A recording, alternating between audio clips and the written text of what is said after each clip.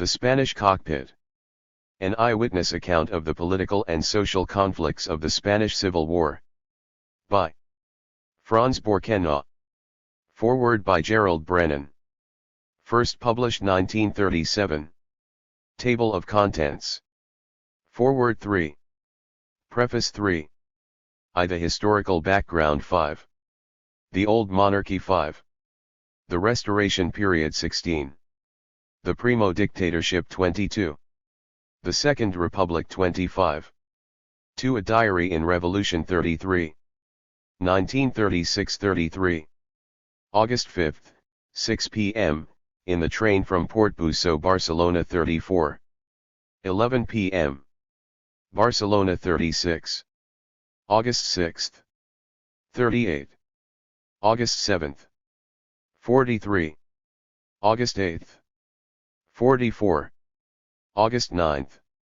46. August 10. 46. Catalonia and the Aragon Front 46. August 12. 48. August 13. 50. August 14. 51. August 15. 53. August 16. 54. August 17. 54. 18, 19, and August 20th. 55. August 21st. 56. 2 days in Valencia 56. August 22nd. 57. August 24th. In the train from Valencia to Madrid. 59. August 25th. Madrid 60. August 26th. 62. August 27th. 63. August 28th. 65. 29 and August 30th. 66. The Western and Southern Front 67. August 31st. 67. September 1st. 68. September 2nd. 70. September 3rd. 71. September 4th. 74. September 5th. 76. September 6th. 79. September 7th. 80. Madrid 81. September 12th. 81. 13. September 14th. 81. September 15th. 82. 3. The Second Journey 82. Barcelona again 83. Valencia, the Central Government 89. Malaga 99. Fight in the Air 107. Crisis 108. In Jail. The Police Regime 111. Leaving Spain 120. For the Battle of Guadalajara 122. V. Conclusions 129. Glossary 139.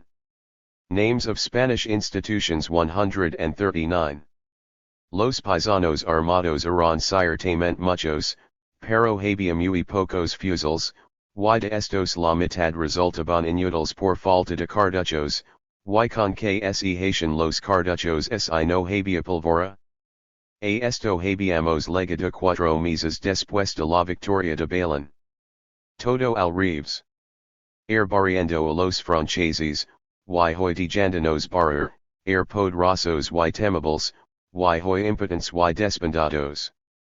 Contrasts y antítesis propios de la tierra, como el pano pardo, los garbanzos, el buen vino y el buen humor. O, España, como se reconocer en cualquier parte tu historia adonde se fije la vista. Y no hay disimulo que te encubra, ni mascara que te occult, ni afeite que te desfigure, porque adonde quiera que aparezcas, ali se te reconoce desde cienleguas, con tu media cara de fiesta y la otra media de miseria, con la una mano empanando laureles y con la otra rascando tu lepra. Certainly, many of the burghers had arms, but there were very few rifles, and of those half were useless because cartridges were lacking, and how to produce cartridges without powder. To such straits had we got 4 months after the victory of Balen. Now it was just the reverse. Yesterday we closed in upon the French, now they were closing in upon us. Yesterday we were powerful and awe-inspiring, now we were impotent and in disintegration. Contrasts and antitheses belonging to the soil as white bread, beans, good wine, and good humor. O Spain, how thou art the same into whatsoever part of thy history one may look. And there is no dissimulation to cover thee, no mask to hide thy face, no ointment to adorn thee, because, wherever thou appearest, thou art recognized from 100 miles away, one half of thy face in the mood of a fiesta, and the other with misery grinning through it, one hand bearing laurels, and the other scratching thy leprous sores.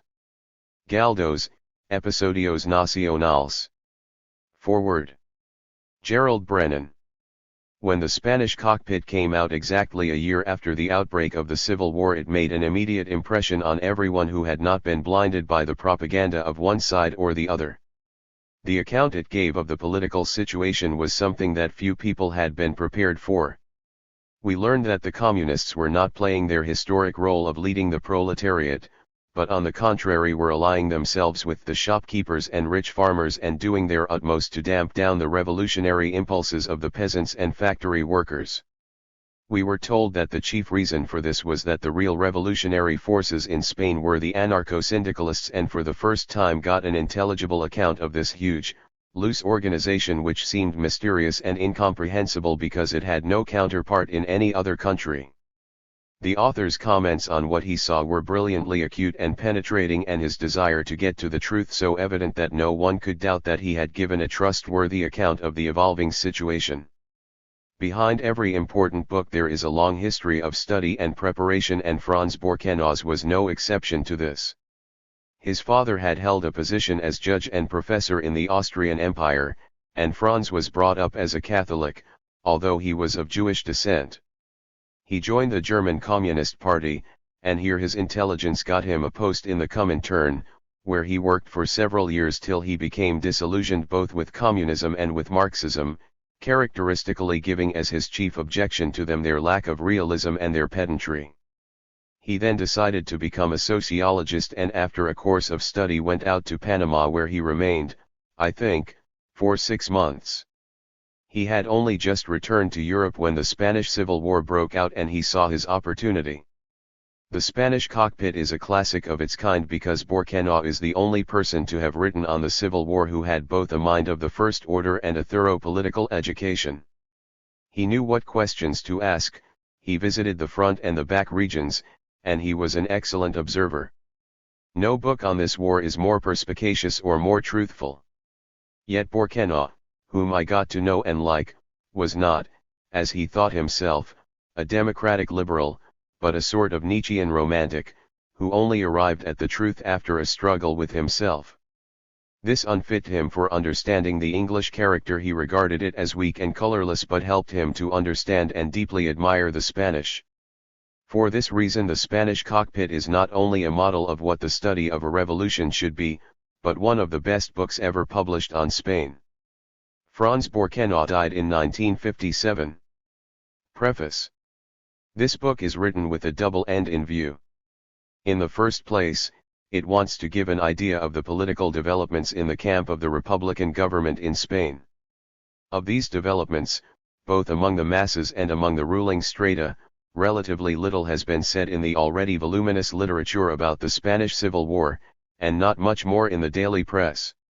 Attention has been directed almost exclusively to the military operations. Yet the Spanish Civil War is not a war in the ordinary sense of the word. Both armies are extremely weak numerically, their technical outfit is limited, and their command lacks military experience. The decision of victory will largely depend on political developments behind the lines, and on the international situation. The international situation will not be dealt with in this book. But the history of the Spanish left, in its various shades, its specific characteristics, its antagonisms, achievements, and failures, is its main subject matter. If the present international situation is outside its scope, That is not to say that in this study Spanish affairs are viewed from a purely peninsular standpoint. Its second aim is to describe the specific characteristics of the Spanish conflict, as contrasted with conflicts in other countries. All Spanish parties, even those like the anarchists which have hardly a counterpart abroad, claim to be Spanish specimens of international movements. In most cases the claim, in my opinion, is entirely unjustified, and in those instances, such as the Communists and Trotskyists, where it is justified, it means that the movement has failed to take deep roots in the Spanish soil. I began my studies under the common delusion that the Spanish Revolution was simply an incident in the fight between left and right, socialism and fascism in the European sense of the word. I have been convinced by observation on the spot that this is not so, and have since tried to discover, under the external appearances which present the common form of political struggle throughout Europe, these actual driving forces which really differ widely from the conventional European patterns that are being generally used to describe them. I do not expect that any of the parties involved in the struggle, either in the right or in the left camp, will be pleased with my description. It is critical of all of them, not in the sense that it passes judgments about whether they are right or wrong, who could provide the objective and absolute measure for such judgments, but in the sense that all of them, in my opinion, suffer from a deep antagonism between their official aims and their real trend of evolution, and in the other sense that none of them, I believe, has a chance to win. In the military sense, to be sure, there will finally be a conqueror and a conquered. In the political sense, I am afraid, there will finally only be vanquished and no victor in the field. And nobody likes to hear that he will probably fail to attain his object.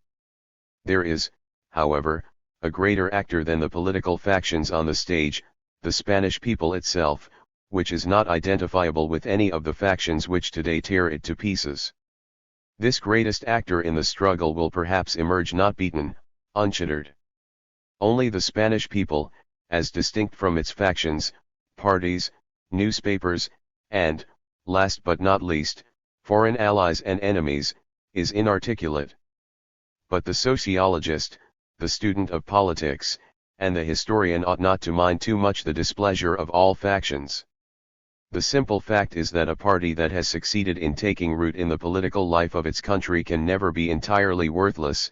It invariably reflects some real need and aim of some stratum of society, carrying some weight. But precisely in so far as it is a party, it can only be partly right, can only reflect certain aspects of political and social life to the exclusion of voters. Truth, said Hegel, is only in reality as a whole. Parties, by definition, reflect only aspects of reality. It has become a la mode, in these last decades, for political parties to make theirs some theory about the essence of life and the law of development of mankind, and to demonstrate that they represent this essence and fulfill this law. Fascists and socialists of all shades have evolved this habit. But the sociologist ought to discard these claims eliminae.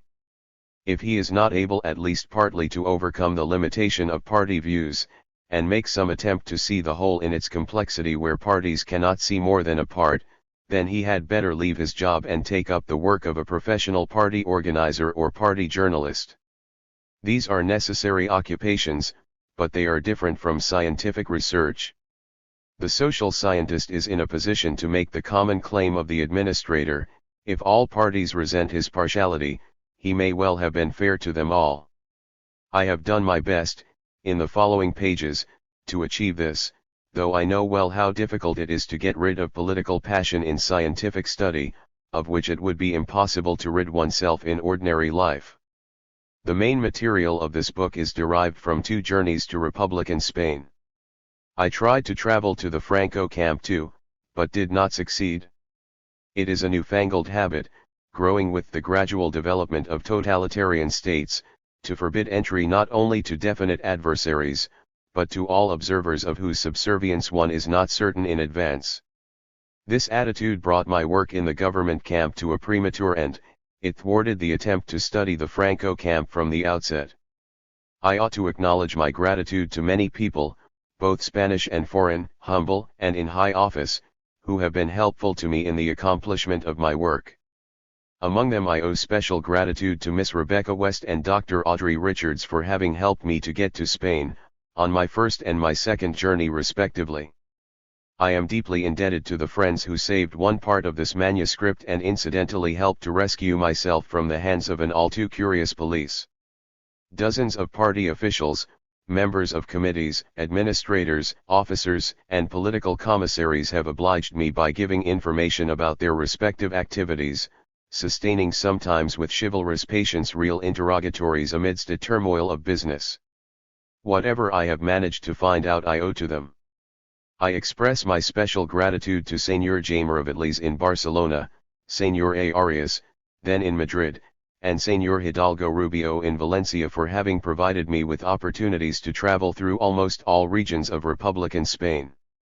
I want to thank, finally, the driver and the guard of the car I had in Andalusia. I do not know their names, who risked their lives to enter the bombarded village of Cerro Muriano in order to rescue me, though I had not asked them to do so in any way. It is one striking example of the sheer incredible amount of self-sacrificing hospitality many foreign observers have found in Spain. Paris, April 9, 1937. The historical background. The old monarchy. La Pasionaria, a Basque peasant woman and worker's wife, now communist deputy and in fact the Jeanne d'Arc of the Spanish Revolution, has been more emphatic than any of the more political leaders of the movement in insisting upon its close relation to the heroic feats of the popular rising against Napoleon, in T808. In fact, the roots of the present movement in Spanish history are deep. They can be followed back, far beyond the origin of any revolutionary movement in the proper sense of the word, into the 18th century. We have to go back so far in order to understand what is happening at present.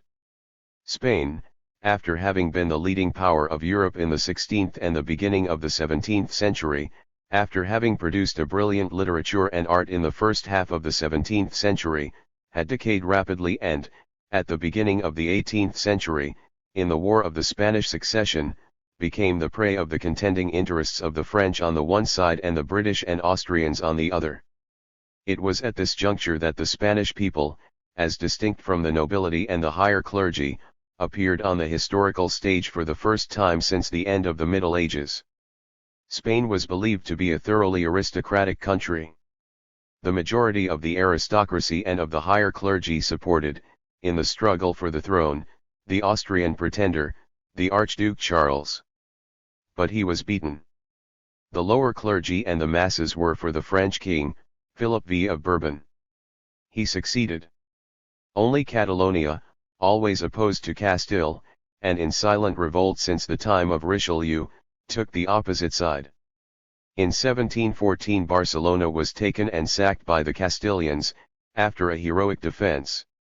Two main facts of modern Spanish history first became clear on this occasion: the profound gap between the upper stratum and the people and the superior power of the latter in a great national crisis, and the antagonism of Catalonia and Castile as one main factor of Spanish politics. The result was the more striking because of the international context in which it happened. The arms of the coalition all over the world had been victorious against Louis XIV, with the one exception of Spain. Still, of the armies resisting Britain and Austria, those operating in Spain were certainly the weakest. In its state of decay and disintegration, Spain on its own territory had proved stronger than Britain and Austria together. Its tremendous power of resistance, owing to the fanatical enthusiasm of the lower classes, contrasted strangely with the incapacity of the Spanish state for any positive action whatsoever. Almost no heed was paid to the fact by the ruling statesmen of the time. The national war over, the Spanish state continued to decay, with its leading groups, aristocracy, episcopacy, and the small stratum of wealthy bourgeois intelligentsia. Cabinet wars were undertaken and lost. Reforms, including the expulsion of the Jesuits, were introduced in imitation of France, with very superficial effect indeed. Goya, the glorious painter, imitated the harmless shepherd scenes of Boucher and Fragonard. But when another great national catastrophe made its irruption, Goya, the Rococo shepherd, painted the most pathetic, the incredibly fanatical execution scenes of his great tableaus in the Prado. The Age of Enlightenment in Spain was simply a delusion of a few men of goodwill. It never was a reality. With the French Revolution and Napoleon, the modern bourgeois world made its irruption into Spain. But the Spanish people did not want to imitate the achievements of their larger neighbor. Modern administration and enlightened principles were forced upon the country, against its will, by the French, who destroyed the basic institutions beloved by the people. Spain reacted with a tremendous popular revolt.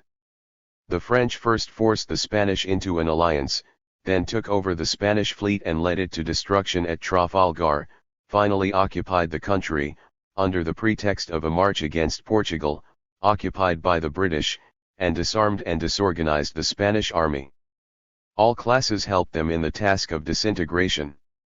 One section of the upper classes, the affranchisés, welcomed the French as bearers of the Age of Enlightenment. Another section, the larger one, hated them but did not dare to resist. Finally the mob itself upset the throne. Exasperated by the toleration of increasing French tyranny, they revolted and, in the famous Aranjuez mutiny, forced the king, Charles IV, to abdicate and his omnipotent prime minister Godoy to resign. The heir to the throne, Fernando VII, was not recognized by Napoleon. Father and son were both ordered to Bayonne to put their quarrel before the emperor, and there arrested. Spain was without a king. Murat occupied Madrid, hoping to win the Spanish crown for himself. To further this aim, he made the last members of the royal family depart for France. It was at this moment that the Spaniards really revolted. The mob of Madrid, helped only by 3 young artillery officers who paid with their lives for their patriotism, rose in an unexpected insurrection, against the express orders of the junta which represented the king in his absence. The rising of Madrid, on May 2, 1808, was suppressed in a frightful massacre. Soon afterwards Joseph Bonaparte, Napoleon's brother, was proclaimed king, and all seemed over. In reality, it had only just begun. The popular rising, subdued in Madrid, spread all over Spain. In July, already, it achieved a famous success. The French General Dupont, marching against Cadiz, was stopped on his way to Andalusia, forced to retreat, and finally surrounded and forced to capitulate by the peasants at Bailén. The Spanish General Castellos claimed the glory of the day. But in reality, one look at the battlefield, a large open plain of olive groves, is convincing as to the real situation. It was impossible to surround the French there with a small army. Only a rising of all the villages could bar and did bar the way. Madrid was reconquered, by half-organized forces, in the name of the exiled King Fernando. But in reality there was never a real central government, the first and the second central junta both obstructing the movement as well as they could. It was a popular movement, led by local juntas. This movement had inflicted upon the French their first defeat in many years. It was a turning point in world history. Napoleon himself went to Spain and reconquered Madrid. But after his departure the rising continued. The British interfered. They found the Spanish soldiers very bad allies indeed, and Wellington, after one single experience, was horror-stricken at the incompetence of the Spanish generals and refused ever again to cooperate with them. But the popular rising remained a decisive factor, with its guerrilla methods and such extraordinary feats of heroism as the defense of Gerona and the defense of Saragossa by Palafox. The situation of 1707 repeated itself in 1808. The populace was successful in starting a national war of despair, against the will of the higher classes.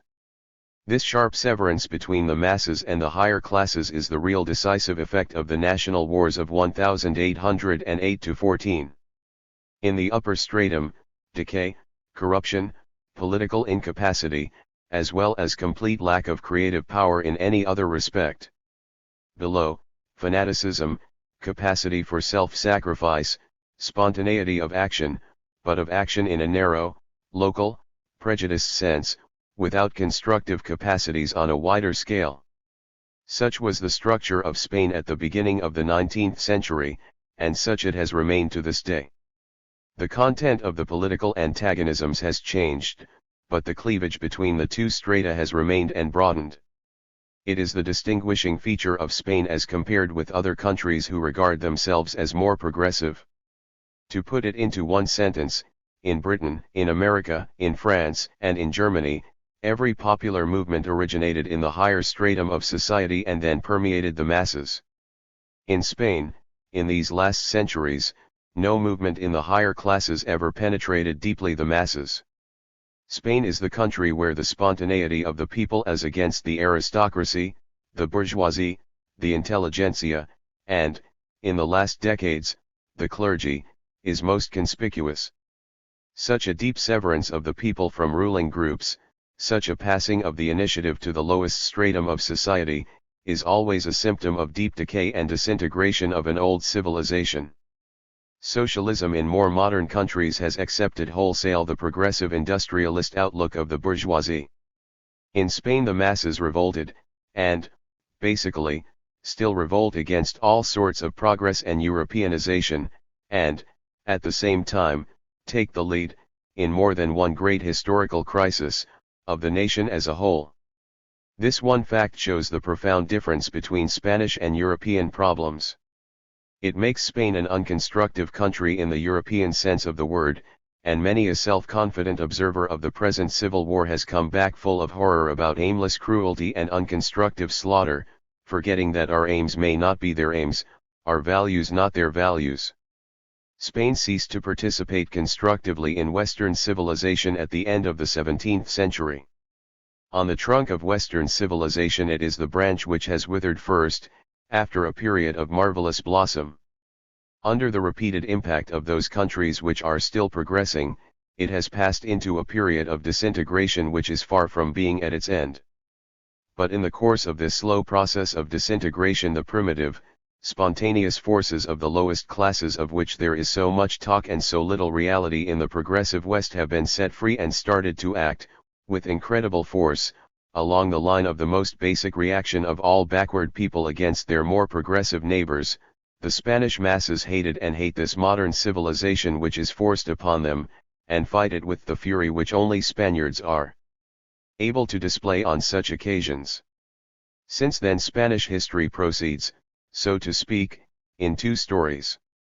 In the upper story there is conservatism, liberalism, socialism, all sorts of imported European ideas, an up and down of superficial tendencies, superficial victories and defeats, the upshot of which is the disintegration of the higher classes, the state, and the administration.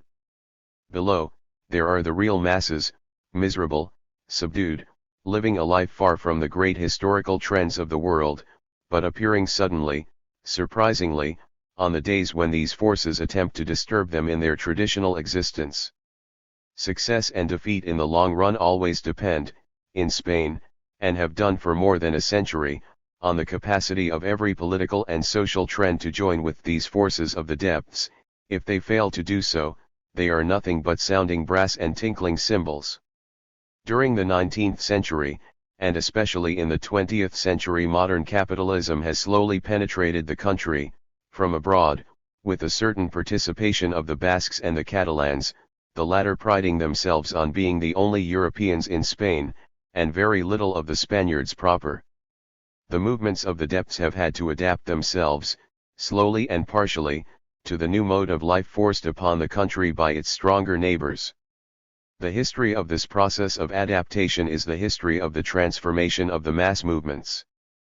But there is no reason to believe that the adaptation will ever become complete.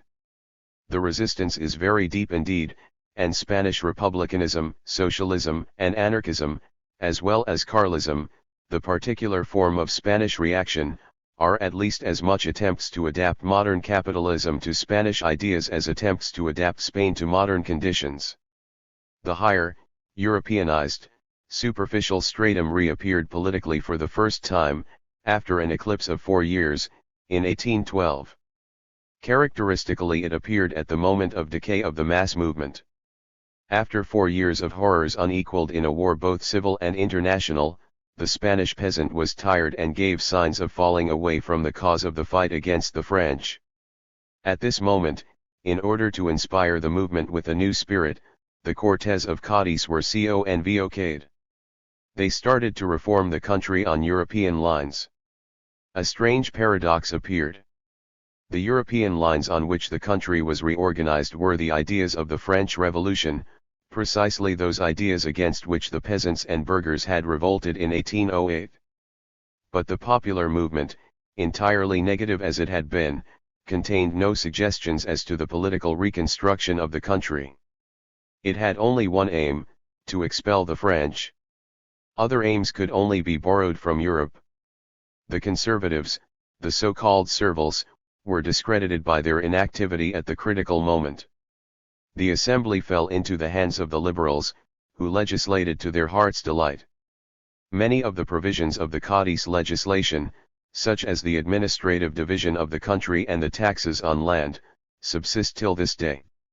Others, such as parliamentary government, were very soon swept away. The two basic problems, the agrarian question and the position of the church, were not seriously tackled. The efficiency of the Cádiz system as a whole was not tested. In 1814 Joseph Bonaparte fell and Fernando came back as king. He immediately annulled the constitution of Cádiz and hunted down all those who had participated in its creation. The following 50 years are a period of continual civil war, usually described as a fight between conservatives and liberals. In reality it was a struggle for power between the church on the one hand and on the other the one new social force which had appeared in the anti-Napoleonic War, the army. In this struggle the church very soon began to act as one united force, cooperating in the task of upholding the power it had held in pre-Napoleonic times. A number of liberal priests had participated in the reform work of the Cádiz Cortes. But soon there was no liberal Catholicism left in Spain. The army, on the other hand, was divided against itself. Generally, in the first half of the 19th century, it was predominantly liberal, but it gave some of the ablest leaders, such as General Narvaez, to the conservative cause. In consequence, Spanish liberalism has little in common with those convictions which are labeled with the name in Europe. In Spain it is simply synonymous with anti-clericalism. We do not need to follow here in detail the interminable ups and downs of this fight between the liberals and the conservatives. But a few words must be said about the evolution of the two leading institutions, the church and the army. It is these two institutions which, today, play the leading part in the Franco Rising. As in the old Roman Empire, so in Spain in the 19th century, the power of the church increased with the decay of the administration and the decay of the state as a whole. Kings fanatically Catholic, such as Philip II, had known how to hold the church under their sway. But when, in the beginning of the 18th, and again in the beginning of the 19th, century the state disappeared, the Catholic hierarchy remained the one order to which the masses could rally. It derived an enormous authority from this situation. All through the 19th century the hold of the church over the masses was absolute, in appearance. Its hold over the masses was much more absolute than its hold over the state. The state, whatever that meant concretely in 19th century Spain, had to limit the power of the church in order to live. In 1837 the Prime Minister, Mendizabal, struck a bold stroke against it. He confiscated all its landed property and put it up for sale, after the example given by the French Revolution. The measure was carried out, and broke the power of the Carlist rebellion. The Carlists, as is well known, are partisans of the pretender Carlos, the younger brother of Queen Isabel, daughter of Fernando VII, and of his heirs. They have their stronghold in Navarra, a province where medieval conditions continue almost unchanged, and from thence have twice launched an insurrection against the legitimate dynasty. Their slogan, characteristically, was the King Christ, and the Holy Virgin. Today Carlist battalions are among the best military forces of Franco. Never since has the Spanish Church recovered its wealth in land. The story of the Church as the largest landed proprietor in Spain is a myth. Only a small part of its landed property has been regained. As a compensation, the church and the various orders accumulated an enormous amount of mobile property. The church, today, is not the largest landowner but the largest capitalist in Spain, particularly the Spanish Jesuits. This is part of the explanation of the financial sources of the Franco Rising. It is a supremely important element in the history of the severance of the church from the masses too. Never would the masses have been driven away from a church fixed upon the land, they were easily led to abandon a church which was the richest shareholder in the country. The action of Mendizabal was only the beginning. Again and again the state has attempted to limit the power of the church, lastly under the strongest man of the early days of King Alfonso XIII, the Prime Minister Canalejas. In this struggle for power the Catholic Church degenerated.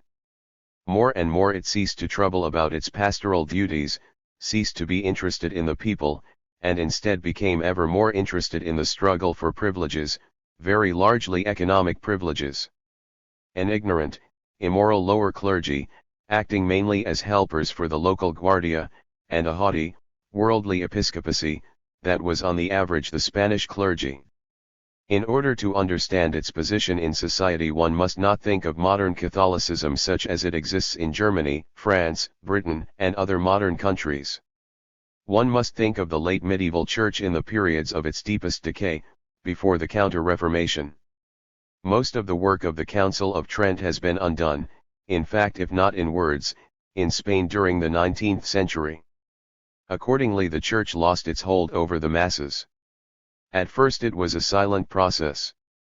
So long as the masses continued to live in the old ways nothing seemed to be changed. But when, during the 20th century, the impact of modern conditions upon the masses became stronger, literacy more general, new problems, such as that of the position of wage earners, urgent, the church had nothing, absolutely nothing, to say about that. There are not many contrasts so sharply outlined in our times as that between German Catholicism, which owes all its influence to the genuine, sincere, and able interest it takes in modern social problems, its powerful welfare organizations, its cooperatives and, before Hitler, its trade unions, and the Spanish Church, which tried, occasionally, to imitate all that, but not for any reason except to create better electoral machinery for the conservatives. Accordingly, these attempts in Spain were made only in the last years of the monarchy, when the situation of the church had become critical. And the masses refused to participate in actions which were obviously not prompted by a genuine interest in their needs, but by subservience to the powers of the day. The profound success of Catholicism in countries where it had little or no political power when it started to take an active interest in the problems of modern life, and its wholesale failure in Spain, where it wielded enormous political power, shows that nobody is to blame for the failure, except the Spanish Catholic hierarchy itself. In the beginning of the 19th century it was all-powerful over the souls of Spaniards in general.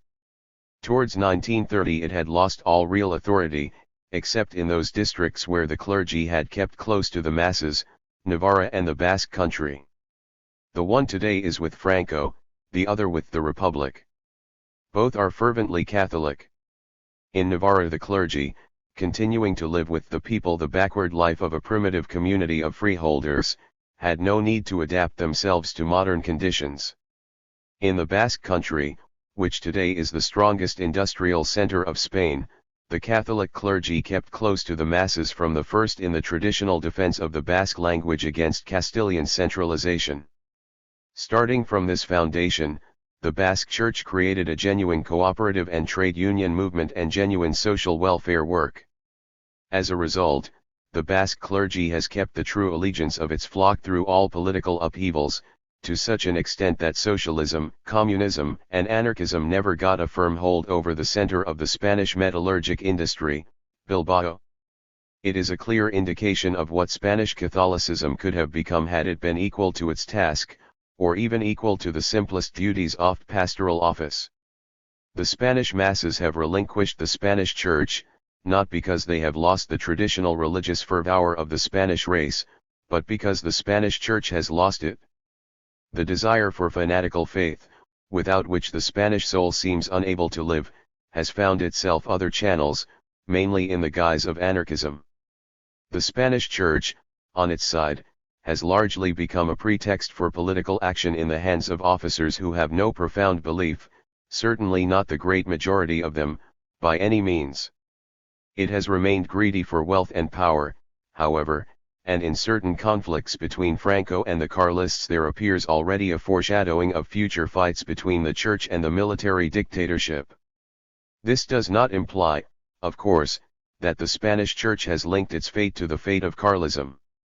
Nor is it inconsistent, as will be seen in the diary which follows, with the survival of a good deal of instinctive traditional Catholicism among the masses.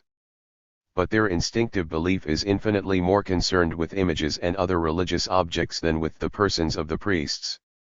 The Church, the last force of old Spain still left standing erect after the Napoleonic Wars, is now in disintegration. This will mean, inevitably, an enormous increase of power for the army. The army, on its side, is a more modern force. It has in its ranks many aristocrats, but is not essentially aristocratic. Not only in the insurgents' army are few of the leading men aristocrats. All through the 19th century a high percentage of those very generals who got political power came from the lower classes. Prim, the strongest of the caudillos, the military chiefs of political factions, was hardly literate. The political functioning of the Spanish army is a phenomenon not peculiarly Spanish. The preponderance of the army and the open fight between contending generals for domination over the state is a common feature of declining civilizations which have evolved, in the past, a strong government that later becomes the prey of adventurers. Contending generals dominated ancient Rome in the times of its decay, they dominate China today in its disintegration. For more than a century most of the ancient Spanish and Portuguese colonies in the New World have been their playthings. They have presided over the transformation of Turkey. And they have been, for a century, the masters of Portugal and, till these latter times, the real rulers of Spain. Their claim to be the specific bearers of the spirit and the fittest supervisors of the welfare of the nation is wholly unfounded. Their domination is easy to explain. No army ever gets into its head the idea that it could take over power from a well-established regime, with a functioning administration and a generally recognized social hierarchy. It knows, then, that, in spite of its mechanical superiority, it would find the whole nation united against it. But when the administration ceases to fulfill its tasks, when the regime is in disintegration, when there is nobody who can win general recognition as an established authority, then the army becomes supreme. It is then able to claim to rule the country, because it has kept more or less intact the material and mechanical resources of physical power evolved in better days, whereas the finer threads of civil government and spontaneous obedience are already in disintegration. It is a significant fact in the history of civilization, and one commonly observed, that the military organization of a higher society is one of the things most easily copied by backward neighbors. Turkey and Russia had fairly modern armies, from the Western point of view, without being for all that any the more like Western countries in other respects. Similarly, military organization is one of the elements remaining intact longest in times of decay. This is meant in a relative sense. Chinese soldiers are notoriously no good against European troops, but they have proved strong enough to subdue the other political forces of their own country. Both Germans and Italians in the Franco camp, and foreign advisors of many nationalities in the Valencia camp, complain about the incompetence, the lack of training, and sometimes the lack even of ordinary courage, of the Spanish officer. But the Spanish officer, for more than a century, had not to test his ability in fighting foreign troops, but in fighting his Spanish colleagues and the civil population. He proved up to this job. In 1921, however, even the Moors proved a match for him. The army became the other decisive power in the state besides the church, when, during the Napoleonic Wars, every other authority was in abeyance. And it continued to be so after the Napoleonic Wars, because the other authorities, the crown, the administration, the aristocracy, were restored formally, but no one could restore their prestige. The one force which had kept its old prestige was the Church, and from this fact resulted by conflict a superficial liberalism in the army. One characteristic feature of this liberalism was that it was directed against the large majority of the population. The Carlists fought their insurrections with few professional soldiers, but with wide popular support, and with a brilliant group of popular guerrilla leaders, such as Cabrera. The liberals had never wide popular support for any of their pronunciamientos. Moreover, the Spanish army displayed one more feature characteristic of every military dictatorship. Where there is one military pretender, there are always several. Once the appeal to sheer force of arms has been made, there is always some competing general who thinks he has as much right to rule as his happy colleague. And there is, in consequence, war between military pretenders.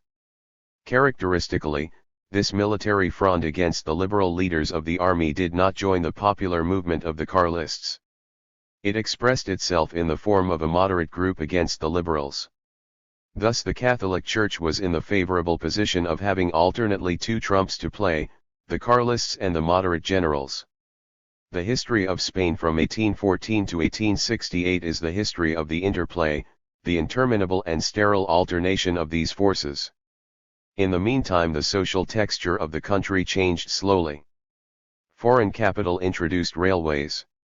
Catalonia, in and after the 40s, reorganized its textile industry on modern lines.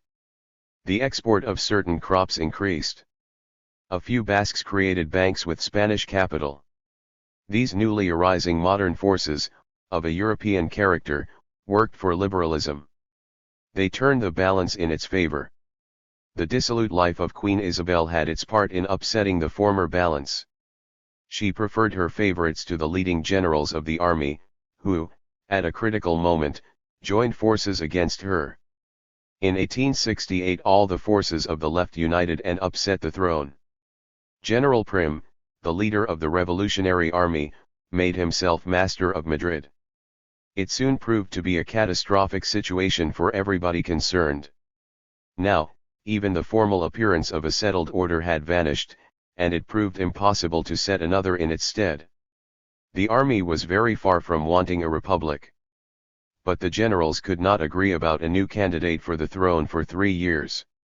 They finally called in an Italian prince, but when he arrived he was immediately submerged in intrigues and plots. The very day of his landing, Marshal Prim was assassinated by a revolutionary. It was symptomatic. A new element, a really revolutionary stratum, had entered Spanish politics in the wake of the struggle of the generals. After a reign of less than 2 years, the Italian prince was completely disgusted with this turmoil. He left the country, and left it without a monarch. A republic was proclaimed, not because any one of the political groups, with the exception of a small layer of progressives, really wanted a republic, but because there was no alternative. It is officially known as the First Republic, and like the prince, lasted less than 2 years. With the proclamation of the Republic, chaos swept the country. In the north the Carlists took the opportunity to rise. But, more important, in the south, in Andalusia and in the province of Murcia, the anarchists revolted. It was their first entry into Spanish history, and it had immediate and far-reaching effects. The Andalusian so-called peasant, who, in reality, has been a serf since late Roman times, tied to the estate, suffered perhaps not less in the 18th than in the 19th century, but he rose in revolt in the 19th century, whereas in the 18th he had suffered silently. And yet perhaps this is not quite true. The revolt of the Andalusian serf in the 18th century took the form of widespread and indomitable brigandage, which involved the most active elements of the peasantry and was regarded by the masses not as criminal, but, on the contrary, as an enviable, honorable, and even admirable profession.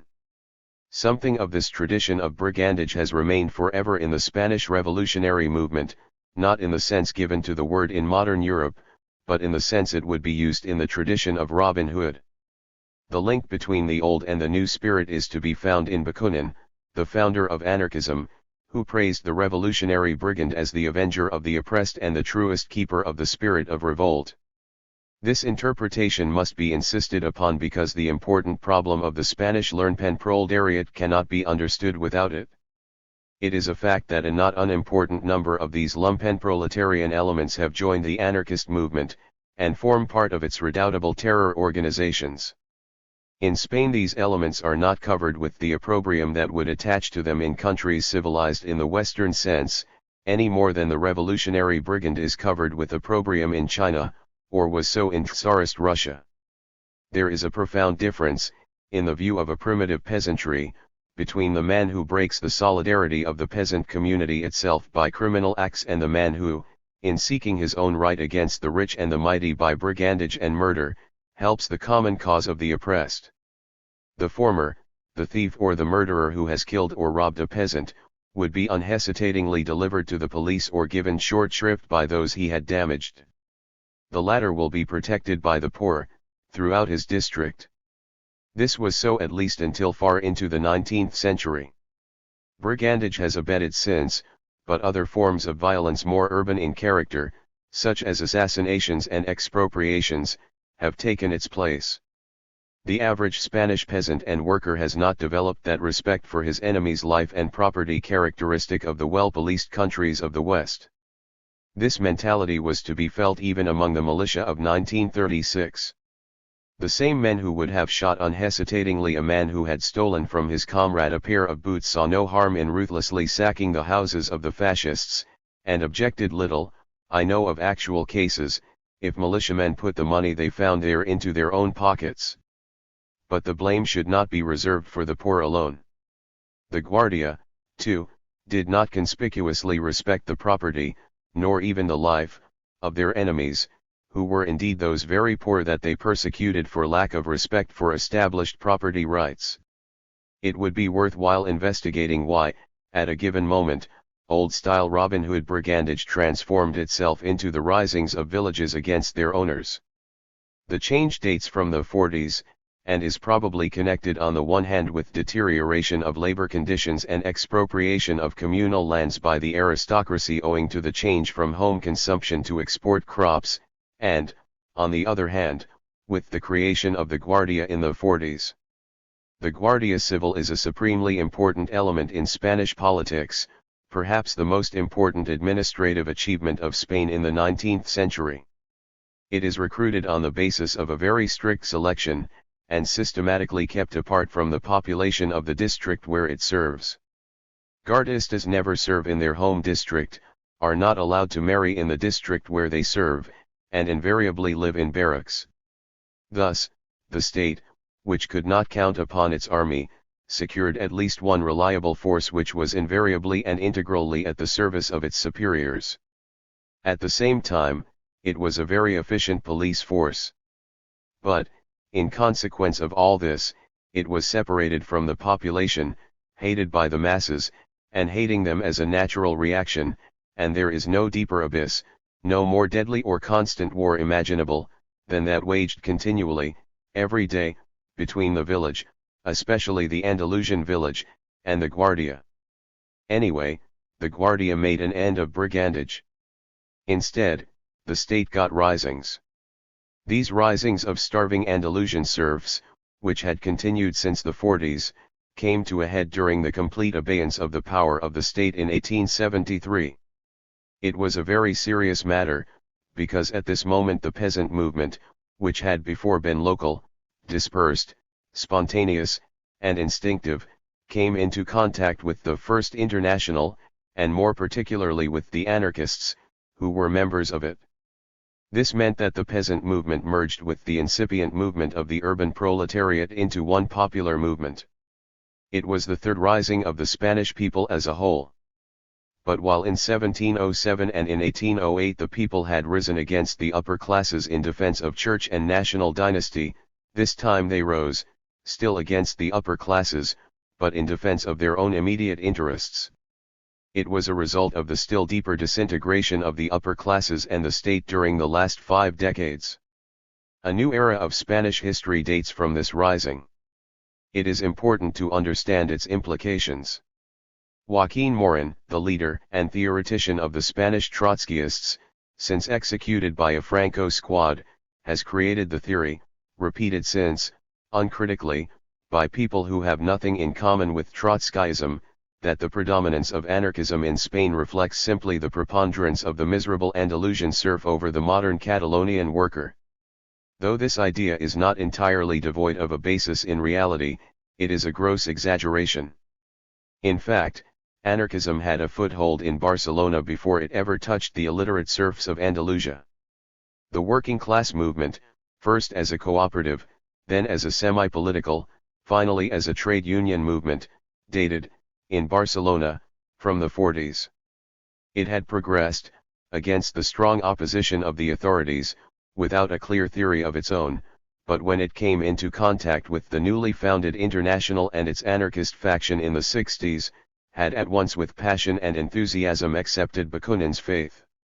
The new gospel, for this it was, in a literal sense, replacing directly the old Catholic faith of the people, reached Andalusia only through common participation in the popular risings of the early 70s. Since then anarchism in Spain has had two roots, the one peasant and Andalusian, the other proletarian and Catalan.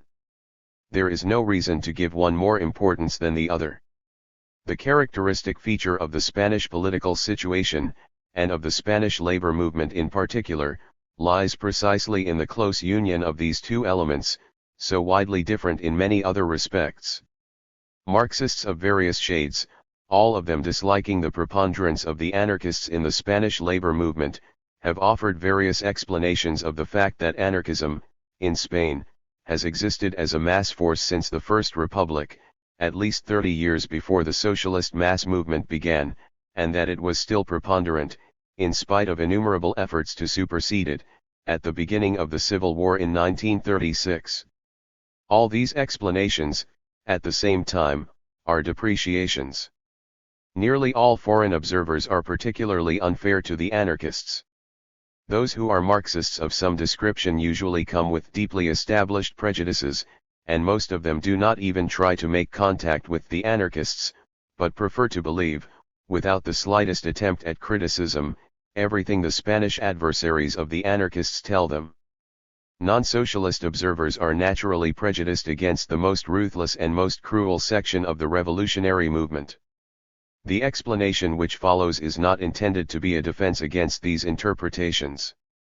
The sociologist has not to accuse or to defend, one cannot repeat it too often. He has to understand. Anarchism has proved unable to tackle the decisive problems of the Spanish situation, for reasons soon to be discussed, this is a fact. Socialism, for its part, was no more able to tackle them, this is a fact too. Still, a correct understanding of Spanish events depends largely on a correct understanding of anarchism. I do not think that it is necessary to seek far-fetched explanations.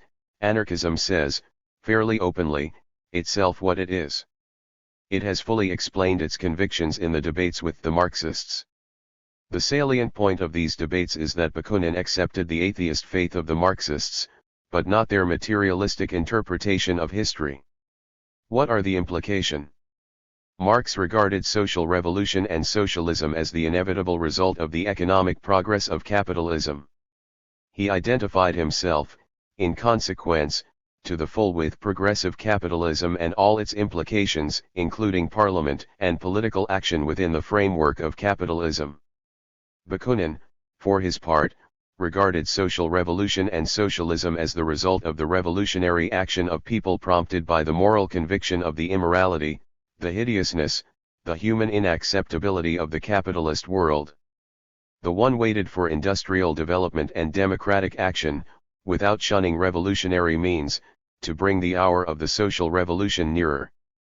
The other saw socialism as possible at any moment, provided there was revolutionary conviction and decision. But this conviction and decision, according to Bakunin's idea, could not be put at the disposal of the masses simply by a small group of professional revolutionaries, they must emerge from a revolutionary spirit in the people itself.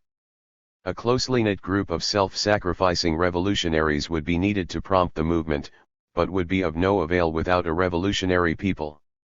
Why did this theory appeal to the Spaniards?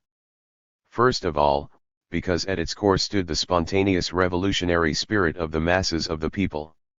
Such a spirit was not to be found among the progressive nations, where the proletariat had, according to Bakunin, become nice, decent, and subdued, and itself admired the blessings of modern capitalism. In those countries revolution had withered down to a merely political principle. It had left the hearts of the people, only to remain in their heads. Bakunin only shrugged his shoulders about the English trade unions. But with a shrewd appreciation of psychological realities, he also distrusted the German movement. With its early successes in the electoral and organizational field, the Germans, he thought, were slaves by nature.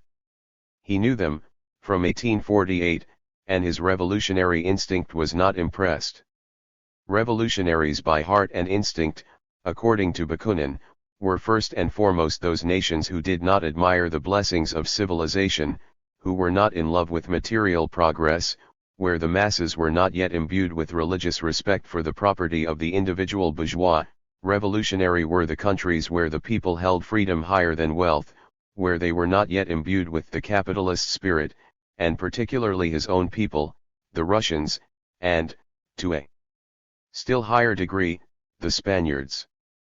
How could the Spanish workers and peasants have refused to accept the teaching of a man who believed that the specific mentality of the Spanish lower classes ought to be the model of the labor movements of the whole world?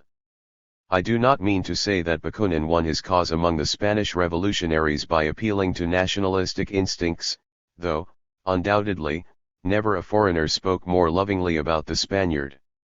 Most of his ideas about Spain contained some essential truth, and here was the point of contact. By the way, in this particular question, which is of supreme importance, Bakunin, as historical experience has proved since, was completely right as against Marx. Revolution did not come to Britain and Germany, but to Russia and Spain. The rebellion of the Spanish masses was not a fight for better conditions inside a progressive capitalist system which they would admire, it was a fight against the first advances of capitalism itself, which they hated. The Spanish popular movement is directed not towards overcoming capitalism in the future as a result of and after its complete unfolding, but against its very existence at any stage of its possible progress in Spain. Whatever concessions later decades may have made to the uncomfortable facts of increasing industrial development, the Spanish worker has never submitted at all in the matter-of-fact way of his German and English colleague to the fate of being an industrial worker. Therefore the materialistic conception of history, based on the belief in progress, meant nothing to him, for the Spanish worker is little progressive. This was why the Barcelona engineer could feel one with the Andalusian peasant. In Spain the American mentality that it is a virtue to be exigent is not yet introduced. In 1936 I still heard a young socialist praise, as the highest quality of the Castilian laborer, that he could live on almost nothing. The fight against oppression, the mentality of the brigand who leaves his village in order to be free, is still much stronger than the mentality of the trade unionist who accepts hard months of strike in order to become well-to-do. In consequence, violence is neither shunned in others nor rejected if proposed to the Spanish masses. But peaceful trade unionist action is suspect. In a word, the Spanish labor movement is based on a mentality directed against the introduction, not against the indefinite continuance, of capitalism. And this, in my opinion, is the explanation of the preponderance of anarchism in Spain. Hence freedom as the central element of anarchist ideology.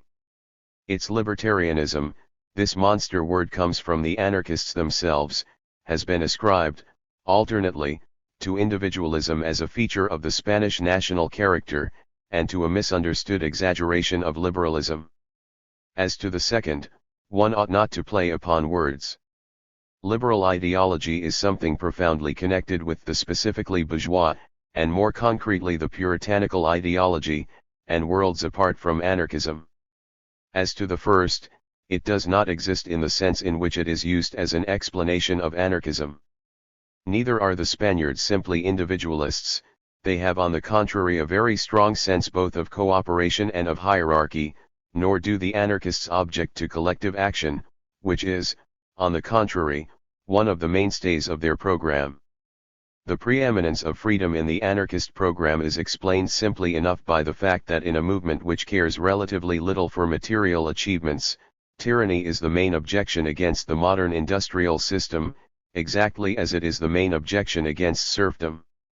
From the specific type of anti-capitalism embodied in anarchism derives, moreover, the feature most remarked by impartial observers, its strange attitude towards morals and law. There is not the slightest doubt that the anarchists have in their ranks not a few criminal elements, and that these elements are regarded with little horror. More striking still, anarchism presents to every observer the puzzle of men obviously prompted by the highest idealism, prepared to sacrifice not only life but happiness for their cause, together with elements which are neither controlled nor have any kind of self-control.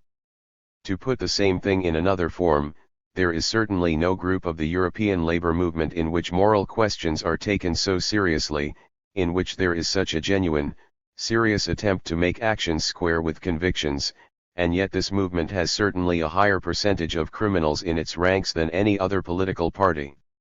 It is significant that the anarchists have consistently refused their leaders regular pay, and forced them to live, either by the work of their own hands, or by the friendly help given them by their comrades. The same movement does not shun, or at least did not shun, expropriations. But here we begin to see the solution of the puzzle. Anarchism is a religious movement, in a sense profoundly different from the sense in which that is true of the labor movements of the progressive countries. Anarchism does not believe in the creation of a new world through the improvement of the material conditions of the lower classes, but in the creation of a new world out of the moral resurrection of those classes which have not yet been contaminated by the spirit of mammon and greed. At the same time, anarchism is far from being well-behaved and pacifist. It has integrated, in its mentality, all the Robin Hood traditions of former generations, and emphatically believes in violence, not in organized conflict only, but in fighting as an everyday means of settling the divergence of views between simple men and their masters. One result of the peculiar type of anarchist anti-capitalism is its emphatic belief in direct action, which mostly, though not always, means violent action. Two anecdotes may illustrate the contrast between anarchism and European socialism. Years ago I was talking with a British communist, a high official of his party. He praised the attitude of the British worker who would not tolerate any sort of violence. Foreign seamen, when, rarely, they tried to use violence in rows, were invariably run down by the British port workers themselves, he told me. I agreed that it was a charming characteristic, but ventured to ask whether he thought it entirely compatible with the drive towards violent revolution to which his party was pledged.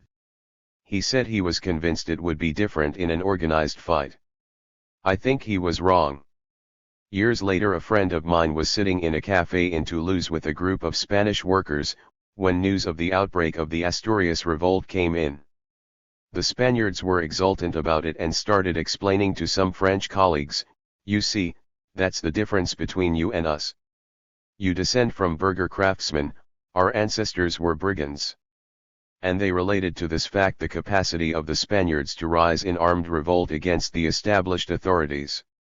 Whether these particular Spanish workers were anarchists or not I do not know.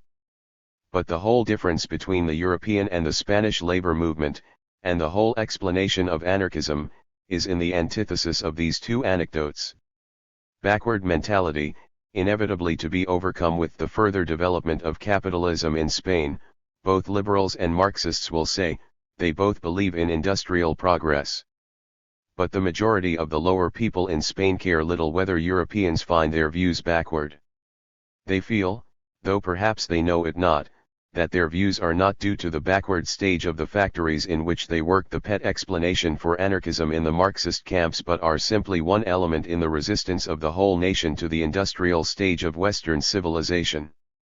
Spain severed itself from the progress of Western civilization towards the end of the 17th century, and the Spanish people simply, deeply, and instinctively dislike what has been done since.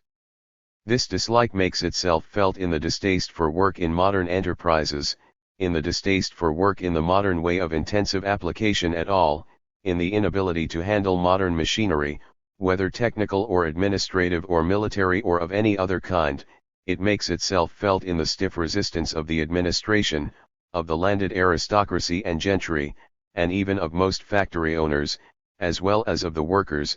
Against innovation, it is to be felt in aristocratic conservatism, in Carlism, in anarchism, in fact in most of the political movements of Spain. And the belief in the predetermined superiority of capitalism in this struggle is wholly unfounded. The resistance of Spain against modern life is deeply ingrained. The expanding powers of capitalism, or, in other words, of the modern industrial version of Western civilization, are doubtful and probably not unlimited. The issue of the struggle is not settled beforehand. Again and again in investigation we shall meet the problem, and recognize the dubiousness of the issue. It is the central problem of Spain. Anarchism is only the particular aspect this problem takes among the lower stratum of society. Were there no capitalist intrusion whatsoever, there would be no anarchism. Had the spirit of capitalism permeated the nation, anarchism would be at an end. It corresponds to the resistance of the Spanish lower classes against capitalist intrusion. This resistance, in many countries only occasional, instinctive, and devoid of organizing impulse, has in Spain created a powerful movement. This is in itself an indication that the final result of the attempt to modernize Spain is very doubtful indeed. Only one fact remains to be explained. In general, Catalonia as well as the Basque country have been less refractory against Europeanization than the rest of Spain. How is it, then, that the Catalan labor movement is thoroughly anarchist? The answer, I believe, is to be found in the study of the specific political conditions of Catalonia. Catalonia, in its age-long struggle against Castilian domination, evolved a deep hatred of the one existing authority, the Spanish state. The authority of the Catalan bourgeoisie, slowly evolving since the middle of the 19th century, was not nearly great enough to take root among the masses. Thus, the lower classes in Catalonia lived for centuries in a natural condition of anti-authoritarianism. The specifically acute revolutionary spirit, the well-developed preference of the Catalan worker for violent rather than for legal means of action is, in my opinion, simply a reflection of the centuries of struggle of the Catalan region against the Spanish administration and police. The Catalan bourgeoisie is not authoritarian either, for the same reason. And it is characteristic that Catalonia as a whole, during one single generation, between 1870 and IGU, has evolved from Carlist to anarchist preponderance. Every sort of violent opposition against the state was welcome to the population. But we must go back to 1873. The Republican government was caught between the Carlist rising in the north and the anarchist rising in the south. It decided first to strike down social revolution, and to settle the Carlist question later. Had it decided otherwise, Spain in 1873 would have become what it became in 1936. Deciding as it did, it decided the fate of the Republic. Before the menace of social revolution, the army immediately buried its superficial antagonism with the Church. They rallied, and after having subdued Andalusia in blood and tears, proclaimed, in the pronunciamento of Murvidro, early in 1874, the monarchy, with the old dynasty, and Alfonso XII as king. There ensued some fighting with the Carlists. But the main issue was settled, and the Carlist insurrection was ended by an honorable surrender. What is called, officially, the era of Restoration had begun. The Restoration period. For 28 years, during the reign of Alfonso XII and the minority of Alfonso XIII, from 1874 to 1902, times were quiet. Under the menace from the depths of society, the ruling classes, church, aristocracy, and army, with a crown whose bearer was a decent man as their point of union, rallied to the defense of the existing order of things. No more pronunciamentos then. The generals were no longer alone in the field, there were the masses, which must be kept in subjection. The political expression of this union was the absolute dominance of the Conservative Party, under the clever leadership of Canovas. It united the old moderates with many of the old Carlists and most of the old liberals. The Republicans of 1873, a small faction without real social backing in any group of the population, had divided into two sections. One section under Sagasta, calling themselves liberals now, repented, became monarchist, and, by the goodwill of the conservatives, were granted occasional ministerial office. The other section, under Castilla, pretended to remain true to republican principles, never participated in the administration, but took care never to attempt to put their republican program into practice. This union of all active classes the poor had receded into the dark made times peaceful. In consequence, modern commercial and industrial enterprises had a chance to evolve. The foreigners, the Basques and the Catalans took the chance. Thus peace itself created the conditions that worked for its breaking by new social forces. These new forces, in contrast to those which had filled the stage since 1808, were genuinely European, working for the modernization of the country in the Western sense. The first of them was the Catalan bourgeoisie. It had played a hesitant and unsuccessful role during the Revolution, but had achieved one thing during the years of chaos, the creation of what was later baptized Fomento del Trabajo Nacional, the Catalan Union of Factory Owners. It preserved this achievement carefully and successfully through the years of restoration of the power of the army and the church. It was well advised in not using it, at first, to promote regionalist politics. The Catalan bourgeoisie appeared, in the era of restoration, as one more element of peace and order. But it got, in exchange for this important service, a tremendous reward. Spain changed from free trade to protective tariffs, both for wheat and textiles. It was a compromise between the demands of the Catalan bourgeoisie and the Castilian and Andalusian landowners. The chief political result was that the great Catalan bourgeoisie never stood unreservedly on the side of Catalan nationalism.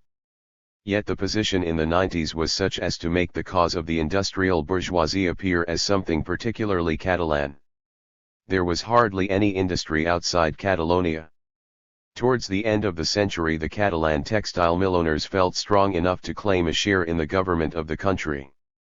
The Fomento began to take an active interest in political questions, and soon the Catalan Ligia, the party of the great Catalan bourgeoisie, appeared. It claimed regional autonomy, but not independence, for Catalonia and cooperated continually with the leading Castilian parties. As the representative of this policy, and as the leader of the Spanish bourgeoisie as a whole, Francisco Cambó, from the beginning of the present century, gradually rose to the position of being the leading statesman of Spain. He was president of both the Fomento and the Ligia and moreover president of the CHADE, Compañía Hispano-Americana de Electricidad, the most important financial company of Spain, and frequently became a cabinet minister. But, repeatedly named as a candidate for the premiership, he never obtained the post, because he was, as a Catalan, unacceptable to the Castilians. It is the misfortune of the Spanish bourgeoisie that its strongest section belongs to a disaffected border region, and not to the center of the country. No other factor contributes so much to the weakness of the Spanish bourgeoisie. Here lies the tragical importance of the Catalan problem.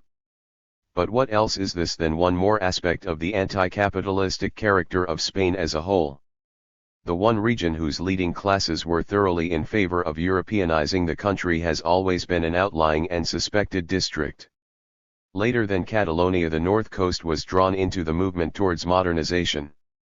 After the beginning of the present century, new parties appeared in the north, this time genuinely European parties, not parties unjustly claiming European affiliations, as the old liberals did. Among them were the reformists, under Melquiades Alvarez, representatives of the bourgeoisie of Bilbao and other industrial centers of the north, differing in their program from the Catalan Ligia mainly as centralists differ from regionalists.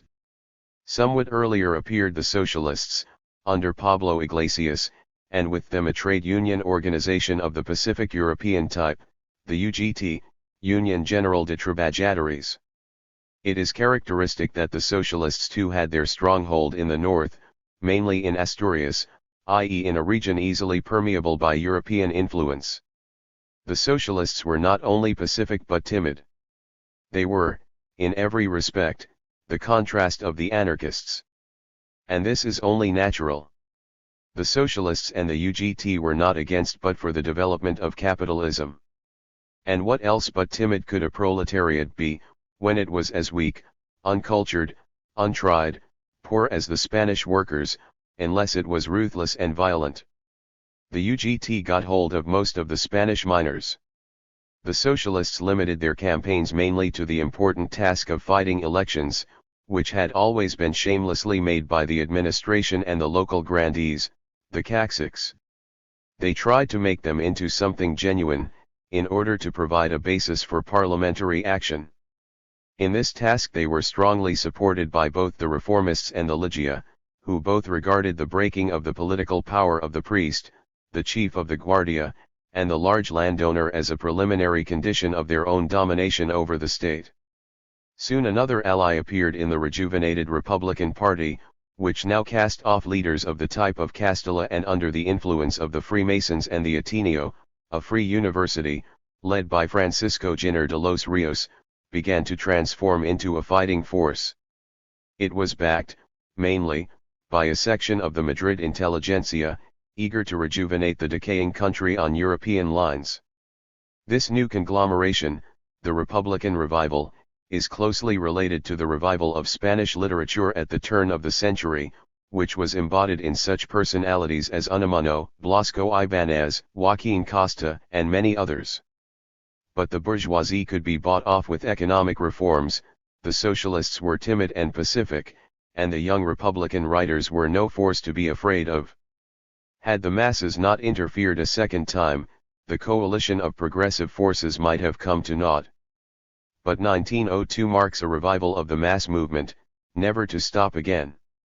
In 1873 the masses had risen as an effect of the disintegration of the old regime. When the regime was reorganized, they were easily subdued. With the growth of modern industry, of knowledge and education, they got a strength of their own, and they were able to use the growing movement for reform. The old regime, which used to rule through the local grandee, the priest, the guardia, and with the occasional help of lawyers, knew of only one method for dealing with serious problems: cartridges. Naturally, the inability to do anything constructive to relieve the grievances of the masses, the inability to win over the bourgeoisie to the regime, the inability, finally, to provide for the most urgent national needs, made the use of cartridges at last inadequate to accomplish the task which faced the government. This became obvious after the defeat of Spain by the USA in the War of 1898, and the loss of Cuba, Puerto Rico, and the Philippines. The regime began to founder in slow disintegration, its gradual loss of power only interrupted or marked by sanguinary massacres perpetrated by the military. A series of general strikes and revolts, each invariably on a wider scale than its precursor, shook the country. There was a general strike in Barcelona in 1902, another in 1906, another, on a much wider scale, in 1909. The administration had lost all credit, it had not been able to provide for the conquest of the Rifi tribes in Morocco. It was forced to call conscripts to arms, because the army at peace strength was not up to its task in Morocco. Was it the idea of Castilian politicians that it was better to sacrifice Catalans rather than Castilians in the murderous war in Morocco, or was it sheer inadvertency of a careless administration? Anyway, only Catalan reservists were called to the colors. All Catalonia rose in revolt. Recruiting had to be abandoned, but then the revolt was drowned in blood. Francisco Ferrer, an anarchist educationalist who had next to nothing to do with the movement, but was hated by the clergy whose school monopoly he attacked, was executed in the Barcelona fortress, the Montjuic. There was an outcry all over Europe, and the mass movement had found a martyr. The habit of burning churches, followed occasionally in former risings, became a regular feature of every popular rising in Catalonia after the execution of Ferrer. The old regime felt weak. It became increasingly difficult to control the urban constituencies in elections. Under the pressure of the rising forces of the mass movement, the old parties began to disintegrate and split. The new parties asked for reforms with increasing insistence. After the defeat in the West Indies, political assassinations became a regular feature of politics. Canovas was murdered, the king narrowly escaped. An attempt was made to introduce reforms. Kanalijas, a personality similar and contemporary to the Russian Stolypin, a decided enemy of democracy, but a friend of the modernization of the country, took the helm, but was paralyzed by the resistance of the church, and assassinated by an anarchist. The regime was driven to desperate methods. In order to frighten the Catalan bourgeoisie into submission, the Barcelona police actually cooperated with gangs of pistoleros, who, more or less, claimed to be revolutionaries.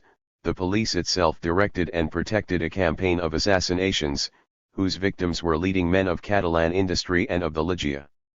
At the same time, the regime tried to form a dam against both Catalanism and anarchism by fomenting Alejandro Lerroux's radical party. Lerroux acted as a wild republican revolutionary, but he limited his early activities to Barcelona and there violently opposed the Catalan national movement, which, at the time, was the real danger for the regime. He has always remained suspect, to a large part of Spanish public opinion, because he is believed to have actually cooperated, during his revolutionary period, with the Spanish police. At one time he could be called the king of the Paralelo, the chief artery of the lower-class districts of Barcelona, but after the beginning of the war his influence was broken by the rising tide of anarchism. Thus the intrusion of modern economic life into a society unable to digest it became, all along the line, an additional factor of disintegration. The war made disintegration an overt fact, precisely because it gave a strong impulse to the economic development of the country. Being a neutral, Spain profited splendidly from the war. Never had business so prospered before. In consequence, both the bourgeoisie and the workers became more urgent in their claims. The regime, moreover, committed the frightful mistake of sympathizing with the Germans, and helping them as much as it could from the fellow feeling of one conservative power for another. The Allies, in consequence, appreciated the need for the rise of opposition movements in Spain. The subdued conflict broke out openly and came to a head through a crisis in the army. Some officers had mishandled a caricaturist who had displayed his wit at the expense of the army. The Minister of War tried to apply ordinary disciplinary measures against the perpetrators of this act of violence. He came up against the resistance of a body not officially acknowledged, the Juntas de Defensa. This was a sort of clandestine officers' trade union, which had long existed under the nose of the higher army command, or with its connivance, and now acted in defense of a colleague who ought to have been handed over to justice. It became apparent, suddenly, that the army, by the Restoration Compromise, had been subordinated to the civil authorities only superficially, that it could act in concert and directly against the ministry, that the administration had no executive machinery it could trust. The problem of the army, which had seemed solved during a quarter of a century of apparent progress, appeared in its old shape, entirely unchanged. The juntas were formally dissolved. But they got what they wanted: first, the resignation of the war minister, then a big cabinet crisis and a new cabinet after their own heart. This happened early in 1917. Ever since then the secret organizations of the officers' corps have continued to exist, under different names, until, as a secret Union Milita, they prepared the rising of 1936. The insolence of the Juntas de Defensa, in 1917, was too much for the political parties.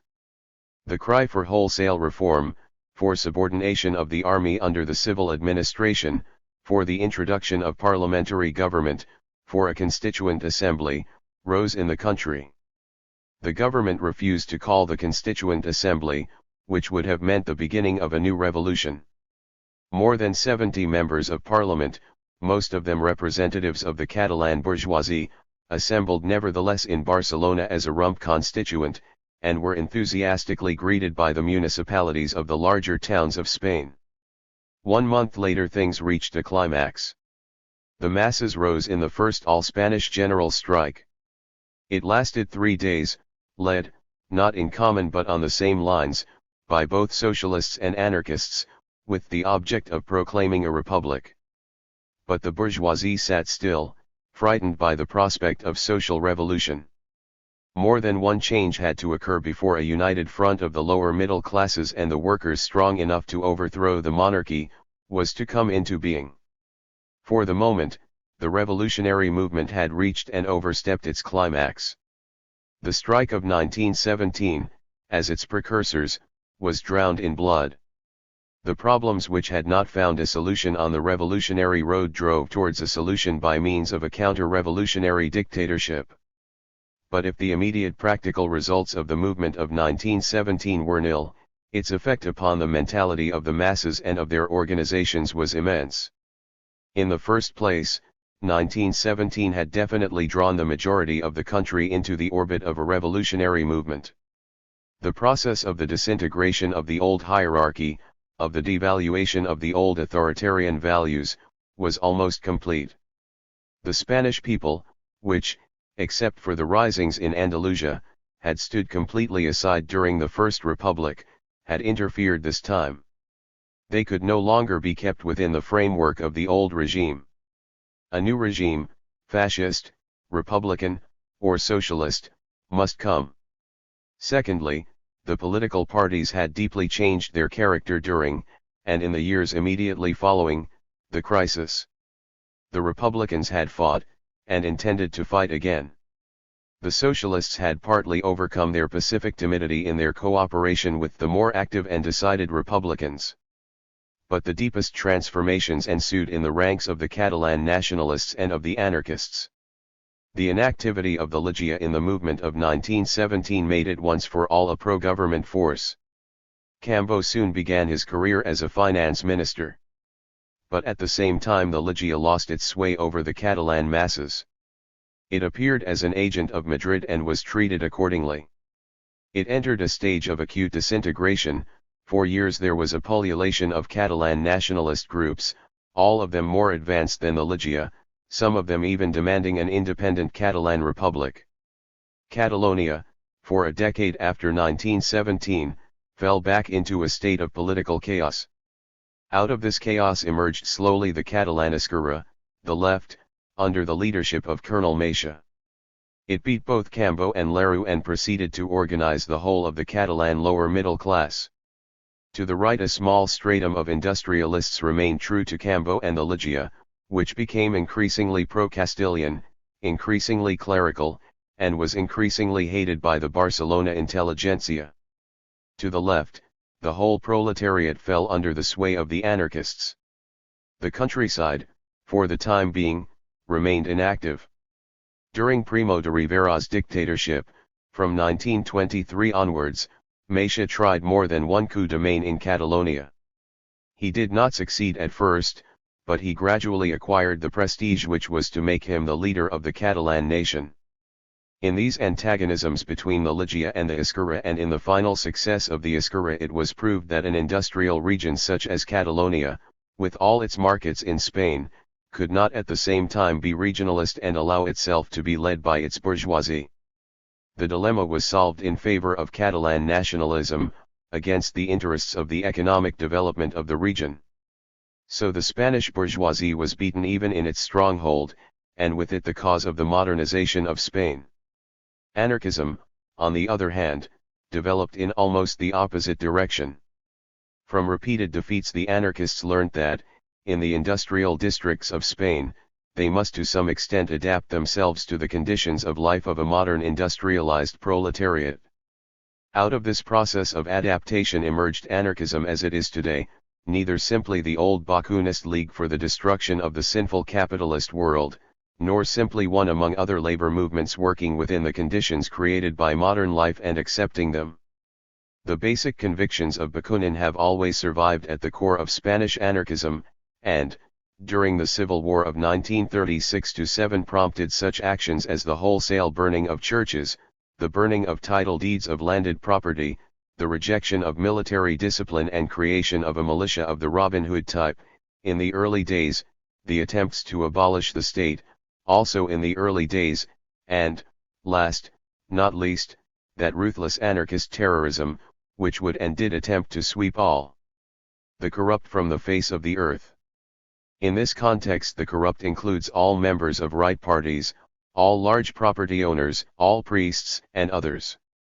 But beside the persistent original unspecified faith emerged new trends, prompted, mainly, by two leaders of strong personality and shrewd understanding of political life, Salvador Segui and Angel Pestana. Segui, a man of unlimited devotion to the idea, was killed, in 1923, in prison, without trial or investigation.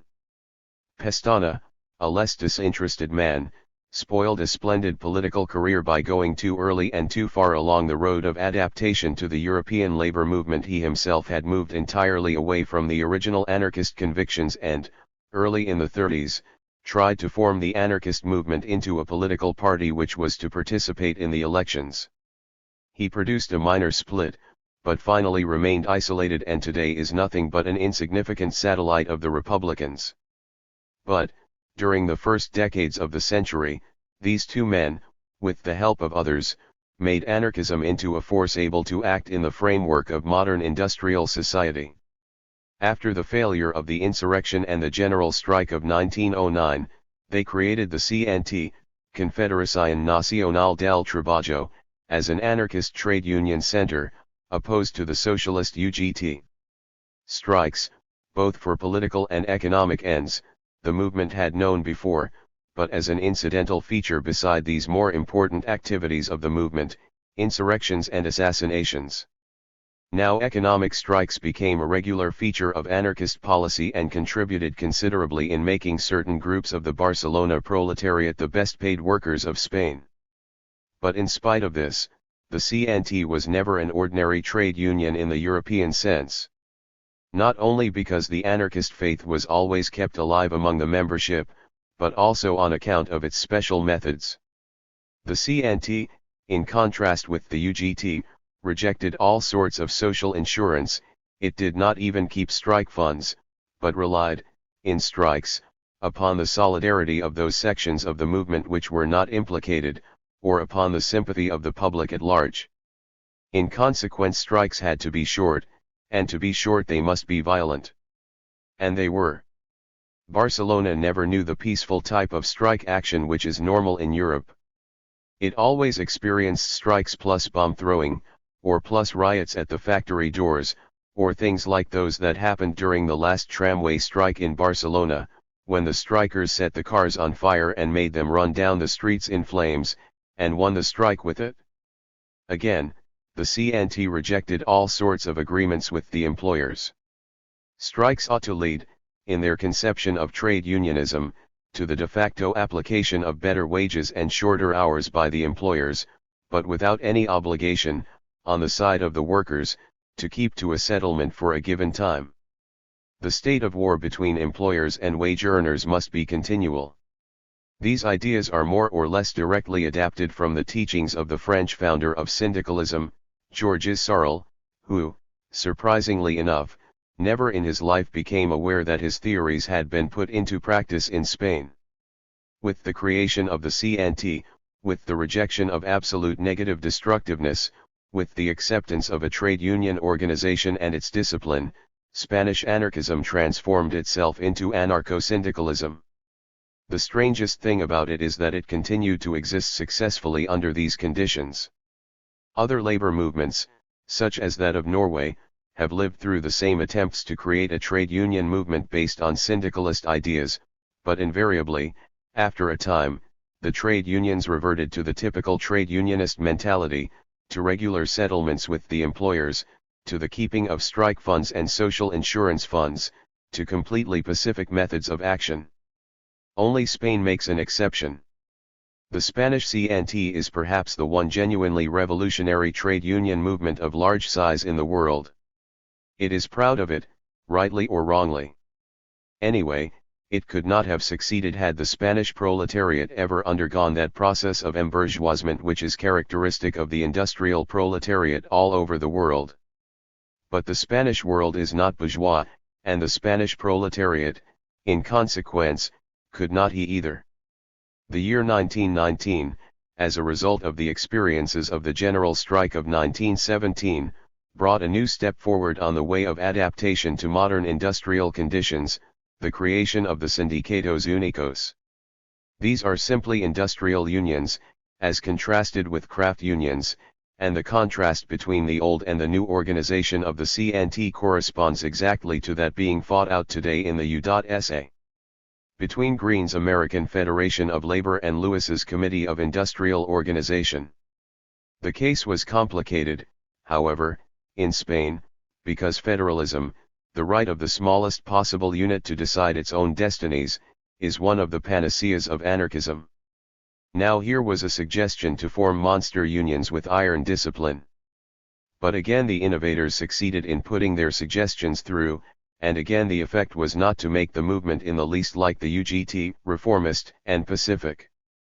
The Sindicatos Únicos, on the contrary, became the horror of the Spanish bourgeoisie.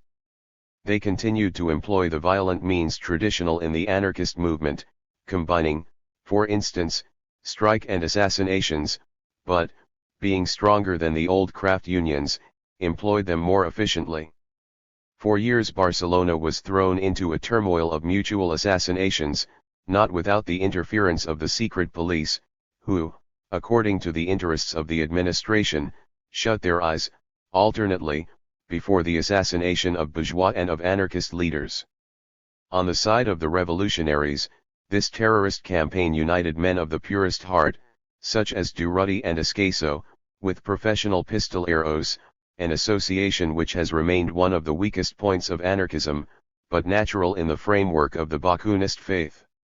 En fin de compte the CNT became, through all these struggles, an organization which was more than a match for the Spanish administration. During the same period the political program of anarchism evolved too. Bakunin's absolute condemnation of the state as such had always been more of a demagogic manner of speech than a serious political conviction. Its practical importance lay in the emphatic rejection of any participation in parliamentary life, which, he and his followers believed, must inevitably lead to the embourgeoisement of the politicians.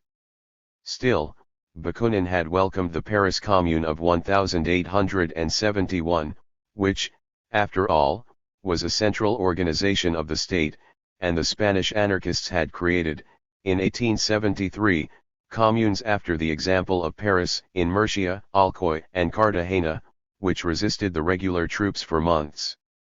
But all these somewhat uncertain and wavering opinions about the state coalesced under the impulse of the Russian Revolution of 1917.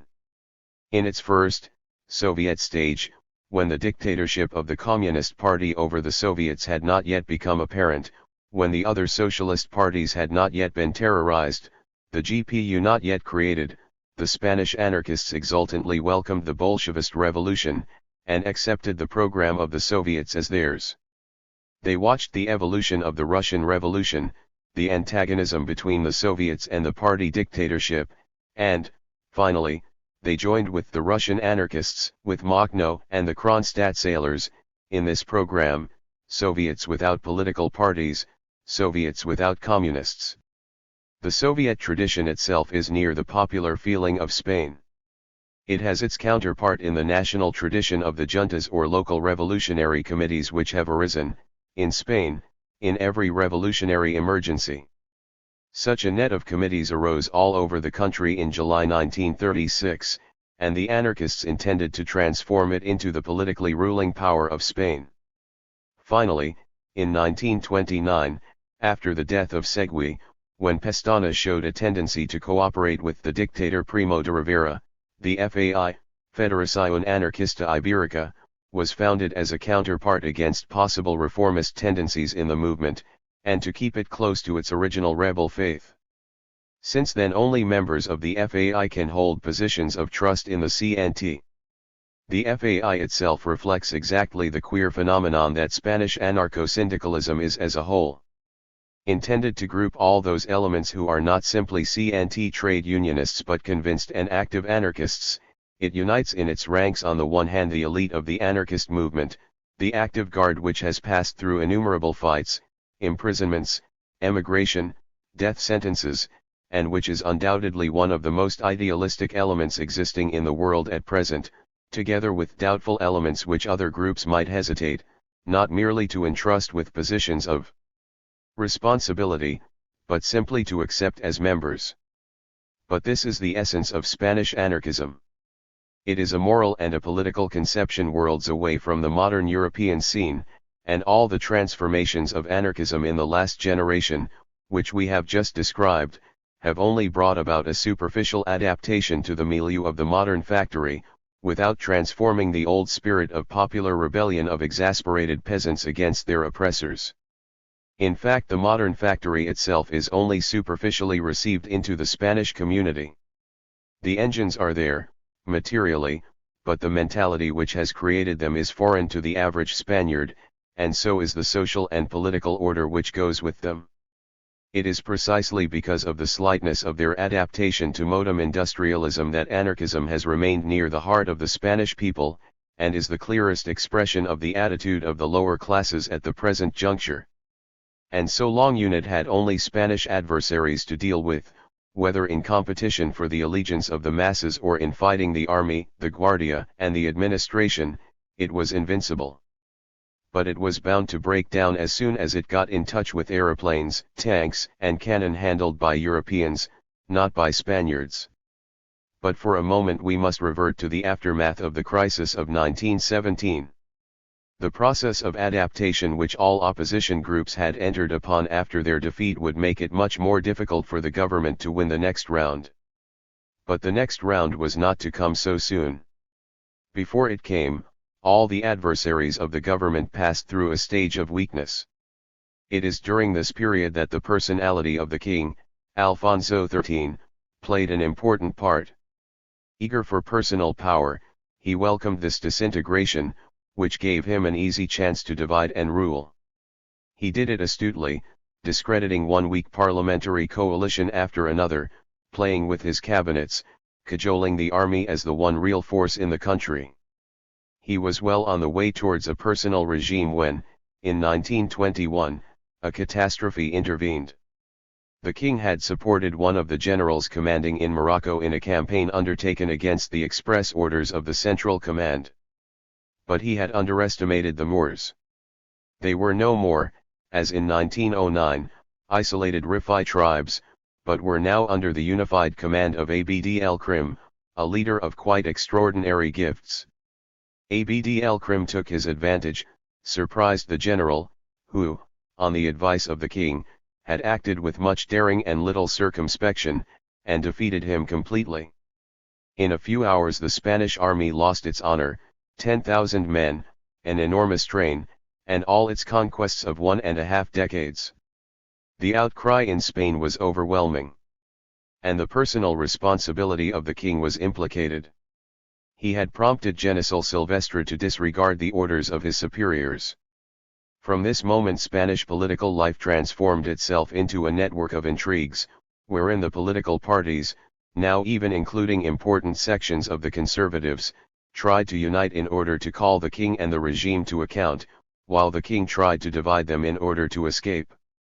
He was well served by the agrarian crisis, into which Spain drifted through the improvement in the culture of wine, oranges, and olives in other countries.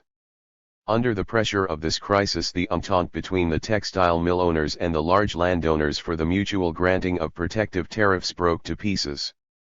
The large landowners tried to use their political supremacy in order to get favorable commercial agreements at the expense of the industrialists. The entente between conservatives, liberals, Ligia, and reformists against the king failed. At the moment when the committee formed to investigate the Morocco disaster completed its preparation of a report to the Cortes, the king managed to make the parliamentary system unworkable. With his usual cleverness he now retired into the background and left the stage to the military dictator whom he had chosen. Primo de Rivera took office and dissolved parliament without the slightest attempt at resistance. The Primo dictatorship. It was obvious that things could not continue as they had been, because the wound in Morocco was purulent, if for no other reason. The revolutionary attempt to regenerate the nation had failed in 1917, the constitutional method had failed between 1917 and 1923. Things were not yet ripe for a new rising of the revolutionary forces. Hence dictatorship was obviously the one remaining way out of the crisis. The army having defaulted in its primary duty of defending the territory of the Spanish crown, the administration having sunk to the level of cooperating with professional gangsters against decent citizens, the political parties having lost all prestige in a sea of sordid and unavailing intrigues, everybody welcomed the dictatorship. Even in the ranks of the CNT there were, for the first time, waverings, which led by reaction to the creation of the FAI. Primo de Rivera started his job as a dictator under the most favorable auspices that ever inaugurated a dictatorship. His programme was contained in 2 sentences: destroy the old political parties, and reorganize the state by modernizing the country. In the 6 years of his dictatorship he did as much to achieve the second task as could possibly be expected. What elements of modern European life there are today in Spain mostly date from the time of Primo. The Republicans are loath to acknowledge it. But wherever there is a splendid road, and there are many, a modern inn in a small town, a new breakwater at some important port, a modern barrack or a modern prison, in 9 out of 10 cases it will have been constructed under Primo's administration. The dictatorship was able to secure the foreign loans needed for this work of construction. And at first it had the enthusiastic support of the industrial bourgeoisie. Cambo had been deeply involved in the plot, preparing the coup d'état. Neither was the dictator unaware of the need for giving the urban proletariat something more than prisons and cartridges in order to make it cooperate. For the first time in Spanish history a constructive effort was made to solve the social problem. Compulsory collective bargaining was introduced, in order to secure acceptable wages for the workers. The UGT was only too glad to accept this unexpected gift. It was recognized, officially, as a partner in collective bargaining, and, while all the other parties were persecuted, the socialists were tolerated. Caballero, after Iglesias's death their recognized leader, and then by no means a revolutionary, entered the service of the labor ministry. In 1925 the Morocco problem was solved. Abd el-Krim was defeated, in cooperation with the French, and then roads were built through the hills and the country thoroughly pacified. Altogether it was the greatest attempt ever made to transform Spain into a modern country, comparable only to the similar attempt of Kemal Ataturk in Turkey. For the moment everybody was relieved. But soon it was precisely the modern character of the regime that began to raise violent opposition, and caused Primo to fail. Even a strong and, on the whole, benevolent dictatorship was not able to overcome the intrinsic revulsion of the Spaniard against the modern version of Western civilization. And Primo did not have at his disposal the power both Kemal and Mussolini had, to help him to overcome the resistance of the forces of the Old World. Primo's regime fascist? Had it, or could it gather, the totalitarian power characteristic of fascism? By no means. Firstly, Primo had no fascist movement, nor a large and enthusiastic party of all classes, behind him.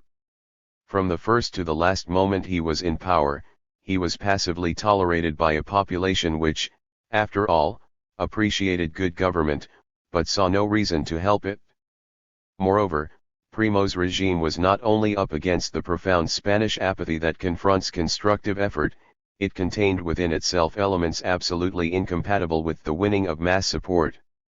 A progressive dictatorship such as his must rely, in the first place, on the bourgeoisie and the progressive intelligentsia. But Primo had to foregather with their 2 natural enemies, the army and the church. He was a creature of the army, had made his coup d'état with the army, and could not exist without it. Worse, he had not acted as the recognized chief of the army, or as a general covered with glory and authority would have acted. He had simply been commander of the Barcelona garrison, and for his coup d'état had got the placet of the other generals, not altogether without hesitation on their part. From the point of view of the army he was simply in the position of innumerable predecessors who had made successful army pronunciamentos. Under these conditions he had the allegiance of his army colleagues. He might lose it, and in fact did lose it, under other conditions. He was never strong enough really to subdue the army. There was insubordination, and the formation of secret political groups to pursue sectional ends, among both the higher and the lower ranks of the officers' corps. This old cancer of the Spanish body politic remained unchecked under Primo, as before and after his time. So Primo had to cajole the army. But he could not cajole the army and the bourgeoisie at the same time. In order to keep the allegiance of the former he must offend the latter. It was no use for him to confide the Ministry of Finance to a supremely gifted young man of the Spanish bourgeoisie, Calvo Sotelo, no use to pump subsidies into business. He was bound to undermine the political position of the bourgeoisie, and the bourgeoisie was well advised not to renounce all power of its own, and so put itself into the hands of one out of such a number of generals. The antagonism became overt over the Catalan question. The army was fiercely Castilian, anti-Catalan, centralist, it had very few Catalan officers. The dictatorship was stronger than any previous regime. In consequence, Catalan regionalism was persecuted more ruthlessly than ever before. That went so far as to prohibit Catalan national dances and national songs, teaching in Catalan was strictly forbidden, the University of Barcelona was ruined. But Catalan regionalism was the one possible political program of the Ligia, the strongest group of the Spanish bourgeoisie.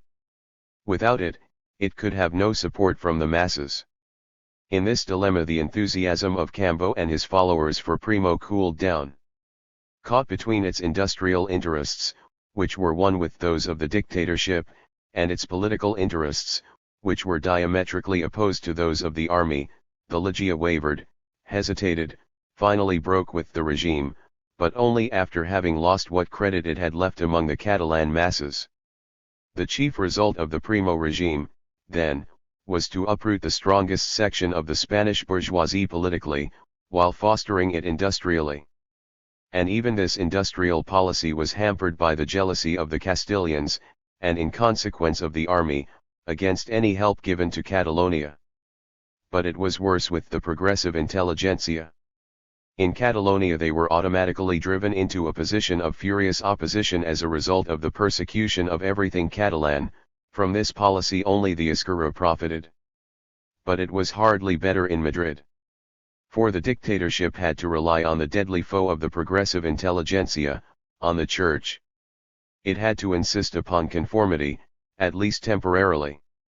Any permission of free discussion would have meant the resurrection of the superficially dissolved old political parties and with it the end of the dictatorship. But it was impossible for a regime based on the army and the support of the crown, and shunning revolution, to enforce ideological conformity against the church, so it had to be enforced along the lines of the church. In other words, the universities had to be muzzled. The Ateneo, for the first time in its existence, was closed. The leading intellectuals rose in fury against the government, many of them preferring voluntary exile to life in Spain. And from Paris Unamano started his redoubtable campaign against the dictator. Once the rift had opened, it widened automatically. The administration was forced to employ the old illegal and unwarrantable methods of police persecution. The refugees made these methods public, an increasingly efficient organization spread their tracts at home, indignation grew among the educated classes. Uncertain of the firm support of the bourgeoisie and too weak to govern in direct opposition to it, the government had to try to win it by concessions, but these concessions clashed with the promises given to the trade unions. In the end the situation became so muddled that the government roused the distrust of the employers at the same time as opposition against all collaboration with the government was growing within the UGT. Following its plan of modern reform, and in order to create a counterpart to the forces of the conservatives, who disliked the regime, which had destroyed their political machinery, the government made a very modest attempt at agrarian reform. The large landowners had no wish to sacrifice the tiniest bit of their wealth. They started a fronde against the government, making full use of their important personal connections with both the church and the army. The army itself began to be unreliable. That was the beginning of the end. Sanchez Guerra, the leader of the conservatives, who had chosen voluntary exile, landed in Valencia and tried a coup de main. He was arrested, put before a court-martial and acquitted. The government had to recognize that it had the army against it, and resigned. The end of Primo, who had started as a sincere rejuvenator of the country, was hardly different from that of many another caudillo who had risen by the army and been overthrown by the same army. A comparison with Italy and Turkey, which both solved the problem Primo failed to solve, will throw some light upon the reasons of his failure. In Italy, Mussolini succeeded because he had behind him a sufficiently strong mass movement and a sufficiently strong section of the bourgeoisie and the progressive intelligentsia to be able to push the forces of the old landed aristocracy, the army, and the church into the background. In Turkey, Kemal succeeded because the army had no competitor, and, once set upon the road of reconstruction out of sheer patriotism, could put it through without serious resistance. In Spain, Primo was caught between the contending forces of the army and the church on the one hand, and the bourgeoisie and the intelligentsia on the other. In Spain, a program of reconstruction must be carried out against the church and the army, as in Italy, but without the forces Mussolini had at his disposal. In one word, Primo tried to create a new order of things with the unchanged forces of the old order, and naturally failed. The strongest forces, army and church together with the aristocracy, were unwilling to reorganize the state. The forces willing to Europeanize the country, bourgeoisie and part of the intelligentsia, were far too weak to accomplish the task. In consequence, the task itself failed of accomplishment. The country was driven back to its traditional mode of life, and, as this could not last, it advanced towards revolution. The chief result of the Primo regime was the ruin of the Spanish bourgeoisie. During the last 2 years of the dictatorship, the currency had been depreciated, the budget was unbalanced, the level of production began to fall, the world economic crisis did the rest. It hit Spain more severely than any other country. What was worse, the political structure of the bourgeoisie had been shattered, as well as the old political parties of the aristocracy. The Pact of San Sebastian was the reward of this policy. In the autumn of 1930, the socialist leaders met the Republicans and the left Catalanist groups, notably the Esquerra, in San Sebastian, and there agreed on a plan of revolutionary action. It was felt that the king, deeply discredited by his objectionable parliamentary policy, by the Morocco disaster, by the fall of the dictatorship he had fostered, would be defended by nobody. Hence the next revolutionary upheaval would lead directly to the creation of a democratic and parliamentary republic. The leaders of the UGT promised to put their unions under the orders of joint committees of all revolutionary parties, in case a general strike were needed. The other parties, in their turn, granted the demands of the UGT as to social legislation and the secularization of the state. The Catalans got a promise of regional autonomy. There was no real resistance, from this moment, to the Republican drive. Nobody wanted to defend the monarchy anymore. Sanchez Guerra, leader of the aristocratic conservatives, was careful not to take sides in the struggle. The military lay very low. Discipline was still strong enough to subdue a small Republican rising in December 1930. But politically there was no way out. The monarchy had no way open but a return to constitutional methods, but the left parties refused to participate in the elections of new Cortes under the monarchy. As a compromise, the last monarchical government organized elections for the municipalities, in which the left parties agreed to cooperate. These took place on April 12, 1931. The polls demonstrated a series of facts of primary importance for the future.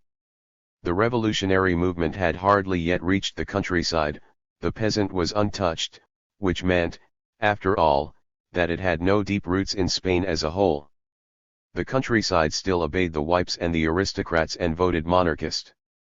But, on the other hand, both the administration and the bourgeoisie had lost all hold upon the country.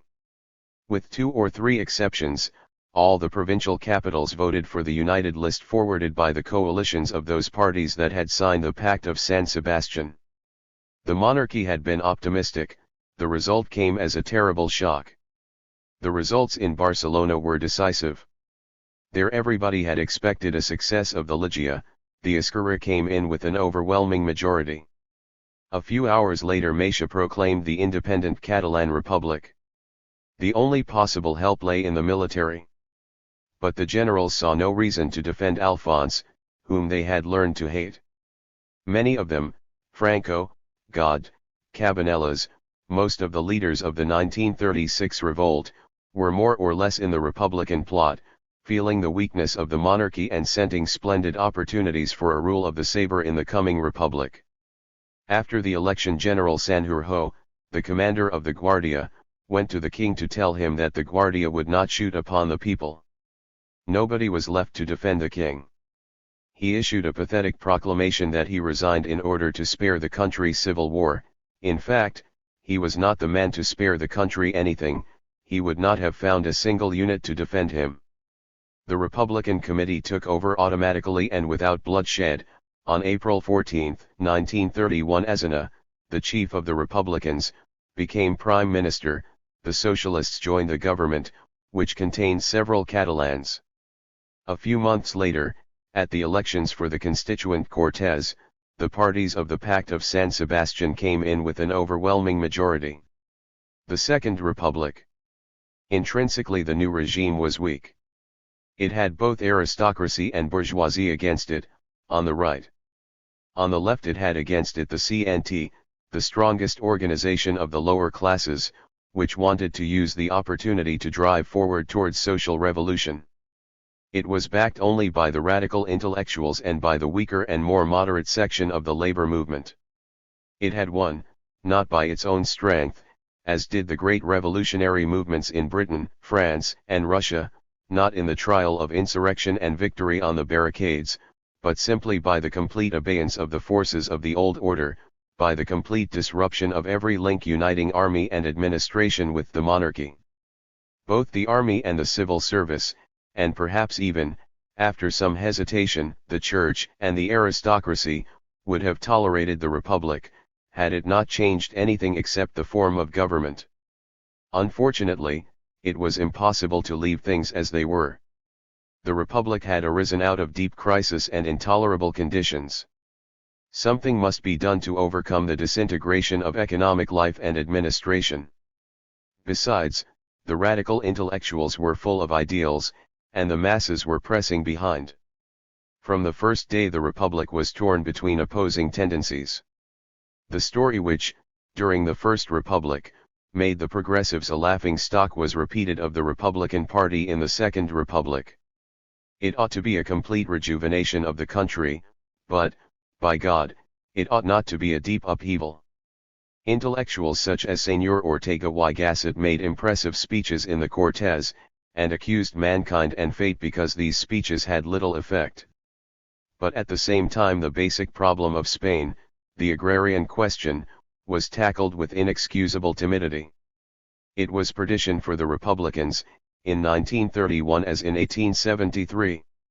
The Republicans were no socialists, neither were those who called themselves socialists. They were, under Caballero's leadership, fully satisfied for the time being with the democratic republic and social reform. And much could be said to prove that their attitude was sound. But if a democratic republic was to exist, it had to get rid of the independence and the claims to power of the church and the army, and this could only be achieved by breaking the power of the landed aristocracy and getting the sincere allegiance of the yet untouched peasantry. Abolition of de facto serfdom, splitting up of the latifundia in the south and the center, legislation securing humane conditions of land tenure for the tenants of the north and the east, and a sweeping diminution of rents on land, would have been a minimum program to give the republic a solid backing in the countryside. The bourgeoisie, though not touched immediately by these measures, would probably join hands with the aristocracy in fighting them, because it would be afraid that expropriation would spread to industrial property.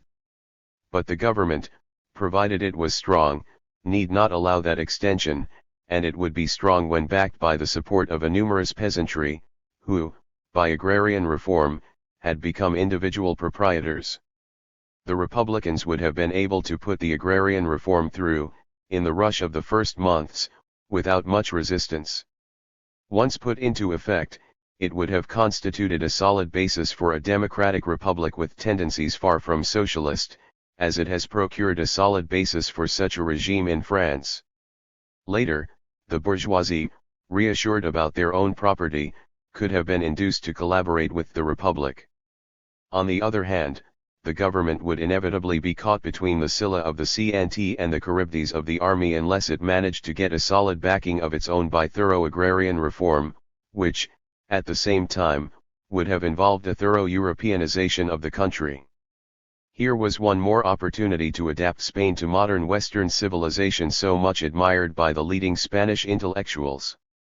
Again the opportunity was lost. Instead of putting agrarian reform before everything, the government immediately got itself into trouble with the church about religious matters. The creation of the secular state was the pet idea of the radical intellectuals, and at the same time an easy way of escaping for the moment the urgent problems of economy and administration. Moreover, the CNT raged in the towns and burnt churches. The government introduced legislation to separate church and state. When, many months later, after the ecclesiastical question had created a government crisis, a split in the Republican camp, and an attempt at armed rising in Navarra, the government at last turned to the agrarian question, the reaction had rallied again. Now the agrarian problem, which could have been solved peacefully in April and May, could only be solved with blood and iron. The civil service, deeply implicated with the interests of the large landowners, sabotaged the reform, and the only way left to make it effective would have been to appeal to the peasants to take their claims into their own hands, which would have meant social revolution. The Republicans were far from wanting that. Exactly as in 1873, but with more violence, the Republic had awakened the masses of the peasants, who, without the invitation of the government, tried to speed up matters by revolting against the Guardia and the landowners. All over the country ran a wave of peasant risings. They merged, in a disquieting manner, with proletarian risings in all the larger towns of Spain. The workers, too, had expected the Republic to introduce a new regime to their advantage, and, as they got nothing without a fight, they tried to take their cause into their own hands. Under the leadership of the CNT, Spain was filled with combined risings of workers and peasants. The government had little hesitation in deciding how to deal with them, it called for the help of the Guardia and the army, and thus put itself into their hands. Things had reached the same point as they had reached in 1874, with the one difference that the movements of the left were now much stronger, and aristocracy and church much weaker than then. The Republicans, together with the Socialists, drove matters to a climax by exasperating the forces of the old order just when they were forced to accept their protection. They had exasperated them through their church legislation. They could not help granting Catalonia regional autonomy, as promised in San Sebastian, after an enormous lot of wrangling, but that again exasperated the army, the Guardia, the civil service, the aristocracy, the church, and in general the partisans of the old order. Superlatively insensitive to the tactically appropriate, they started to react against this irritation just when they were weakest, by introducing a reform of both the army and the civil service. It was certainly true that the abuses in both cried to heaven, that there were 3 times as many officers and civil servants as were needed, that both the administration and the army were unable to fulfill the primary requirements of efficiency. Still, it was a strange policy to pass bills pensioning and dismissing thousands and thousands of officers and public servants at a time when the Republic was at their mercy for defense against the risings of the workers and the peasants. In the summer of 1932 General Sanjuajo, who had secured the peaceful entry of the Republic, rose in insurrection against it at Seville. The insurrection failed, mainly from lack of serious preparation, but the government was not strong enough to obtain a serious condemnation of the guilty general. In the meantime the opportunists bided their time. Leroux, naturally, had been enthusiastic for the Republic in the early days of 1931. When the tide turned, he went into opposition with his radicals. At the same time the right made a serious effort to reorganize. Under the leadership of Gil Robles, the Acción Popular was founded, a party trying to imitate the German Catholic Party, to be not exclusively the party of the clergy, the army, the caciques, the aristocracy, and the bourgeoisie, but, as much as possible, the party of Catholic masses too. Robles merged his new party with other groups of the right into one electoral bloc, the CETA, Confederación Electoral de Derechas Autónomas, and with it gloriously won the elections in the autumn of 1933. The time of the domination of the left was over. The right did not need to take power by a coup d'état. It had won it by the legal method of the polls. The elections showed the intrinsic weakness of the Republican forces. Their success of 1931 had been largely due to surprise and to the lack of resistance from the right. By 1933 the peasant masses had been discouraged by the agrarian legislation of the government and by the Guardia massacres.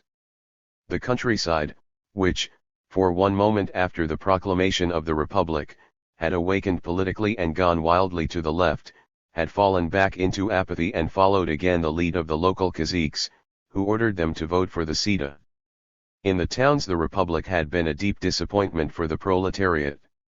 The slogan of the CNT, abstention from the vote, got the widest support. Owing to anarchist abstentionism, the Ligia won against the Esquerra even in Barcelona.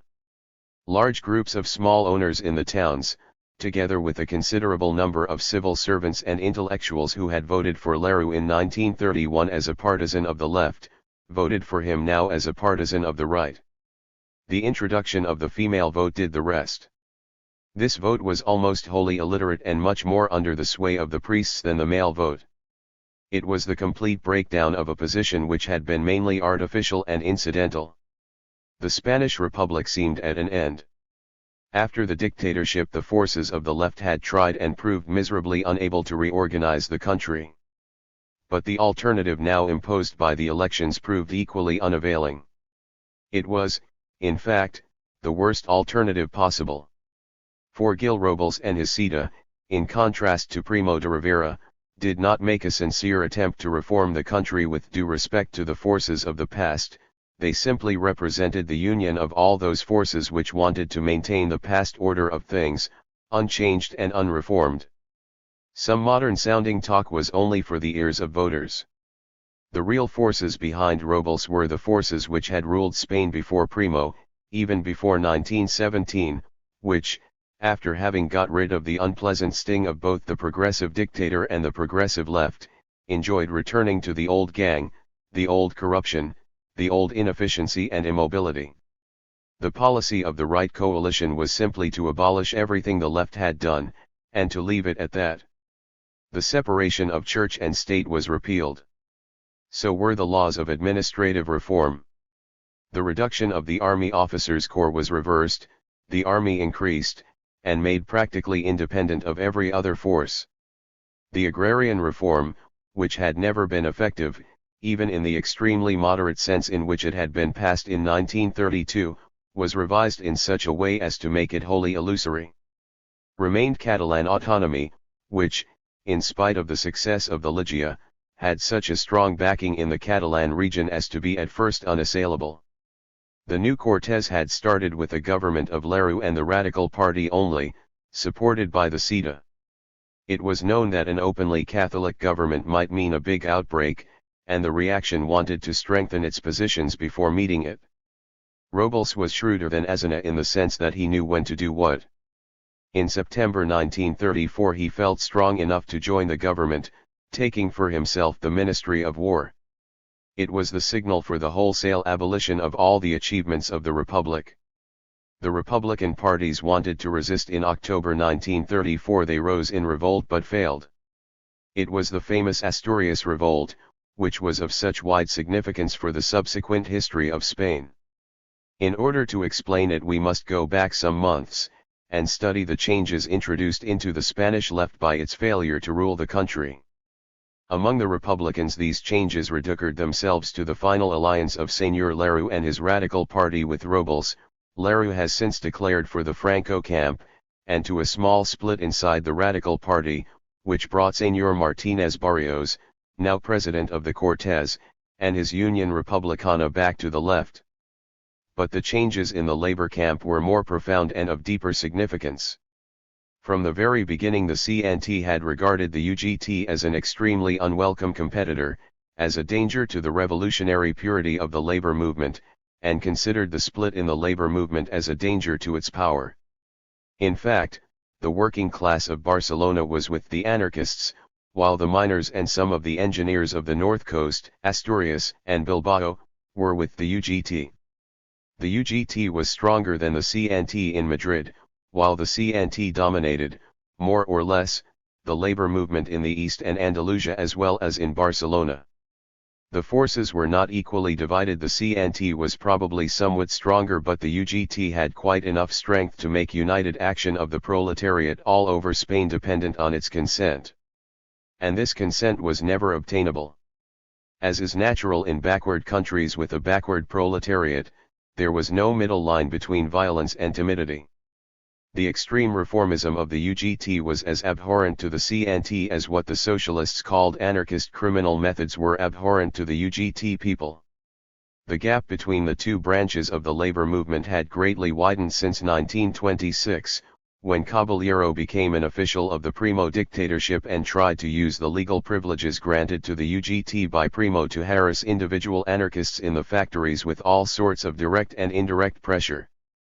Things went a trifle better, from the point of view of working class unity, between the fall of Primo and the proclamation of the Republic.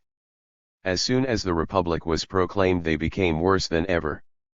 The socialists, now defended and sometimes ordered the use of the Guardia against strikers and rioting peasants, mostly led by anarchists, and they were held responsible, by these same anarchists, for all the bloodshed in the suppression of the mass movements of 1931 and 1932.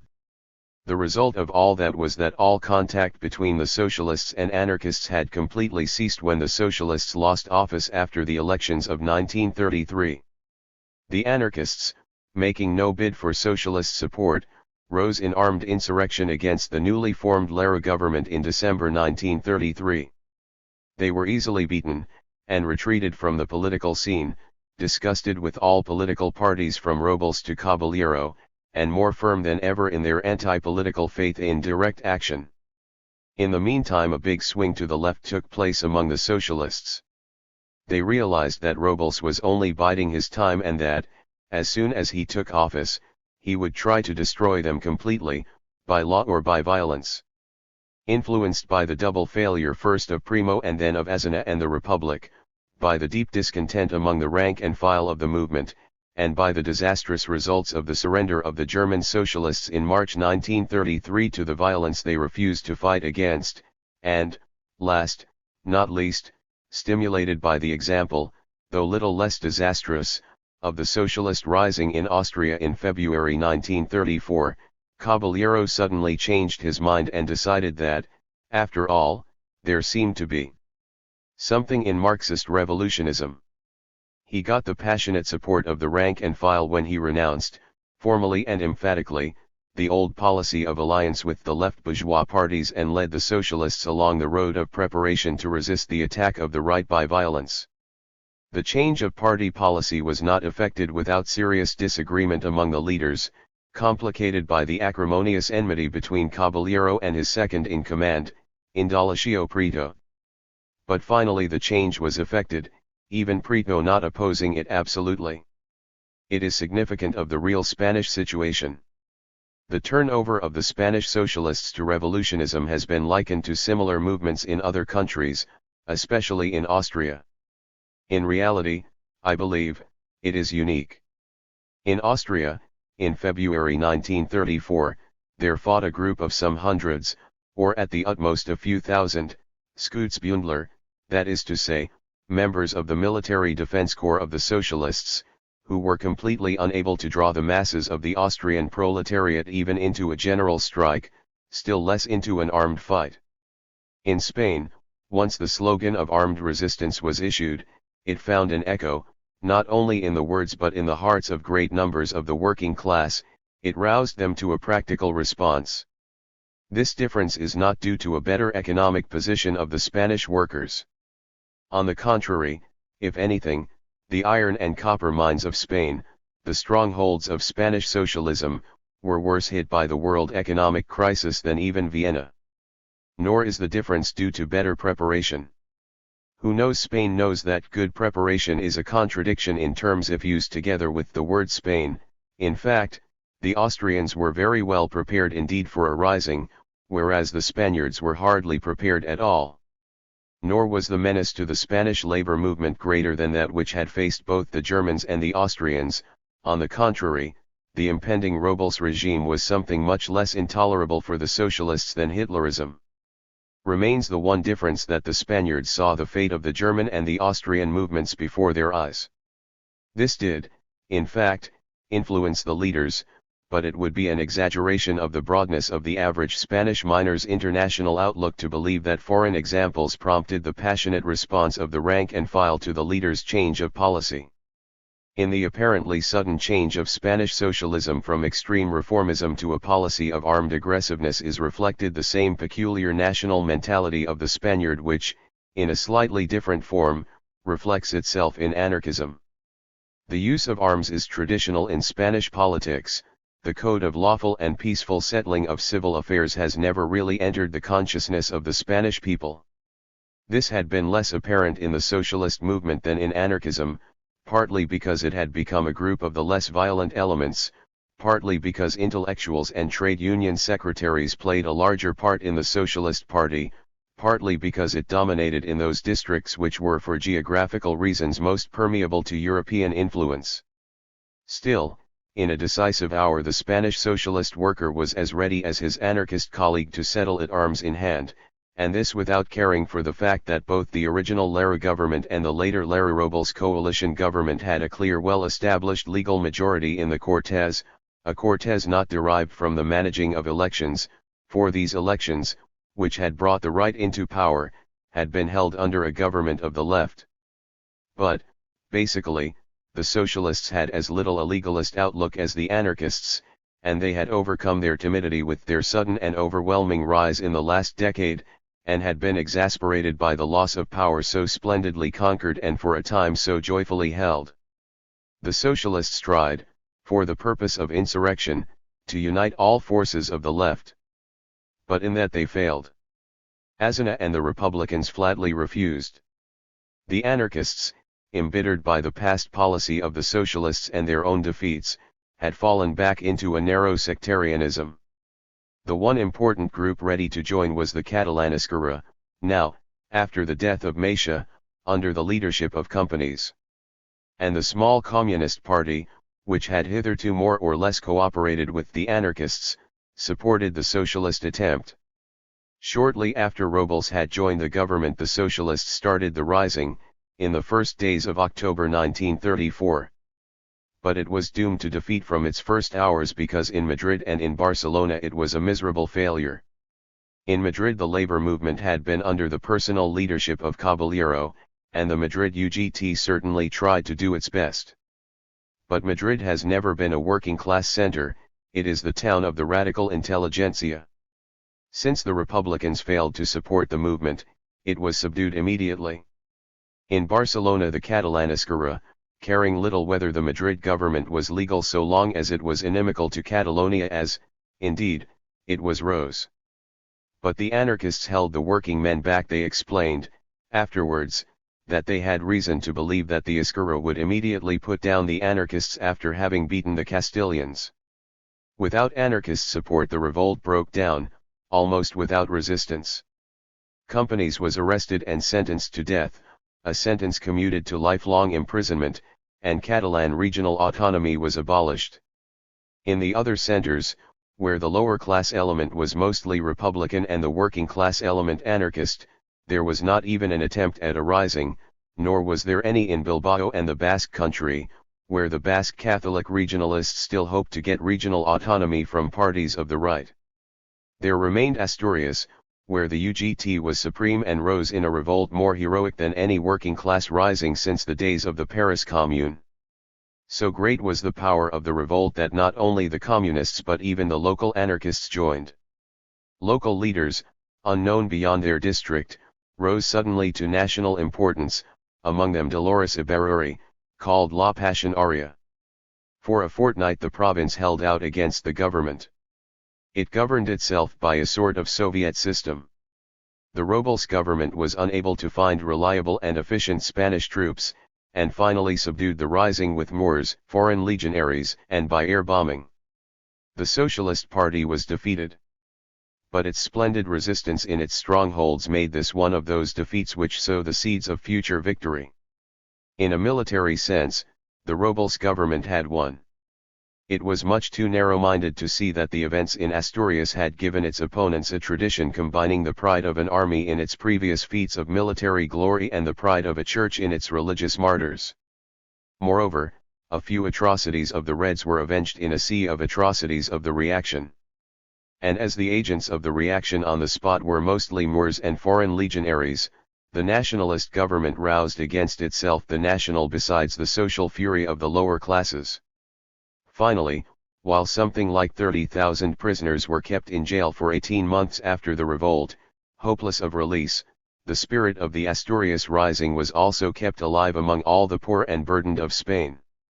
The government of the right, in order to overcome the Asturias tradition, had to put something very strong and constructive in its place. Instead, it believed the thing was settled and did nothing, except mechanically to undo the legislation of the first 2 years of the Republic, and to persecute and imprison its partisans. Moreover, the last years had been meager of spoils for the upper classes, it was good to have fat years again. The Lara Robles coalition treated the state as a milch cow for the governing clique, the radical Lara group much more so than the Catholic Robles group. Anyway, the corruption was worse than under the rule of the left, which means quite a lot, and broke out in nauseating public scandals. As usual with Spanish governments, the coalition of the right was at the same time weak and overconfident. When a minor government crisis obliged them to appeal to the polls, they met the electorate more with menaces than with arguments. On the other side, the change had been very considerable indeed. Asturias had transformed the socialists into something different from what they had been. Armed revolt and the ensuing persecution had completed the process initiated by the formal renouncement of the policy of government participation. The Carrerists, these bloodsuckers of every parliamentary party in Spain, had left the socialists, who had no more splendid jobs to offer. Moreover, the union of the left forces, unattainable before Asturias, was increasingly realized after it. The Republicans, who had refused to cooperate in the revolt, naturally agreed to participate in the electoral fight against the right. But they went farther, and identified themselves so far with the socialist policy of the last 2 years as to appear on joint lists with them. This electoral alliance between the socialists and the Republicans was the Frente Popular, the Popular Front. It was well understood that the individual parties and groups sharing in this alliance would be free again once the elections were over. The Communists joined in too. It was their second step to the right, in accordance with the general sweeping turn to the right of the Communist International since the middle of 1934. First, they had changed from cooperation with the anarchists to cooperation with the socialists. Now, in defiance of their old principles, they even accepted cooperation with the Republicans. From their point of view, it was certainly sound policy. But they were as yet too insignificant for their moves to be important. The Popular Front would have won even without them, and their claim to have founded the Popular Front in Spain is unfounded. Another change had wider significance. The anarchists dropped their sectarian attitude, reluctantly, explaining that nothing had changed, but in reality it was a very big change. The success of the right in 1933 was largely due to their electoral abstention.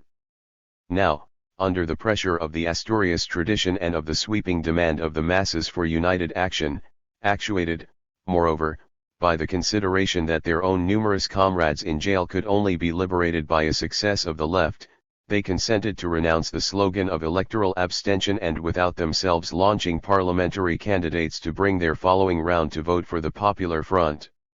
In Madrid it seemed to be a close contest between left and right, but it proved to be a sweeping victory for the left. Madrid, traditionally, had been a Republican town almost since the beginning of the century, and had voted Catholic only in 1933, at the moment of the deepest decay of the left. the victory of the socialists in Asturias was a foregone conclusion. But their success in 2 out of the 4 provinces of Galicia, a thoroughly reactionary region, was a great surprise. The Basque provinces, naturally, voted for the Basque regionalists, which then seemed a success of the right but soon proved a success for the left. The right, during the 2 years of its government, had lost precisely those regions where it formerly had, not only the administrative power to manage elections, but real mass support. But the wholesale victory of the left was decided by the dropping of anarchist abstentionism.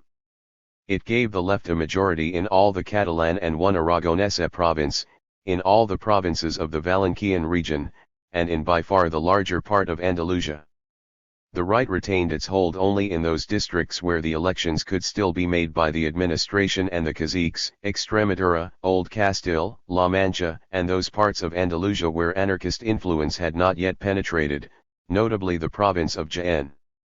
Some of these districts later showed, by the furious resistance of the peasants against Franco, what their electoral results had been worth. February 16, 1936, the day of the elections, meant again a sweeping change for both left and right, and for Spain as a whole. The right, which had so miserably failed to make something of its success of 1933, tried now seriously to reorganize. It did not accept for one moment the verdict of the elections, any more than the socialists had done when the polls had decided against them in 1933. They considered a coup de main, but then decided to wait because reconstruction of the right must precede revolt.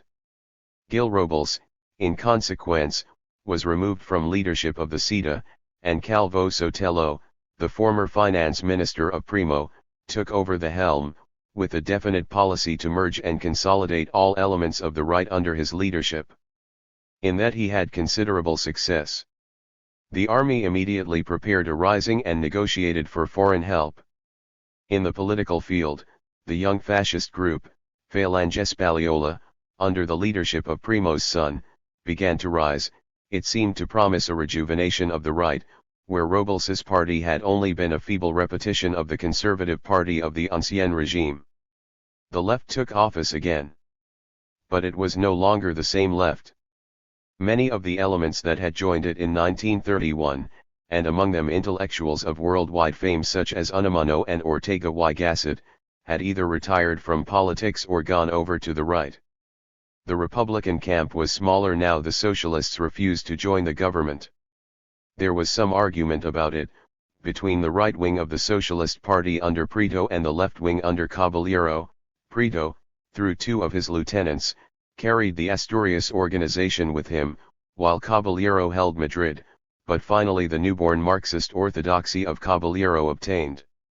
The Republicans had to take office alone, with Aznar as president and Casares Quiroga as prime minister. For them the work of the revolution had been mainly achieved by the laws of 1931 and 1932 about the secular state, Catalan regional autonomy, and the administrative and army reform. They immediately put these laws into force again. But this time they did not get away with it so easily. In 1931 only the anarchists had risen against this limited program. The socialists had shared in the governmental repression. In between, not only the anarchists but the socialists too had fought, arms in hand. The government must do something to satisfy the seething masses. But it attempted the dilatory policy of 1931 over again, unchanged. Again there was delay of the agrarian reform, again the Guardia began shooting insurgent peasants. Only now the popular resistance was much stronger, feelings more bitter, claims more decided. In certain districts the peasants began to take the law into their own hands and to divide the large farms of the aristocrats between them. It is difficult to predict what might have happened, had the movement proceeded unchecked. But there is much evidence to suggest that nothing particularly important would have happened. The Republicans had not changed at all. Many words, few achievements. Casares Quiroga, who had the reputation of being a strong man and, in July, proved to be a very weak man indeed, had taken, jointly with the premiership, the Ministry of War, in order to purge the army of all officers either incompetent or subversive. He denied that any acute danger existed, perhaps not with deep conviction, but anyway he did nothing to meet the rising danger of military revolt between February and July. He had sent General Franco, who, in February, had almost publicly prepared a coup d'état against the new government, as commander to the Canaries. The Republicans did not want a thorough agrarian reform and were unable to introduce a thorough administrative and military reform. The Socialists, though more radical, had not now become any the more active for that.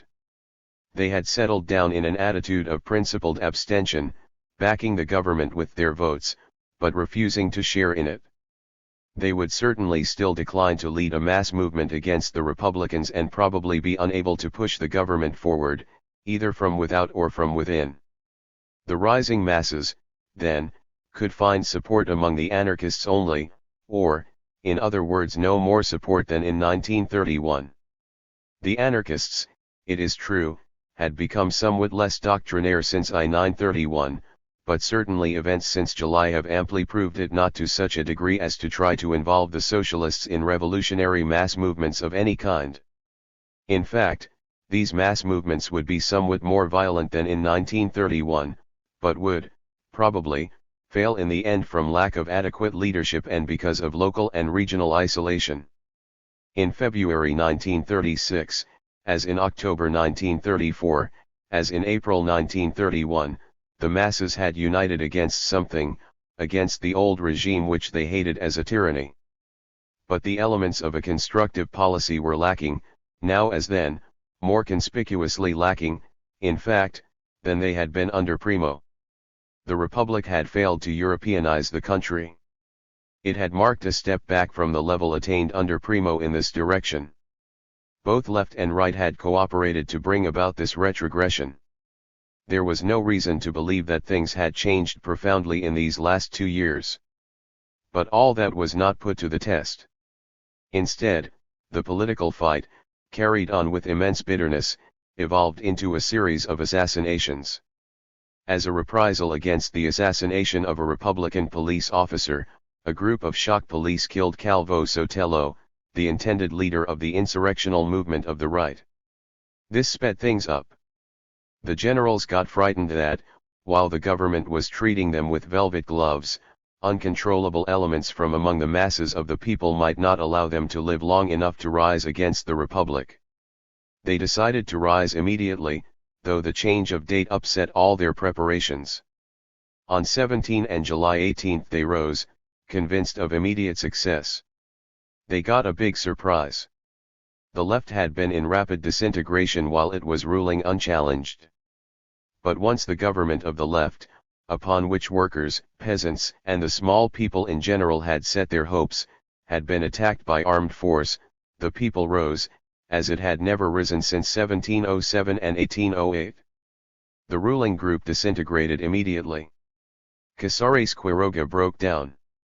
Martinez Barrios took office, and saw himself between the alternative of arming the workers or surrendering to the generals.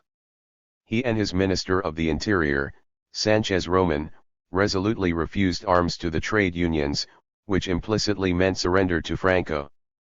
But the socialists, who had been incapable of one single constructive step in the last 5 months, still knew how to fight. By the menace of immediate insurrection in the streets they forced Martinez Barrios to resign. An almost unknown Republican, Giral, took office as the third Prime Minister on the one day of July 19.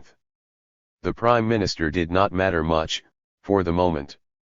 The UGT got arms in Madrid, and with it the proletariat became the one real power.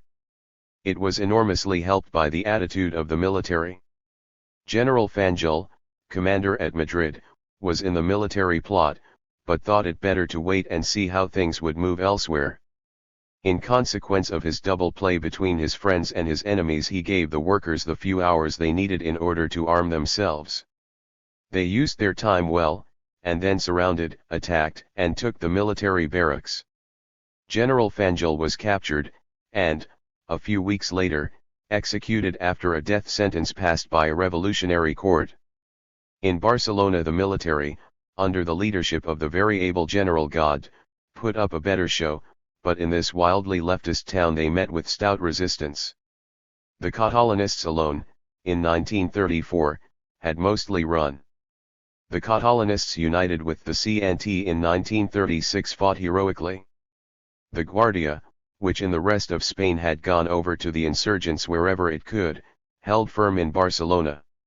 So did the two Republican police formations, the Asaltos and the Mossos de Escuadra, so did the Air Force. The police formations gave the untrained workers a backing and competent leadership, both together, in 2 days' street fighting, put down the revolt, captured God, who, later, was shot like Fanjul, and conquered the town. The real power fell immediately into the hands of the CNT. In the next few days half Spain was reconquered from the insurgents. Neither the anarchists nor the socialists took government office. But they alone retained real power in their respective strongholds, and exerted it through the defense committees created in the days of the street fighting. The rising of the generals had achieved what socialists and anarchists themselves would never have achieved. In half Spain and in 6 out of its 7 largest towns it had played power into the hands of the revolutionary proletariat. The problems were, could they hold it? What use could they make of it? Would they be able to find a more constructive solution of the problems which had tortured Spain for a century than their predecessors? To a Diary in Revolution. 1936. The following diary represents the transcription, into comparatively readable English, of German catchword notes taken during my first journey in revolutionary Spain, and scribbled into various notebooks. The method of direct presentation of the transcription of original notes, with only the inevitable adaptation to publication, has not been dictated by aesthetic considerations, far from it. From the point of view of literary attractiveness, a transformation of my notes into a continuous account of my journey, a sort of book of travels, would certainly have been preferable. There was only one consideration which argued in favor of the method here adopted, but this one decisive. In a matter so controversial as the Spanish Civil War, every presentation that departed from the observed facts themselves, to however slight a degree, would open the door to doubt. The form of a diary, giving my day-to-day observations, was the one which offered the best chance to stick close to the actual facts. Nothing has been done, for this reason, to smooth out contradictions. When I have observed contrasting facts, I have presented them as I saw them. There have been excluded from publication in this diary those of my original notes which were of a purely personal character, incidents of no significance whatsoever, which would have only tired the reader, and confidential information which I had no right to publish. Occasionally, in order to avoid unnecessary prolixity, I have condensed identical repetitions of identical observations in my notes into one statement. Pure mistakes of fact, corrected by later and more accurate information, have naturally not been reproduced. But mistaken generalizations have not been dropped. There are a number of such generalizations in this diary. I have been careful to distinguish them clearly, wherever they appear, from the description of the facts. They are quite distinct from my own final conclusions about the present problems of Spain, which are contained partly in the tale of my second journey, partly in the introductory and the concluding chapter. The generalizations contained in this diary are thus sometimes self-contradictory. They simply represent the impressions the author got from the situation at a certain moment. In themselves those impressions are certainly not interesting for anybody except for the author himself. Still, I decided not to leave out the notes containing them. In the first place, these notes give a better idea of the viewpoint from which the material here contained was collected. Nobody in an event such as the Spanish Civil War would simply collect facts without drawing inferences as to the probable course of events, the strong and the weak points of the contending parties, and similar things. But in forming opinions, the observer inevitably takes sides, in however detached a way. To remove the marks of the opinions would mean to pretend to an objectivity which nobody can attain, and to mislead the reader, instead of putting him into a position to judge for himself. The latter aim is best achieved by clearly separating the presentation of facts from the presentation of the author's opinions. But there is something more than that alone. As already remarked, The author's impressions and, I believe, the impressions of every observer have changed with the course of events, as those events have gradually unfolded the real driving forces behind them. The changing impressions, in consequence, reflect hopes, illusions, and disappointments produced by the day-to-day surface of the events themselves. Less than any other social situation can a revolution be understood by the description of dry facts. Only half of its significance lies in the general ambience and atmosphere in which it moves. This atmosphere, unless reproduced with the creative power of an artist, which, unfortunately, involves an artist's subjectiveness, can best be conveyed through the medium of those impressions, hopes, mistakes, and disappointments it creates in the sympathetic observes. I would go so far as to say that the rising, transformation, and decay of these illusions is half of the history of the revolution itself. August 5, 6 p.m., in the train from Portbou, Barcelona. In spite of many rumors to the contrary, the French train, as usual, crossed the frontier and went through to Portbou. And there things, far from being unpleasant, as everybody had foretold, were peaceful to an almost ludicrous extent. In the train from Toulouse I had made the acquaintance of an Englishman who was going to Spain as delegate of one of the British socialist organizations.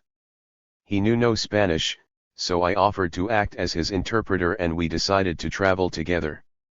We were received, at Portbou station, not by an armed guard pointing his bayonet at our breasts as I had almost expected after all the silly rumors in London and Paris, but by a porter, offering to carry our luggage with as much politeness and doing so with as much laziness as one could possibly expect from a Spanish porter in peacetime.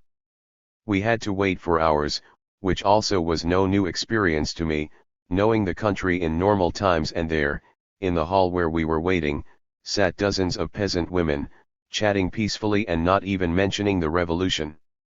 There were the usual armed guardias, and in addition a few armed workers, young boys in their civilian clothes.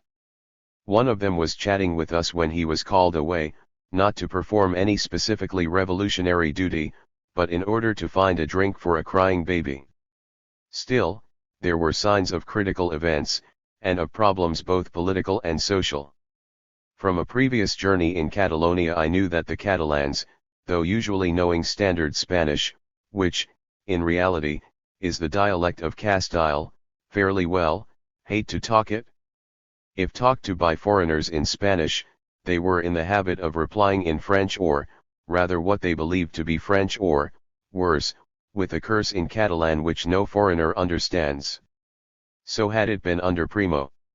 Now, every question in Spanish got an answer in Spanish, and when I repeatedly asked people in the station how it was that they now spoke Castilian without reluctance, the reply invariably was that they had no reason now to hate it, since Catalonia had been granted its rights by the Republic in 1931. Another change, more important, dated only from recent days. When our passports were examined, we were faced with a queer distribution of administrative power, a practical outcome of the Civil War. The Barcelona police, as we had already been told on the French side of the border, had ordered the frontier police at Portbou not to admit any foreigners, even with regular visas. I knew the civil servants who controlled passports at Portbou from previous crossings. They had been at their post for many years, first under the orders of the Madrid Ministry of the Interior, and now, since July 19, 1936, under the orders of the Catalan regional government, the Generalitat. For with the defeat of the Spanish military in the streets of Barcelona, the executive power of the Madrid government in Catalonia had disappeared, and all administrative powers of the central Madrid government, even that of controlling the Spanish frontier, had passed automatically into the hands of the Catalan regional government. But the change did not stop there. Even the Catalan Generalitat had obviously no power to put its orders through. My English companion had his documents as a delegate from a socialist organization, and I had a letter of recommendation from a fairly well-known Spanish socialist. When the officials at the passport control told us that they could not admit us, we showed these credentials, with the result that the police officials at once declared our case out of their competence. We had to go to the committee, which seemed to retain the real power of decision in cases of a political character. There were, in fact, two committees in Portbou, one for the railway station, the other for the town. The first was composed of representatives of both the CNT, anarchist, and the UGT, socialist, railway union in equal numbers. The latter consisted of one representative respectively of every pro-government party existing in the town. This composition of the committees on the basis of complete parity between the parties concerned derived from a decree of the Catalan Generalitat, identical in content with a decree of the Madrid government. It had been religiously obeyed. In consequence, the composition of the committees did not give any indication as to the balance of power between the individual political parties on the spot. We went to the offices of the town committee, which had taken its seat in the building of the Ayuntamiento, the municipality, where it was officiating side by side with the old municipal officials and the old local police. Outside there floated a large red flag with hammer and sickle. The atmosphere was not much agitated inside either. A few peasant women, again, waiting quietly for something. Much chatter, little excitement. After 5 minutes we appeared before the president of the committee, obviously a working man, presented our credentials, got his permit to pass the border, and, provided with it, went back to the station police, who, with sour faces, stamped our passports. The committee had been stronger than the police. We set off into the country of revolution, then, in one of the most peaceful trains I ever met, carrying first class and dining cars, starting and proceeding according to timetable. A few militiamen and guardias in arms went with the train, and a few patrolled the stations. The countryside seemed peaceful, the factories were mostly working. In the train there was at any rate excited political talk. The guardias, to be sure, were very reserved. They could hardly like the position into which they had drifted, fighting, together with armed workers, against the military. I asked one of them how it was that the Guardia had sided with the left, and got the characteristic reply, "We had our orders, you know, and we Guardias are not political people." The civilians were less reluctant to talk. There was a group of 4 in our compartment, eager to tell the foreigners about the days of fighting and about the present situation. One of them was an Esquerra secretary, another an active socialist. Their views, however, were indistinguishable. They seemed to be concerned mainly with one thing, the danger from the anarchists. Criminal elements, sacking and burning. Obviously they had no intention of making the outside of things look smooth to the foreigner. Soon, they contended, an armed clash between the anarchists and the Generalitat, in other words, the nationalist Esquerra, would come. And it was dangerous, because the anarchists were strong. Of the railwaymen they had, according to our companions, something like 50% behind them. I wondered whether 50% of the railwaymen were criminals. They seemed upset in talking of things to come. Their eyes shone, on the contrary, when they spoke about the 19th of July and the glory of their victory over the generals. What had brought about so swift a success, we asked. Partly it was the fact that General God had been captured at an early moment of the revolt, and had consented to order his troops by wireless to surrender. But a large section of these troops had simply dropped their arms and gone home, without any order, as soon as they realized that their officers were not acting under orders from the government, but in revolt against it. Anyway, the defection of the troops, whether spontaneous or by command of General God, seemed to be the chief factor in the defeat of the insurrection. 11 p.m. Barcelona. Again a peaceful arrival. No taxi cabs, but instead old horse cabs, to carry us into the town. Few people in the Paseo de Colón. And, then, as we turned round the corner of the Ramblas, the chief artery of Barcelona, came a tremendous surprise. Before our eyes, in a flash, unfolded itself the revolution. It was overwhelming. It was as if we had been landed on a continent different from anything I had seen before. The first impression, armed workers, rifles on their shoulders, but wearing their civilian clothes. Perhaps 30% of the males on the Ramblas were carrying rifles, though there were no police, and no regular military in uniforms. Arms, arms, and again arms. Very few of the armed proletarians wore the new dark blue pretty militia uniforms. They sat on the benches or walked the pavement of the Ramblas, their rifles over the right shoulder, and often their girls on the left arm. They started off, in groups, to patrol outlying districts. They stood, as guards, before the entrances of hotels, administrative buildings, and the larger stores. They crouched behind the few still standing barricades, which were competently constructed out of stones and sandbags. Most of the barricades had already been removed, and the destroyed pavement had been speedily restored. They drove at top speed innumerable fashionable cars, which they had expropriated and covered, in white paint, with the initials of their respective organizations, CNTFAI, UGT, PSUC, United Socialist Communist Party of Catalonia, POUM, Trotskyists, or with all these initials at once, in order to display their loyalty to the movement in general. Some of the cars simply wore the letters UHP, Unite, Proletarian Brothers, the slogan glorified by the Asturias Rising of 1934. The fact that all these armed men walked about, marched, and drove in their ordinary clothes made the thing only more impressive as a display of the power of the factory workers. The anarchists, recognizable by badges and insignia in red and black, were obviously in overwhelming numbers. And no bourgeoisie whatever. No more well-dressed young women and fashionable señoritos on the Ramblas. Only working men and working women, no hats even. The Generalitat, by wireless, had advised people not to wear them, because it might look bourgeois and make a bad impression. The Ramblas are not less colorful than before, because there is the infinite variety of blue, red, black, of the party badges, the neckties, the fancy uniforms of the militia. But what a contrast with the pretty shining colors of the Catalan upper-class girls of former days. The amount of expropriation in the few days since July 13 is almost incredible. The largest hotels, with one or two exceptions, have all been requisitioned by working-class organizations, not burnt, as had been reported in many newspapers. So were most of the larger stores. Many of the banks are closed, the others bear inscriptions declaring them under the control of the Generalitat.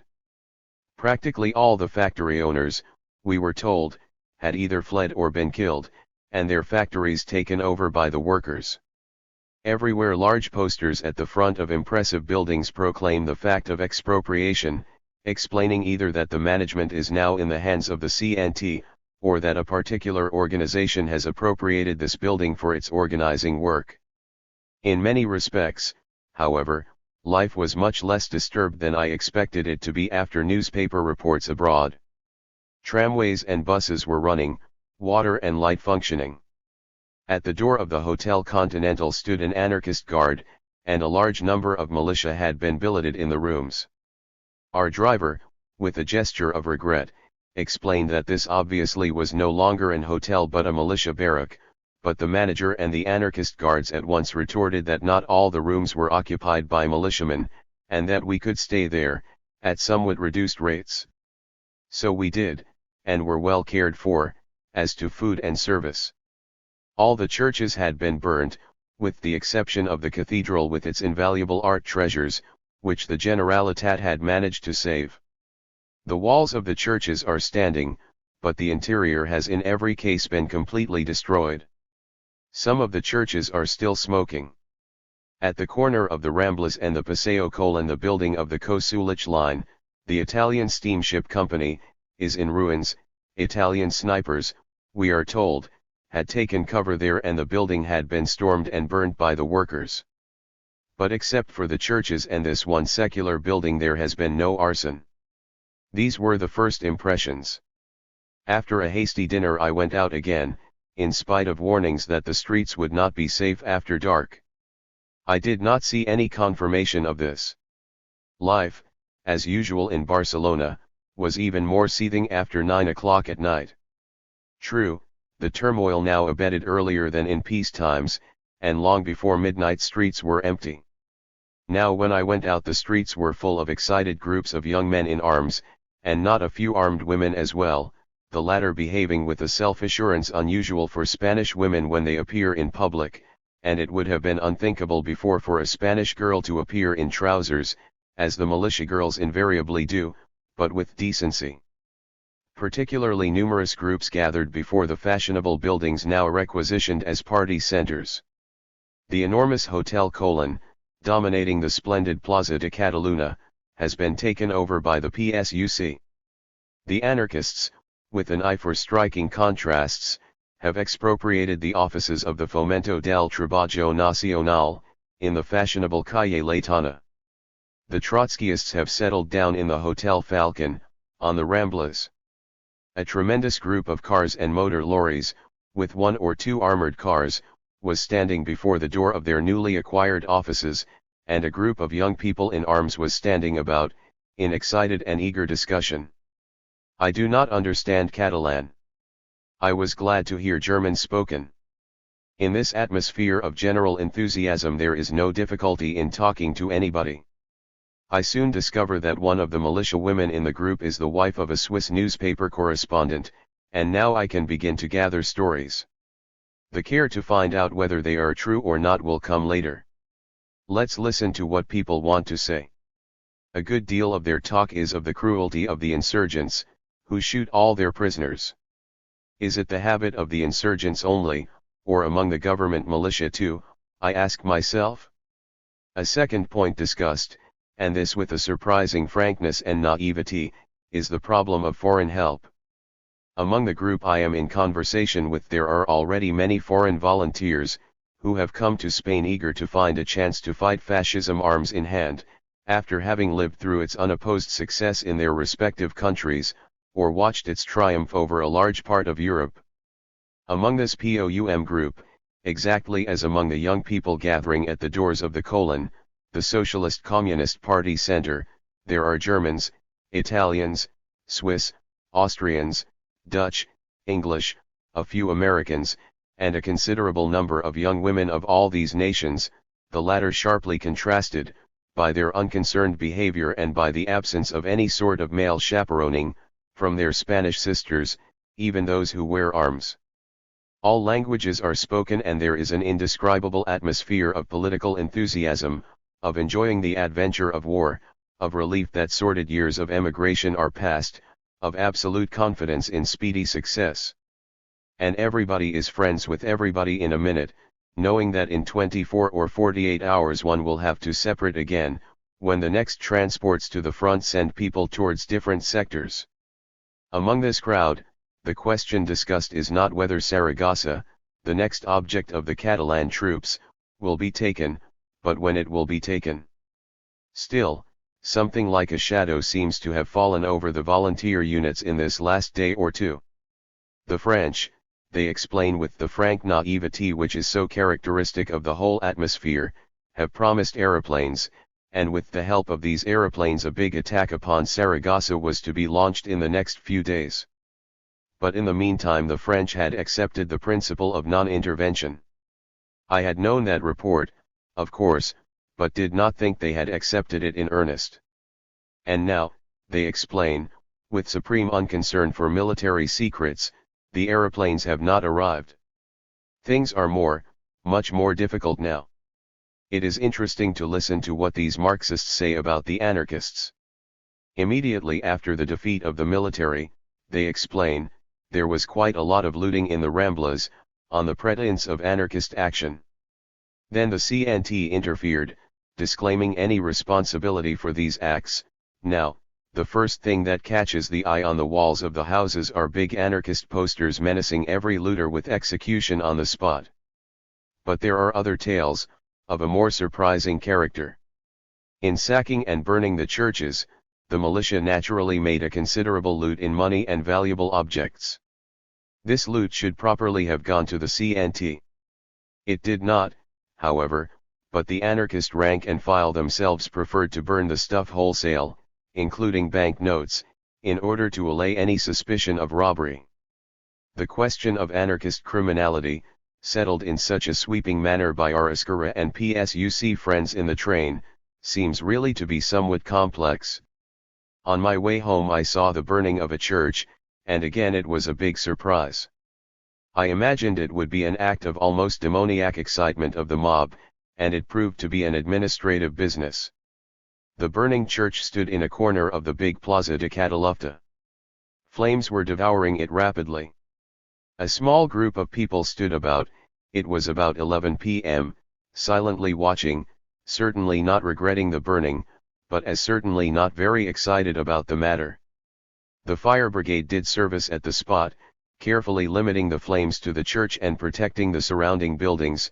Nobody was allowed to come near the burning church in order to avoid accidents, and to this regulation people submitted with surprising docility. Earlier church burnings must have been more passionate, I suppose. August 6th. It is impossible, of course, under present conditions, to get in touch with Spanish fiends of the insurgents, or with members of those foreign colonies which sympathize with them, notably the Germans and Italians. These latter, if they are not refugees sympathizing with the Republicans, have left. Not a few have been killed in the fighting. But there are, among the members of the neutral foreign colonies, quite a lot of sympathizers with the rebels, who speak fairly openly. I met such a man this morning, and it was revealing to see the other side of the picture. His first words were about terrorism. Executions, executions, executions, that seems to be the thing which is in the heads of the wealthy, the Catholic, the right wing, in these days, and it drives them almost crazy. The Spaniards are absolutely panicky, this foreigner tells me. He has a lot of Spanish friends, who are all more or less business people, as he is himself. The shudder about the massacres of these latter days is still in his voice. The foreigners are fairly safe, he says, but the Spaniards meaning by Spaniards, naturally, that group of Spaniards with whom he has contact, the people around the Fomento and the Ligia, hundreds and thousands were killed in the first days. Immediately after the defeat of the military, the workers started to settle personal accounts. This expression I had heard once already, and insisted on being told about the exact facts. It turned out that the accounts which were settled were perhaps not so entirely personal. What really happened, it seems, was that priests were killed, not because they were individually disliked by somebody, that, in my opinion, is what can fairly be called settling of personal accounts, but because they were priests. The factory owners, notably in the textile centers around Barcelona, were killed by their workers, if they did not manage to escape in time. Directors of large companies, such as the Barcelona Tramway Company, known as opponents of the labor movement, were killed by pickets of the appropriate trade union, and the leading politicians of the right by special anarchist pickets. It is only natural that my interlocutor, who has lost friends, perhaps even close friends, in this massacre, is horror-struck. Perhaps it is as natural that he has obviously lost all sense of proportion. What a horror, he exclaims. People killed without trial, without even the allegation of a crime, on the simple acknowledgement of their identity, for nothing but their social position and their political and religious faith, by their personal enemies. These anarchists. These POUM people. The gangsters. The socialists and communists, it is true, are better, and the Generalitat, with the Iskara, is horrified and terrorized itself. I venture mildly to hint that it is perhaps not so peculiarly anarchist to massacre. The British press, and especially those correspondents sympathizing with the fascists, have enlarged in reports on the systematic killing of all Republicans, Socialists, Communists, and Anarchists in the Franco camp, from the first day onwards. I venture to suggest that perhaps it is not so much an anarchist but a Spanish habit to massacre one's enemies wholesale. But though he does not deny the facts about the other camp, he is wholly impermeable to the argument. His information allows of generalizations concerning what I observed yesterday in Portbou, the double regime between the ordinary administration and the committees which I found there exists in Barcelona too, and seems to exist all over Spain. In Barcelona there rules, besides the old regional administration of the Catalan Generalitat, the new Comitè Central de Milícies, Central Militia Committee, composed, on a basis of parity, of all anti-Franco political parties and trade unions, but in fact under the preponderant influence of the anarchists. Its president, as a matter of fact, is not an anarchist, it is Señor Jaume Miravittels, a young man of 28, member of the Esquerra, former adjutant of Macia in some of his attempts at coups d'état, but originally an anarchist, who has participated, as a youngster, in anarchist terrorism. But there is only one real power in Barcelona, says my foreign interlocutor, the CNT. So far does this go that documents signed only by the regular administration are worthless. A man will do well to bear with him, besides some document from the Generalitat, either a recommendation from CNT headquarters or, better still, a pass from the Generalitat countersigned both by the CNT and the UGT. There is no authority besides the trade unions, and, in Barcelona, the anarchist CNT is by far the strongest among the trade union organizations. To my intense surprise I learn that my interlocutor is convinced that Franco will win, and that so are other influential foreign observers. I was to learn, in the afternoon, that this seemed to be more or less the prevailing opinion among all those foreigners who did not positively sympathize with the revolution. Their prognostications are obviously prompted by their sympathies which my interlocutor expresses without hesitation, though he is hardly a fascist in the home politics of his own country, but he adduces serious arguments to back his opinions. There is a deep cleavage between the Generalitat and the anarchists. There is, moreover, the fact that the raw militia which is sent to the front is undisciplined, untrained, and lacking competent officers. There is, finally, the fact of foreign support for the insurgents, not consisting of individual foreign volunteers only as is the case with the left camp but of modern war material too. Not less than 60 German and Italian planes, according to one rumor, have arrived in the Franco camp in the last few days. What a gap between those considered judgments and the young volunteers, and both sides equally convinced of their inevitable and impending success. Exactly as in 1914. Some of the foreigners go farther in the concreteness of their imaginations. In my hotel there is one charming and distinguished old English gentleman who is full of horror about events, heartily dislikes the anarchists and the revolution in general, but most of all is concerned about the fate of the unhappy country in which he has passed many years and which he loves dearly. What will happen when Franco's troops enter Barcelona? He does not seem to doubt that they will, fairly soon. What a massacre will ensue! It will be worse than the one we had 2 weeks ago. And the anarchists will burn down the whole town sooner than allow the fascists to take it. Between naive and enthusiastic volunteers, men and girls, Catalan and foreign, on the one hand, and less naive people of the business community who, with horror or with pleasure, await the entry of Franco, there is the Generalitat, apparently rather helpless, but not so helpless as to neglect the traditional war policy of lies. Yesterday, according to news reports and the wireless, occurred the fall of Córdoba, which today proved to be a free invention. Today, it is the turn of Cádiz, which does not deserve serious consideration. But the people in the streets, and, more enthusiastically even, the militiamen billeted in our hotel, believe it, without, however, really caring about it. Córdoba and Cádiz are places so far away as to mean almost nothing to the Catalans. The important thing is Saragossa, I heard people say when discussing the invented news of the fall of Córdoba. What a naivete again! Nobody seems to think that the landing off moors in the south may be a serious matter. The English papers, before my departure, were full of it, but here hardly any foreign papers are available, and the local press does not even mention the matter. In the afternoon, I had my first interview with the PSUC, the Unified Socialist Communist Party. The colon, their headquarters, is a beehive, and on the ground floor is a recruiting office, which makes the muddle worse. Still, after some time we find the Foreign Press Bureau of the party. Everything is in transition from chaos to genesis. This particular bureau has just been created. My English socialist companion and I are their first visitors, and we have all the benefit of it. The party has arisen out of the union of 4 political groups, of which the Catalan socialists and the communists, who, in the rest of Spain, have still their independent party organizations, are the most important. This union was already prepared before the revolt, and effected immediately afterwards.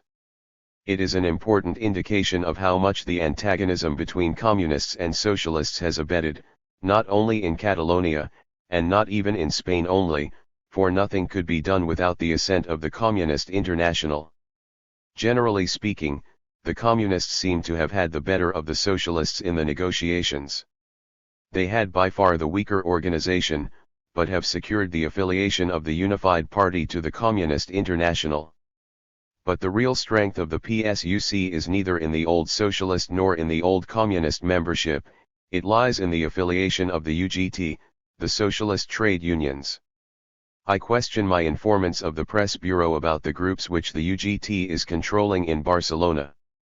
It holds, I am told, the allegiance of about half of the railway of the banking employees, and of a very large percentage of the state and municipal employees. A few days ago the CADSE, the Central Union of the Private Employees, joined it. My PSUC informants are frank in admitting that among the manual workers the CNT is by far the stronger element. Then briefly we touch on the burning questions of the day. 78. There are political and militia committees everywhere, representing the parties and trade unions. How is it, I ask, that there are no Soviets proper, as in Asturias, in 1934, formed out of deputies elected directly by the workers in their factories?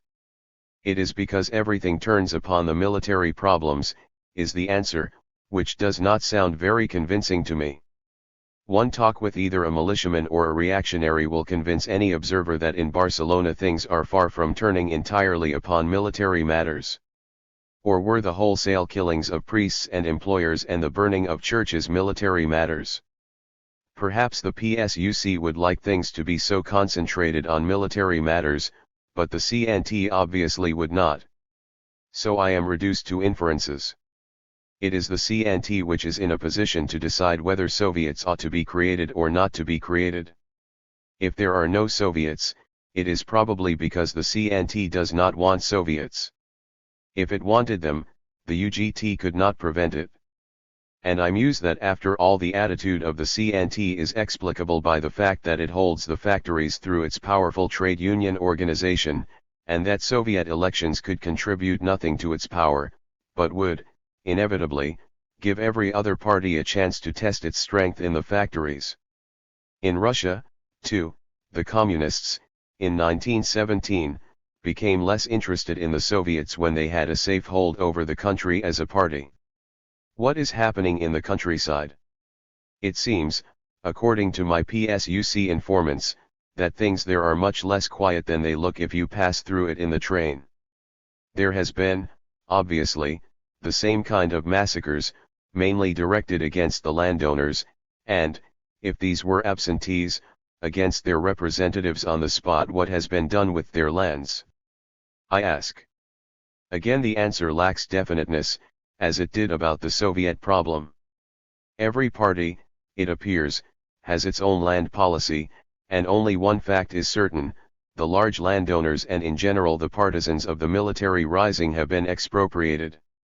The anarchists, it seems, favor the creation of agricultural communities somewhat after the model of the Russian kolkhozes. The villages should work the land in common, both that formerly belonging to the large landowners and the peasants' own land, and distribute the produce out of communal granaries. Their practice would be more enthusiastic, more imitative of a kingdom of heaven than in Russia, for the anarchists, where they are in supreme command of the villages, try to abolish money and to procure the products of the outside world through direct exchange with the urban trade unions. This, of course, is an ideal, and the anarchists have put it into effect only in a few cases. Still, the PSUC people dislike this playing at utopia. They themselves are in favor of private peasant property, and, where they have things in hand, try to persuade the richer peasants to give part of their land to the poor, in order to equalize landed property. This ideal also is realized only in a few cases. To me it seems very Christian, but I wonder what sort of persuasion can induce rich peasants to give part of their land to the poor.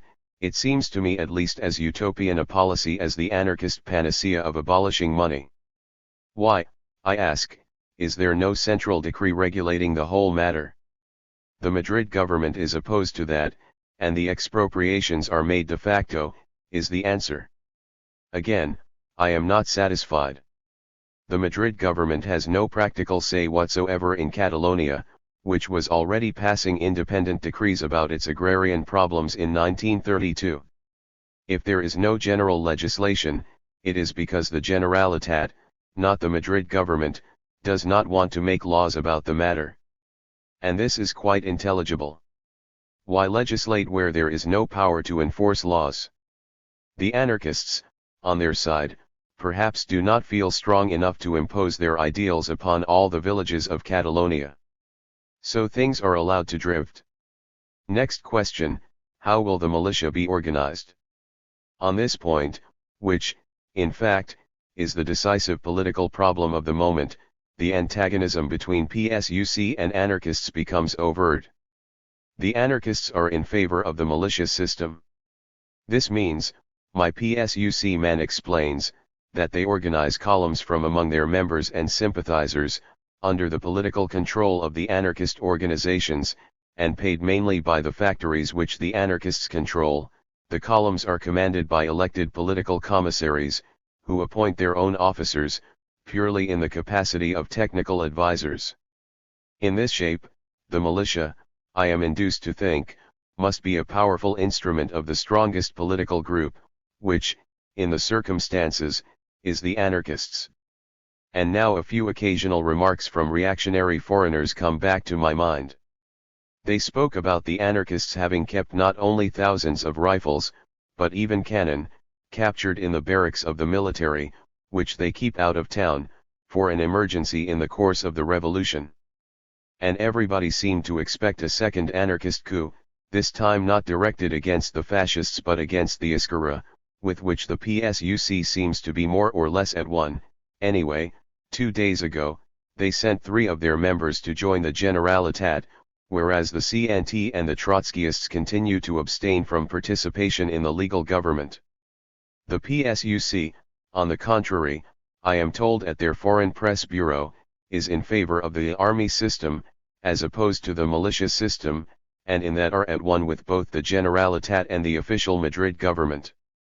What the army system is goes without saying, a regular army, with officers in command and political commissars only as advisors in political matters, the officers not elected but named by the higher commands, the units not grouped together as men of the same political faith, but from exclusively military considerations, the whole at the orders of the legal government, the Generalitat. In one word, the PSUC want an army at the orders of the government in which they participate, whereas the anarchists want an army at their own orders. At the same time, the PSUC idea of an army reflects both the communist and the socialist tendency towards centralization, whereas the anarchists follow their libertarian ideals. The formation of an army would probably increase the efficiency of the forces of the Republic. The formation of militia, though certainly detrimental to the fight against Franco, would favor the next step forward of the social revolution. This time, in contrast to all the problems discussed before, the issue is clear. The depth of the antagonism between Esquerra and PSUC on the one hand and CNT and POUM on the other becomes intelligible. In the evening, surprisingly, the newspapers brought the news that the 3 PSUC members of the Generalitat had resigned, leaving the Esquerra alone in charge again. What had happened? A conflict between Esquerra and PSUC? I could not believe it. But what else could one believe? Puzzled, I went out into the streets again. They were seething as ever.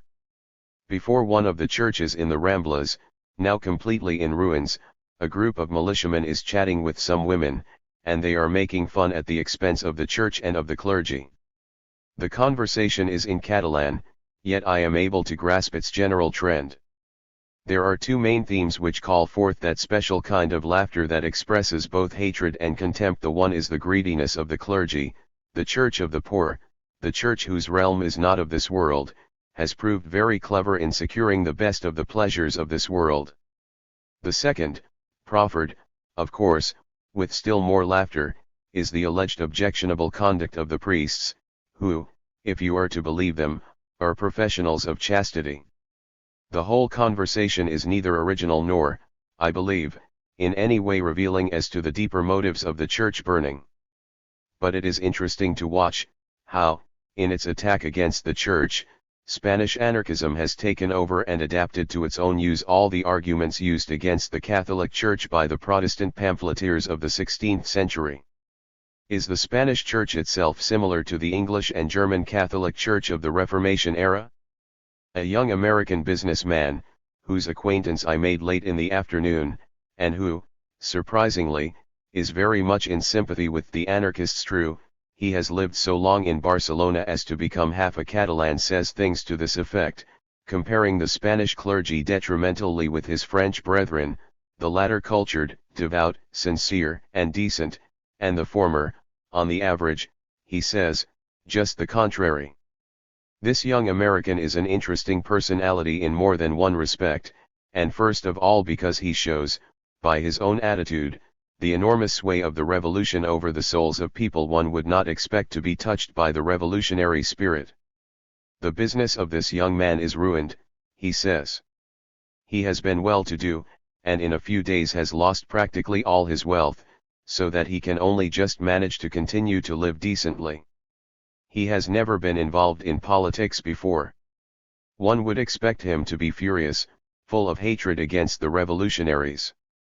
But he is not. He could go any day and start a new life at home, being a first-rate specialist in his trade. But he does not want to. He loves this soil and this people, and he does not mind, he says, the loss of his property, provided there will be instead of the old order of things a better, nobler, and happier commonwealth.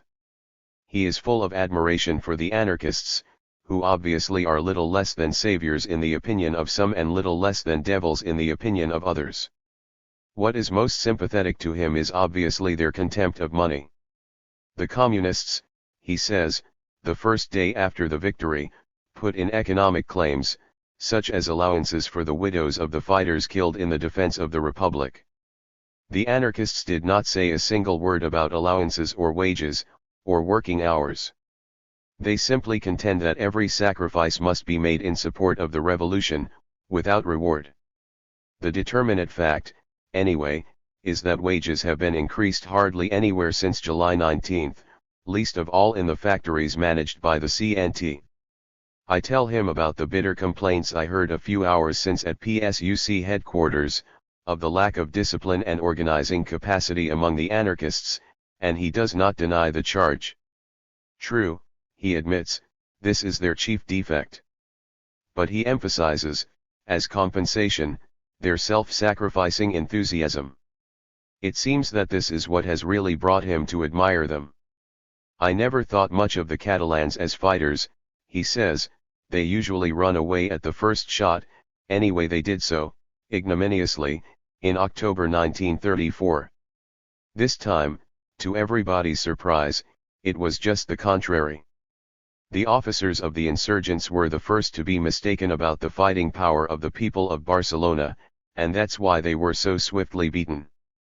The whole difference between 1934 and now is, he explains, that then the anarchists abstained and now they shared in the fight, or, more exactly, were the ones who really fought. I wonder, personally, whether it was only the anarchists who fought. The incredible energy of the popular resistance against the military on July 19, about which everybody agrees, seems rather attributable to the fact that it was a united fight of all sections of the population against the secular enemy, the Castilian generals, always before only sections had fought, isolated from the rest of the population, at one time the anarchists, at another the Esquerra, and these isolated sections were invariably beaten. No doubt, This time the anarchists took the largest share in the fighting and derived their present authority from their self-sacrificing heroism. He leads me to his balcony and describes a scene he himself watched on July 19. At the corner of his street stood an insurgent artillery detachment of 2 guns, dominating the big road upon which his house is situated. On this straight road a detachment of armed workers, under the command of a non-commissioned assalto officer, approached the insurgent cannon, which could have blown them up with 1 shell. But they succeeded in a surprise. They ran towards the guns, their rifles with the muzzle upwards, so that it was impossible to use them. The artillerymen, baffled by this inoffensive behavior, waited to see what would happen next. Before any command could be given, the workers had reached the soldiers, and with passionate words began to exhort them not to shoot upon the people, not to participate in an insurrection against the Republic and against their own fathers and mothers, to turn round and arrest their officers. And thus it happened. The soldiers immediately turned round. The whole Barcelona garrison had been told that they were under orders from the government to put down an anarchist rising. When they saw that they had been misled, they dropped their arms, or turned them against their officers who had driven them into the fight. In this particular case, my American friend was explaining, some of the officers just escaped, others were killed on the spot by their men. The guns were immediately turned round and now dominated the street in the opposite direction. Things did not happen everywhere, my friend closed his explanation, in this relatively peaceful manner. At many points fierce fighting was needed before the soldiers left their officers, but that was always the end of the story. At night I visited a POUM meeting, with Nin and Gorkin as speakers. The meeting was enthusiastic, but not very crowded. The POUM is weak. The speeches were not very interesting.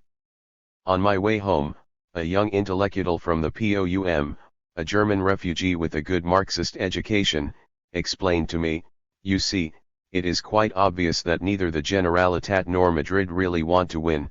Proof of it is the stalemate on the Saragossa front, the refusal of Madrid to send any planes for the bombardment of Saragossa, the hesitations as to the bombardment of Oviedo. They fear that the revolution will evolve, with military successes. They will try to make the civil war a failure, in order to prepare a settlement with Franco, at the expense of the workers." This is not an official POUM opinion, it only approximately reproduces the trend of ideas among the POUM. That the socialists, communists, and republicans are afraid of new anarchist risings is obvious, but that they should prefer a compromise with Franco seems more than doubtful to me. I had dinner with a group of militia, who talked about their military training, and I was horrified to learn that all they were taught, before going to the front, was the use of their rifles, no training in the terrain, in digging trenches, etc. Sending young people out under the conditions means sending them to butchery. While we talked, some motor lorries full of volunteers going to the front passed. There was no singing, no shouting, but their lips were shut in eloquent silence. August 7th. I spent most of the morning in an unavailing attempt to get passes for my English companion and for myself. The disorder in the government offices is not a pleasant sight. Nobody seems to know about anything, and when you happen to find the man in charge, it takes an hour to get a document of a few lines typewritten. Sick of such incompetence, I managed, in the afternoon, to get an interview at the German section of the CNT. The CNT, or more correctly, the 8, its international organization, has sections in most European nations. They have their seat in the palatial building of the Fomento de Trabajo Nacional, where Cambo had his private apartments as well as his offices. They keep this building in model cleanliness and order. The reception is polite, even friendly, but in their behavior there is much more of the traditional grandeza of the Spanish aristocracy than was the case at the PSUC. In every word they say, these people of CNT headquarters display an inner conviction that now they are the real masters of the country, that it is of their own free choice that they are not yet masters officially, and that, in consequence, they can allow themselves the luxury of friendliness, but need not court anybody. The young German I am talking with is obviously not a man used to political diplomacy. He says what he thinks, and with the naivete so characteristic of many people in the days he admits more than he ought to from the point of view of propaganda. His information concentrated on two aspects, the one concerning the past, the other the future. To be true, it was I who forced the discussion of the past upon him. The conviction had grown on me in these 2 days of my stay in Barcelona that the change in anarchist policy as compared with only a few years ago was a very big one, and I wanted to know what the anarchists themselves thought about it. How was it, I asked my young man, that the anarchists, anti-parliamentarians, and opponents of every sort of government, did not launch the slogan of electoral abstention in February 1936, and did participate in the armed defense of the Esquerra government in July? An awkward question for him, and the answer ran on lines only too well known from other labor movements. It seems that socialism and anarchism have that in common with Catholicism that, whatever their change of attitude in practice, the dogma is never allowed to change. My German anarcho-syndicalist did not deny that the facts I alleged were true, and he did not attempt to deny that there was innovation in them. But, of course, it was innovation on the lines of the old principles of anarchism. In February they had allowed their followers to vote for the Popular Front only in order to free their own comrades in jail, and in July they had fought, not for the defense of legal government, but in order to move swiftly towards the abolition of the state. This sterile scholasticism was brought forth with a nice display of genuine conviction. I dropped the subject, convinced, on my side, that it is useless to argue about the dogma with the faithful unless one shares their faith. The discussion of the future promised to be more interesting. And it was, because it contained a full confirmation of everything I had heard about the intentions of the anarchists, and at the same time put it into an intelligible context. The eyes of the CNT leaders are fixed upon the Saragossa front. They make their policy dependent upon the turn things down there would take. As long as Saragossa is in the hands of the insurgents, they have obviously no intention of attempting a change of regime. As soon as Saragossa is taken, it will make all the difference. At present, he explains, the anarchists do not consider wholesale abolition of private property. They have introduced comunismo libertario, i.e. full community of goods and abolition of money, in certain villages where they are supreme, but have no intention of forcing it upon the peasants at present. Neither do they intend wholesale socialization of industry. On the contrary, wherever the owners of factories and shops are available, they force them to continue to manage their business.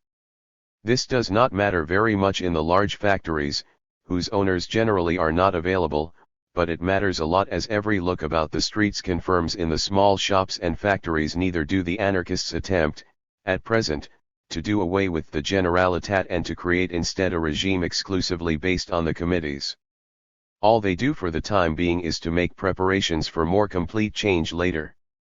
These preparations consist in the local introduction of comunismo libertario where there is no resistance, in the organization of the management by the CNT of those factories whose owners are not available, in the development of CNT control in the other factories, in the creation and extension of the militia, and, last, not least, in the strengthening of the political committees and the gradual extension of their sphere of action, to make them able, at the decisive hour, to take over power.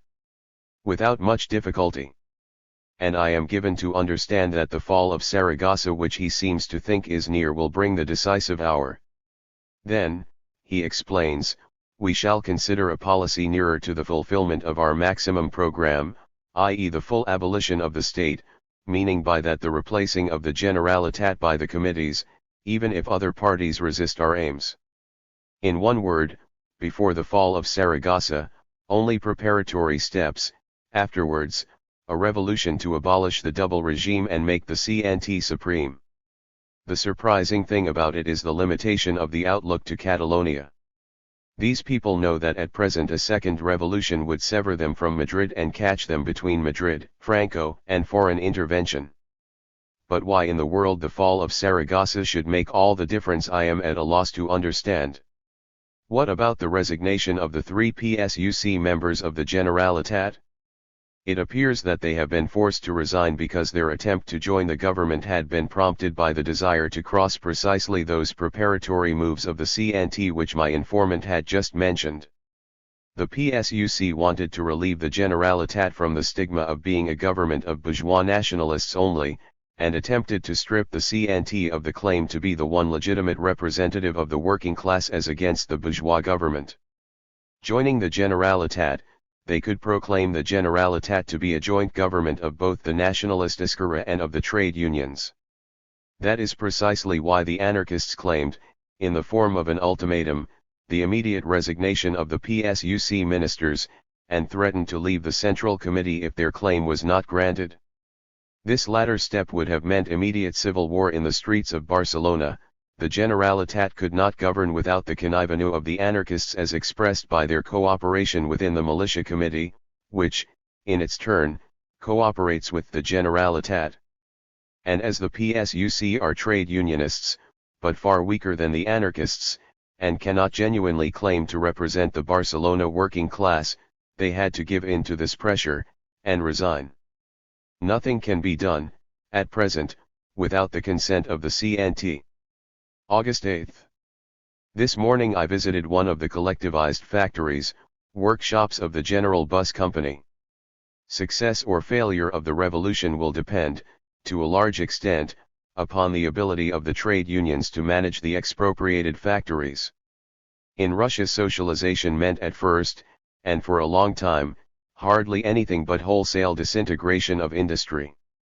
How is the situation in Spain? Undeniably, the factory which I saw is a big success for the CNT.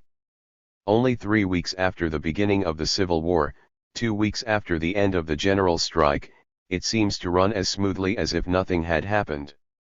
I visited the men at their machines. The rooms looked tidy, the work was done in a regular manner. Since socialization this factory had repaired 2 buses, finished one which had been under construction, and constructed a completely new one. The latter wore the inscription "constructed under workers' control." It had been completed, the management claimed, in 5 days, as against an average of 7 days under the previous management. Complete success, then. It is a large factory, and things could not have been made to look nice for the benefit of a visitor, had they really been in a bad muddle. Nor do I think that any preparations were made for my visit. Still, one must certainly not generalize from this one experience. There are many facts which make this particular concern a privileged one. Firstly, and speaking quite generally, Catalonia is not Spain. The Catalans as a whole are a people with a keen sense of business, and the managing committee, composed entirely of former workers, discussed with me the various aspects of financial management with an interest characteristic of the Catalans, but which would be strange with true Castilians. These Catalan workers have actually started their management with the introduction of cuts in expenditure, and there is nothing they are more proud of. Secondly, this factory is run by engineers, who all over the world are one of the most intelligent sections of the working class. What would happen in the textile industry in Catalonia? Thirdly, the CNT was careful to select, for my benefit, a thoroughly anarchist factory, without any competition between CNT and UGT. The new management had been formally elected, when work was resumed, by the workers themselves, but in fact it seemed to be the old factory committee of the CNT, which was an established authority among the men long before the Civil War. It must be easy for such a management to make itself obeyed. The technical side of the work of the bus company is easy. After all, Barcelona has no urgent need of new buses, and the most of the work done is simple repairing. The mechanics, whether CNT or Esquerra, are ready to cooperate, and the factory, in consequence, is rid of the problem which was so catastrophic in Russia, the obstruction of the higher technical personnel. Being mainly a repair shop, this particular factory needs little raw material, and is thus free from what is the biggest difficulty of the Catalan industry at present. There is much talk in the town of serious difficulties with the raw material for most factories. Finally, the bus company is in a privileged position as regards finance. It gets its income from bus fares, which come in almost exactly as in peacetime. There is no problem of marketing its product. Back in London, I heard bitter complaints about the mismanagement of the textile industry and the destruction of its machinery. Here again, probably, one ought to abstain from hasty generalizations. But if it would be hasty to generalize from the very favorable impression made by this particular factory, one fact remains: it is an extraordinary achievement for a group of workers to take over a factory, under however favorable conditions, and within a few days to make it run with complete regularity. It bears brilliant witness to the general standard of efficiency of the Catalan worker and to the organizing capacities of the Barcelona trade unions. For one must not forget that this firm has lost its whole managing staff. I had the opportunity to look at the wages and salary list, which showed that the president, the directors, the chief engineer, and the second engineer had all disappeared, which is a mild way of saying that they have been killed. It meant economies for the factory, the members of the committee explained calmly, exactly as the suppression of pensions to private friends of the former management and the fixing of a maximum salary of 1,000 pesetas a month. The wages of the workers had not been increased since socialization. Ruthless cruelty in the Civil War went together, in these people, with a keen business sense, an attitude characteristic of the Catalan. In the afternoon I acted as an interpreter in a confidential conference of my British friend with a leader of the PSUC. So much can be said, that the leaders of the PSUC are perfectly well aware of what the anarchists intend after the fall of Saragossa, and are much perturbed by this prospect. Their dislike of the anarchists is at least as great as the anarchists' dislike of them, and is by no means a product of the events of these last days. To break anarchist domination in the Barcelona trade union movement seems to be their chief aim. In the meantime, conditions seem to be pretty bad. A few days ago the three leaders of the UGT minority among the port workers were killed by the anarchists, and though the CNT has officially disclaimed responsibility and condemned the crime, nobody believes that there is any certainty that such things will not happen again. Anarchist violence is not limited to their special enemies. Yesterday the POUM was the object of anarchist attack. A group of POUM militia had assembled with their arms in a building for one of their regular gatherings. When anarchist motor lorries arrived, machine guns were placed before the doors of the POUM meeting, and its participants disarmed under this pressure, the anarchists openly declaring that they saw no reason why the POUM should be allowed to increase its armaments and so threaten the domination of the CNT. A protest has been lodged by the POUM with the Militia Central Committee, but the fait accompli was unchangeable. August 9. This Sunday morning I listened to an anarchist mass meeting in the Olympia. Being late, I did not get into the building. Many thousands of people stood outside listening to the loudspeakers. There was no loud enthusiasm, but silent and concentrated attention with occasional expressions of assent. The speakers protested emphatically against the plan of the Madrid government to reorganize the old army, and defended the anarchist militia system. They expressly rejected the Russian authoritarian system. Spain ought not to imitate the Russian Revolution. Garcia Oliver, the actual leader of the Barcelona organization, admitted the stalemate at the Saragossa front, first excused it by the inevitable slowness of the reorganization of industry for the production of ammunition, but then went on, "Now, comrades, we do not talk about the 6-hour day or the 8-hour day or even of any fixed number of working hours. How many hours have we to work now? As many as are necessary for the victory of the revolution." There was a dead silence when these words were uttered, and it is difficult to say whether the silence indicated support or opposition. Definitely, Oliver has a way with him to tell the masses unpleasant truths. But Solidaridad Obrera, the anarchist daily, did not repeat the sentence in its report of the meeting. In the afternoon I went to the Tibidabo, a suburban country resort which was, in the early days and probably still is, the scene of many nightly executions, but on this Sunday afternoon it was crowded with peaceful people, both young and old, who enjoyed themselves without, apparently, thinking of the horrors either of war or of revolution. Below, in, and outside the port, lay the men of war of 4 nations under their eyes. August 10th. I spent the whole day at various offices but finally succeeded in procuring documents and a car to take me to the front. Or August. In a narrow street a car was maneuvering hectically among an excited crowd. Inside sat 4 armed militiamen, and a 5th man in his shirt sleeves, collarless, pale as death, with one of the militiamen holding a revolver against his head. Evidently an arrest, with impending execution. I went into one of the better shops of the Rambles in order to buy some toilet articles, but the owner explained to me that for some reason he is not allowed to sell them on Monday morning. But I am going to the front, I tell him, and immediately he sells me what I need, with a genuine expression of enthusiasm. Still all these Rambles stores have suffered heavily from the revolution. Catalonia and the Aragon front. This afternoon, at 1 p.m., after days of waiting and delays, I finally started for the front in a car of the Militia Central Committee, with an armed driver and 1 armed guard.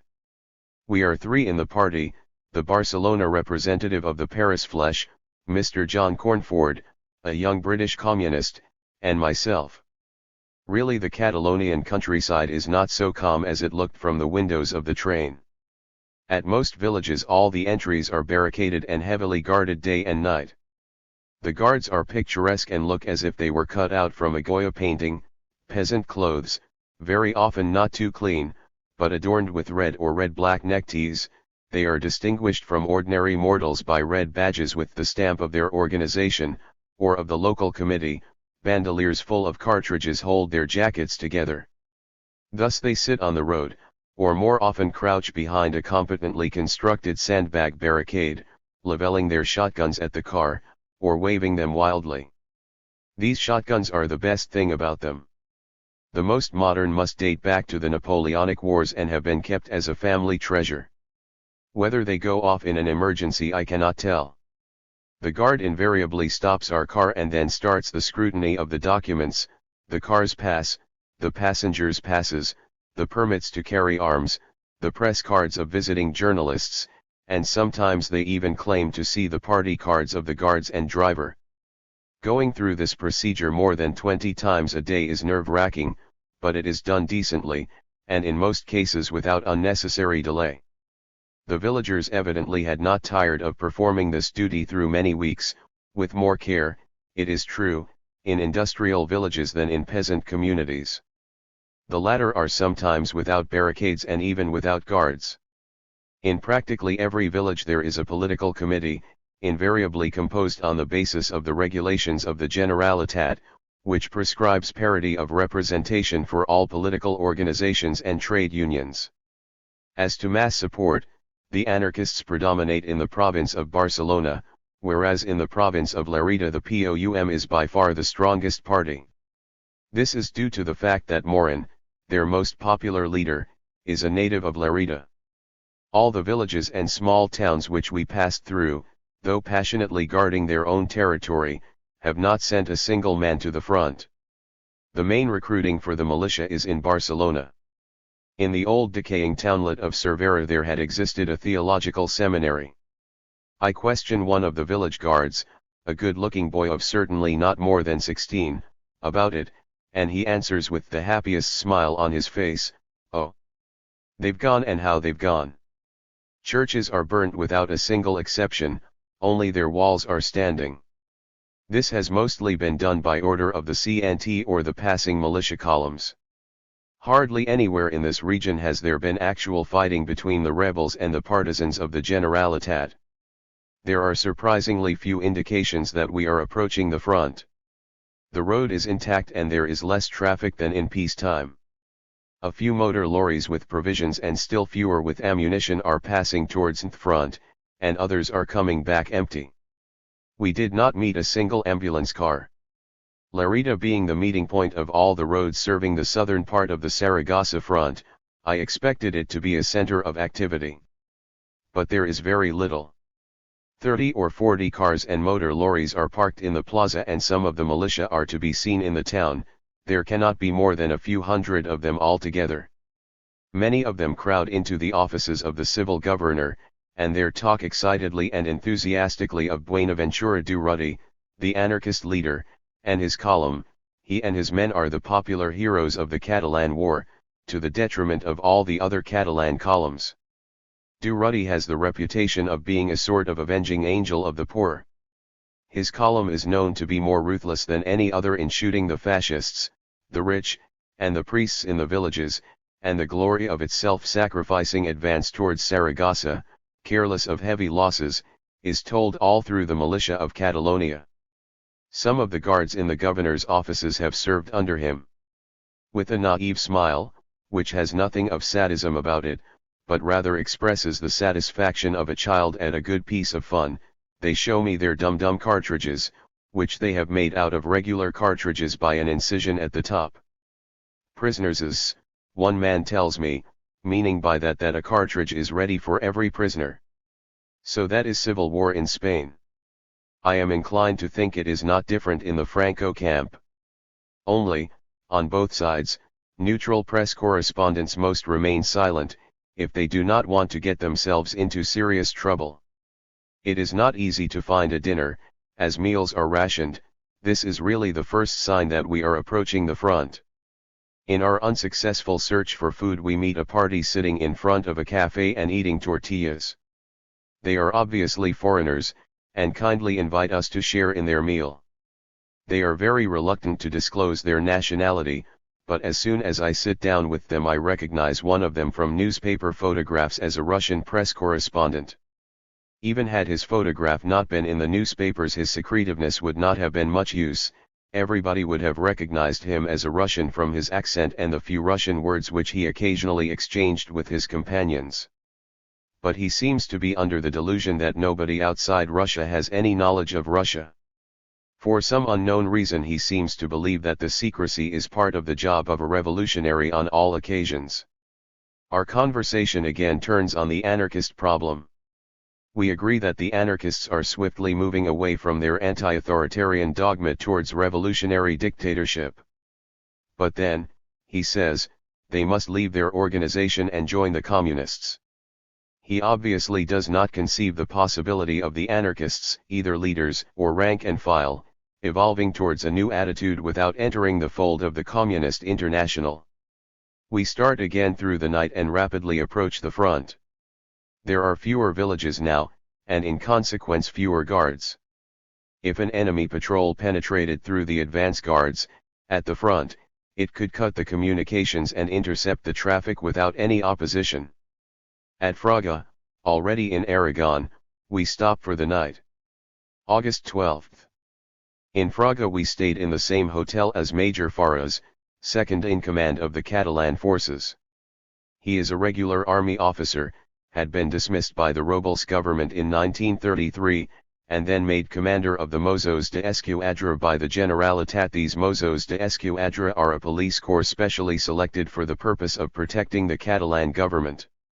At their head Faras fought in the Catalan insurrection against Madrid in October 1934, and was condemned to death after the defeat, a sentence afterwards commuted to lifelong imprisonment. He was released in February 1936, again made commander of the Mossos, fought in Barcelona in July 1936, and then took over his present charge. He belongs to the Catalan Esquerra and stands next to Durruti in popularity. In conversation he explains the stalemate at the front, but we are in the middle of a social revolution.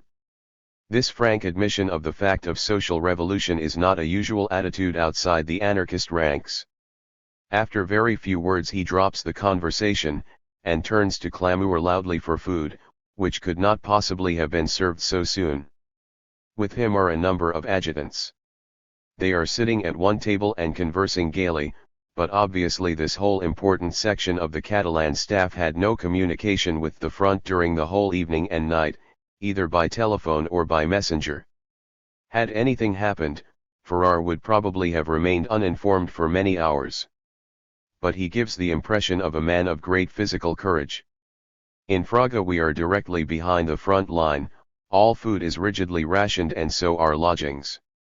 The direct intervention of Ferrar is needed, and very courteously granted, to procure food and a bed for each of us against the infuriated resistance of the innkeeper, who is obviously suffering from much unpaid bleeding.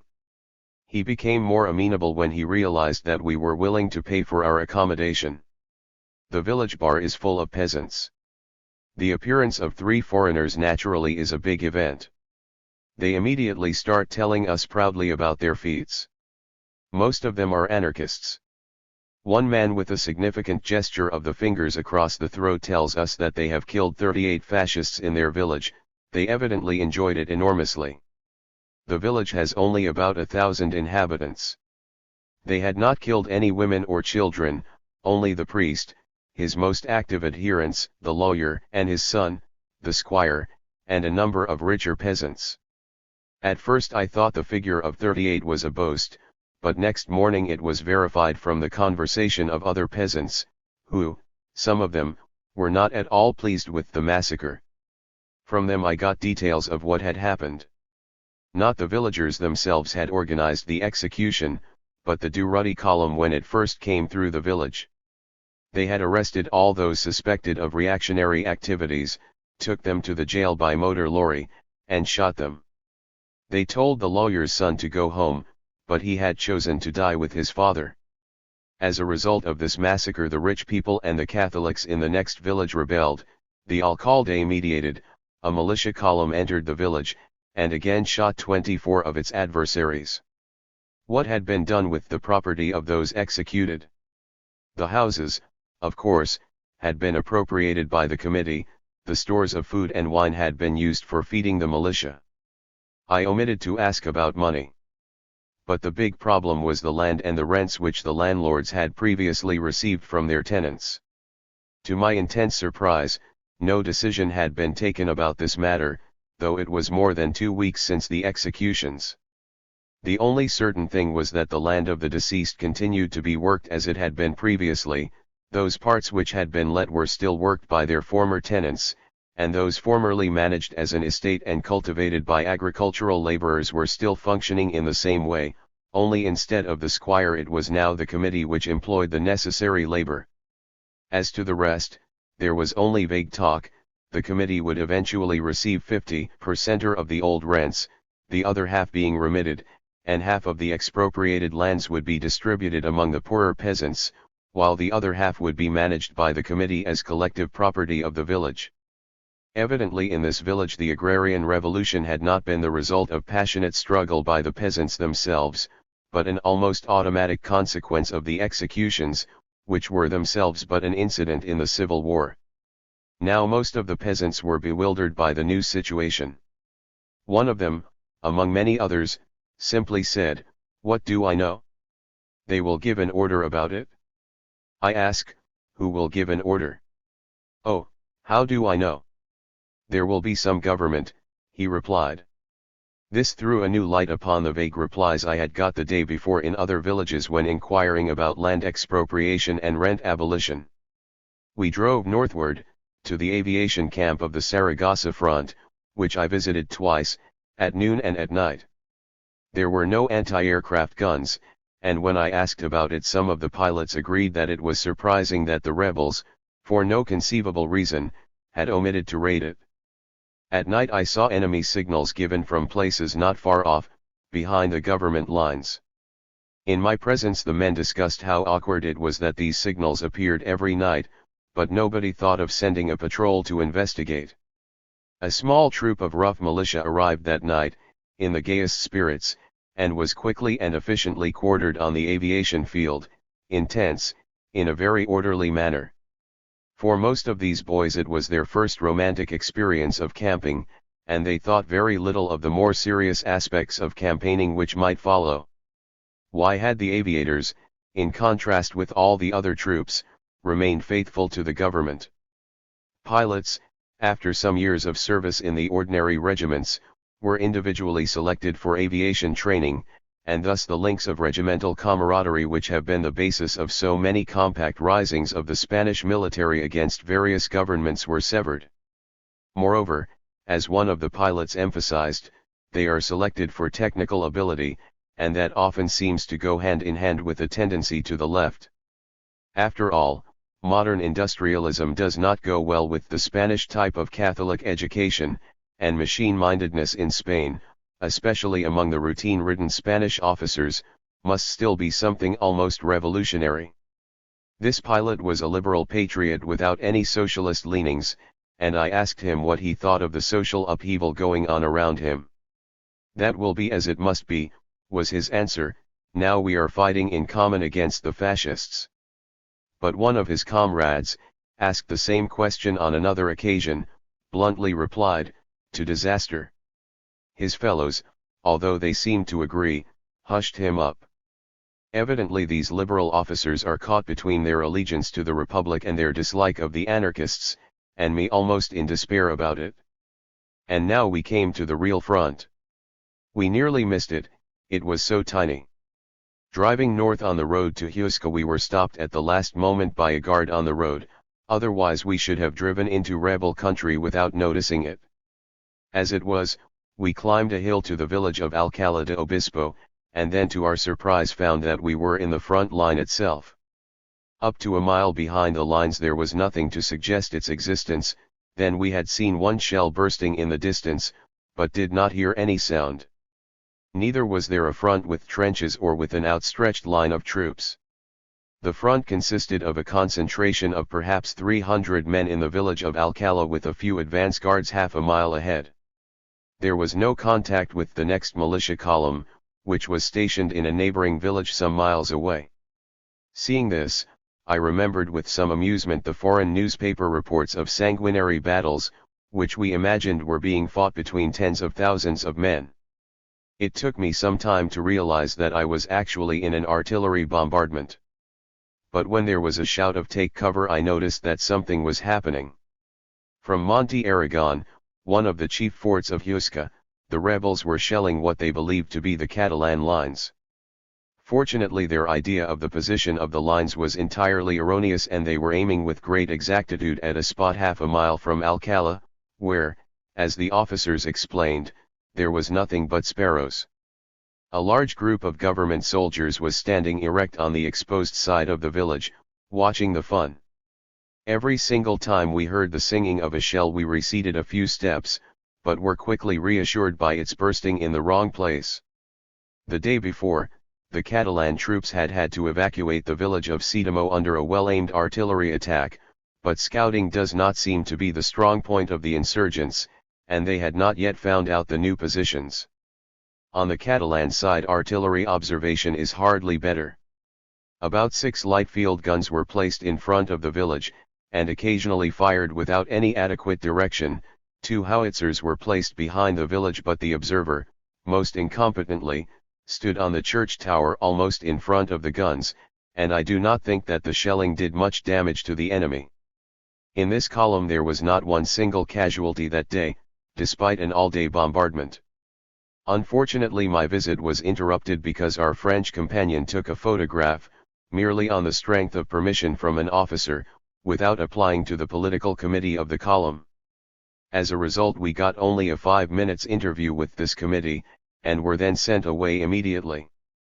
All I could learn was that this column is composed mainly of POUM militia, but partly also of regulars who, both officers and men, have remained faithful to the government.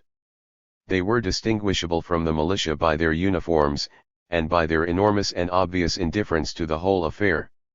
In contrast to the militia they had no political commissars, but were represented in the committee of the column by their commander. As I had been told in Barcelona, the officers in the Catalan columns act only as technical advisors to the committee, which has the final power of decision. We tried to find another column where we would be more favorably received, but the car broke down, and we got stuck in the village of Serenina. August 13th. We have been stuck in Serenina for 24 hours, first to my disgust and then to my increasing satisfaction. It was a fight to get vales, chits, for our meals and lodging, each meal having to be claimed separately from the local committee. Regular provision is only made for inhabitants and the militia, but we were invited, after some discussion, to take our meals in the common refectory of the militia, and so we got to know many of them. After a pleasant chat with the head of the local committee, an anarchist baker, we left the refectory late at night for our fonda. As we were leaving, the guard at the entry of the refectory told the president of the committee something, and he invited us to follow him to the plaza, where a few days ago the church had been burned. There have been executions in Serenina, as everywhere else. Among the total of about a dozen victims was the notary public, whose house and offices, immediately behind the plaza, contained all the documents relating to rural property and many other financial matters. Now these documents, together with all others found in his offices, were being burned in a huge bonfire in the middle of the plaza, so that no valid written evidence of former property rights will survive. The flames rose higher than the roof of the church, and young anarchists went on carrying more material from the notary's house, which they threw upon the flames with triumphant gestures. A number of other people silently glared into the flames. It was by no means just a matter-of-fact destruction of some unwanted documents, but an act carrying for its participants a deep significance as a symbol of the destruction of the old economic order. What was the reality corresponding to this symbolic act? Evidently, the burning of documents concerning rural property would have concrete meaning only if the private ownership of this property itself was being abolished at the same time. Nothing of the kind had been done. The local committee under anarchist guidance had abolished rents and expropriated 4 large estates with the agricultural machines belonging to them. Peasant property, with the exception of the property of those executed, had not been touched, but many of the notary's documents must refer to it. Something else, however, had been achieved. In contrast with Fraga, the peasants had not just stood bewildered before the achievements of the revolution, they had utilized them. In conversation, the expropriated machines were mentioned again and again. I had become suspicious of much of the talk about the agrarian revolution, and was doubtful whether the peasants were really using these machines, as some of them said they were, or were only vaguely hoping to do. But I was convinced of the reality of the improvement by my own eyes. In the morning I picked up the first 2 anarchist youngsters I met in the streets and asked them to show me the threshing machines. They led me to a group of granaries outside the village. In front of them stood 4 of the expropriated machines, threshing enormous heaps of wheat. At every one of them a group of about 10 peasants was at work. One could see, even from their clothes, and they confirmed it in conversation, that they were all peasants, not landless agricultural laborers. Together they were threshing the wheat of one of them. They were going to move the machine the next day to another granary, to thresh the wheat of the next member of the group. Work was swift, faces were shining, and as far as I could judge, the handling of the machines was competent. A village mechanic was available for repairs. All evidence pointed to the lack of compulsion in this arrangement for the collective use of expropriated machines. There were other granaries where people worked with their out-of-date tools and were frank to admit that they did not want to work the machines. Most of these belonged to the older generation. The committee intended to use the machines for threshing the harvest of the expropriated estates, as soon as the peasant collectives had finished their threshing, and to use this harvest as a wheat store for the militia, to be stored in the church. To sum up, as in Fraga so in Serenina, there was a numerous politically indifferent element, and an active anarchist nucleus, mostly of the younger generation. In Fraga this nucleus, under the influence of the Durruti militia column, had helped to kill an enormous number of people in the village, but they had achieved nothing else. In Serenina a similar nucleus was left to its own devices, for ahead lay not an anarchist but a POUM column, and relations between the anarchist village and the POUM militia were far from good. But in spite of this, with much less killing, the anarchist nucleus had achieved a considerable improvement for the peasants, and yet was wise enough not to try to force the conversion of the reluctant part of the village, but to wait till the example of the others should take effect. One important result of this was that the relations between the peasants and part of the village intelligentsia were decidedly good. In the streets of Serenina, for the first time in many days, I met a man dressed in bourgeois clothes. He was surrounded by a large group of peasants and talking with them in a friendly and animated way. He looked like a higher Catalan official, but turned out to be the village veterinary surgeon. Obviously he was not afraid of maintaining his bourgeois appearance. Later on I met his daughter, a nurse in the hospital which had been improvised in the village for the militia.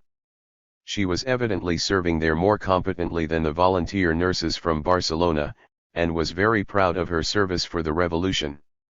There seemed to be many intellectuals who, though Catalan nationalists in their political opinions, wholeheartedly collaborate with the anarchists. Others, like the aviators I met, are more reluctant. The hospital seemed quite decent for an improvised establishment. It was under the charge of the local doctor, but when I visited it only 4 out of 16 beds were occupied by patients suffering from disease. The adjacent hospital for wounded had only 1 case. Anyway, this war is not producing many casualties, only the massacres in the hinterland are. August 14th. By the afternoon of the 13th our car was at last completely repaired, and we reached Lesinana, the center of the larger of the 2 POUM columns on the Saragossa front. We were received with great friendliness by its leader, Grossi, and offered every chance to see what was going on. The position here is the same as in Alcala, a few hundred militia crowded in the village, a few advance guards ahead, but no contact with the next village, occupied by Catalan troops. Grossi took us at once to the advance guards. They were posted about half a mile ahead of the village, on a group of hills. In the heat of the afternoon the staff officers did not want to walk. I myself thought it would have been a safer way than to drive up to the advance guards, but we went in 2 cars through the open, dusty plain, and so quiet was the front that there was not the slightest danger in doing so under the eyes of the enemy, although they hold the next village and could easily see the cars. Some of the advance guards are hidden behind rocks, some have dug themselves shallow trenches, without barbed wire. Every picket has a machine gun, camouflaged with branches. They had not been relieved for 5 days, but their life was not altogether uncomfortable. They had their mattresses with them in their trenches. Lesinana had been taken by a night surprise attack last week and very little fighting had occurred since. Back in Lesinana, Grossi put the relief of the advance guards into effect. The whole column, consisting of 4 centurias, hundreds, was summoned to the plaza, and Grossi addressed them with a short speech from a balcony, saying that things must be put in better order, and that the advance guards should now be relieved. 1 hour later he himself led the relief and stayed out with them for a whole night. The gathering in the plaza was more picturesque than military. There was not the slightest sign of military discipline, not even a serious attempt to form orderly ranks. There were very few uniforms, but a multicolored mosaic of the most varied costumes which would have been a delightful sight for an artist, less delightful for an officer. What is worse, there is evidently not the slightest attempt to get this incoherent mass organized, disciplined, and trained. There would be ample opportunity for this, as the zone behind the front provides an ideal training ground, and the militiamen, in the long intervals between operations, have nothing to do and are desperately bored. Grossi is of a type somewhat crude, but au fond very appealing, and certainly he possesses the personal allegiance of his column. He is evidently courageous and, being an Asturias minor, is an old hand at revolution, and knows how to handle the masses psychologically. But he is deficient as an organizer, and has no conception of the job of warfare. There is obvious rivalry between him and his military advisor. This is a very common state of affairs which of course results in a considerable amount of disorder. Soldiers, lacking any reasonable occupation, squatted about in the tavern. There we found, among the militiamen, the one militiawoman of the column. She was not from Barcelona, but a native of Galicia, had been married before to an assalto, and then divorced him, and she had now followed her lover to the front. She was very good looking, but no special attention was given her by the militiamen, for all of them knew that she was bound to her lover by a link which is regarded among the revolutionaries as equivalent to marriage. Every single militiaman, however, was visibly proud of her for the courage she seems to have displayed in staying in an advanced position under fire for many hours with only 2 companions. Was it an unpleasant experience? I asked. No, solo me da el entusiasmo, "To me it is only inspiring," replied the girl with shining eyes, and from her whole bearing I believed her. There was nothing awkward about her position among the men. One of them who was playing an accordion started La Cucaracha, and she immediately began the movements of the dance, the others joining in the song. When this interlude was over, she was again just a comrade among them. The whole position of this isolated girl among a crowd of men was the more remarkable because of the complete isolation of the militiamen from the village girls, who in accordance with the strict Spanish tradition refused even to speak to strangers. Some of the nurses were less strict in their moral principles. I passed the night in the deserted house of an enemy of the government, with some foreign volunteers. The house was in a horrible condition. All the cupboards were broken, and their contents linen, books, clothes, religious objects, children's toys, etc. had been roughly thrown on the floors all over the house, giving it the appearance of having been sacked, though no actual sacking seems to have occurred. It was uncomfortable for the militiamen themselves, but they did nothing to tidy things up. This lack of order in their quarters must be an element of demoralization. The morning was rather an exciting one. First a militiaman was fired on and a nervous but unavailing search was made throughout one section of the village. The militiaman believed, rightly or wrongly, that he had been fired at by a hidden fascist. Then 3 enemy planes flew overhead, and the whole column, together with half the village, crowded most inopportunely to the plaza to watch them. Grossi, having returned from his night watch, ordered out the machine guns, but they had nothing to do, as for the first time for many days the rebels did not bomb the village, but only flew over it. As far as I could make out, their previous daily bombardment had been utterly ineffectual. In the village there was only the mark of one hit, and one would not have recognized this as the mark of a bomb without being told, it was so shallow. Obviously the enemy bombing material was of very poor quality. But a peasant had been killed a few days before by a bomb, while quietly harvesting in no man's land, and the women still wept for him. "Oh, Señor, what a terrible war! They have killed one of our men in the field." This was the one casualty which had occurred in Lesinana for many days. There was a group of deserters from the rebel camp in Lesinana. They were all regular soldiers who had been caught up in the revolt during the period of their military service, and all of them had been socialists or anarchists before becoming soldiers. There seemed to be many such deserters all over the front, all of them previously belonging to some revolutionary organization. Ordinary prisoners were everywhere shot immediately. The deserters had to run this risk in order to live up to their political convictions. When they arrived in the government lines they had to establish their identity as members of an anti-fascist organization. The deserters talked at length about the rebel leaders' distrust of the regular soldiers, and their reluctance to bring them into the front lines. No pressure, however, seemed to be exerted in the rebel camp to force soldiers to participate in religious services. On the way back we passed through the village of Alcubierre, which had been taken by the Catalans, then retaken by the insurgents, and taken again by the government forces. The rebels, after having recaptured it, had, I was told, shot all the most active anarchists and socialists 8 to 10 altogether. It was about the same number as had been executed by the government forces during their occupation. We arrived in Barcelona late at night, with the exception of Mr. J. Cornford, who had enlisted in Lesinana. August 15. My English socialist companion had visited the front at the same time with another party and had been, among other places, at Tardienta, where the PSUC column has its headquarters. He there got a story of horror, which it is difficult to believe, but which, nevertheless, seems to be true. When the PSUC militia took Tardienta and performed the usual extermination of fascists, they got a considerable amount of money, jewels, and other valuable objects into their hands.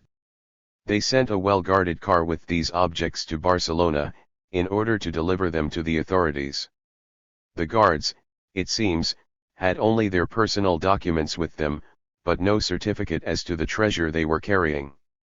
Anyway, at the next crossing of the road they were stopped by a POUM guard, Their car was searched, the explanation of the guards about the content not accepted, the guards delivered to the next POUM column, and shot summarily, as robbers.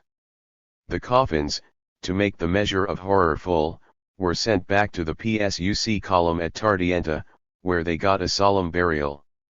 Trotskyists against Stalinists.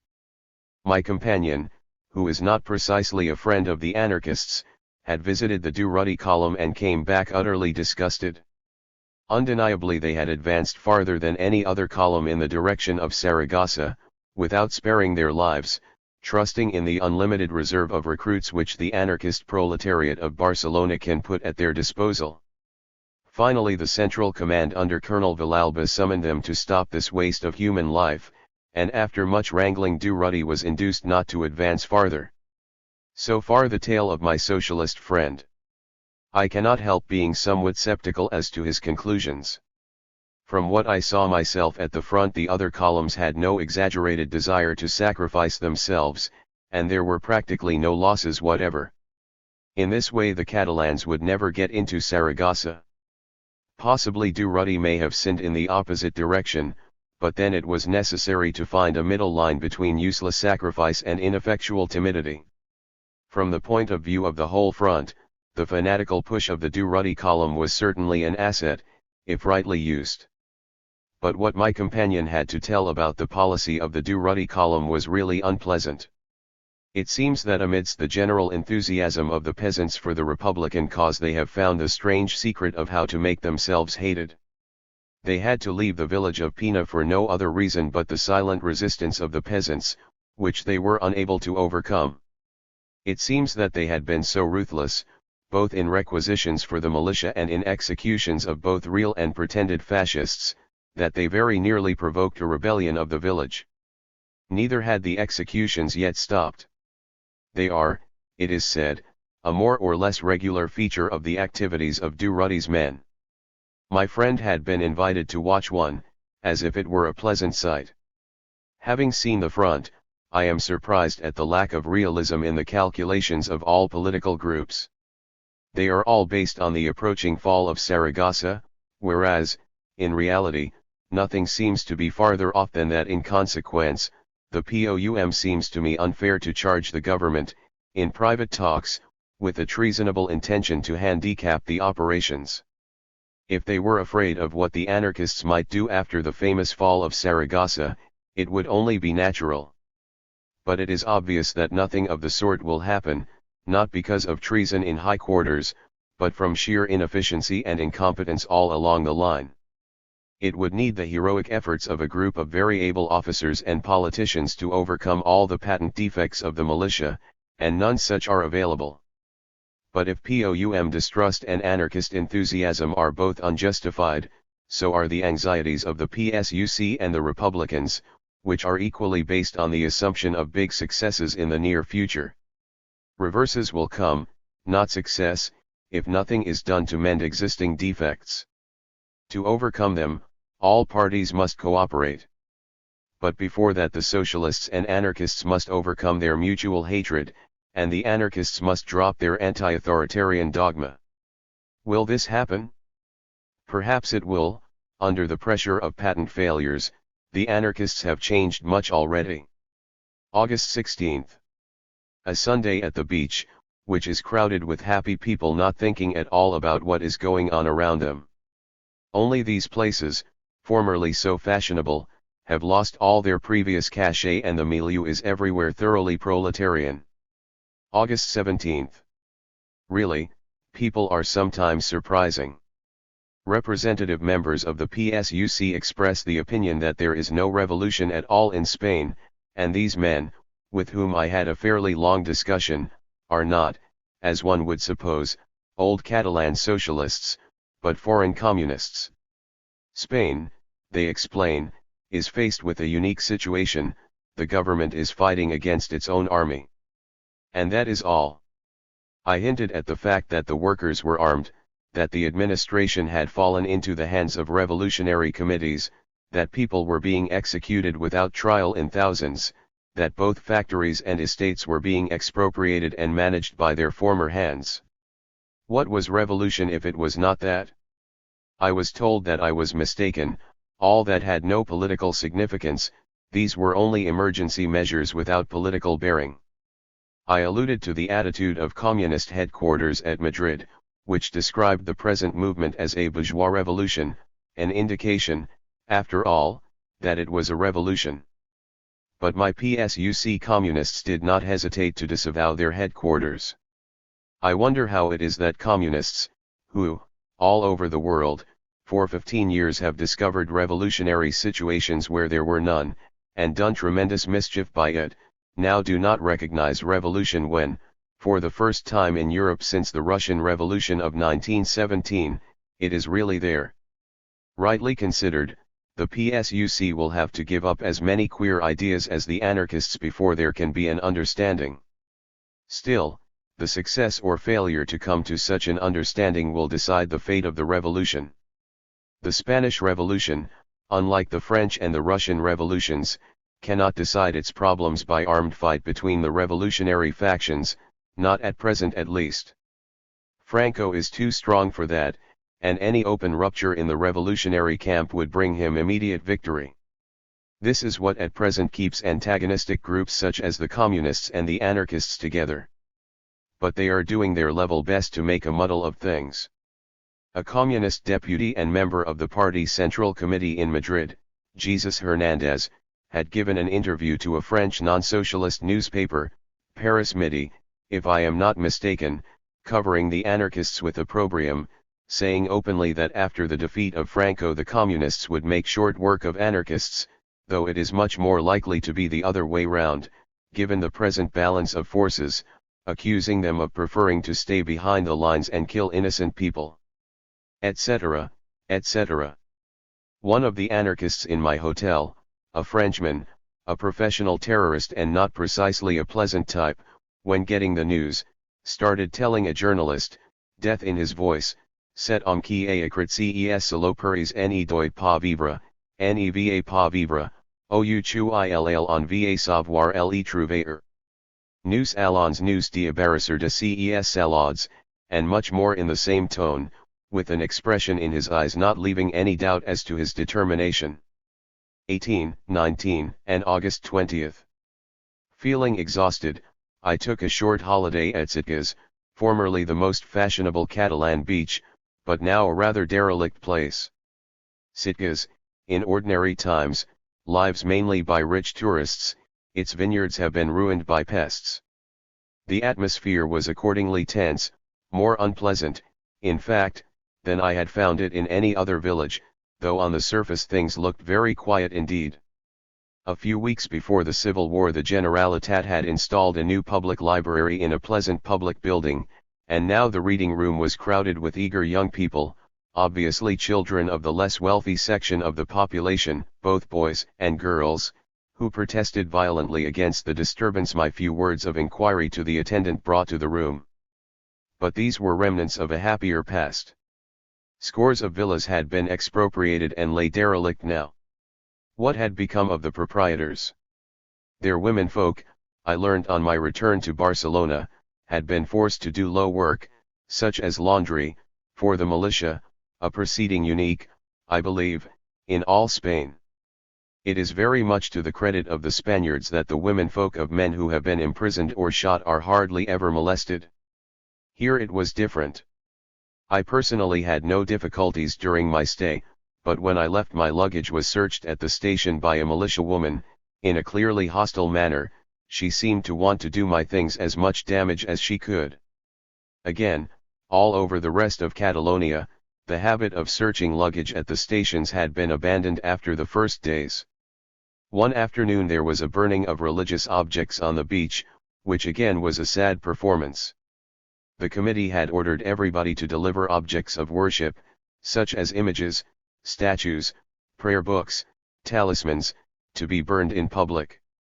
There the women went, carrying their petty objects of devotion, most of them with obvious reluctance, many a one taking a last adieu, with a sad look at what had been, perhaps, an object less of religious value than of family pride, a part of the familiar daily life.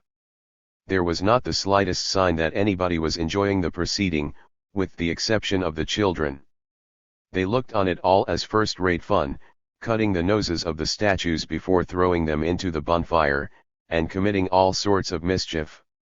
It was disgusting, and obviously very unpolitic. Such an act would be likely to awake rather than to destroy the allegiance of people to their Catholic faith. I do not think that all the revolutionary committees are making decrees about household objects of worship. One night the sound of heavy firing was clearly to be heard from the direction of Majorca. But the fishermen who stood about at the beach refused to admit that they had heard anything, obviously fearing they might get themselves into trouble by some careless word. Thus, not only the rich people were terrorized, but the poor as well. And the worst of it was that there seemed to be very little improvement for the poor. These fishermen had still to serve their masters, nothing had been changed in the fishing trade. The committee seemed to exhaust itself in all sorts of petty tyrannies. It is an exceptional case, I believe, owing to the fact that in a place like Sitges the revolution cannot find a backing among the majority of the population and must inevitably fall into the hands of a group of people of doubtful integrity or ability. August 21st. Stayed the morning in Barcelona. An English militiawoman of the POUM tells me about Toses, another Catalonian seaside resort, where she had passed a good deal of time before and during the Civil War. The burning of religious objects had been performed there, as in Sitges, on the instigation of anarchists from a neighboring village. She had got the impression that the peasant women disliked giving up their religious objects, but that afterwards they went away convinced that now Catholicism had come to an end. She heard them saying things like, "San Jose ha muerto, Saint Joseph is dead." The next day the village itself abolished the greeting a Dios, with God, because now there is no more God in heaven. There were two priests in the village, one fanatic and strict, the other lax in every respect and especially with the village girls. This latter one the village had hidden from arrest since the beginning of the revolution, while the good priest, hated by the whole village as an ally of the reactionaries, had tried to flee and broken his neck by falling from a rock. In Toses, as in other places, the peasants did not know what to do with the expropriated land of the executed enemies of the government. In the afternoon I went to Valencia in an ordinary train, which ran first and second class and a dining car, and arrived punctually. 2 days in Valencia. This is the history of the revolt in Valencia. The local commander, General Monge, took a procrastinating attitude, waiting for the result of the revolt in other places before committing himself. The Madrid government sent to Valencia a junta delegada of 3 members, headed by Martínez Barrios, the president of the Cortes, and one of the chiefs of the right wing of the Popular Front, to take over the administration. Martínez Barrios first tried to negotiate with General Monge, without making the local UGT and CNT a party to these negotiations. Monge and Martínez Barrios had a link in common, they were both Freemasons, and Martínez Barrios counted upon this as an asset in the negotiations.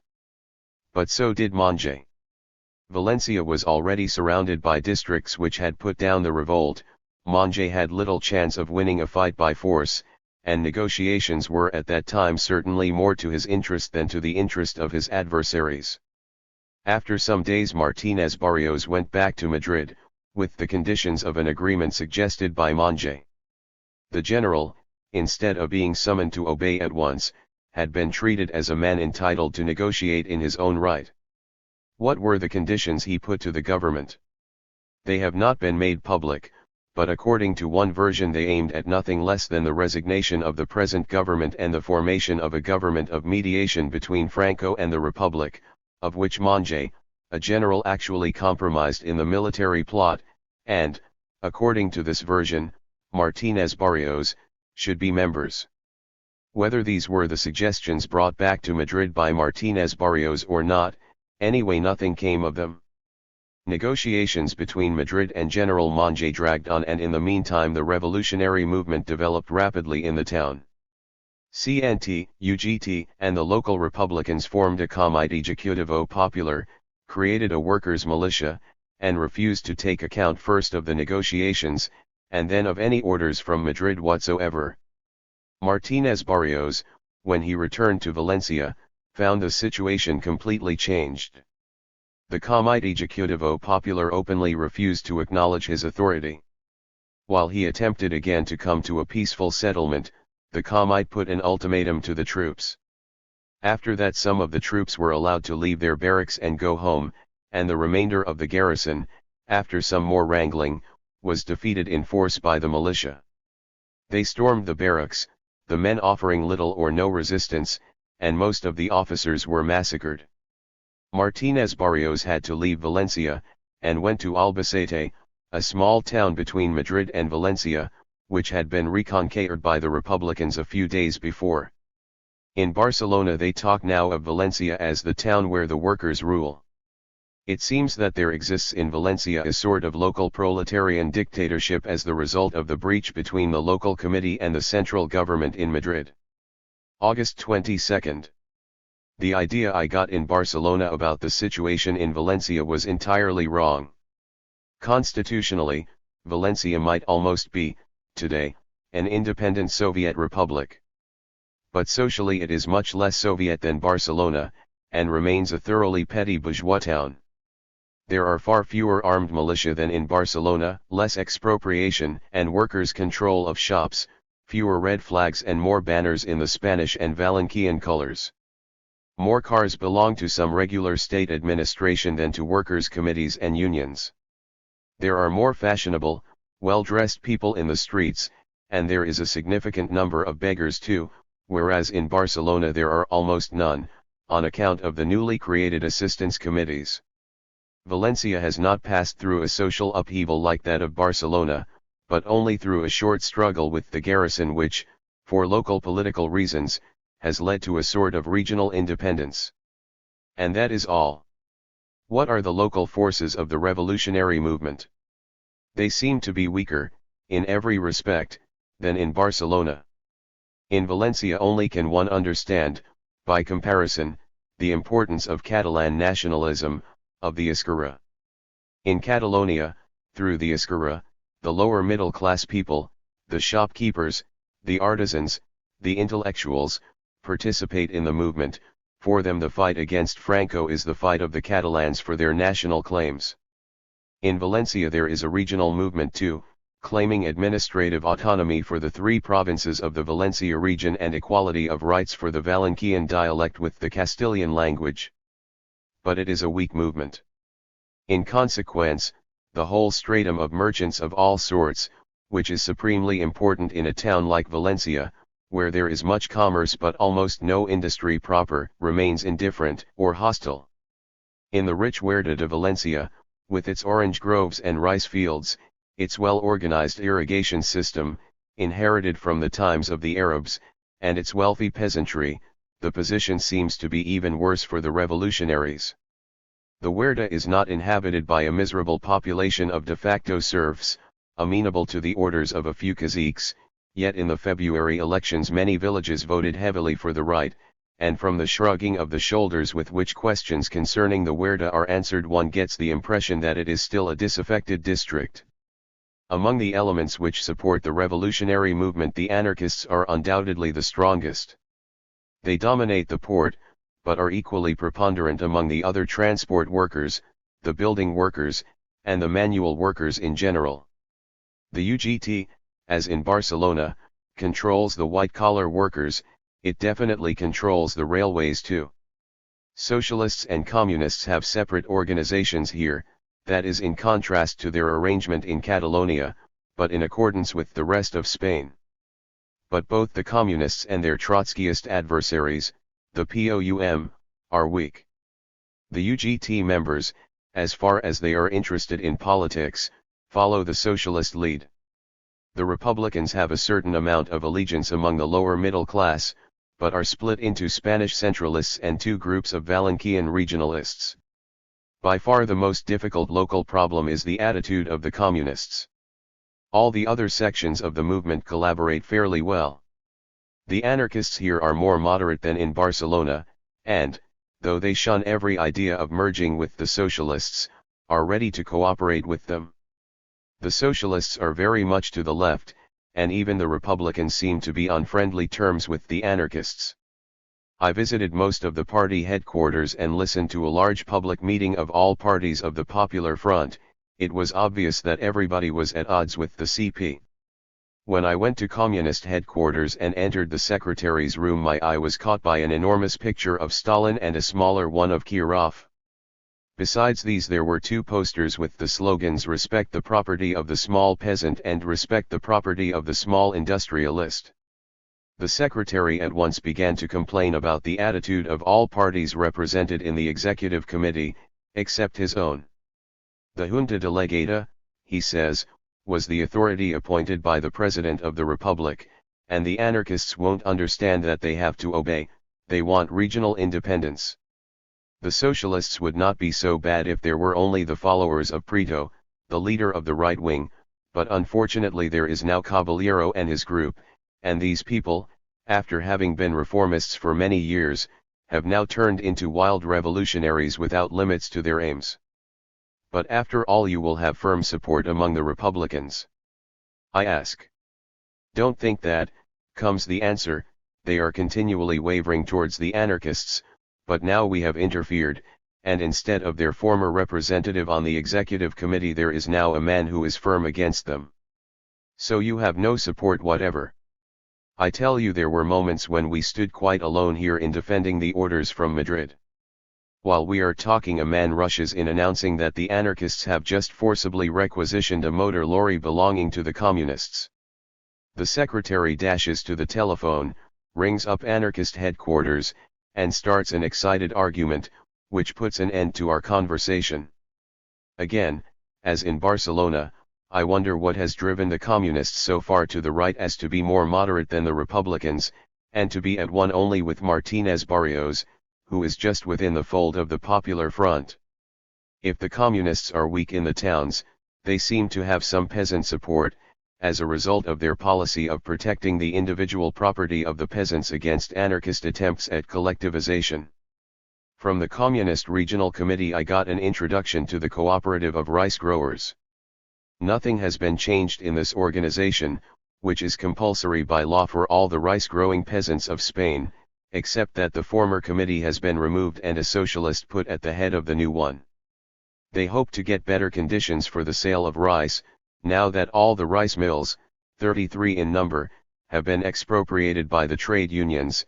Negotiations with them will be easier than with the former mill owners. But if the mill owners have been pushed aside, it is different with the wealthy peasants. They tell me themselves that the smaller farmers are reluctant to attack the richer ones, because the latter are in charge of the administration of the irrigation cooperatives, and to upset this complex organization of irrigation in the least degree would mean disaster. The impression I got in this conversation with the committee of the Rice Cooperative was fully confirmed next day by a trip I made under anarchist guidance into the Huerta. There, of all the existing political organizations, the anarchists are undoubtedly the most active. But they are visibly failing to secure the support of a large section of the village population. There is much more political indifference, which probably covers political antipathy, than in either the Catalan or the Aragonesa villages. There have been many executions, but in this wealthy district the very idea of shooting all the wealthy peasants would be inconceivable.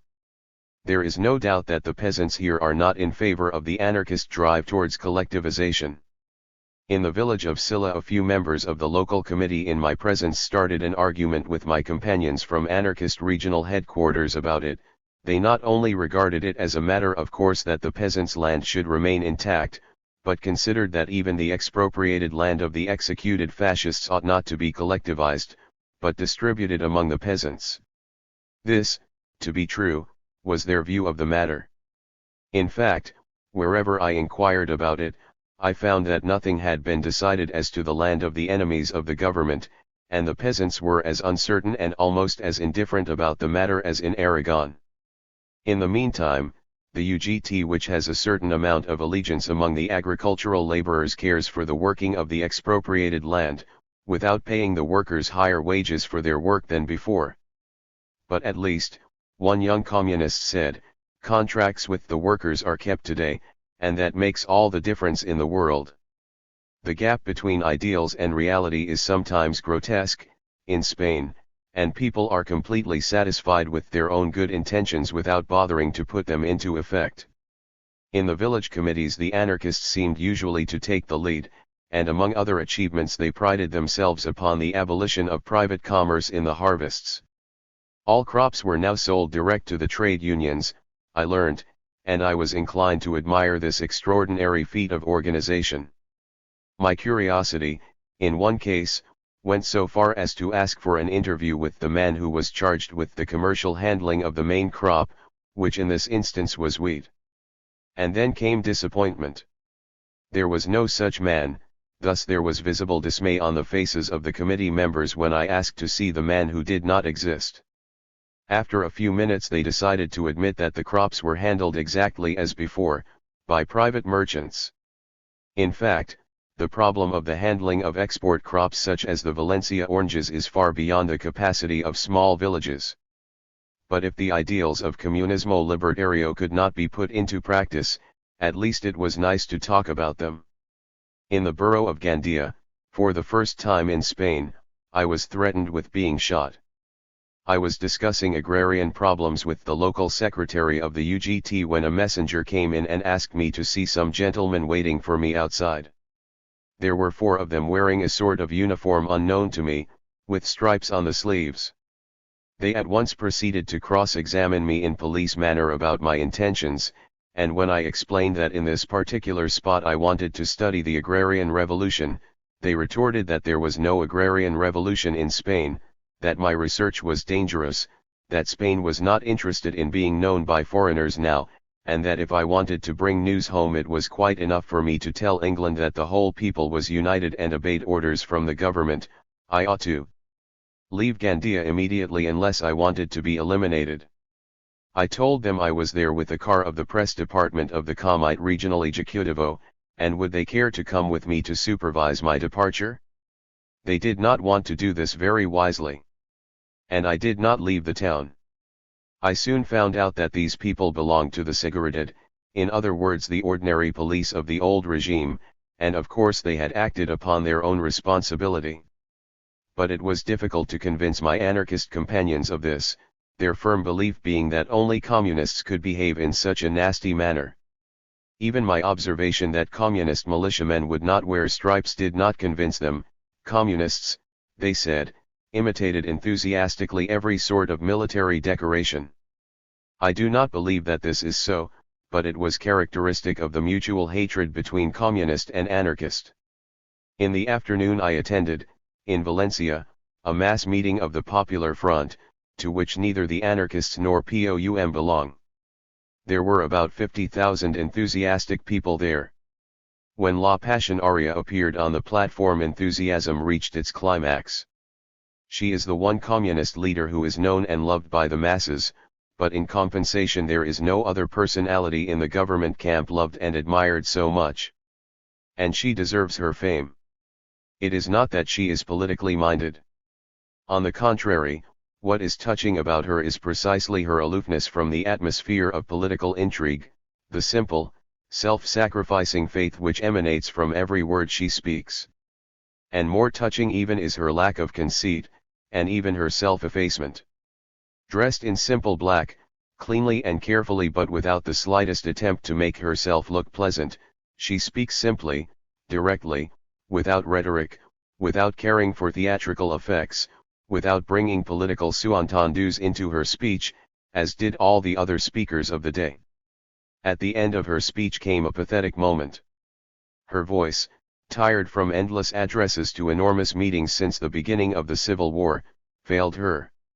And she sat down with a sad waving gesture of her hands, wanting to express, "It's no use, I can't help it, I can't say any more, I am sorry."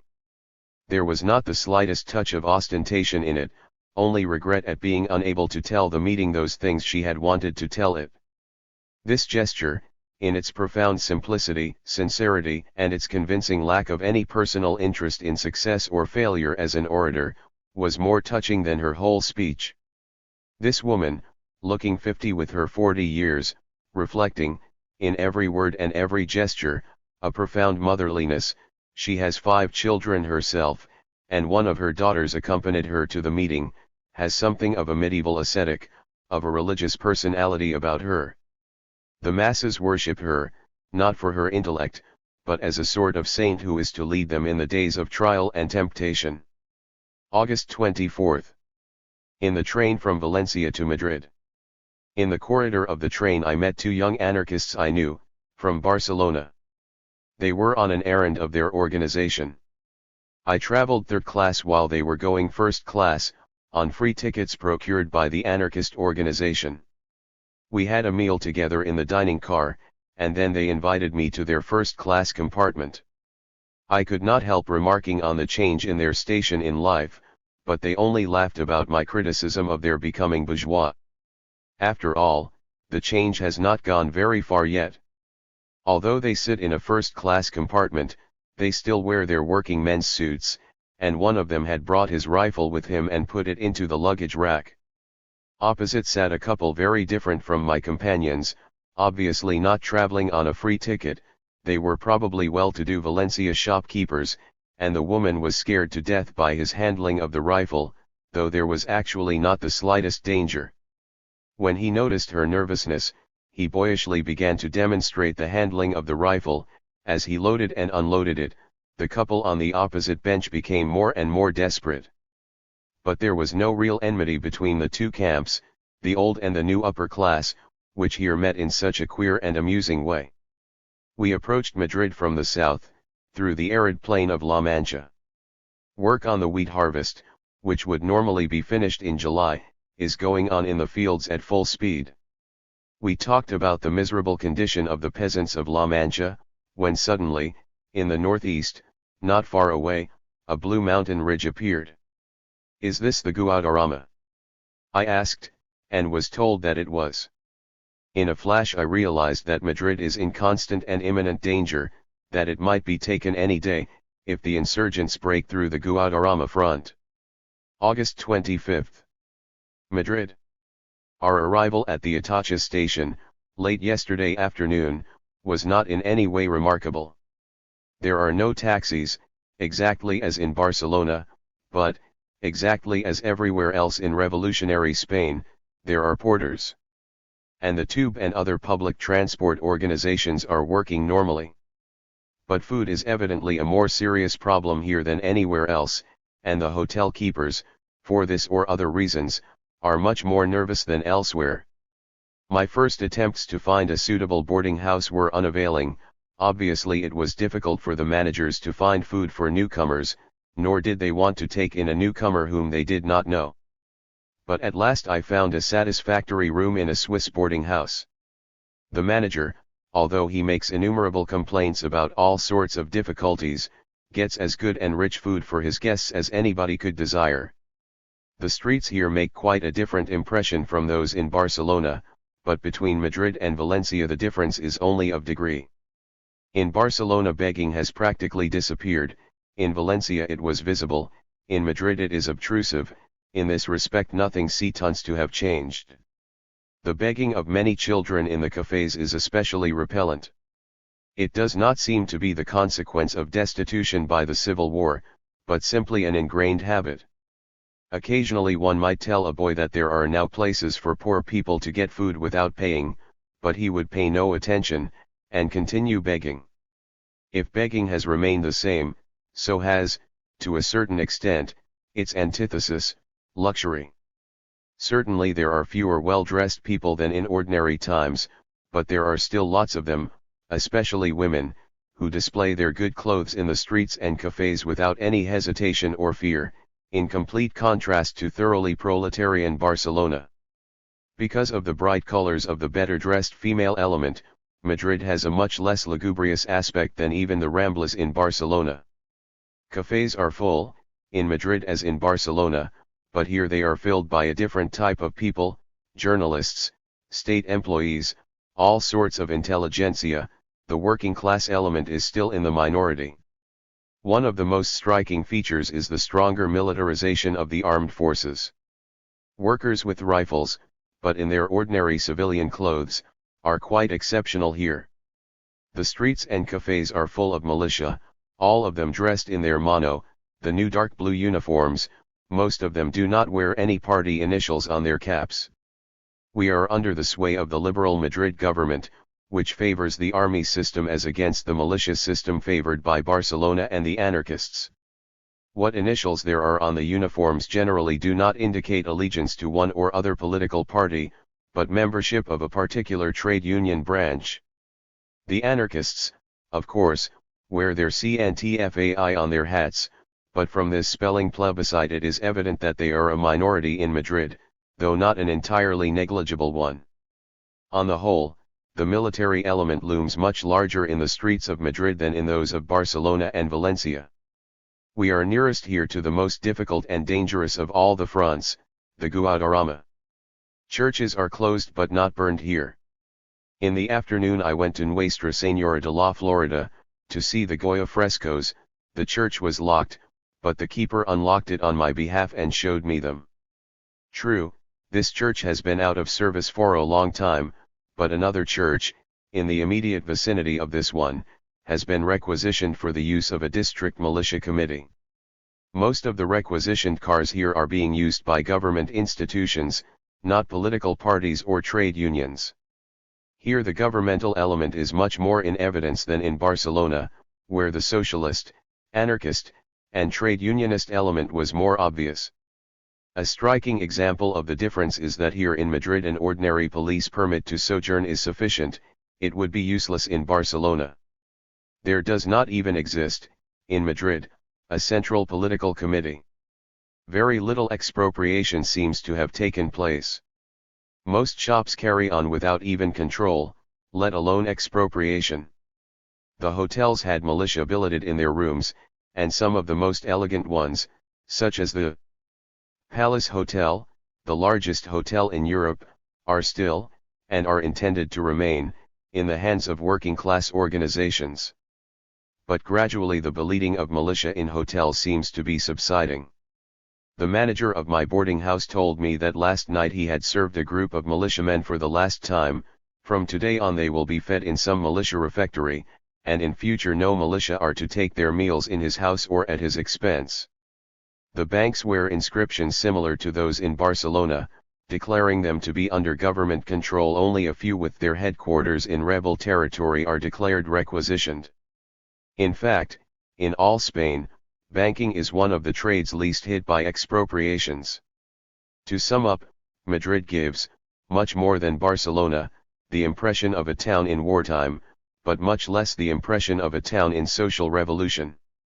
Were it not for the new militia uniforms, the self-confident behavior of the ordinary militiamen in the cafes, the lack of private cars, and the occasional posters speaking of control and requisitioning, one would hardly notice any social upheaval.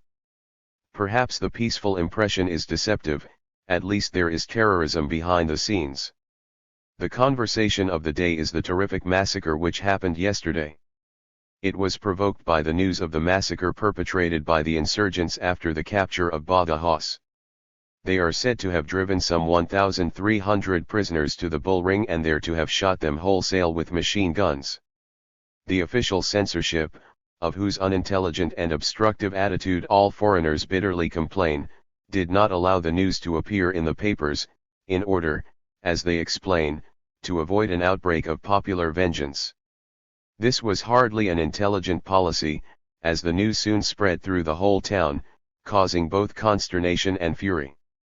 The thing was made worse by a revolt of the political prisoners in the Cárcel Modelo, the modern prison. There were some 3,000 of them, because the Madrid government makes a practice of not simply shooting or releasing suspects, but keeps them in prison and attempts detailed investigation. This practice is much milder than that prevalent in Barcelona, where investigations are extremely curt, and, when unfavorable to the suspect, lead immediately to execution. But in this case the value of the more lenient procedure was doubtful. The prisoners revolted, set fire to their mattresses, and attacked the guards with the burning bundles. They did not overcome the guards. But the news of the prison revolt went through the town together with the news of the Badajoz massacre. Crowds gathered in front of the model prison, clamoring for the immediate wholesale execution of all political prisoners. Some leaders of the Socialist Party arrived, and tried to calm the excited masses, but with little success. A popular court was formed on the spot, and had a number of leading right-wing politicians, among them Señor Melquiades Alvarez, and many others executed. Further mischief was prevented by the declaration of the government that an official revolutionary tribunal would be created immediately. This last measure throws some light on the practice followed by the judiciary up to now. Many of the judges are with the rebels, or have been dismissed, as unreliable, by government decree. The same applies to the political police. For the reduced forces of the police and the judiciary to cope with the enormously increased demands of the Civil War was quite out of the question. In consequence, thousands of prisoners remain in the prisons, waiting for investigation and trial of their cases, or, rather, waiting for the time when the insurgents take Madrid. So the complete breakdown, or rather the complete absence, of any revolutionary judiciary naturally makes for the shooting practices of irresponsible groups, which seem to be fairly numerous in Madrid. August 26. One remarkable aspect of the streets becomes more conspicuous with time, the changed position of women. Young working-class girls in hundreds and perhaps thousands are walking up and down the streets, and are especially to be seen in the elegant cafes of the Alcalá and F Gran Via. They collect for the International Red Help, an organization in favor of the victims of class war, here mostly working for the wounded and for the relatives of the victims of the Civil War. It was sponsored originally all over the world by the Comintern, but is run in Spain by socialists and communists jointly. There is no collecting either in Barcelona or in Valencia, whereas the couples of girls, they never go alone, walking through the streets completely unchaperoned would still be unthinkable for any decent Spanish girl, well dressed in working-class fashion, who ask everybody for a contribution, are almost a nuisance in Madrid, or at least would be were they not so pleasant to look at. They enjoy it enormously, for most of them it is obviously their first appearance in public, and now they are even allowed to talk to foreigners and sit down at their ease in the cafes for a chat with the militiamen. The Revolutionary Tribunal, which is starting its activities today, will limit its trials to such cases as fall under established civil or military law. This means that practically only cases of mutiny will come before it. But there is an enormous number of other cases, priests, nobles, and innumerable people of the right wing who have taken no part in military activity but have either been caught conspiring against the government or are suspected of having done so. All those cases are outside the competence of the Revolutionary Tribunal. In the first days of the rebellion, the anarchists suggested that every single member of a right-wing party should be shot. They have the lists, and there are 42,000 members of Gil Robles's Catholic Acción Popular alone. They have been convinced of the inexpediency of this cruel folly, but no one thinks of limiting executions to such cases as might be convicted of high treason by way of regular trial. What happens is that investigation committees of the three proletarian groups in Madrid, communists, socialists, and anarchists, cooperate.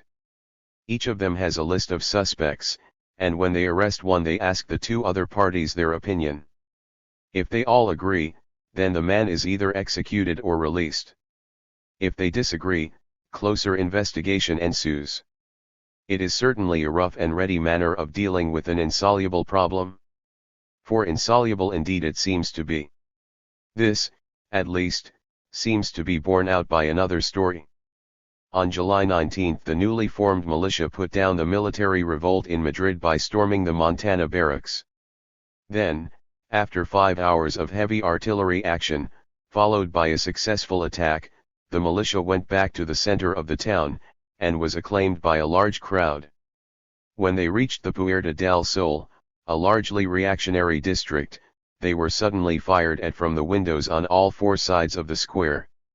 The asaltos immediately ordered the crowd, men and women, to crouch down on the pavement, and actually prevented a panic. These Spaniards find street fighting perfectly natural. Anyway, there they had to lie on the pavement, under fire from all sides, for many minutes, until the asaltos had entered the houses and cleared the snipers from the windows. So it went on in many parts of the town for many days.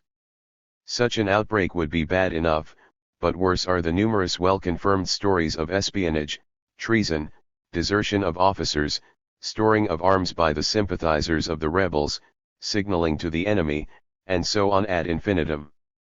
Some at least of these tales must be true, and they recall scenes of the French and Russian revolutions, when also the revolutionaries felt surrounded by enemies from every quarter and had to strike in the dark, because there was no time to make sure. All the air of Madrid is full of stories of terrorism, much more than in Barcelona, and this, as far as I can judge, not so much because the actual amount of terrorism is greater here than in Catalonia, though the proximity of the Guadarrama introduces a specially irritating element, as because in Catalonia the job of exterminating the enemies of the government is done swiftly and ruthlessly, whereas in Madrid the insufficiency of the administration and the lack of political unity make for friction, uncontrollable individual extravagance, and cruelty, and, last, not least, for an enormous amount of gossip. One well-confirmed story throws light upon an unexpected aspect of fascism. In an hotel a Spaniard suspected of cooperating with the rebels was arrested. He himself got off by the unreputable but humanly intelligible device of denouncing some of his friends, and was soon released. Not for long, however, his friends in their turn denounced him, with convincing proofs, and he was again arrested, and executed without much delay. But then came a surprising finale. The group of militia who had performed the investigation and the execution were afraid of distressing his widow, actually so afraid as not to dare to tell her. So they went on for more than 2 weeks pretending her husband was alive, that he had been confined to his native village, and other similar stories. The actual result must have been augmented torture for the family, but the motive was undoubtedly companion for the widow, who, they said, had nothing to do with the guilt of her husband. The husband appears to have really been guilty of cooperation with the insurgents, at any rate the executioners were genuinely convinced of that. The conception that men ought to be killed for their political opinions, but not women for the opinions they share with their husbands, brothers, and fathers, seems fairly prevalent. Settling of personal accounts by denouncing a personal enemy as an adversary of the government was one aspect of terrorism continually mentioned by foreigners in Barcelona, but hardly ever proved in a concrete case. But today, in Madrid, I learned of a case which really falls under the heading of the settling of personal accounts in the worst meaning of the expression. A patient denounces his doctor, to whom he owes some money. Fortunately the arrested doctor hits upon the right interpretation, asking his interrogator, "Has not X denounced me?" and when the answer is in the affirmative explains the whole story. The denouncer was arrested in his turn, could not deny the existence of the debt in question, and then in the course of a short investigation revealed how completely unfounded were his accusations. He was shot at once. But the case is probably not unique, and the issue not always in favor of the innocent. From these stories of horror I fled to more peaceful and attractive things. In the afternoon I went to the Prado. A group of young anarchist militiamen were walking through its large rooms. They had certainly not seen a museum in their lives, and were staring, puzzled, at the paintings. They had set out to conquer the privileges of bourgeois education, but found it more difficult than they expected. Still, they not only displayed that good behavior in unwanted circumstance which is one of the conspicuous merits of the Spanish national character, but felt that they were amidst things to be admired and reverenced, probably knew dimly that it was something very beautiful indeed. They spoke with subdued voices and went with light steps, only it was all so puzzling. August 27th. Headquarters of the UGT, significantly enough, have not been removed, in the Barcelona manner, to some outstanding hotel, but are still in a narrow and somber building in the Calle de Fuencarral. A small staff continues to work there, but there is much less life than in either the CNT headquarters or the militia committee in Barcelona. Still the socialists dominate in Madrid, and especially the personal group around Largo Caballero, the UGT president. But in spite of this commanding position, the group around Caballero complains bitterly, and about many things. First and foremost about the Republican government. No socialists participate in it, and they maintain that that means complete inefficiency, and the unfavorable news from Extremadura suggests they are right. According to them, the government does not do anything, organize anything, foresee anything, but is in everybody's way if something has to be done. There are special complaints about the interior regime of the ministries.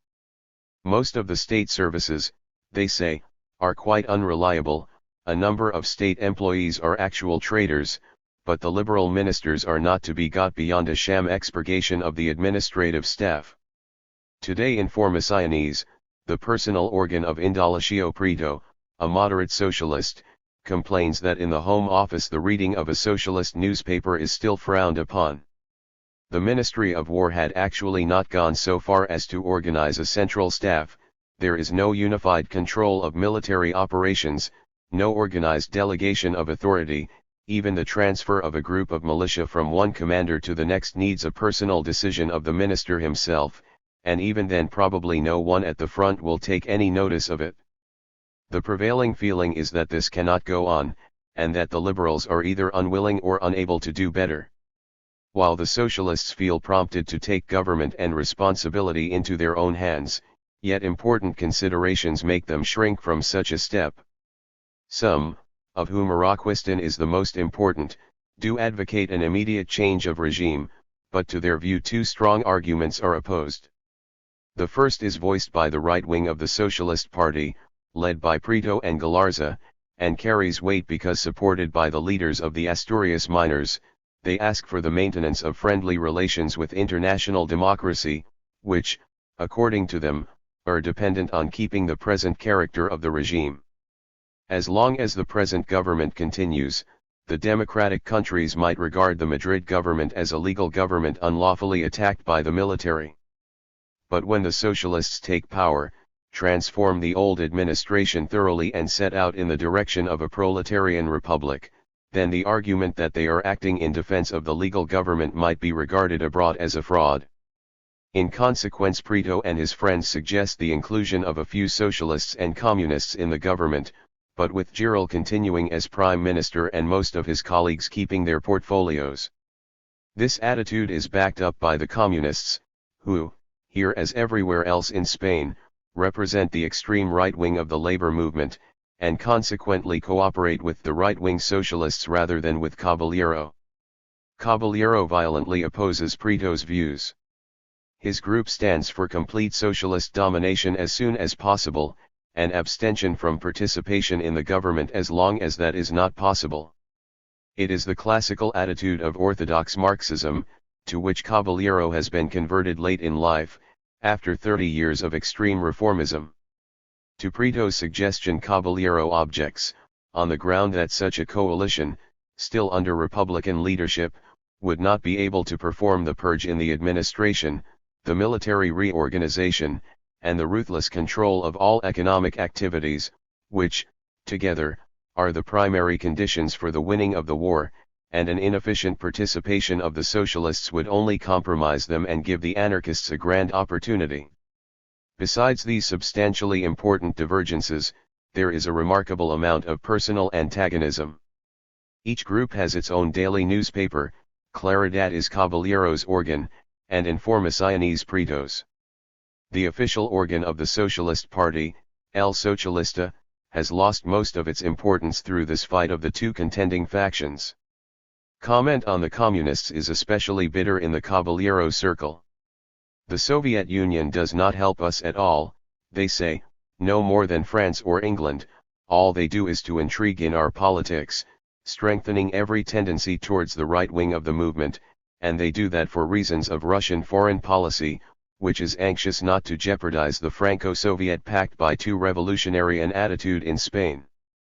These critics do not deny, however, that the communists have organized good military troops, especially the famous 5th Regiment, which has more than once saved the government positions in the Guadarrama. The socialists, for their part, are proud of some of the UGT formations, notably the Railwaymen's Battalion and the armed train of the Northern Station. One big problem for Caballero is naturally the anarchists. They are his old enemies, as he is theirs, and the feelings of his group towards them are nearer fury than resentment. One does not get the impression that the big change in the anarchist camp is appreciated here. To them it appears much more as a defeat than as a transformation. They think that the anarchists, after the sacrifice of their non-authoritarian pet convictions, and under the pressure of circumstances, will just have to follow our lead. But at present the problem of whether the anarchists will follow the lead of the socialists is academic, because a furious struggle is on. There is a serious shortage of rifles at the front, and the anarchists are said to be holding up 3,000 rifles in Madrid, so as to keep their own organization armed for all emergencies. Whether this is entirely true I do not know, but certainly the anarchists are well armed and do not conceal the fact, justifying their attitude by their distrust of the revolutionary reliability of all other sections of the working class movement, should a big crisis arise. In the meantime everybody is looking anxiously to the front, where things are obviously not as they should be. Caballero and Del Valle drive out to the Guadarrama nearly every day, and seem to be immensely popular among the militia in consequence. August 28. One of the most bitter complaints is about the supplies of ammunition. Not only have all hopes of help from the French and Russian governments so far been disappointed, not only is the construction of a new armaments industry in Valencia and Catalonia proceeding at tortoise pace, but experts have resentful feelings about the failure to make use of such chances of buying munitions abroad as do actually and undoubtedly exist. Other specialists have far from rosy views about the economic situation. There is, of course, a lack of raw materials, there is sometimes a lack of qualified personnel, but more disastrous even than these is the intense reluctance to accept that expert advice which is urgently needed. As a result, not more than 30% of industry seem to be under state control in the area actually governed by Madrid. Catalonia, Valencia, and the North Coast excluded, while in Catalonia the state and the trade unions control 70% of industry. But sometimes one strikes upon brilliant achievements in unexpected quarters. In the Palace Hotel there is a home for derelict children. They have a rapidly improvised boarding school under the direction of one foreign educationalist, who has had specialist experience with difficult children, and a staff of Spanish women teachers. Boys between 8 and 18 are lodged, fed, and taught in this school. Girls have a similar establishment in another building. Some of them have previously been boarded in ecclesiastical schools and have become homeless by their sudden dissolution, others have lost their parents through the vicissitudes of the Civil War. Most of them are not natives of Madrid. Many of them have fled, alone, from the insurgents who entered their villages, and have either come themselves or been brought by the militia to this home. The government is already alive to the danger of a Bisprazorni problem arising in Spain, that problem of vagabond children which was at one time so very serious in Russia. I saw some of these children arriving in tears during lunch, and I saw them immediately taken care of by the staff and by their older comrades. The teachers told me that tears were the regular thing to begin with, but that after 1 or 2 days the children felt quite at home, and I could see that that was true. The really extraordinary thing about it seemed not so much the quick adaptation of the children to an improvised organization, which, in many respects, could not help being defective. After all, they were children of poor workers and peasants, and everything in their new home must have been like paradise for them: the abundant and good food, the rooms in the Palace Hotel, the friendly and attentive attitude of the staff, and, for those coming from the countryside, the brilliant streets of Madrid themselves. But much more remarkable was the lack of maladjustment among the boys, who, all of them, had passed through some kind of ghastly experience, and some through a real inferno, such as seeing the execution of their parents and then escaping on a lonely flight towards the unknown. And yet, in 1 or 2 days, with the help of a little kindness and some soothing words from teachers and comrades, they seemed to settle down without much difficulty. The head of the staff, who had previously had a lot of experience with working-class children in large industrial centers, was much surprised herself, and had, she said, even under quite normal conditions never met such a crowd of well-adapted children. The fact, I think, helps to throw light upon one important aspect of the Spanish Revolution. I had been surprised, again and again, at the absence of pathological excitement among the masses, even in such acts as the burning of churches and images, and in the course of discussions about terrorism. I had soon learned to discount all the stories circulated by a certain type of newspaper, of the torturing and burning of nuns, and things of this kind. But there was not much evidence even of the excitement one would quite naturally expect from masses in revolution. Another striking aspect of the Spanish Revolution is the absence of any deep upheaval in sex life. Something in this line does of course occur, but much less than during the Great War in any country, and nothing at all to compare with the complete dissolution of standards of sexual morality in the Russian Revolution.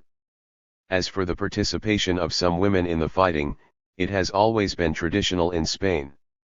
To a surprisingly small degree is the Spanish Civil War a psychological crisis. And these children, who, amid the worst horrors, keep their mental balance, are part of the explanation. The Spaniards, amid their terrible ordeal, keep quiet and poised as individuals, because they are basically healthy. 29 and August 30th. 2 days of lengthy preparation for going to the front. The atmosphere is lugubrious. The insurgents are attacking heavily in the Guadarrama, and in Extremadura they have captured Aroxa and are proceeding against Talavera. The junction of the forces of Franco in the south and Mola in the north is a fact, and nobody knows what will happen next. I decided not to go to the Guadarrama, which has been seen and described by practically every correspondent. Things have come to a stalemate there, as on the Saragossa front. I shall make for Talavera, where a decision is obviously approaching. Political nervousness is rapidly growing. Many people are convinced that things can no longer be allowed to drift in this way, and that Caballero must take command. Among the political people, opinions about his capacities are divided. Some of them jeer at the description of him as a Spanish Lenin, which part of the press had readily bestowed upon him. But others have unlimited confidence in him, and he is certainly very popular among the masses. Again, whatever his personal capacities, the acceptance of power by the socialists would at least mean a serious attempt to reorganize the ranks, whereas the Republicans are obviously drifting towards disaster without making any effort to avert it. The night before last we had the first air bombardment. I had come back home dead tired, but could not sleep on account of the chief misery of the war, for me at least, the wireless. Izquierda Republicana has one of its militia centers round the corner from my boarding house, and they turn on the wireless through half the night at top strength. There is no remedy against it.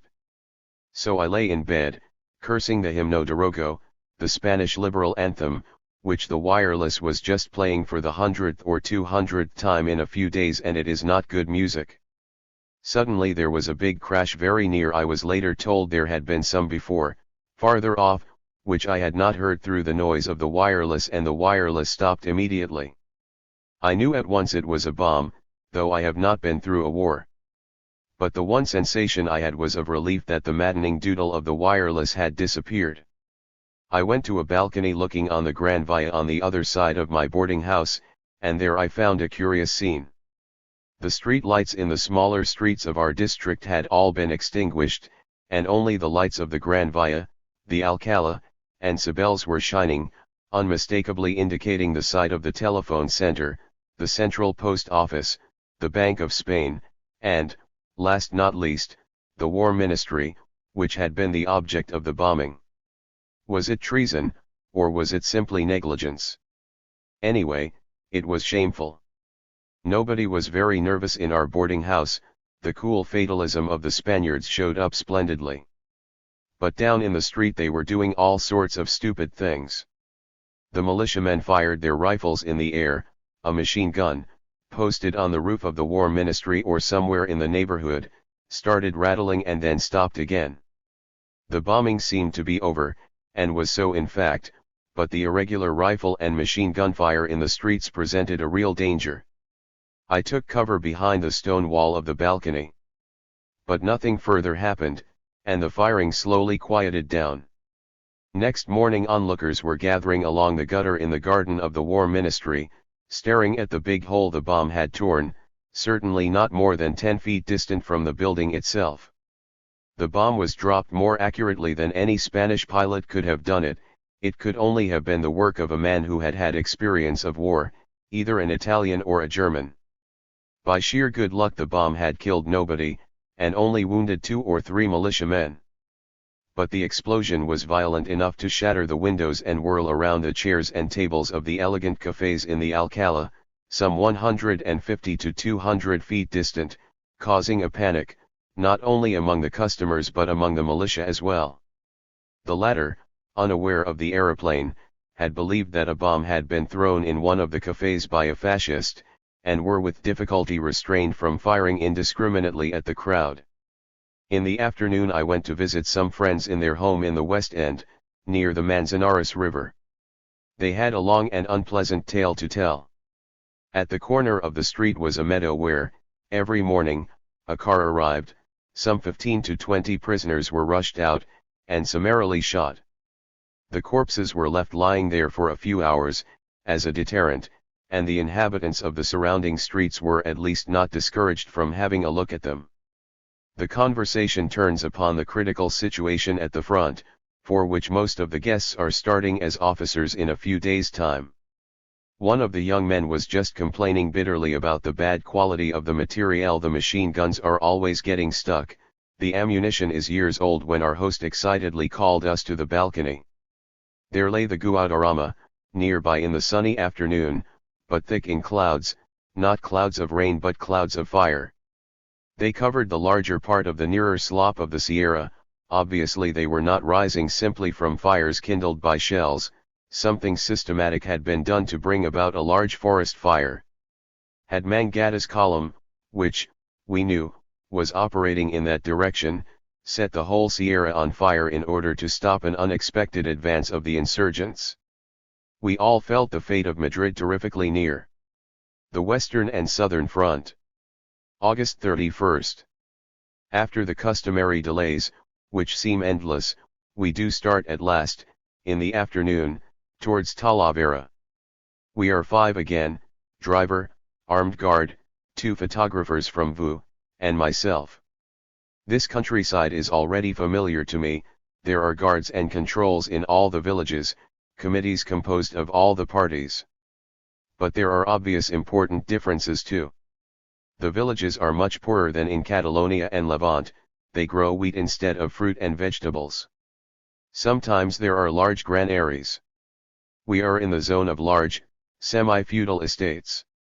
The dominant element on the committees are not the anarchists, but the socialists, with sometimes a communist sprinkling. But the most conspicuous thing, totally different from the East, is the importance of the Juventud Socialista, the joint organization of socialist and communist youth. In most of these villages, only a short time ago, there was no left-wing organization whatever.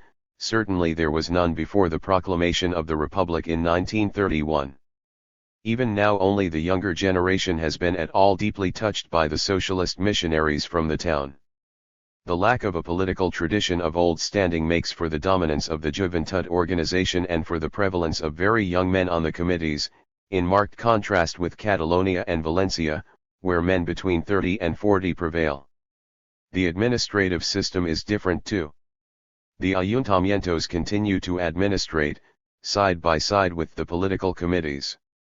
Their spheres of authority seem not to be defined in the least and their practical work seems to overlap continually. Such a thing is striking as one instance of the difference between socialist and anarchist practice. Anarchist villages would hardly allow the old municipality to continue its old authority. In the small town of Talavera, the last point occupied by the government troops, the atmosphere is even gloomier than in Madrid. 2 days ago the next town, Aropsa, was lost to the Moors, as the result of an air bombardment and an ensuing panic among the militia. One officer explains that about 130 bombs were dropped on the town, with 2 wounded. As the result, the bombs seem to have been no good at all as to their material effect, but the moral impression upon the inexperienced militia must have been tremendous. Now Talavera is menaced, the front being a few miles beyond the town, and it is the last town of any importance between Franco and Madrid. Reinforcements are thrown into the town.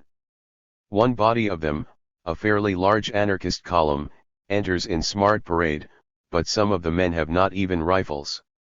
The central staff is lodged in a small side street, where it cannot easily be located by the enemy planes. Everybody expects and fears a bombardment tonight. The staff is very nervous indeed. We are not allowed to proceed to the front line itself, but drive out a short distance from Talavera towards it. Shells are bursting at a distance. We are stopped at an encampment, where some 100 men are stationed as a reserve. During our stay they are mostly occupied with their food.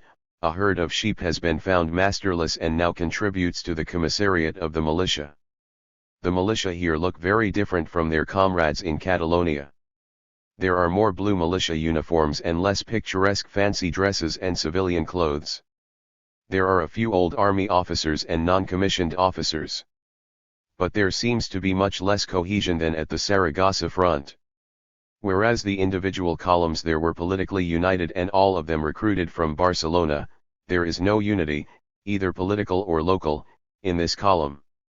There are Madrid trade unionists of different trades and political shades, a lot of politically nondescript Valencians, and a few men of the old army.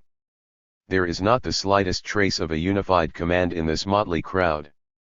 When, suddenly, an enemy aeroplane appears on the horizon and approaches rapidly, the men, instead of scattering, crowd together and, at the approach of the plane, start shooting madly with their rifles, to no purpose, but to the great danger of all of them. Fortunately the plane has no intention of bombing. If it had done so, the consequences were bound to be disastrous under the circumstances. A government plane appears behind it and chases it away at top speed. Returning to Talavera, I found at the railway station the armored train of the Madrid Northern Station and a personal friend of mine among its crew. He is in high spirits, and so is the whole group of them. They have just returned from bombarding Arosa. They think they have done it with great success and feel obviously happy to have come back safely from a dangerous enterprise. My friend, a university graduate, is particularly enthusiastic about one example of Roman discipline.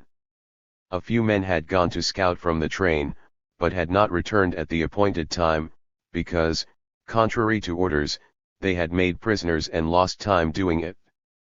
Finally the train started back without them and they returned alone, courageously, through the enemy lines, and joined the train in Talavera. But there, instead of being praised for their courage, they were sentenced to death for lack of discipline, and it was only after a long discussion that the sentence was commuted into expulsion from the militia. What is meant by the words, "In this firm one works collectively"?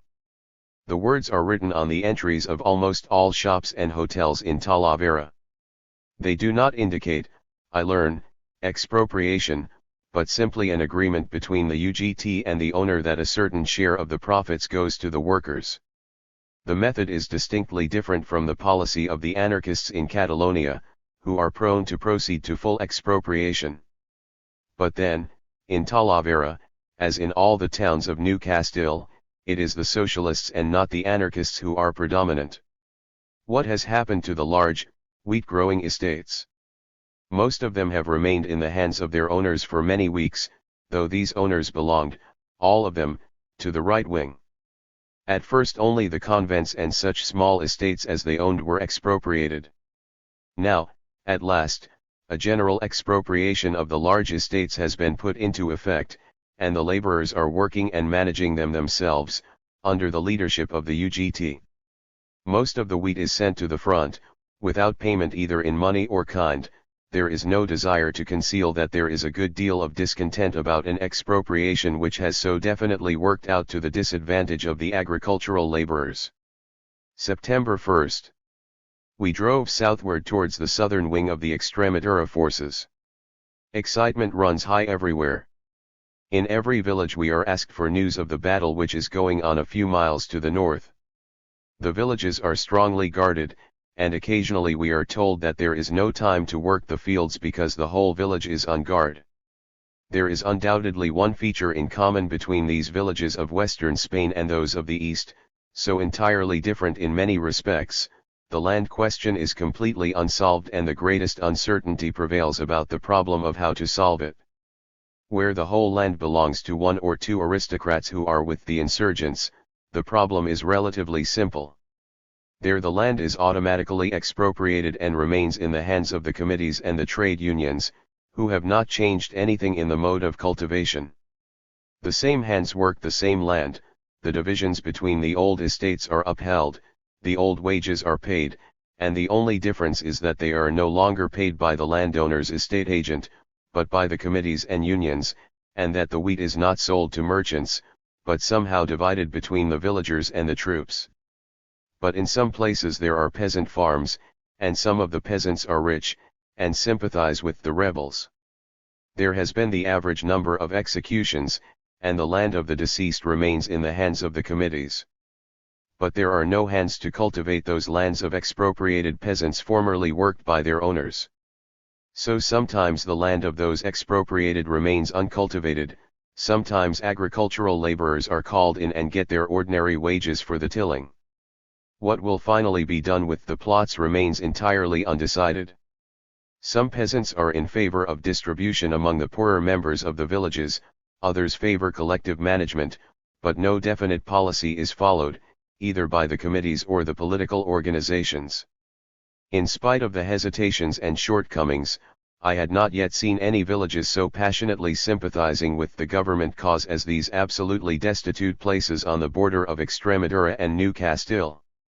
Probably the explanation of this enthusiasm lies partly in the fact of general poverty itself.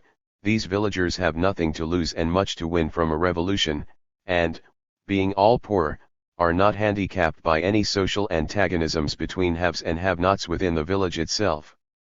But an even more important fact is that, in contrast to Catalonia, the enemy in Extremadura is advancing rapidly, and hatred and horror of him spread before his approach.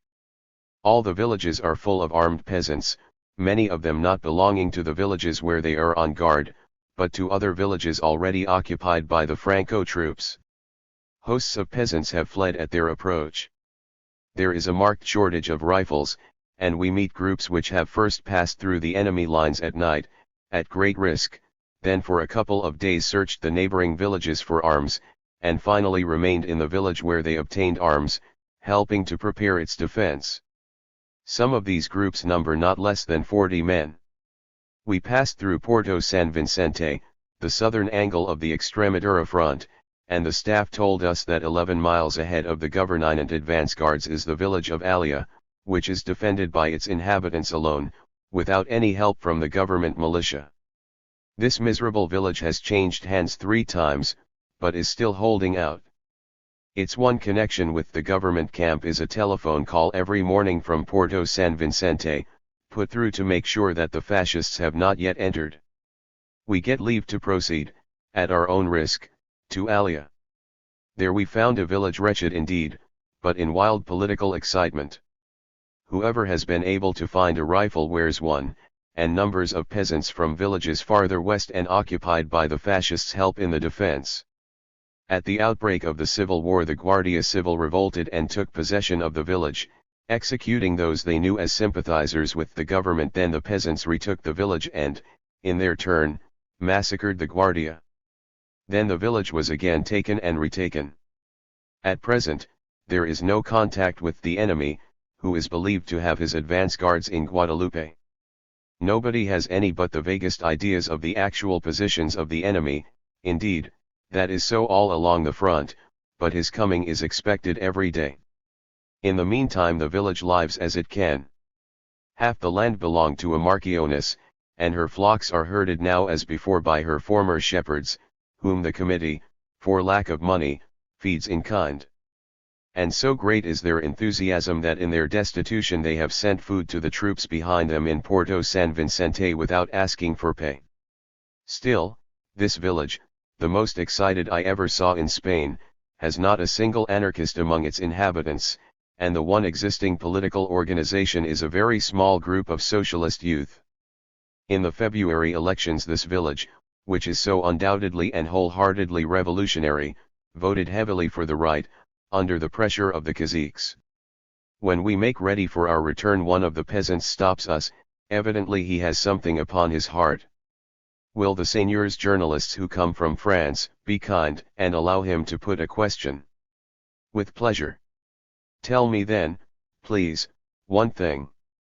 Who is the president of the French Republic, and is he a good Republican? In the remotest corner of Extremadura, illiterate peasants, who before perhaps just vaguely knew that there was a country called France, have suddenly become aware that it might be a matter of life and death for every single one of them whether the President of the French Republic is a good Republican. I trust these peasants did not know the difference between the President of the Republic and the President du Conseil, and with a perfectly clear conscience I reassured them as to the reliable republicanism of M. Bloom. No greater contrast could be imagined than that between the wild excitement of the peasants at Alia and the phlegmatic mien of the troops a few miles back, in Porto San Vicente. When we came back, a car from Talavera was just arriving at the building where the staff had their quarters. "Has the mandolin arrived repaired?" was the first question of the commander to the driver. Thus, while a few miles north the fate of Spain was at stake, here their care was for the repairing of mandolins. It was a fairly strong force, with cavalry and artillery, of the motley composition usual in this region. The commander, a young lieutenant of the old army, had his men well in hand. There was no political committee in this unit. The commander had explained to them that it was incompatible with discipline. Guns were placed upon the hills dominating the village, rudimentary trenches with a bit of barbed wire were dug. But still, it was an atmosphere of ludicrous peacefulness. The column doctor had his own tale to tell. The village doctor had left for a holiday. He seemed to be able to take a holiday as if nothing were happening, and he, the military doctor, had not a single military casualty and instead was treating gratuitously all the village children. At night I accompanied the commander on his visit to the advance guards. The soldiers stood to attention when he talked to them, a very uncommon sight among the government troops. But the commander was not satisfied with this outward show of discipline. He complained bitterly about the lack of tenue of the militia in air bombardments. The psychological disaster worked by them, he said, was out of all proportion to the material effect, the actual losses inflicted by the bombing, which were very small indeed. And then he went on to complain, as a trained soldier among amateurs, about the incompetence of those in command.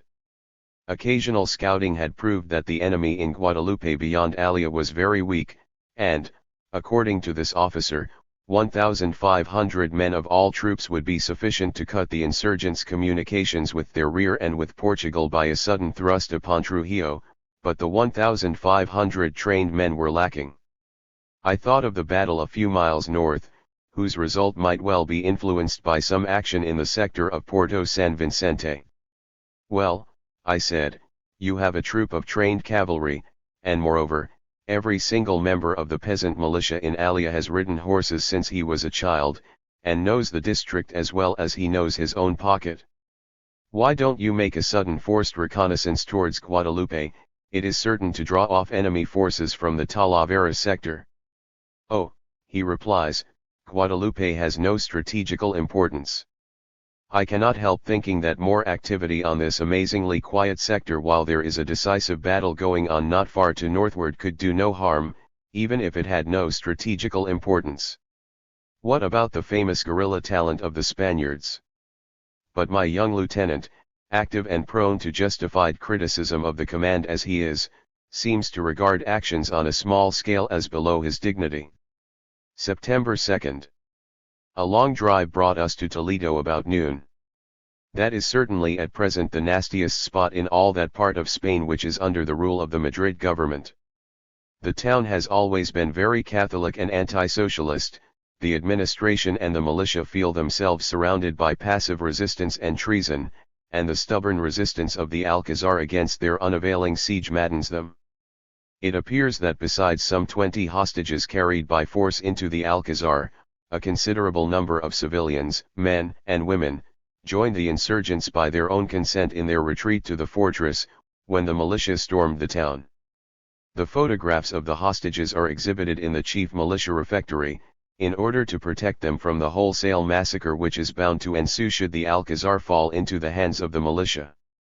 The administrative regime in the town is truly remarkable.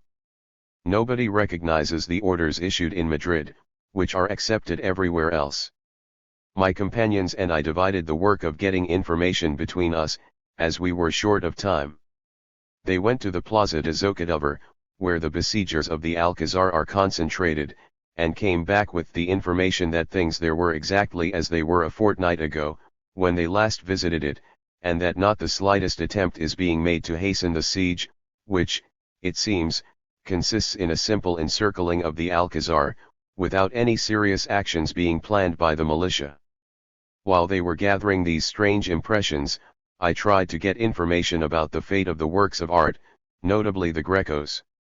A committee for the protection of these treasures has been formed by some artists and craftsmen who were formerly occupied with work in churches, and are interested in the preservation of the beauties of their native town. They complained bitterly, the governor, for no conceivable reason, has denied them access both to the main churches and to the Greco Museum, the keys of which he holds. The munition factory in Toledo has been bombed once already and is likely to be bombed again. The enemy is approaching. Incalculable damage may be done to the paintings unless they are brought to a safe spot, but the stubborn resistance of the governor makes this impossible. The son of one Madrid minister, now a doctor in one of the Toledo hospitals, telephoned on my behalf to the governor, telling him on the phone that I was ready to announce in England that the Toledo paintings are untouched, provided I could see them. Then I went to the governor's palacio with no greater success than the art committee or any one of my journalist colleagues. The governor refused to receive me and sent a message that the works of art were untouched, but that he had no desire to show them. Should I insist, I might ask for a permit in Madrid, at the Ministry of Education. There was no time to go back to Madrid, and in any case his ill will was so obvious that I did not think it would be any use. The story had a sequel of which I learned during my second journey to Spain. The Committee for the Protection of Art Treasures had finally urged the governor to demand cars from Madrid in order to remove the most valuable objects. The insurgents approached Toledo rapidly, and hasty action was necessary. The request was forwarded to Madrid, and the Ministry of Education informed the governor that motor lorries were at his disposal for the purpose of removing the art treasures. But the governor refused to accept the cars, and told the committee, without regard for truth, that Madrid had not answered the request. The committee stayed on in a heroic attempt at least to keep their eyes upon the Greco paintings till the last moment, but could do nothing to save them. Finally, when the Moors had already entered the town, 2 of the committee members saved their lives by swimming over the Tajo. Nothing at all was done to protect the invaluable artistic objects of Toledo, because the governor decided that nothing should be done. But no damage ensued, finally, because the militia left the town in full flight and without resistance when the Moors entered, or even before. The objets d'art fell into the hands of the Franco troops untouched, as there had been no fight in the town. The whole conduct of this affair was in striking contrast with the model organization displayed in the removal out of danger of the art treasures of both the Prado in Madrid and the National Catalan Museum in Barcelona. Toledo's farewell was peculiar too. A very few miles beyond the town, at the first crossroad, we were interminably detained by an unusually talkative guard. There, a few paces farther on, we saw the corpses of 2 people who had apparently been executed during this delay. We were not intended to watch the execution. September 3rd. A long drive through La Mancha, until late at night, brought us to Ciudad Real. In this region there is no enemy, but at night the villages are heavily guarded and the control of the cars which pass through is as strict as it can possibly be. Ciudad Real is lively at night, like all towns in southern Spain, and picturesque, though devoid of remarkable architecture. I wandered, late at night, criss-cross through the streets, repeatedly crossing remote and empty side streets and then returning to the main avenue. I felt that my conduct was likely to arouse suspicion, but I did not care. To be arrested would only be interesting, as I had reported to the committee immediately on my arrival. I got what I expected. Suddenly I heard a low SSSS behind me, and turning round I saw two men, one in militia uniform, the other in civilian clothes, their rifles pointed at my breast, at a few steps distance.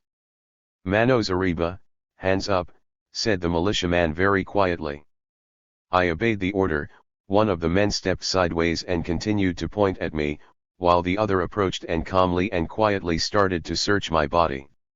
When they realized that I was not putting up any resistance, they became less gloomy. "Foreign press," I said as quietly as they had spoken to me, and left. The search was soon over. I showed my documents, they questioned me about my abode, and when my answer satisfied them, they released me with complete courtesy. Socialists rule the town, which, in contrast to the surrounding countryside, voted for the Popular Front in the February elections. Only one single factory, the electricity works, has been expropriated. All the other factories are continuing under their old owners.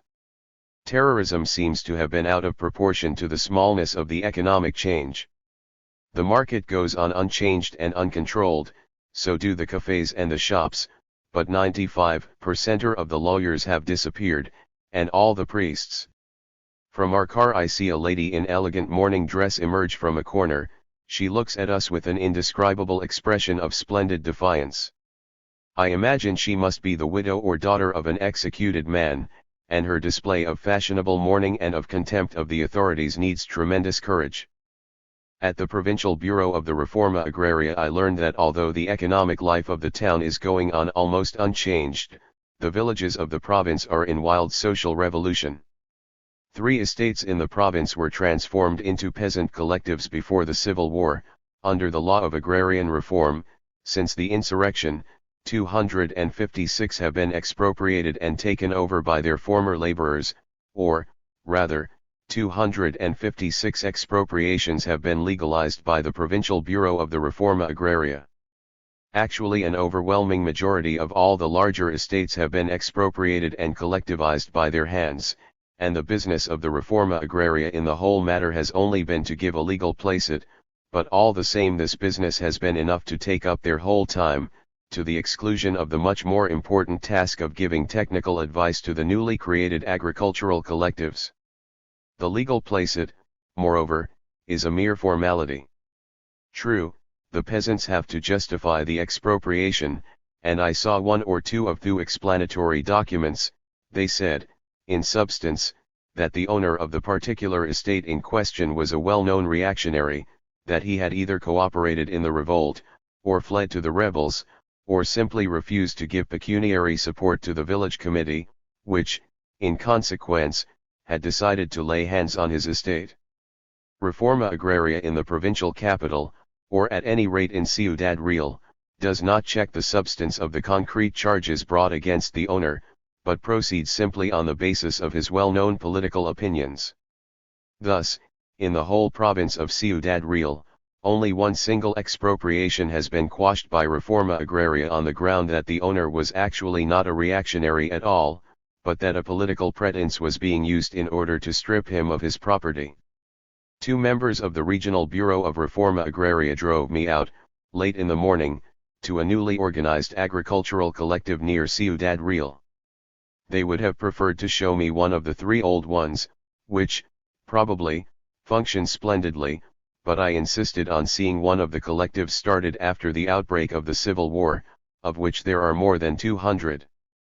Still, the choice they made was certainly intended to give me the best possible impression.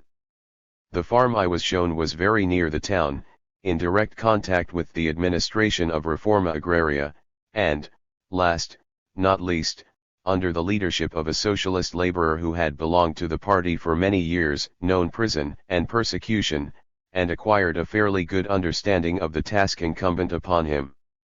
Very few villages and estates in La Mancha have at their disposal people of this type, and I am convinced that their presence or absence in the work of collectivization must make all the difference in the world.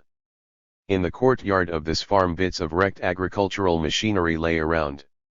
They had been destroyed by the workers during the Bienio Negro, the clerical regime from 1933 to 1935, when the landowners tried to bring down wages by dismissing hands and introducing agricultural machines in their place. The violent and unavailing reaction of the workers had been exactly the same as that against industrialization in England in the early 20s of the 19th century, to destroy the machines. Now, on the estate there was a shiningly new threshing machine standing beside the wreckage of the old material. It had been acquired immediately after the outbreak of the Civil War from the Madrid branch of a Bilbao firm, and had been paid for in money, half the price cashed down from the expropriated funds of the former owner of the estate, the other half in a draft payable after the sale of the harvest. The leader of the community explained that the hands, who had been so violently opposed to the introduction of machinery as long as it put them out of work, now enthusiastically welcomed it as an enormous relief in the heavy physical burden of their labors. So far, and in this particular place, it obviously worked very satisfactorily. But my companions from Reforma Agraria told me that the same wrecking tactics had been used all over the province, but they did not pretend that usually matters were mended with so much intelligence as in this particular case. Their frankness was the more impressive as they themselves were religiously convinced of the value of collectivization, and described it as their consistent policy to discourage any attempt to divide the expropriated estates between the laborers and small tenants instead of working them collectively. Not a single estate in La Mancha had been parceled out after expropriation. The reasons why here, in the zone of large estates, there is so little desire to parcel them, are fairly obvious. In contradistinction to Russia, there was and is no peasantry in this part of Spain which would or could fight with the large landowners for the possession of the land. In Russia the peasant farms already existed, they had only to be enlarged by the expropriation of the lands of the aristocracy. By far the larger part of the villagers in southern Spain are not peasants at all, but simply landless agricultural laborers, and the lots of the few existing tenants are so small as scarcely to support a real peasant holding. All the buildings, material implements, and social habits required for peasant households are lacking. If a landowning peasantry were wanted here, it would have to be created out of nothing, an impossible task. Thus collectivization of the larger estates, in southern Spain, goes almost automatically with expropriation. The methods of agriculture remain unchanged, but the administration is carried out by a group of newly elected leaders from the ranks of the workers, or by the local trade union branch, instead of by the manager of the former owner, and the revenue goes directly and entirely to the laborers. This is in substance what I learned from talk with the members of the regional Reforma Agraria. The collective farm I visited was thoroughly well managed. The cattle were kept in splendid health, the wheat had been harvested in time, it was stored in what had been the chapel of the estate, the buildings were kept clean and the machines in good order. Is it the same everywhere? There were no women on the farm. Before collectivization the laborers had lived in Ciudad Real and come to the estate, which is very near the town, every morning. Now they had settled down in the Monoreal building, but had left their womenfolk behind in the town. It does not become a Castilian woman to move about among men other than those of her own family. These poor agricultural laborers, rather than infringe the strict rules of Castilian decency, preferred to do their cooking and washing themselves and to meet their families only on Sundays. I tasted the food, which was neither copious nor well cooked but certainly better than what they had had before the expropriation. We took leave of our hospitable friends of Reforma Agraria and of Ciudad Real itself, and through the desiccated Mancha, we drove into the picturesque Sierra Morena, and, with dusk falling, entered Andalusia. The profound difference between Castile and Andalusia is obvious and even obtrusive, at first sight. Castile is sober, reserved, ascetic, Andalusia colorful, emotional, intrusive. People talk freely to strangers, girls wear dresses in bright colors which are a real relief after the black on black of La Mancha. The traditional mantillas, however, have completely disappeared. The men invariably wear something red, mostly red neckties, difficult to decide how far this habit, which does not date from the revolution, has now acquired the significance of a revolutionary gesture. The Andalusian have a revolutionary greeting of their own. Whereas everywhere in Spain revolutionaries greet with the raised fist, in Andalusia they greet with both arms lifted over the head and the rifle folded in clasped hands. It signifies something like workers of all parties and professions, join in fight, and it looks very impressive. There are other acts, of a less demonstrative and more practical character. The miners of Valdepeñas and the surrounding districts have heavily mined many spots on the chief road through the Sierra, so as to make it completely impassable in case of an attack. Sliding down the mild slopes of the Sierra, we reached the zone of olive groves. All eastern Andalusia consists of these olive groves, to the exclusion of almost every other fruit or cereal. Estates are enormous, villages scarce, but the few that exist are very populous, averaging about 20,000 inhabitants, mostly wretched, landless agricultural laborers. Usually Castile and Andalusia are both described as districts of large estates. But really there is little similarity between the wheat-growing, middle-sized estates of Castile, obviously of feudal origin, whose laborers, a few generations ago, were serfs, and the enormous olive-growing latifundia of Andalusia, unchanged in character since Carthaginian and Roman times, whose landless proletariat derives from slaves and still retains many features of a slave population helplessly dependent on its owners.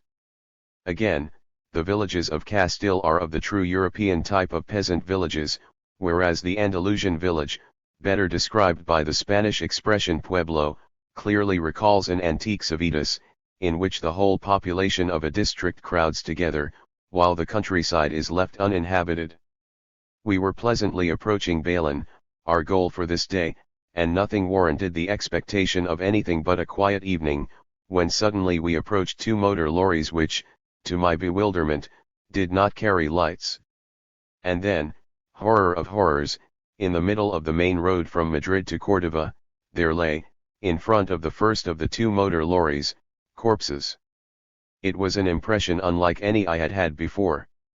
What precisely made the ghastly effect I cannot tell. Corpses in daytime are less uncanny than in the dusk, they are less horrifying in some remote corner than on a chief artery of traffic, where nobody could possibly expect to meet them. Then there were the two silent motor lorries, which seemed to hide some appalling secret. Some of my companions believed they had heard sounds coming from them, but could not tell whether words or sobs. Impossible to find out. I wanted to stop, unaware, under the shock of the impression of danger and only anxious to know more, but the driver, mad with terror, drove on at top speed. How many corpses there were we could not make out in the one short moment we saw them. The body of a woman dressed in shining white clothes, with blood flowing from her breast, was clearly visible. The position of the corpse suggested that she had been put in front of the motor lorry and shot from the driver's seat. It must have happened a few minutes before our arrival, perhaps only a few seconds before we came. There were certainly other corpses, but in the haste and dusk we did not see them clearly. My impression was that there was only one other corpse, that of an adult man. But my four companions unanimously declared they saw a dead baby in the woman's arms, and some of them had seen both a baby and a man lying dead beside the woman. Horrors were not yet at an end. Entering Bailén, we saw huge columns of smoke on both sides of the road, at the entry of the pueblo. Again, close investigation was impossible, the guards at the entry ordering hysterically "Siga, siga, go on, go on." This sharply contrasted with the usual friendly talk of the guards, and then the smoke was much too thick to allow us to interpret it as rising from the burning of refuse or anything like that. It was pitch dark by the time of our arrival, and impossible to find out as we passed rapidly by, but the obvious interpretation was that the property of the dead we had seen on the road was being burned. The tragedy was followed by a satirical play. With the childish impudence which one so often meets among primitive people, the committee in Bailén wanted to convince us that we had not seen what we actually had seen. The most idiotic tales were invented for the purpose. Our guards were ordered to pretend, late at night, that they had been out with some members of the committee to the macabre spot and there had found absolutely nothing but a pool of gasoline, instead of blood. and the woman was said to be a well-known prostitute, who was making love with a man in the middle of the road. It was exasperating to listen to this silly talk, the more so as it was somewhat naive to try to make us believe that such a thing as executions did not occur. The one conclusion emerging from the lies was that the local committee knew about the murder. One can hardly call the shooting of a baby an execution and approved of it. Next morning the guards in the next villages excitedly questioned us, wanting to know what tragedy had happened the night before at Bailan. September 4th. We drove on to Andujar, one of the largest pueblos of eastern Andalusia, where we had a long interview with the committee. This committee resembled little the institutions bearing the same name in the north of Spain. Even more than round Madrid, in Andalusia they seemed to merge into the ayuntamientos as they existed before the Civil War. The first sign of this queer process we met yesterday, as soon as we crossed the border from La Mancha into Andalusia. The control of the road was exercised in common by the old local police and the armed village guards. Then we saw municipal officials in their uniforms working together in the same room and on the same affairs with militia and workers in civilian clothes in the ayuntamiento in Bailan, and here in Andujar this cooperation is even more in evidence. The policemen of the pre-war days here simply stand at attention before the doors of the Bureau of the Administration, which is indifferently composed of members of the ayuntamiento and of the committee. In practice it seems to work out in this way. The old administration continues in office, but has been strengthened by the co-option of representatives of the UGT, the Socialist and Communist parties, and the Socialist Youth. There are no anarchists in Andujar, any more than in any other pueblo of the whole province of Jaén. In this respect Jaén, the easternmost part of Andalusia, differs profoundly from its western and southern districts. True, the old municipality itself is very young in Andujar. In every sense of the word, the alcalde is a youngster of certainly not more than 25, appointed after the February elections. Thus, there was a fairly incisive change in February 1936 from the domination of the ayuntamiento by the former Almighty Group to the administration of a few young socialists, but there was only a very slight change between February and August, between the administration of the Liberal Republicans and the revolutionary period. The province of Jaén seems to have stopped at the Republican stage of the history of the Spanish Revolution. Equally slight is the social change which followed in the wake of the Civil War. There are a couple of soap and other factories in Andujar, but none of them has been expropriated or put under control. There were no noble landowners in the pueblo of Andujar, but 5 rich bourgeois owned by far the larger part of its land. They have all been killed. But what happened to the land and what will happen to it? The committee members become even more hesitant than usual when asked this question. Nobody seems to know at all. And this is not surprising, as Andujar is really unusually backward. Not even a UGT group existed before February, and the braceros, the agricultural laborers, were completely unorganized. Naturally, now, the embryonic UGT group since founded is unable to handle such a large task as the managing of enormous estates, and this business nolens volens rests in the hands of the ayuntamiento. This body, however, as a wearying cross-examination of some of its members proves, is not making any innovations. It is just carrying on the regime that prevailed before the Civil War, and indeed for the past century. It has, of course, laid hands upon the stores and money of the executed landowners, expropriating not less than 2000,000 pesetas at a stroke by this measure. Thus provided with capital, it employs the same braceros that the former landowners employed, upon the same estates, for the same endless working hours, for the same starvation wages. Whether the ayuntamiento is good at its new job of administering Olive Grove estates it is difficult to say. Harvest time is still 3 months ahead. As to the wheat harvest, it has been delayed considerably by the Civil War, but, we are told, is now proceeding quickly. The attitude of the braceros is more easily defined. As nothing has changed in their living conditions, so nothing has changed in their attitude. The actual immutability of things contrasts violently with the formal official change. Formally, the ayuntamiento has lost its power and has been replaced by a committee, which is supposed to be the direct representative of the braceros. Formally, the large estates have been taken over by this committee, and to all intents and purposes the braceros own the estates. Actually, and very naturally, they take no notice of this fiction. As they are ordered about as before, and for the same wages, they start fighting the new administration of the estates as they did the old one. And one member of the committee, after some hesitation, admits that the one thing the braceros are really interested in at present is the paying of their arrears of wages for July and August, the first, chaotic weeks of the Civil War, which have run into sums important for them. And, he explains, there is grumbling and arguing about every penny. The braceros very naturally continue to treat these estates not as their own, but as land on which they are exploited, and of course they want to squeeze from the administration what they can, however little. The facts are even more striking because it does not look as if the state of things were anybody's personal fault.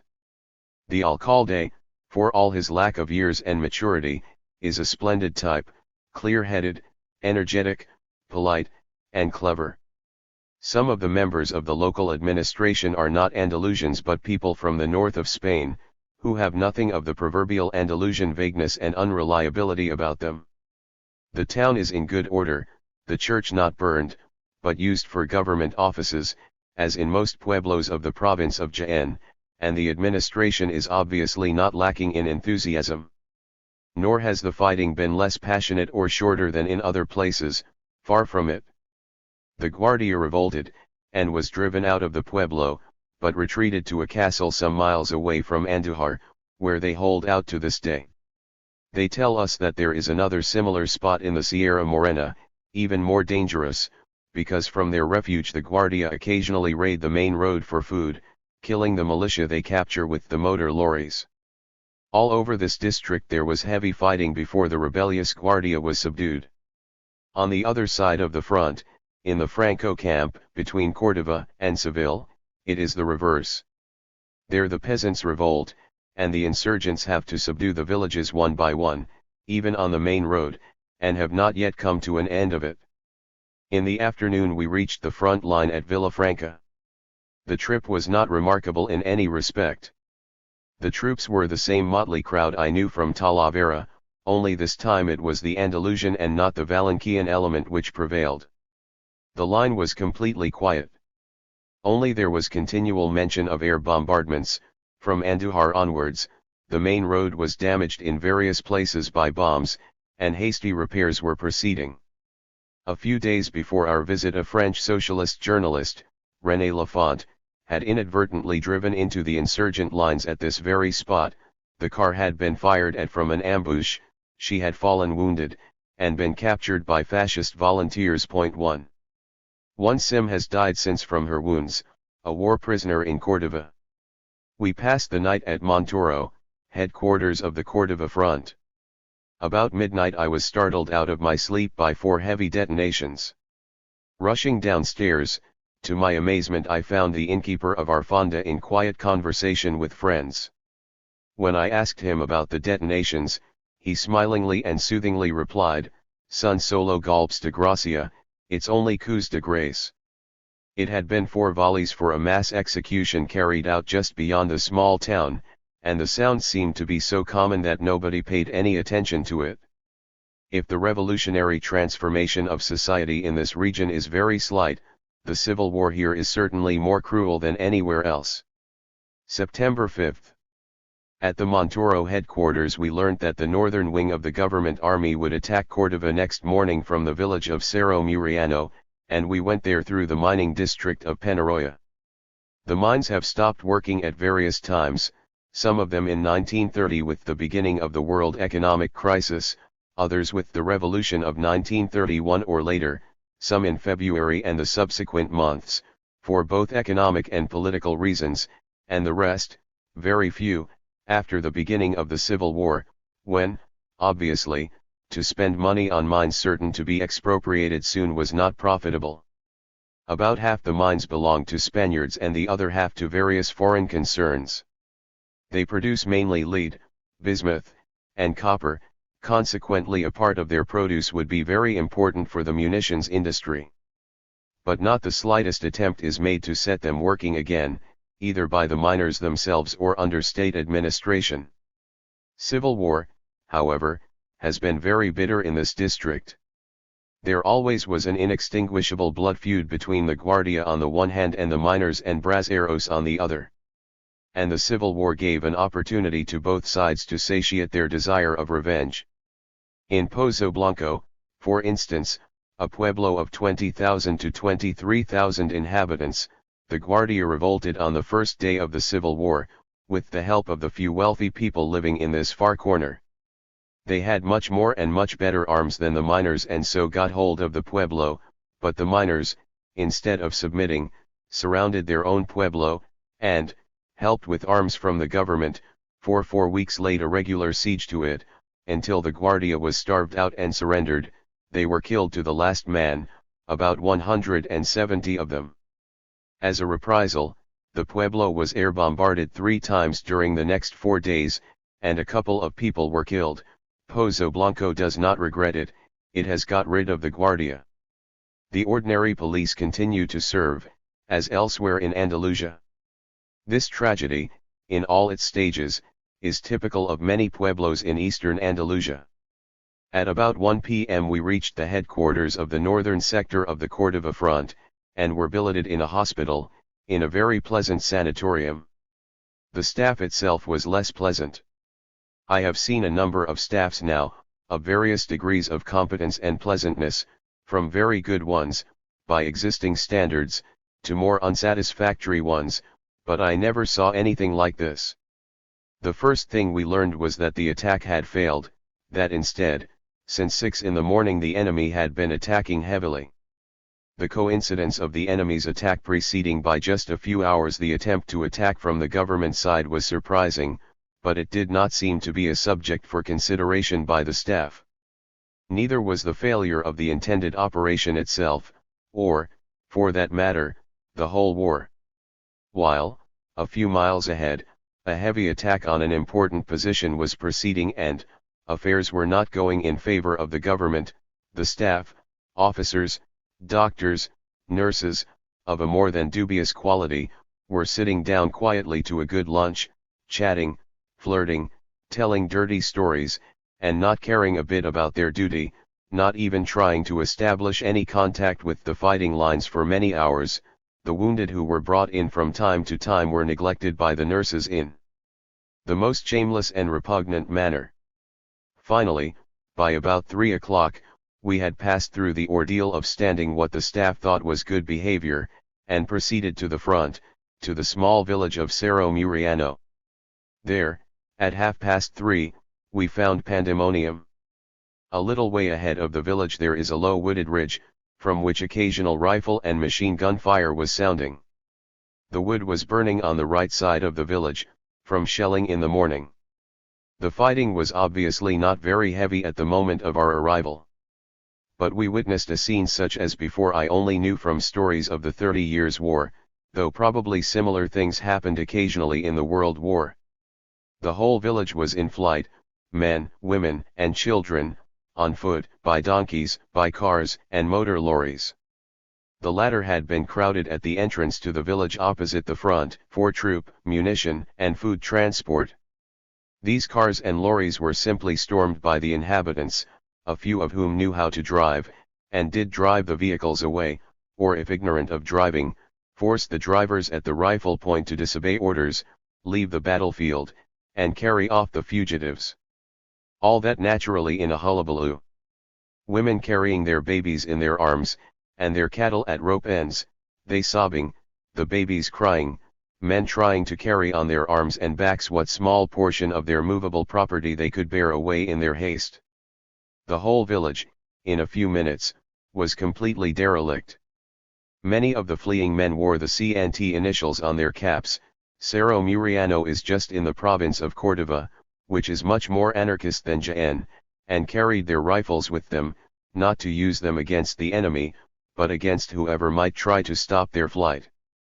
The whole village guard, the local peasant militia, was running away, and even set the pace for the wild rush to the rear. At the moment, our war correspondent's car was the only one which did not move towards the rear but towards the front. We stopped, our driver and guard got down, and drew their revolvers. A few deserters from the Franco army, all of them old UGT and CNT members, who, by chance, found themselves in the village at the moment of the disaster, joined our guards. They stopped the flying cars and lorries, pointed their revolvers at the heads of the drivers, and, joining reproaches and imprecations to the menace of arms, ordered the cars and lorries to stop. Women and children might proceed to a safer place, but all men except the drivers had to stay and defend the village. Wasn't it a shame that men armed with good rifles, and wearing the proud insignia of the CNT, were running away like cowards? Rifles are no good against bombs and shells, the fugitives shouted back. Sometimes the menace of the drawn revolvers, closer and more immediate than that of the battle behind, succeeded for a moment. Some lorries were stopped, some men descended. But as soon as the small group who tried to re-establish discipline had proceeded a few yards farther, to the next car or the next but one, the men mounted again and drove away in haste. It was only hours later that I found out exactly what had happened. The village had been bombarded throughout the whole morning from the air, and occasionally with artillery fire too. Then there had been the usual break in fighting during the siesta hours, from about 1 o'clock to 3:30, a ritual observed by both parties throughout the Spanish Civil War, and just when we arrived the bombardment of the village had reopened, and the strained nerves of the inhabitants could stand it no longer. When we entered the village, it offered a sorry sight, all houses deserted, most doors locked, cats, dogs, pigs wandering helplessly in the streets and yards. But the front line, in contrast to the village guard, stood unshattered. The village, in spite of the panic, had suffered very little. Nothing was either destroyed or burning. The left flank of Cerro Muriano is protected by a railway bank, which proved to be very valuable cover. Occasionally bullets struck the streets, but on the whole we could proceed towards the lines unmolested. Directly behind the lines, at the front entry of the village, a sort of barrack, probably used in normal times for housing the railway personnel, had been transformed into a Red Cross station. There we stopped. Casualties were few. The column fighting just ahead of us was the usual size of a militia column, about 2 to 40 men. There had been less than 10 wounded back at the base hospital, the one where the staff were billeted, and now not more than 10 men were being treated at the Red Cross station. 20 casualties, 5 to 7% of all the effectives, and these including casualties of every description from the slightest upwards, is certainly not a heavy list after more than 7 hours fighting. There were 3 or 4 dead. The panic became increasingly unintelligible. Meanwhile I watched the activity at the Red Cross station. It was queer to observe that all the militiamen treated had exactly the same attitude, whether they were brought in with simple nervous shock, as was very frequently the case, or with dangerous wounds. For them, the thing was over, they considered themselves as good as dead, or rather, played dead. The 2 doctors, swift and efficient, started every new case with a question about what was wrong, but never once did they get an answer. They had to find out for themselves, undressing the patients and looking for wounds. Suddenly there was a big crash, as near as could possibly be. A bomb had come down a few yards from the Red Cross station, which was flying the Red Cross flag in a way impossible to overlook. In a second all the men were flat on the ground, and only we 3 journalists still stood upright. It is, of course, not the slightest use to take cover against bombs in a building, but training had gone already far enough to make covering an instinctive reaction with the militiamen. The wounded did not move at all, but a nurse started sobbing hysterically. The behavior of the doctors, in great contrast to the scene we had just watched, was brilliant. They did not interrupt for a moment the fulfillment of their duties. This was not the type of doctor we had met a few hours ago at staff headquarters. The enemy bomber, after launching a few bombs farther back in the village, went away, but returned after a few minutes. In the meantime I tried to get to the front line itself, but the fire was now too heavy to pass. I decided to take cover in a tunnel under the railway bank. To my great surprise, I found that the bombs the enemy were dropping were no good at all. The holes made by them were only a few fingers deep. Such bombs were obviously harmless, if one was not struck by one directly. Standing at the entry of the tunnel where I had taken cover, I saw a bomb explode a few yards away. The air pressure drove me back, but nothing else happened. Much more awkward was the machine gun fire. It definitely took a nasty turn. First it had been ahead only, but it was clearly approaching from the left flank, across the railway line. A few Moorish machine gunners had turned the flank of the government lines, unopposed. They might enter the village any minute. Things gradually became unpleasant. If the Moors caught us in our shelter under the railway bank, there would be very little chance to explain that we were neutrals. They would kill us at once. Thus, dangerous as it might be, we had to leave cover, go into the open, and get out of the village as quickly as possible. But this was easier said than done. At first we were lucky and got out during a break in the bombing and machine gunning. On the main road stood a captain with a few men, who examined our papers with admirable calm and courtesy. He was the one officer who behaved firmly on this day, and that night I learned that he had restored order and confidence in the front line and thus avoided catastrophe. Very soon, however, the machine gun fire reopened, from very near, though we could not see the Moors, who were lying on the other side of the bank, and it was crossfire, because besides the Moors flanking us from across the bank, there was the main line of the insurgents, firing at the village from the right wing. We slipped from one house to the next during occasional breaks in the firing. Meantime, the bombing continued unchanged. There were two enemy planes now, alternately fetching bombs and bombing the village. They were completely unopposed. There had been talk during lunch of government aircraft being ordered to come and take part in the fighting, but no government plane appeared. The bombs were ridiculously inefficient, about 50% or did not explode at all, and the rest did very little damage. Not a single one of the huts of which this miserable village consisted was burning when the bombardment stopped towards dusk. But the mere fact of standing in continual air bombardment for nearly 3 hours, unprotected and without aircraft to oppose the bombers, is nerve-shattering. Finally we got out of the village. A few hundred yards outside stood a number of cars and lorries, which, after having evacuated the village, had returned. But the scenes of flight of the afternoon were now repeated, only this time it was not the villagers but the militia from the front line, who went back, singly or in small groups, and forced the cars to drive them away. It was a scene of complete disorder. The officers, the men said, had run away first. Why should they stay? One man got into our car, and when I asked him what business he had behind the lines, he bluntly replied, to escape. We had to seek shelter once more, this time in a small tunnel under the road, before we could get away with our car. The bombing was too heavy and too near for us to take the risk of driving off. Our driver and guard had behaved admirably, going to fetch us in the bombarded and machine-gunned village.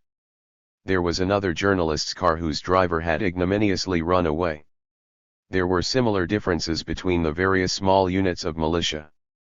While the troops from Jaén and Valencia ran away before our eyes, a small group of militia from Alcoy, an old revolutionary center in the province of Murcia, arrived.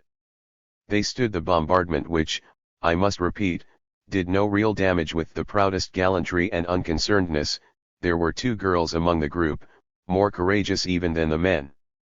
Discipline, however, was lacking to an almost incredible extent. The tunnel where we had taken shelter was far from being bomb-proof. At best it was a suitable hiding place. But it became unavailing even for that, because every time the bombardment stopped for a moment the militiamen from Alcoy crawled out of cover to watch the enemy planes. Finally, we got safely back to headquarters, where they were as uninterested as at midday. This experience of battle provided a few general observations. The enemy had not had to stand the ordeal of unopposed bombing, and I have no means of judging how the Moors would behave in such circumstances. But there is no doubt that they are better soldiers than the militia, not only more courageous, but quicker in moving and seeing their advantage. This was evident in their flanking maneuver. Still, their capacities in this respect seem to be very limited. There is no conceivable reason for their failure finally to attack and storm the village, where they would have found no resistance whatever. Such an attack would have brought them round to the rear of the government line, and would not only have won them the day, and led to the capture of the whole column, but would have meant a shattering blow to the whole Cordova front. Instead, they, and with them the planes, stopped their action at about 6:30.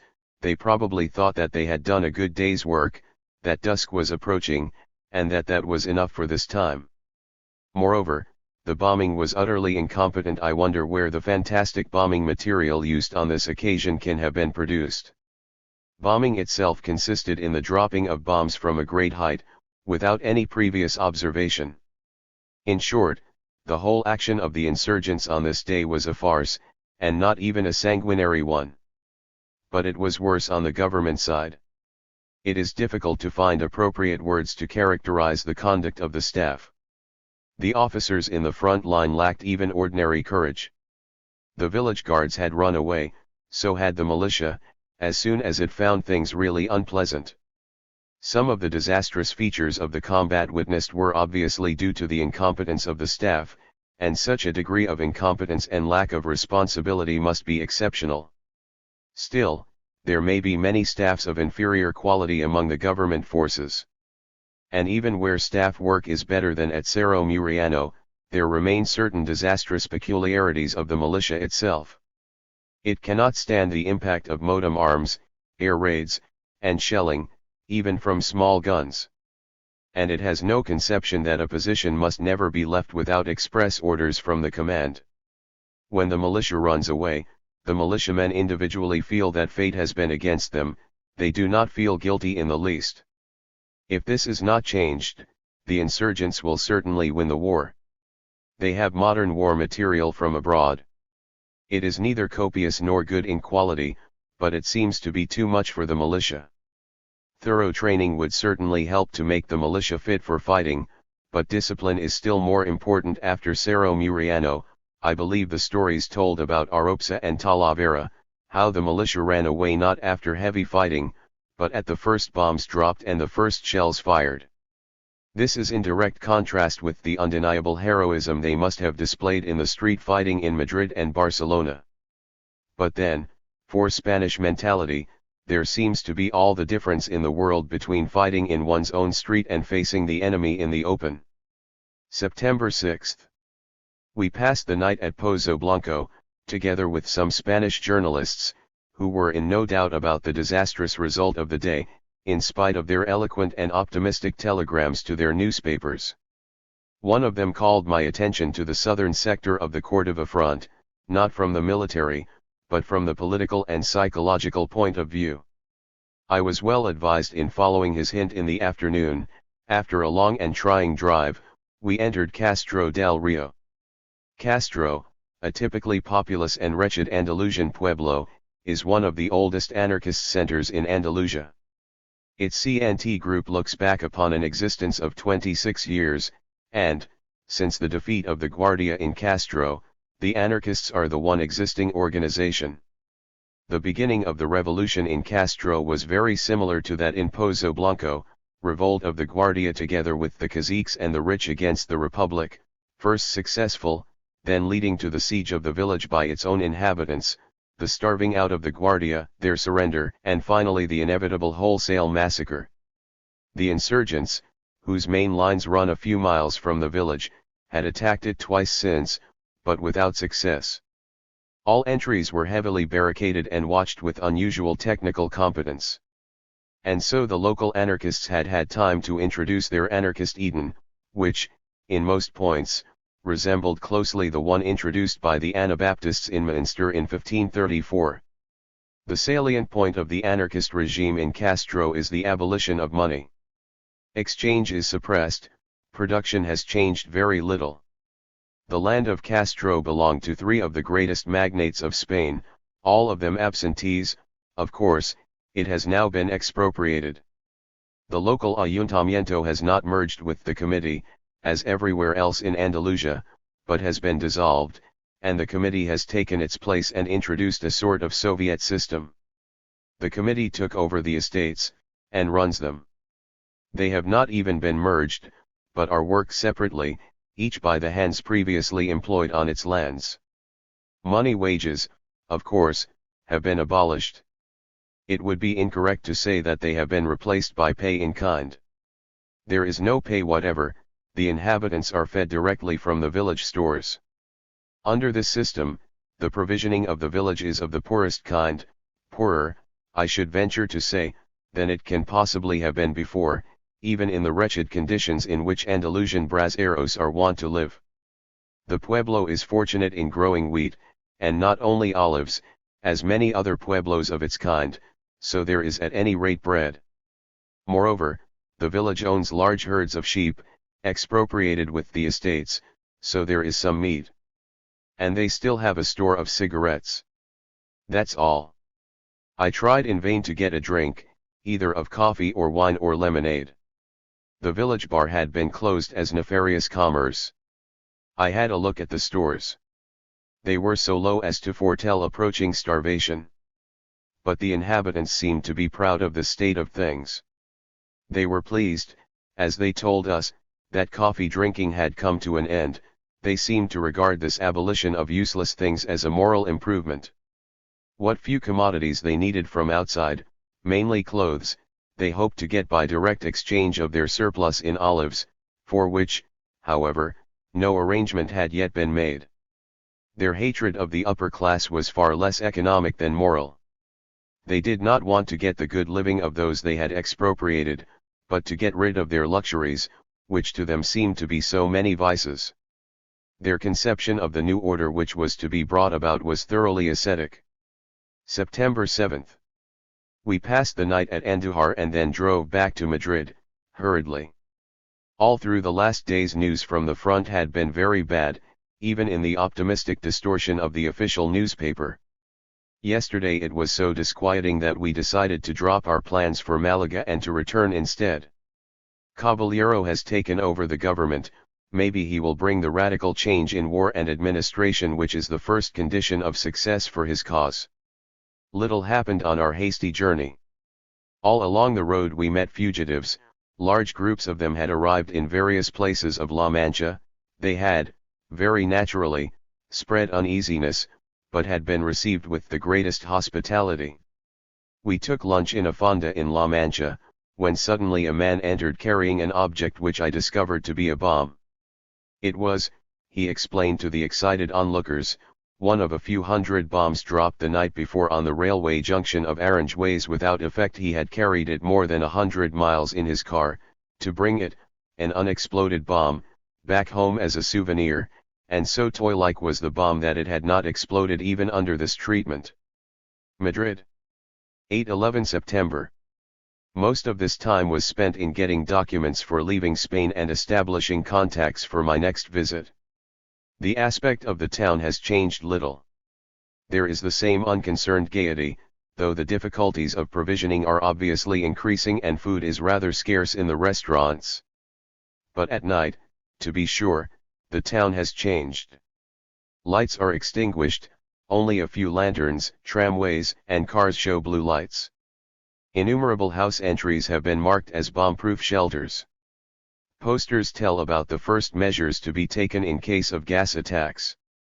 The population does not seem to mind. For many days there has not been an air attack, partly, it seems, because the last attempt was discovered at an early moment by the government aircraft, and failed completely. Well-informed circles are less unconcerned. They know, only too well, that the insurgents are approaching Madrid rapidly, that the panics of the militia are incalculable, and that Franco may attack Madrid suddenly at any moment. To stay or not to stay, that is the question which all journalists and foreign observers discuss. In the meantime, Caballero has taken his first measures, the creation of a central staff being the most important. Official optimism, which was such a nuisance under the old government, continues. Already, before having achieved anything, the Caballero government is greeted by the whole press as the government of victory. To help unpleasant facts to become more pleasant, it has started its career of propaganda with news of the taking of Huesca, which is obviously untrue. But at least, it seems, the new government is willing to be more energetic than was the old one. September 12. Journey from Madrid to Barcelona, entirely uneventful. 13. September 14. 2 days spent in Barcelona. Compared with August, the town is empty and quiet, the revolutionary fever is withering away. Many people I knew in August have gone to the front. The dominating element in the Ramblas, at the moment, is the militia who have come back from the Mallorca expedition. The decision to drop this unhappy enterprise is one more measure of reorganization of the new cabinet. Some of the Catalan troops employed in this expedition I saw enter Madrid on the last day of my stay. They were watched by the crowd on the Alcalá, who could hardly believe that true Catalans had come to help to defend Madrid, when, from their language, their identity as Catalans became undeniable. Isolated shouts of Viva Catalunya were to be heard.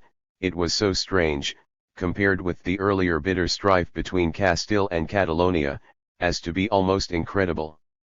These Catalans had had many weeks of heavy fighting on Mallorca, then a short rest, and then came straight to Madrid, which they entered in splendid order, looking much more impressive than any of the columns I had seen in Extremadura and Andalusia. Now, in Barcelona, I saw the remainder of the Mallorca expeditionary force, which was to go to Madrid in a few days, and their eagerness to go to fight again, after a first and thoroughly unhappy campaign, was truly admirable. There are forces in the Spanish Revolution which have only just begun to make themselves felt. The greater the dangers, the greater will be the stubbornness of the resistance. It may be more difficult for Franco to win than appears from the present state of things. At present, however, the position of the government is disastrous, though no newspaper gives it. I hear unofficially of the fall of San Sebastian. September 15. Left Spain through Port Lou. 3. The second journey. When I came back to Spain, in mid-January 1937, the situation had changed profoundly in many respects. One of the changes concerned the facilities given to journalists. Leave to travel about freely and visit every corner of the country had become a privilege granted only to journalists with a definite party allegiance. Personally, for reasons to be explained in the following pages, I found more than the average amount of difficulty in my work. A presentation of my day-to-day observations would not be interesting, in consequence. The method of direct reproduction of my notes has had to be dropped. On the other hand, it was now easier for me to get a clear idea of general political problems, partly because I had formed more contacts, partly because I knew the situation better, and partly because the Civil War, in its protracted course, now gave ampler material for generalizations.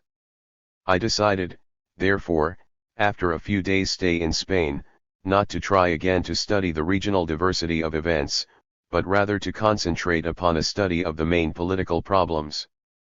The following report contains the results of this study, without omitting for all that to tell of those observations on the spot which I was able to make. The text has been written during the journey itself, and follows closely on observation and study. The part concerning Catalonia was finished a few days after my arrival at Valencia, that concerning Malaga immediately after my return thence, and the rest a few days after my return from Spain. It is still the report of an eyewitness, written from the direct impression made by the events themselves. That is why I feel it would be wrong to change anything in this report under the influence of weeks more recent.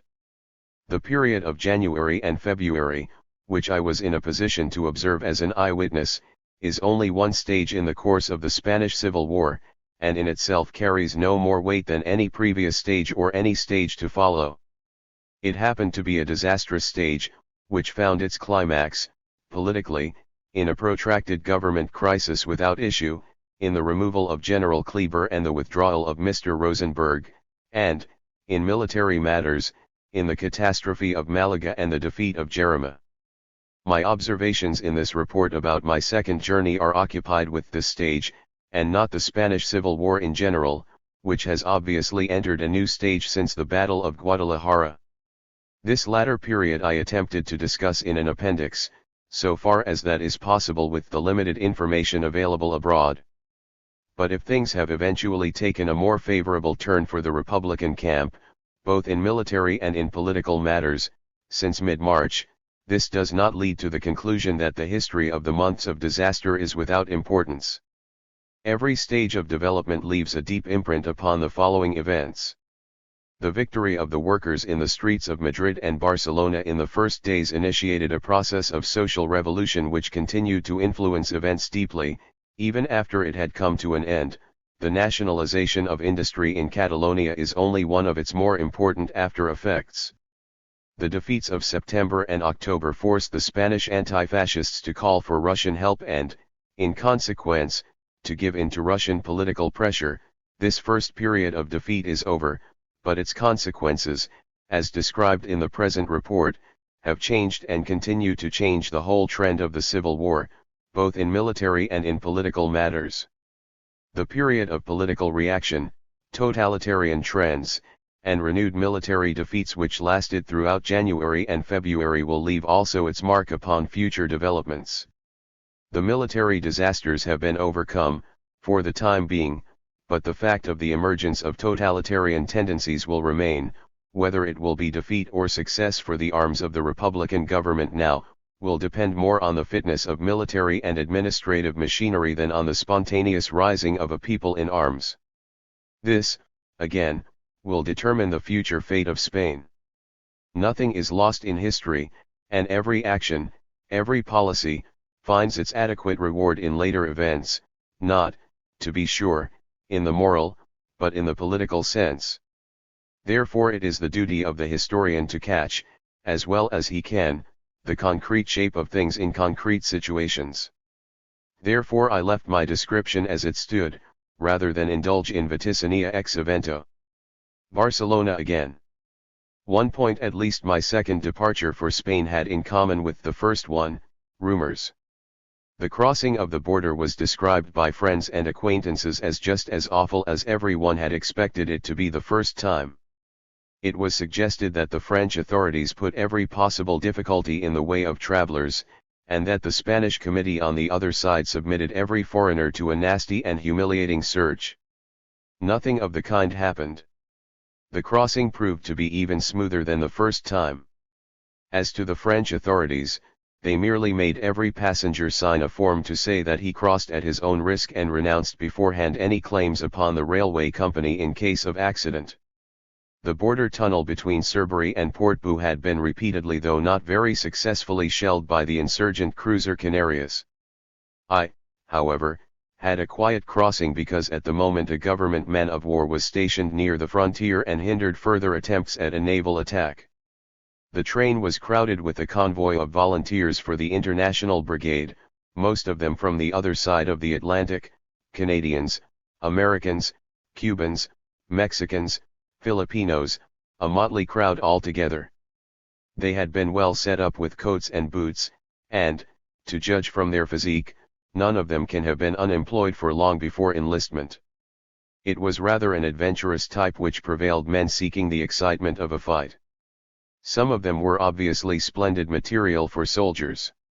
They formed a cheerful and rather noisy crowd, and the various station buffets did fine business with them.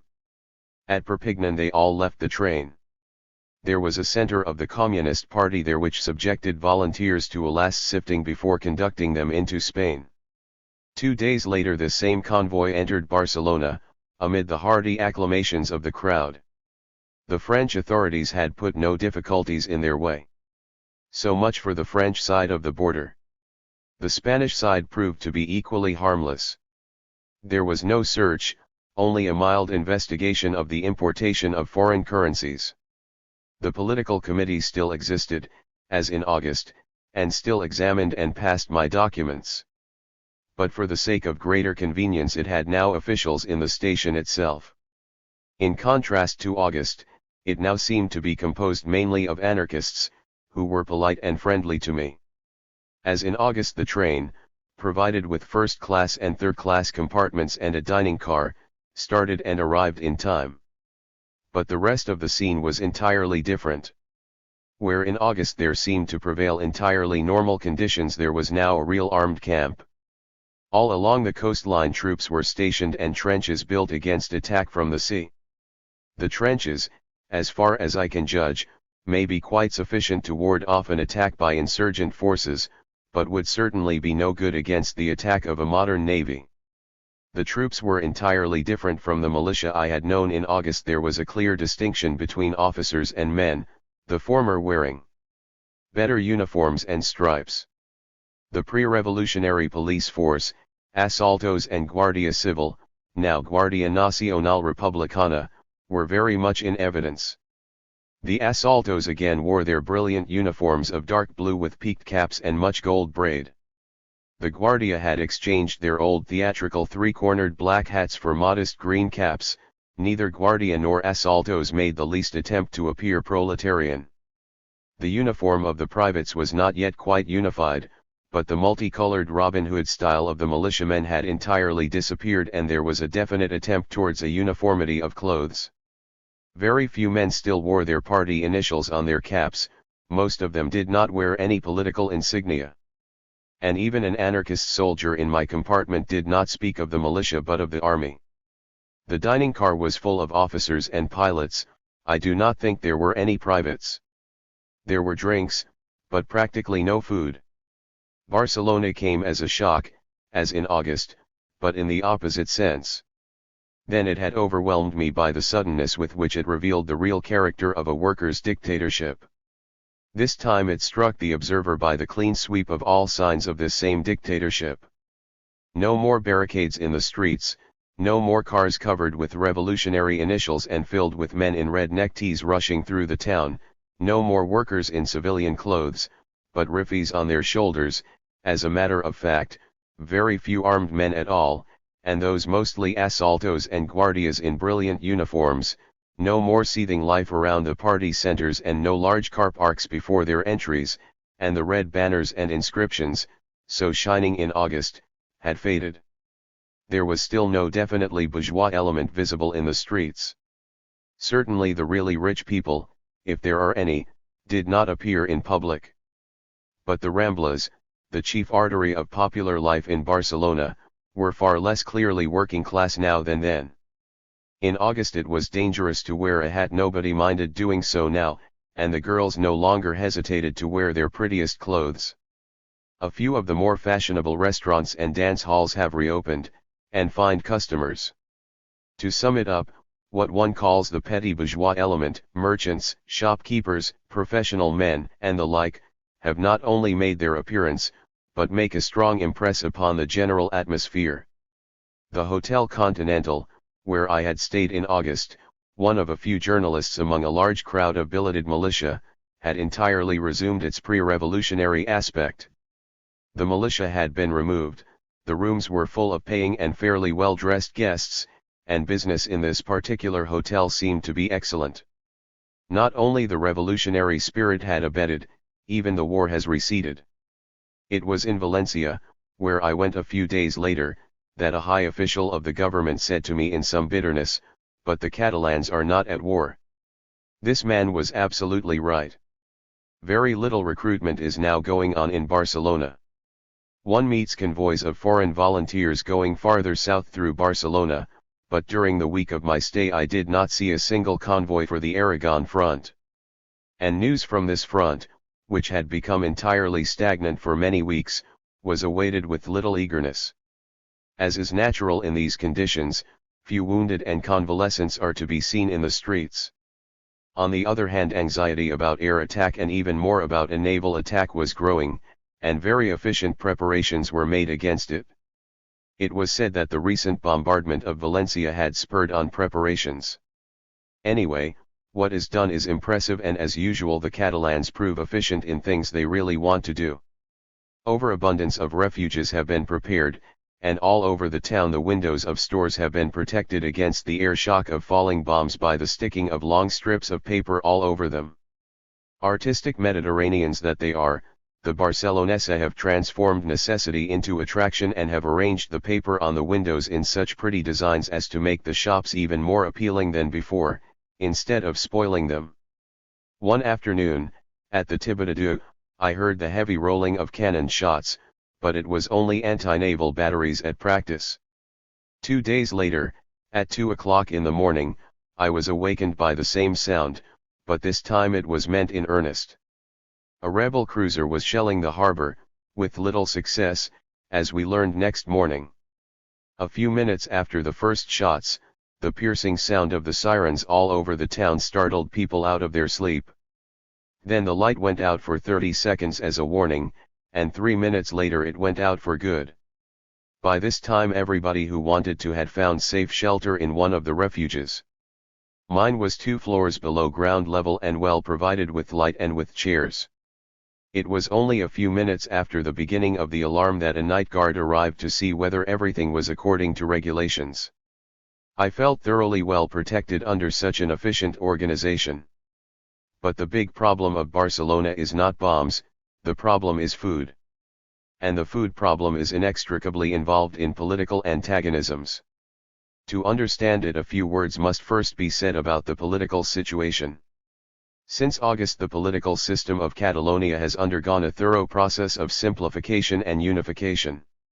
All the old political organizations still exist, but most of them have lost influence and significance. On the left side, the POUM, the party of the Trotskyists and the semi-Trotskyists, is in obvious decline. On the right wing, the smaller Catalan Republican groups have lost what little significance they had. The Esquerra, the traditional party of radical Catalan nationalism and the one important non-working class force in present-day Catalonia, is formally still on the top. Companys, the president of Catalonia, and Tarradellas, its prime minister, both belong to the Esquerra. But the process of decline of the Esquerra, obvious already in August, has continued, and it has very little power at all now. It is in circles linked with the Esquerra that one may still hear complaints about the oppressive and increasing domination of the CNT. But the Esquerra deceives itself. The time when the bourgeois republicans lost ground to the anarchists is over. The Esquerra is gradually being eliminated, but not in favor of the anarchists, in favor rather of the PSUC, the Unified Socialist Communist Party. In reality, there remain only 2 protagonists on the Catalan political scene, the anarchists and the PSUC. And it is the PSUC which is now obviously gaining ground. It must be remembered that before the proclamation of the Republic in 1931 there was no labor movement in Barcelona outside the CNT, though the CNT itself harbored many different political opinions. Señor Comarera, the one socialist of old standing in Barcelona, was then not a leader but an individual of hardly any political influence. Moscow communists there were practically none, but a number of Marxist elements had set out to create what later became the POUM. Since 1931 the UGT, the Socialist Trade Union Center, had repeatedly tried to get a foothold in Barcelona with the help of the Madrid government, in which the socialists then held an important position. They had not been entirely unsuccessful, and the unwarrantable policy of non-participation in the 1934 insurrection did considerable damage to the anarchists. But then the anarchists had changed their policy, had taken a leading part in the July days, and en fin de compte had won over almost all the manual workers. Among Turks, railwaymen, and similar groups the positions of the UGT and CNT were fairly closely balanced, and hence sharply contrasted. But in the balance of forces in Catalonia as a whole the anarchists were overwhelmingly the stronger party. Since July this balance has been upset, first slowly and then rapidly, by 2 concomitant factors. The first of these is the terror spread by the anarchist regime.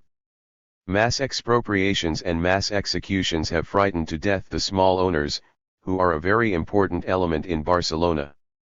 This element had always been with the Esquerra, but since July the Esquerra has proved powerless against the anarchists. The Catalan petty bourgeoisie is more passionately Catalanist than any other group, and for that reason alone, if for no other, it could never bestow its sympathies upon the fascists, who are grim Castilian centralists.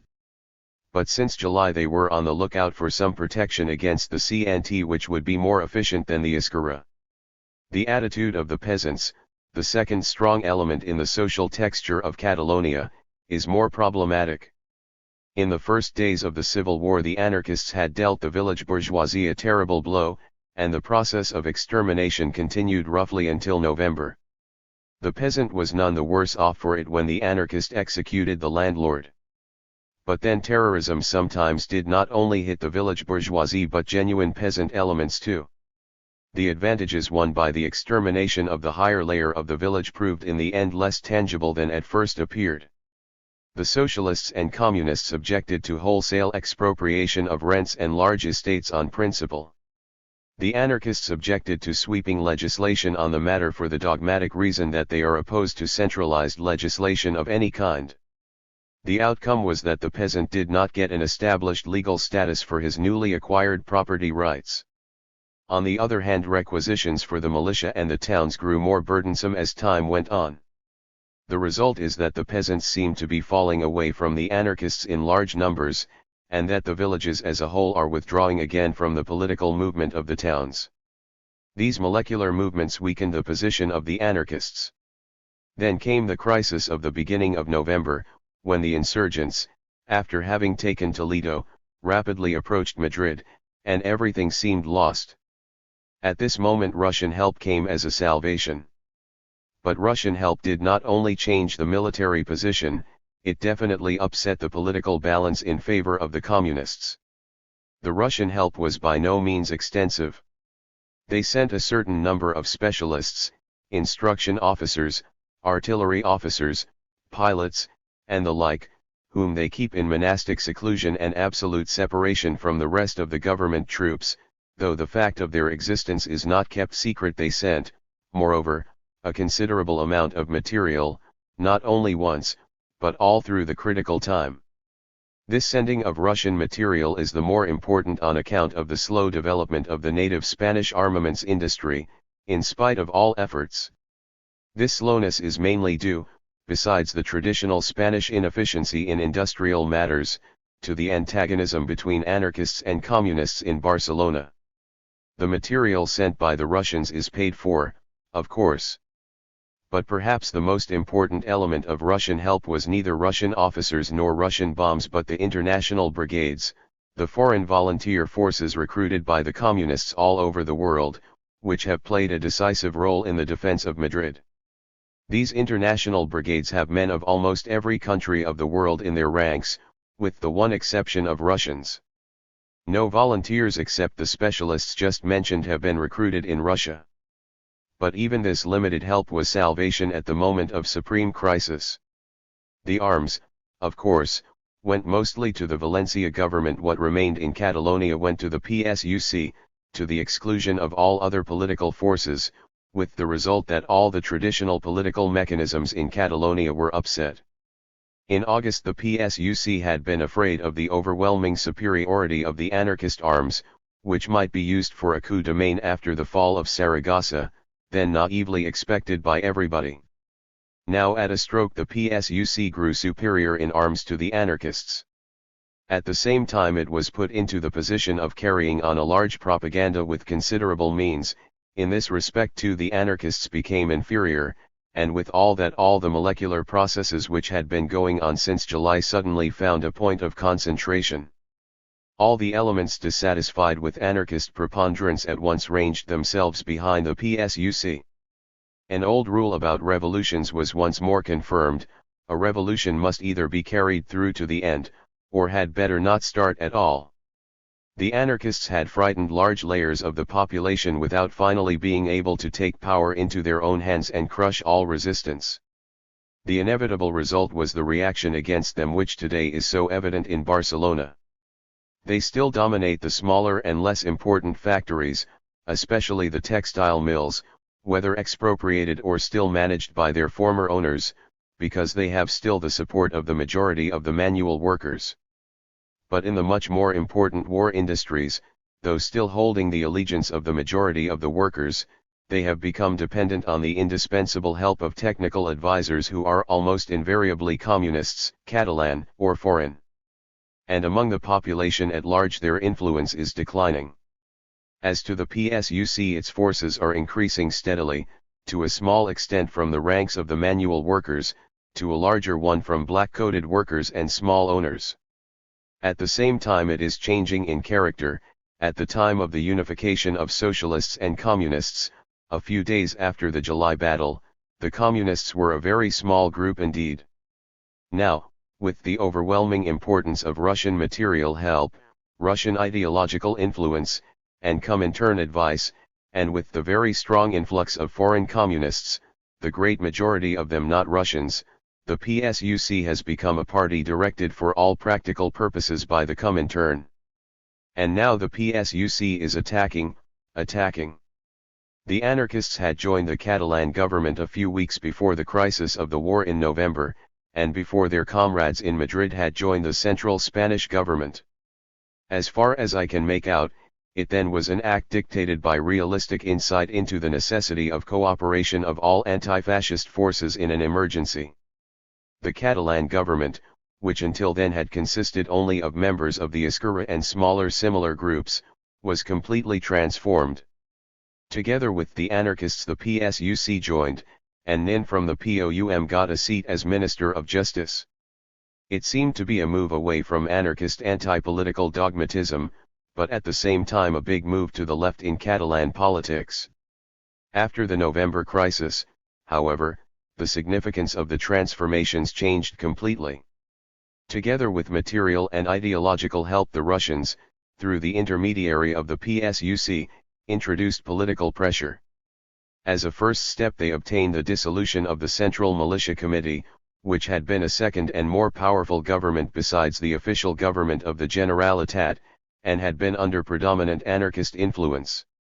Now that the forces of the labor movement were represented in the government, such a separate body with an authority of its own had to disappear in the interest of unified action, the PSUC argued. It is almost incredible how easily the PSUC went through with it.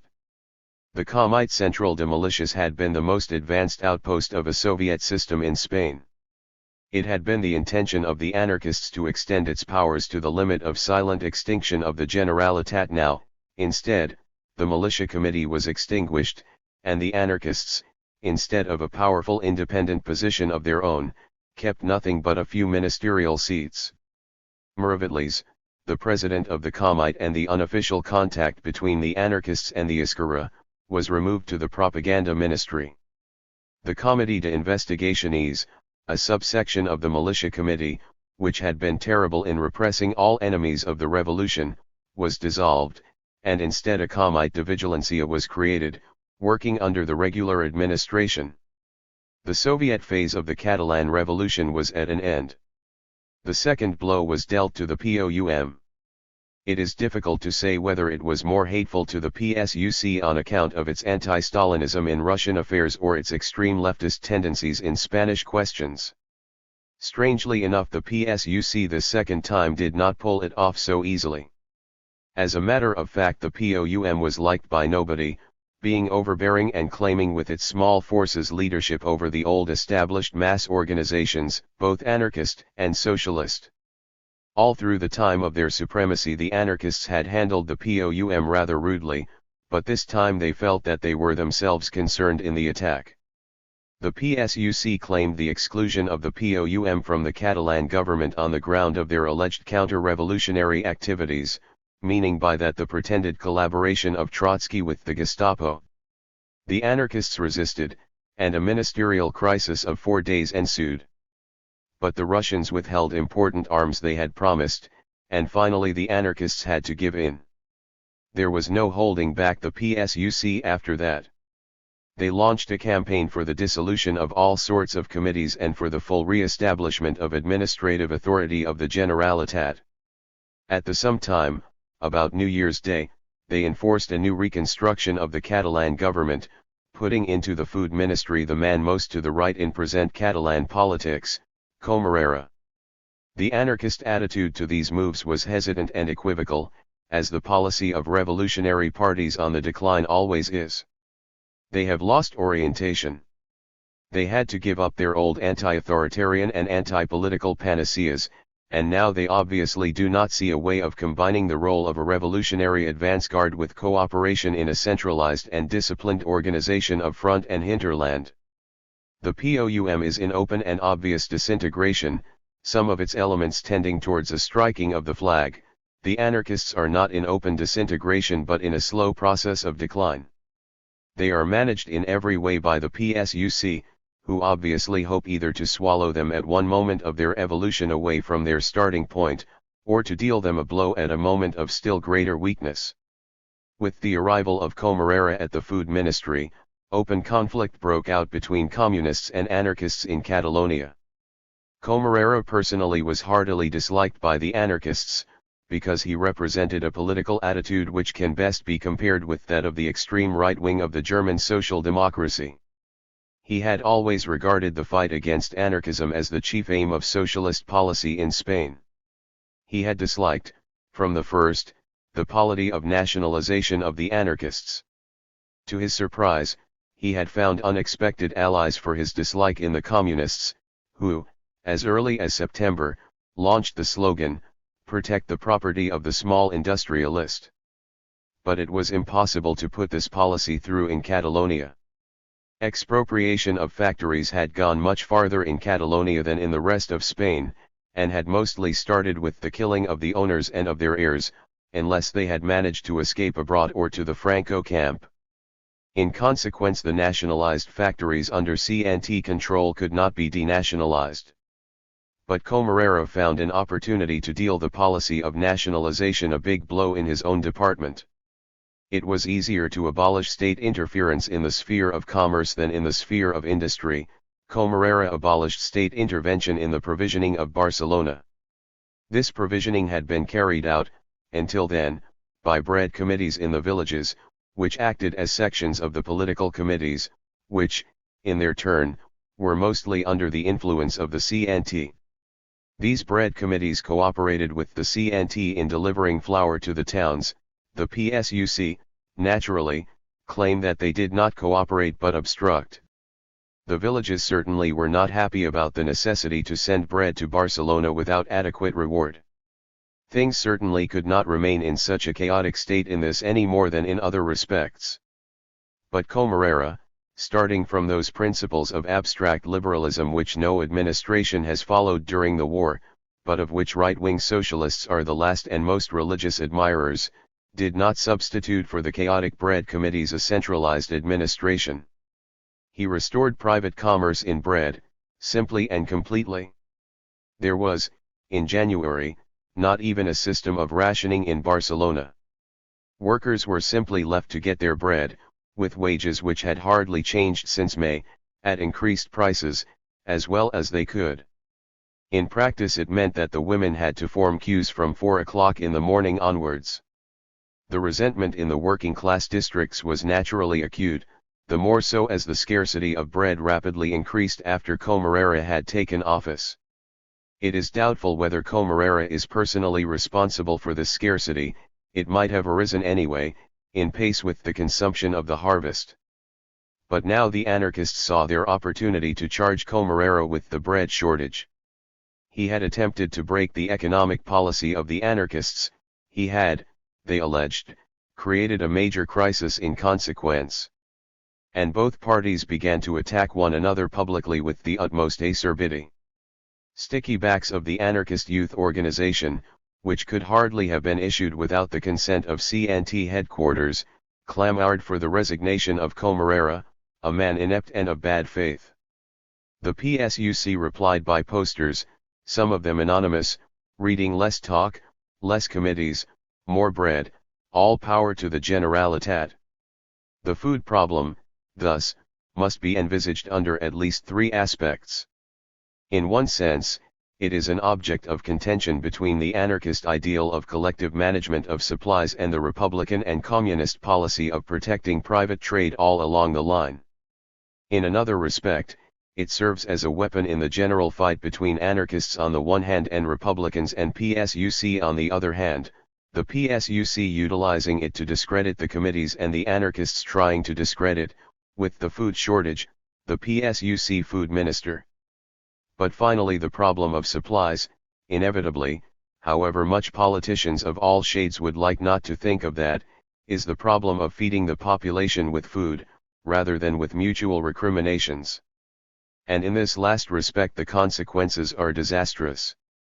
There is, of course, nothing as yet comparable to the sufferings of the civil population of the Central Powers in the last years of the World War. There is, however, considerable shortage. This shortage undermines the morale, the enthusiasm, the pride, and the sense of power of precisely that class which, in July, seemed to own complete power, while small shopkeepers and merchants are much better off in this respect. And this, in its turn, leads to incidents. One Sunday afternoon I watched a particularly unpleasant scene.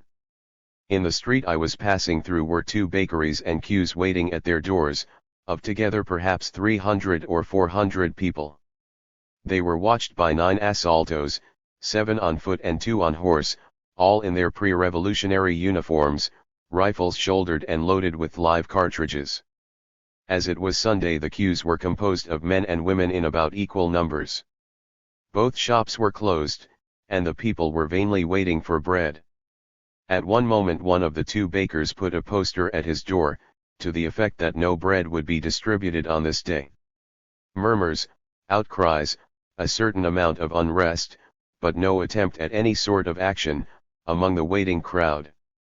But the asaltos are used to certain methods from pre-revolutionary times and they do not hesitate to use them now.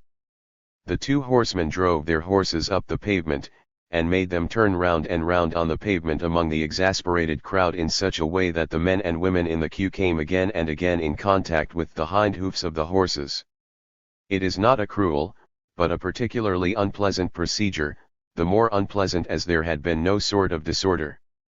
The crowd, after all, was small, and what was needed, what, I believe, every police officer in London would have done in a similar situation, was not to make the people acquainted with the hind hoofs of horses, but to talk to them quietly and ask them to go home. But the asaltos judged it expedient to intimate to the crowd the advisability of going home, not with words but with hind hoofs. The reason is obvious. The Spanish police of the old regime has no democratic training whatever, the Guardia was accustomed to killing and handcuffing and to nothing else. The asaltos, to be true, have been created under the Republic, but have served, for most of their existence, under an anti-democratic government and differ little in their mentality from the Guardia. And these police forces, trained under the autocracy, are now put in contact with revolutionary workers trained by the CNT, standing hungrily in queues. I told some friends of the incident, only to learn that what I had observed by chance was far from being the worst case. There had been, I was told, 2 very bad bread riots, and the police had dispersed the crowd, mostly women, by beating them with the butt ends of their rifles. There are other matters of contention between the parties, less distressing to the masses, but not less important. One of them is the army question. At present Catalonia has practically 2 armies. The one is the Ejército Popular, based on recruitment, composed of non-party units commanded by old police and army officers, practically in the hands of the PSUC. This army is guarding the coastline. They were the troops I saw on my journey from Portbou to Barcelona. The other is the Huesca Saragossa army, which continues, I am told, on the old lines of the militia of the early days, with very little change, is under dominating anarchist influence, and still has its political commanders, with military officers in an advisory capacity only.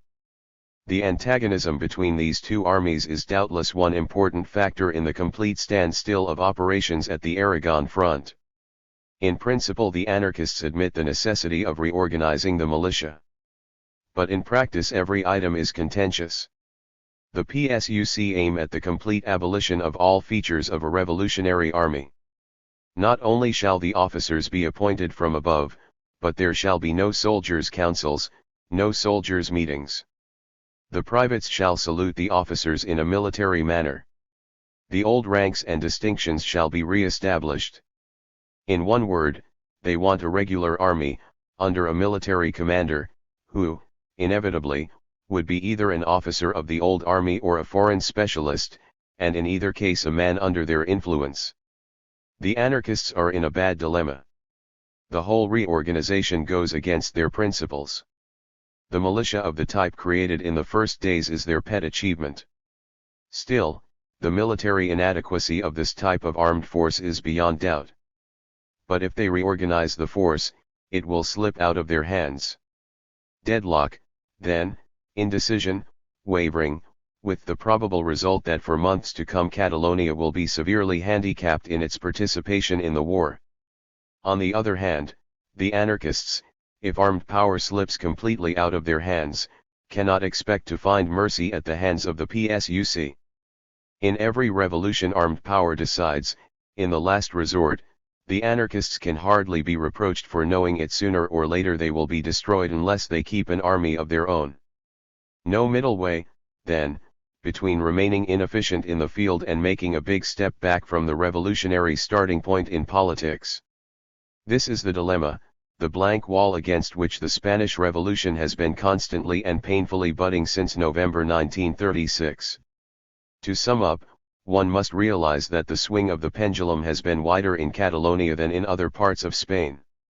Catalonia was always the center of revolutionary movements in Spain, and after July 19 had fan outdistanced the rest of the country in the drive towards social revolution. Before the rest of Spain could follow, the war became a matter of such overwhelming importance as to swallow up all other considerations, and with the defeats came communist preponderance in the rest of Spain, and Catalonia, with its advanced tendencies, was isolated. It is this isolation of a revolutionary vanguard which advanced too far in the first days that gives an acute and cruel note to the antagonisms in Barcelona. All the moderate groups have lived in greater fear in Barcelona than anywhere else, and are more eager now to take their revenge, the more so because the CNT is still the strongest and a very menacing power on the spot, and the forces brought into action against it are mostly non-Catalan and partly non-Spanish. The deadlock at the Aragon front is one more important factor in the present tension. A serious defeat there might, however, bring about a sudden conciliation between the contending parties. Valencia, the central government. The journey from Barcelona to Valencia this time was very different from that in August. Then it was like peace. Now it reminded me very much of trains during the World War. On the way the train, first as well as third class, got crowded with troops, who were being rushed from the north to the Andalusian front, where the issue of the fighting lies in the balance. We arrived in Valencia 3 hours late, at 2 o'clock in the morning. The town was pitch dark, all the hotels overcrowded, and I spent the second half of the night uncomfortably in an armchair. Next day I found myself a room in an hotel, not without difficulty. But if the lodgings problem in Valencia is naturally very acute, the food situation was a very easy one. Only meat and potatoes were somewhat scarce. In the hotels there are so-called war meals of only 4 dishes, which may seem a restriction to Spaniards, who are spoiled as to cooking. For me anyway it was more than I could consume. Barcelona was obviously restless, Valencia was not at all. It has kept its gay and easy-going ways unchanged. There seems to have been considerable excitement during the naval bombardment of the harbor in mid-January, but it was already forgotten. The complete extinction of lights in the streets at 10 at night was thus the one measure involving a real change in the habits of life. Moreover, Valencia has reason to be gay.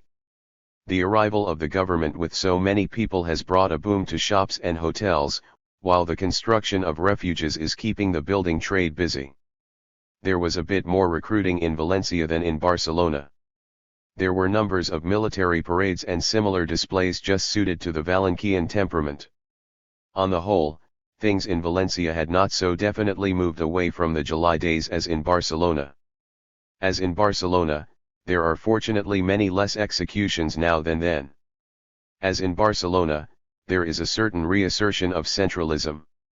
The days when Valencia was governed by its Cockpit Ejecutivo popular in practical independence of the central government were over. Once the Cockpit Ejecutivo has even been officially dissolved, but it continues to exist and to cooperate with the government with not more than the usual amount of friction. The November crisis was a turning point in Valencia as elsewhere. It brought the government, and an armed clash between communists and anarchists, ending with the defeat of the latter. But the trend of local political opinion is rather towards the left compared not only with Barcelona today but even compared with Valencia itself in August. Then Valencia had what almost amounted to a Soviet system, but behind the screen of a revolutionary regime it remained thoroughly petty bourgeois and non-revolutionary. Now, with the headquarters of the whole socialist and communist organization within its walls, it is much more genuinely tinged with socialism. Expropriation has continued. Most of the hotels, restaurants, and cinemas are now either under the control of workers, or under direct workers' management. The orange trade is controlled by the two trade unions. There are still armed workers in civilian clothes acting as street and night guards. When we turn from local to national conditions, the picture is somewhat different. National conditions today must be studied chiefly in Valencia because here is the seat of the government. And the outcome of such a study is again to emphasize the rapidly increasing importance of the Communist Party. The formation of the Caballero government, after the complete failure of the Republicans to organize the defense against Franco and to secure foreign help, had marked the high tide of the tendency to the left. But then Caballero was not more successful in defending Toledo and San Sebastian than the Republicans had been in defending Extremadura. Under the blows dealt to the Republican cause by Franco, the intrinsic weakness of the left-wing socialists even within their own party became apparent. Only a very few of the old socialist leaders had really moved to the left. Of them, Araquistin had gone as ambassador to Paris. Caballero is not a young man, and thus Álvarez del Valle remained as the one strong personality of the left wing. But one man is an individual and not a tendency. The hold of the UGT and the Socialist Party on the masses is weak as compared with the roots of the CNT. And the one region really deeply influenced by the UGT, Asturias, is, with the right wing of the party, at least as far as the leader of this region, González Pina, is concerned. Caballero owed his position not to his own force but to the defeat of the Republicans, and to the unwillingness or incapacity of the CNT to assume political power. November came, and with it the Moors of Franco approached the suburbs of Madrid. Caballero had to hand over the reality of power to the first claimant who could offer genuine help. The Communist Party, with Russia behind it, was this claimant. And, in consequence, the Communists became the predominant power in the camp of the anti-Franco forces. This predominance they derive mainly from the armed help they have given, in forms explained above, and from the organizing achievements they have to their credit. But how are these achievements transformed into political power? Not, in the first place, by increased influence among the masses of the workers. It is true that the membership of the Communist Party has increased very considerably. They went into the Civil War with some 3,000 members at the utmost. At the end of January they claimed a membership of 220,000. As a matter of fact, all or almost all left parties have increased their membership, but such an increase as that claimed by the Communists is out of proportion to the average. Spanish figures are not precisely the most reliable thing in the world of statistics, but general observation indicates that at least the general trend is correctly reflected in the official membership figures of the Communist Party. Moreover, there is no doubt that the military recruitment of the Communist Fifth Regiment has been much more successful, both in quantity and quality, than that of any other army unit. But this is only one side of the picture. The real influence of a party in the working class movement is measured more correctly by the control it is able to exert over definite sections of the movement than by membership figures. In this respect the balance is less favorable for the Communists than the increase of their membership and military influence might suggest. Since July the Communists have not won over, either from the anarchists or from the socialists, a single trade union branch of manual workers, a single large factory, a single industrial region. They have won over branches of state and private employee trade unions and villages and country districts in considerable number. The Communists claim that if and when there are free elections in the UGT which are suspended during the Civil War, they would win over a considerable number of the UGT branches. The fact is, however, that where the Communist influence became really overwhelming, it had to be taken into account, even without elections. Again, in factories, the change of political leadership can be effected by means other than elections, notably by the change of political allegiance of the most influential workers. There seems to be very little of that. The explanation of the contrast between membership figures and influence among the workers seems to lie in the fact that the Communist Party has changed its social character. This is most obvious in the case of the Catalan PSUC, practically a section of the Spanish Communists. Not many industrial workers are members of the PSUC, but it claims, nevertheless, 46,000 members, the majority of whom are state and private employees, shopkeepers, merchants, officers, members of the police forces, intellectuals both in town and country, and a certain number of peasants. The percentage of workers in the Communist Party must be somewhat larger in the rest of Spain than in Catalonia, but still it is certainly not a very high onc, and, on the other hand, the Communists have undoubtedly stronger peasant support in some parts of Spain, particularly in the Huerta de Valencia, than in Catalonia. The Communist Party, to a large extent, is today the party of the military and administrative personnel, in the second place the party of the petty bourgeoisie and certain well-to-do peasant groups, in the third place the party of the employees, and only in the fourth place the party of the industrial workers. Having entered the movement with almost no organization, it has attracted, in the course of the Civil War, those elements with whose views and interests its policy agreed.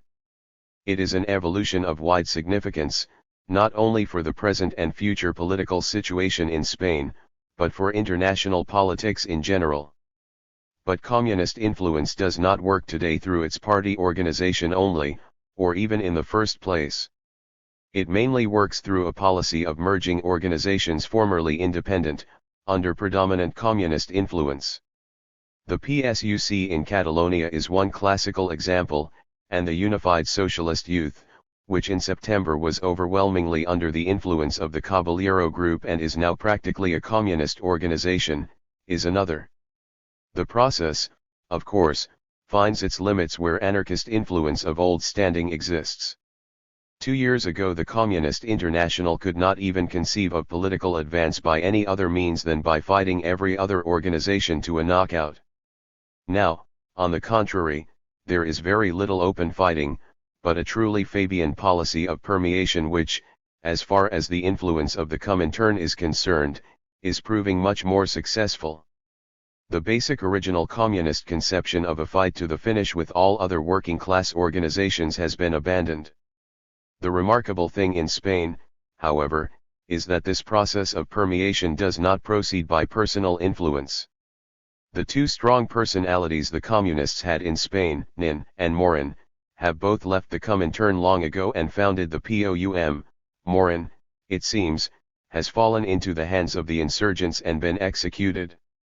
The present leaders of the Communist Party, Diaz, Mij, Jesus Hernandez, Uribe, and others, are hardly known to the masses, and certainly do not owe their influence to their personal prestige.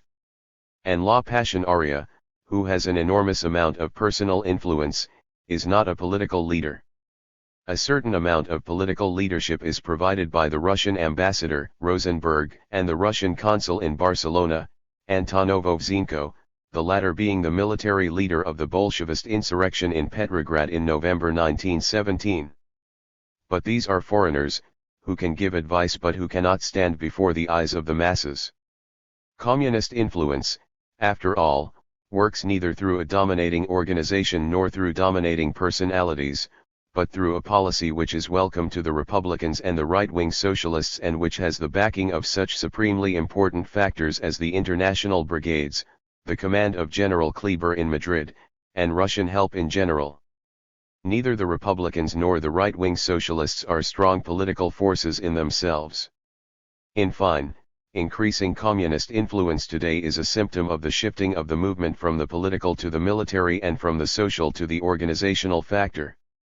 It is military and organizing, not political, influence which gives the communists their strength, and indirectly makes them the politically dominant factor. How is this domination expressed? In the policy followed. And that policy is one of strict limitation of the movement to the fight against Franco. This is expressed in the slogan, the defense of the Democratic Republic, but if Democratic Republic means freedom of organization, of the press, and of movement for political forces, then there is no such thing and there can be no such thing in Spain at present. The Spanish Revolution in its bitter straits could not allow itself the luxury which has proved too much for revolutions in an easier situation, the luxury of free political movement. Democratic Republic then is not a present state of things to be defended, but a former state of things which it is hoped will be reinstated after the victory over Franco. In reality it is impossible to predict what conditions will then obtain. The slogan of the Democratic Republic in Spain is a serious departure from the original ideas of Lenin and his organization. It is on the whole apt to create for the communists more new allies than new enemies. Such revolutionary trends as take offense at the new turn, anarchists and Trotskyists are declining. On the other hand, the new political attitude allows the communists to move swiftly towards a union with the socialists, at least with those of the right wing, with whom their principles have become practically identical. It is common knowledge that attempts are being made to bring about the complete merging of socialists and communists in Spain. At present they have a common newspaper in Valencia, Verdad, the title being a literal translation of the Russian Pravda.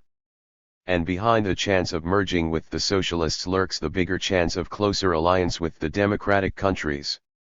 A policy ought not to be interpreted in terms of its general ideology but more in terms of its concrete acts.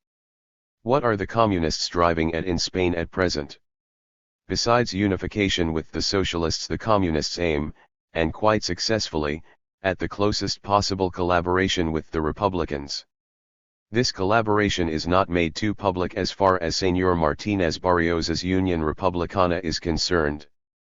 But it is known that such a close collaboration exists, and at one time Martínez Barrios was even mentioned as a future prime minister who would be agreeable to the communists.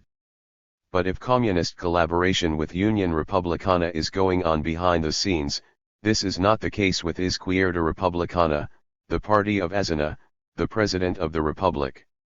One day, not long ago, Aznar made a speech in which he expressly deprecated any attempt at revolution, and limited the aims of the struggle to the defense of the parliamentary democracy within the framework of the existing social system.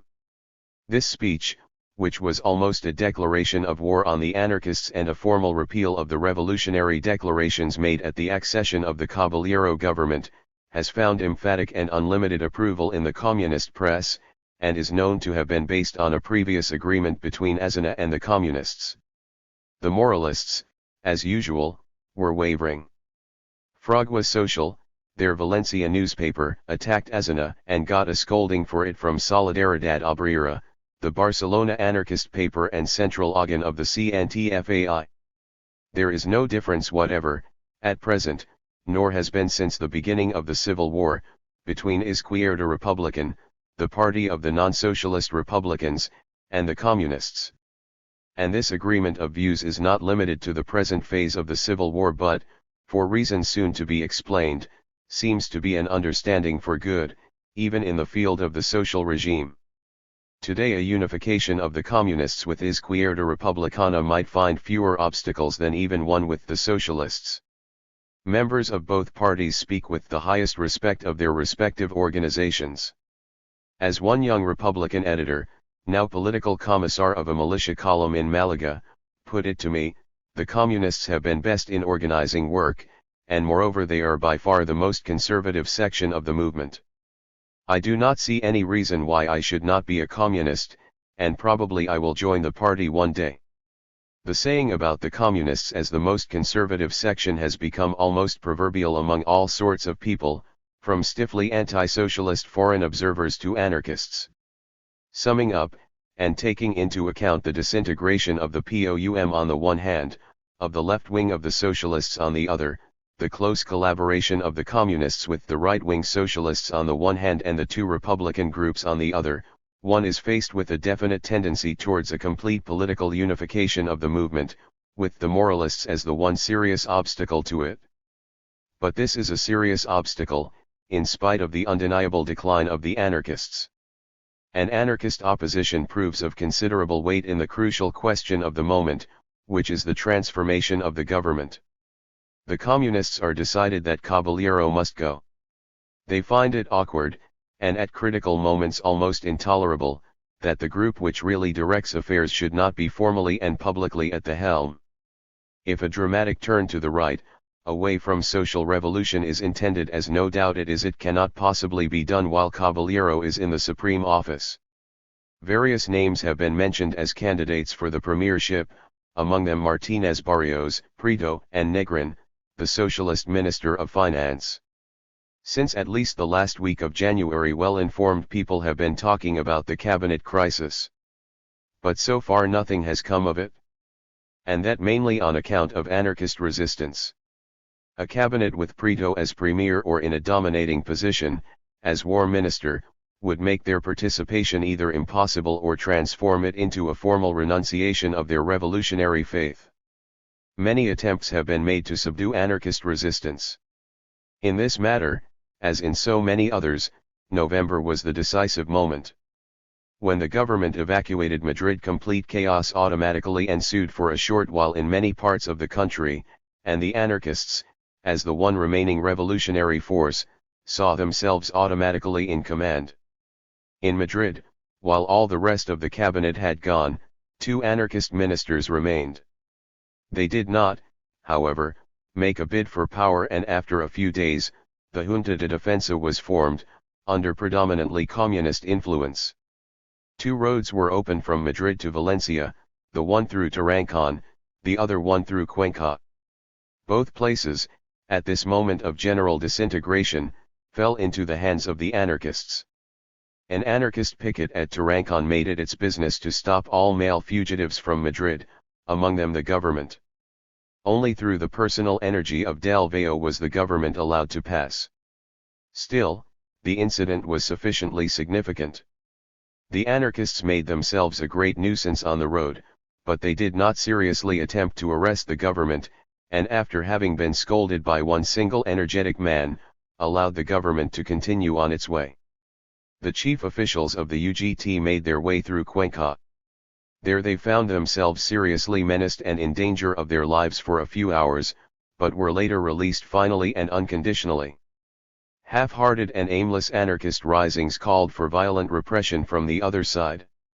In Valencia, the anarchists organized a big demonstration on the occasion of a funeral, and showed some intention of turning it into a coup de main. But the intention was not definite. They got their cortege into a trap, incidents produced a row, and the anarchists, surprised in a narrow square by communist machine guns from 3 sides, suffered heavy losses. The élan of the anarchist offensive in Valencia was broken. Tarancon, I was told, from a source which had otherwise proved reliable, one day found itself bombed by planes which did not seem to belong to Franco. In Cuenca the process seems to have been long drawn out. There, the local communists managed to get police work into the hands of the unified socialist youth, which made short work of the anarchist uncontrollables. It seems that in Cuenca, earlier than in other places, one chief element of communist policy found application, a skillful distinction between good and bad anarchists. In the meantime, the Junta de Defensa had been created in Madrid. The first international brigades and the first Russian air squadrons had appeared and scored the first successes for the government. Even the anarchists had to admit that discipline and organization had been some use. Under these circumstances, the distinction between official anarchists and the so-called uncontrollables got hold. What are the uncontrollables? The meaning varies with the political purpose for which the term is employed. Sometimes one calls uncontrollable simply those criminal elements which, in decreasing numbers, commit expropriations and executions on their own account, without any sort of authorization, but under the guise of anarchist opinions. But at other times all elements which display some sort of activity escaping centralized control are called uncontrollables, then many dozens of village committees whose views on the agrarian question differ from those of the Minister of Agriculture, the communist Urabi, may find themselves, to their surprise, qualified as uncontrollables and put in the same rank with simple criminals. After the November crisis, the anarchist leadership decided to collaborate in the fight against the uncontrollables.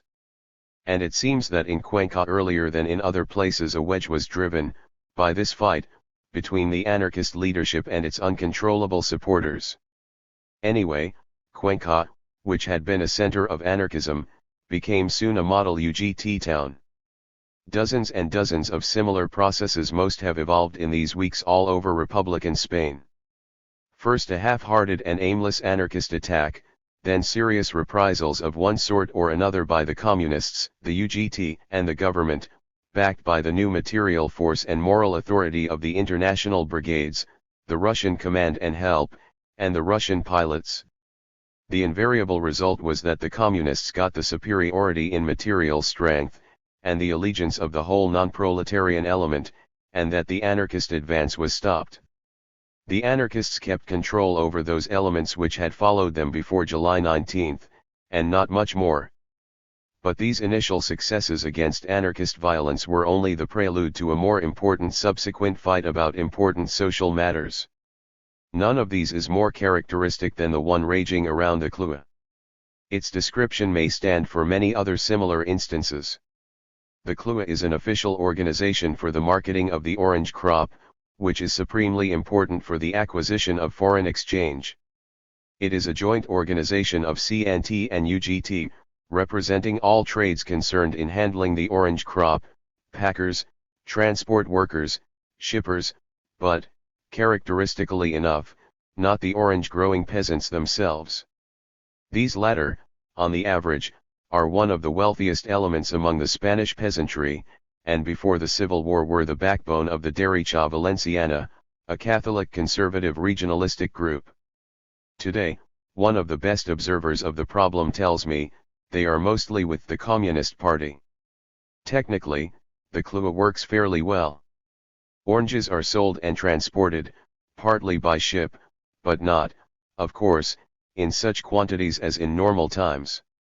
But the CLUA is able to fulfill its contracts as to the delivery of oranges and is able to pay for its own buyings abroad cash down. There are only a few complaints as to the quality of the oranges. But the main trouble lies in the furious antagonism between the CLUA as a representative of the trade unions on the one hand and the communists and the peasants on the other. The Ministry of Agriculture, under the communist Urabi as minister, is fighting the CLUA, and as a reply Frog was social, the anarchist newspaper, attacks Urabi bitterly. The contest, as is natural, is about the prices the peasant gets for his oranges.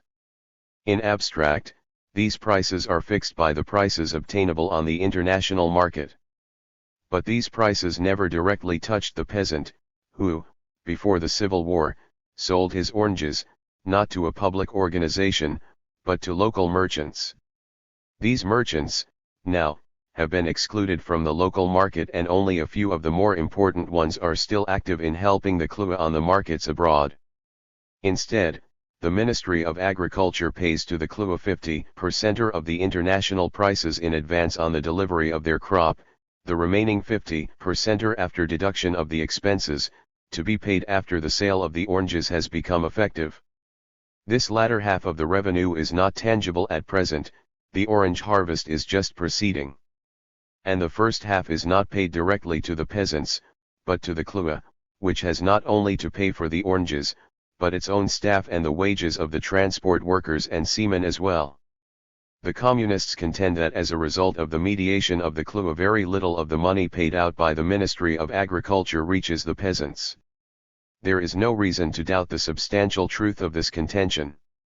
On the other hand, the trade unions represented in the CLUA and the anarchists charge the communists with the intention of breaking up trade union control altogether and wanting to hand back the orange trade to private merchants, who, as a matter of fact, still hold the trade in agricultural products in most parts of Spain.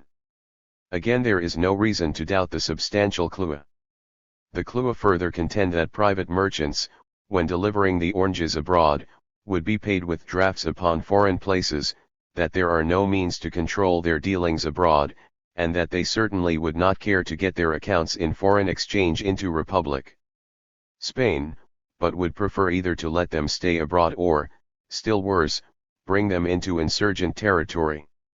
And foreign exchange is the crucial matter. The peasant may be badly provided for in the CLUA organization, but as to foreign exchange, the CLUA, being virtually a state monopoly in foreign trade of the most important Spanish export commodity, is as efficient as it can reasonably be expected to be. Who is right and who is wrong in this debate? It seems to me that, as is so often the case, every party is right in its criticism of its adversaries. Not one side seems to be wrong, but rather the whole position seems to be untenable.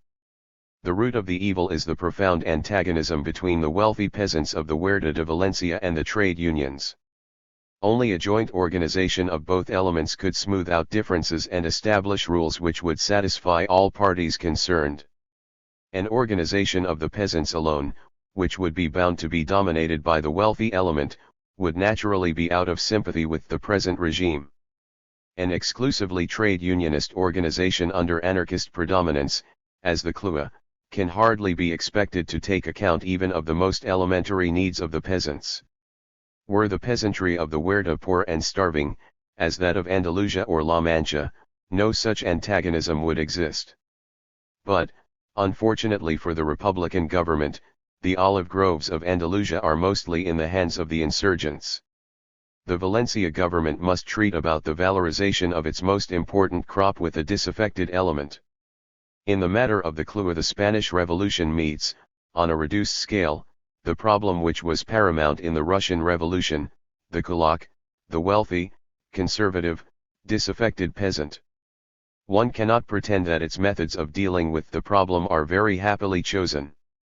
It seems, that, en fin de compte, the orange crop is collected by the peasants under the impression that they will get an advance of 50% of its value, a promise which is not kept, and that soft violence is helping where promises fail.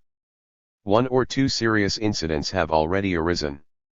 The village of Culera revolted, declared its independence, burned flashlights at the coast, and turned a few cannons dramatically against Valencia, more than 15 miles away. It was a childish attempt, which, besides swift repression by the government, brought on them a bombardment by insurgent planes attracted by the flashlights. But it is symptomatic. The basic element of the whole situation is that the communists, in contrast with past practice in Russia, are not here and now with the workers ruthlessly against the kulak, but with the kulak against the trade unions. Some people go so far as to contend that they try to work directly through the old Catholic organizations. I do not know whether this is true. Anyway, the communists please the rich peasants by opposing the anti-religious movement. They have expressed their disapproval at the recent conference of the Unified Socialist Youth.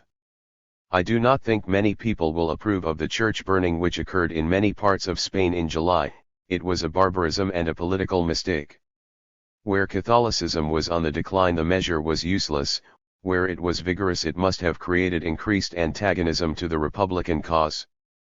The present situation, however, is that there are surprisingly few difficulties about religion in Republican Spain. There is hardly any instance of a movement similar to the passionate defense of Catholicism in the French Revolution. No secret masses said, no priests going to give the blessings of religion to the faithful at the danger of their lives. Catholic convictions, or at least Catholic habits, have been deeply ingrained in the lower classes of the Spanish people, and penetrate deeply into the revolutionary ranks. If they have failed to produce any effect whatsoever in the present crisis of Spanish Catholicism, that is mainly due to the attitude of the Spanish clergy. It is not only, and not in the first place, a problem of their behavior before the Civil War. Undoubtedly many members of the Spanish hierarchy have not led the sort of life they might reasonably be expected to lead. They have sinned through lack of care, lack of knowledge, through greediness and vice, but all this might be readily forgotten if the Spanish Church, in compensation for a past not altogether creditable, had proved able to win the glory of martyrdom.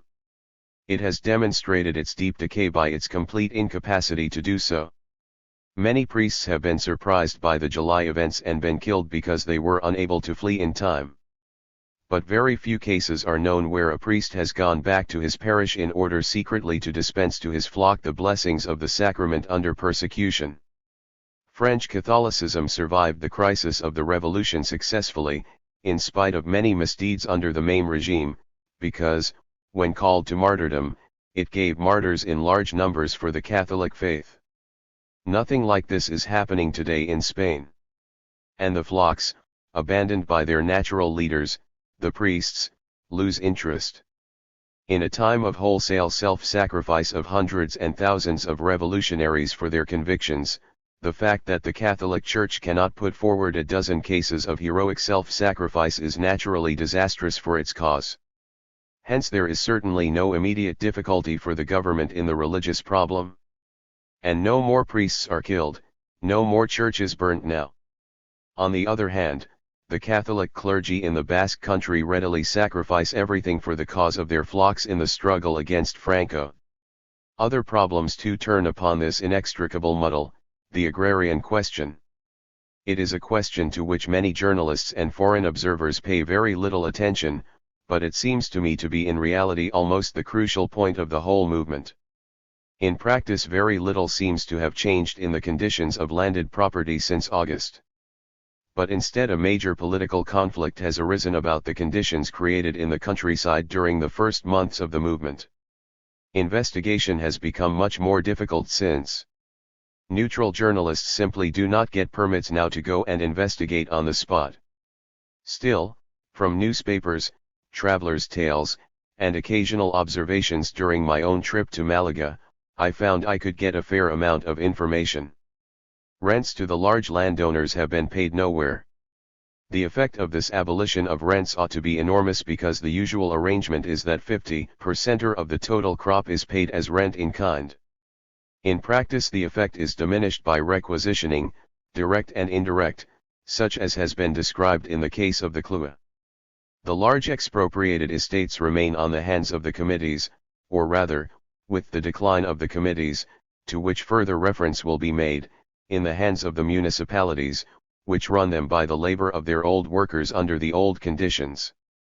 But sometimes, as on some wheat farms in La Mancha, or on the sugar cane farms of Malaga, they have been collectivized by the laborers and are worked by them under their own management. Peasant property, on the whole, has not been touched, with the exception of the land of friends of the insurgents. The crops of the peasant go still largely to the local merchants, who make splendid profits from them. But in a certain not altogether insignificant number of cases peasant lands have been collectivized by the anarchists. Sometimes such collectivized farms seem to work fairly well. One famous case is the collectivization of a couple of orange groves in the province of Murcia. Very often they do not work well at all. I described one such utterly unsatisfactory collectivization, in Castro del Rio, in the diary of my first journey. This particular village has since been occupied by the rebels. The communists have started a big campaign against these collectivizations, which, they contend, are mostly forced upon the peasants by the anarchists, against their will. And what insufficient attention is given to the agrarian problem is centered, in all parties, upon this question of the peasant collectivities. The communists have undoubtedly a very strong case. Collectivization, without introduction of modern agricultural engines for large-scale production, such as tractors, cannot appeal to the peasant, must remain inefficient, and is likely to muddle up things in the villages, where the situation is already difficult enough. It is difficult to decide how far, in individual cases, these collectivizations are voluntary and how far enforced. What really matters is how far these new economic units have a chance to succeed, and in consequence to appeal to the peasant in a reasonably near future. I think the skepticism of the communists in this respect is well justified. Capital is needed to make large collectivized estates practicable, and, in addition, competent advice and leadership. Neither is available under the conditions of civil war. As things stand, premature agricultural collectivizations are rather the last remnants of the old anarchist faith, which attempted to base a new society on moral enthusiasm and force only, irrespective of immediate practical conditions. The Ministry of Agriculture tries an alternative policy. It has at its disposal a certain amount of foreign exchange and uses it to acquire agricultural implements, mostly fertilizers, which it puts into the hands of individual landowners. It did so first at prices considerably lower than its own costs, and does so now at cost prices, i.e. still at prices considerably lower than ordinary market prices. Still, fertilizers are not within the reach of the average Spanish peasant, who would be more apt, in his destitution, to welcome collectivization than the small stratum of wealthy peasants. Again, in the problem of collectivization and agricultural implements, the communists play the wealthy peasants against the poor and against the anarchists. The attempts of the anarchists are childish. But the worst thing about the whole matter of collectivization is the attention it gets at all. Collectivization is a pet idea of the anarchists and consequently makes a fit bone of contention between them and their adversaries. But that does not mean that it is the most important aspect of the agrarian problem. Busy with their wild antagonism, both communists and anarchists forget that the peasant is completely in the dark about the official policy concerning the expropriated land, both of the large landowners and of those smaller peasants who have fled or been executed as enemies of the regime. Sometimes this oblivion of the central problem is almost grotesque. The province of Jaén, which I described in the diary of my first journey, is one where at least 90% of the land not only belongs to grandees, but is managed as large estates. At the Congress of the Unified Socialist Youth, a young peasant from this province got up and at some length discussed the matter of the collectivization of the miserable lots which the peasants of his district prefer to hold in private ownership rather than to have collectively managed.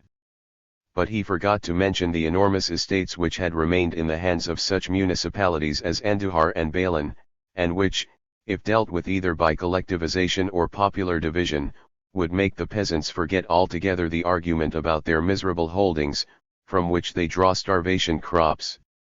The Spanish Revolution set out to give the peasant the land of the grandee, individually or collectively. Instead of doing so, it has landed itself in the impasse of discussing whether the peasant's own land ought to be owned individually or collectively. And the blindness as to this central problem is the same among communists, socialists, and anarchists, not to mention the POUM, which prefers to remain in the lofty realm of Marxist abstractions. Still worse, the peasant is not sure, at present, about the fate of the crops of his own land. Requisitions are an inevitable necessity of war, whether done openly or under the screen of currency inflation. The peasant does not know clearly, however, what he is expected to give, and does not know in what way he will later be rewarded. He is left in uncertainty and growing restlessness. The wealthy peasants of the Huerta de Valencia and similar districts may be at least indifferent to a success of the insurgents. But this is not the case in the larger part of Spain. Wherever the insurgents advance, thousands and thousands of peasants leave their homes. They do so not only to avoid bombs and shells, else they would hide in the mountains and come back after a few days. They flee because they are dead scared of the rebels. They have listened to the tales of peasants from villages occupied by the Franco troops. Those peasants tell of executions and of ruthless oppression. The large majority of the Spanish peasants are poor, and they are used to regard the landowner, the police, the troops, and even the priests as their natural enemies, against whom they now seek shelter behind the lines of the Republican army. But at the same time these peasants have given very few volunteers indeed to the government troops, and even the spontaneous defense of their own villages has now, in contrast to the first months, become rather the exception than the rule. They know from what to flee, but they hardly know for what to fight. The insurgents would take much from them, but the Republic has given them nothing substantial. Their attitude is in accordance with this situation.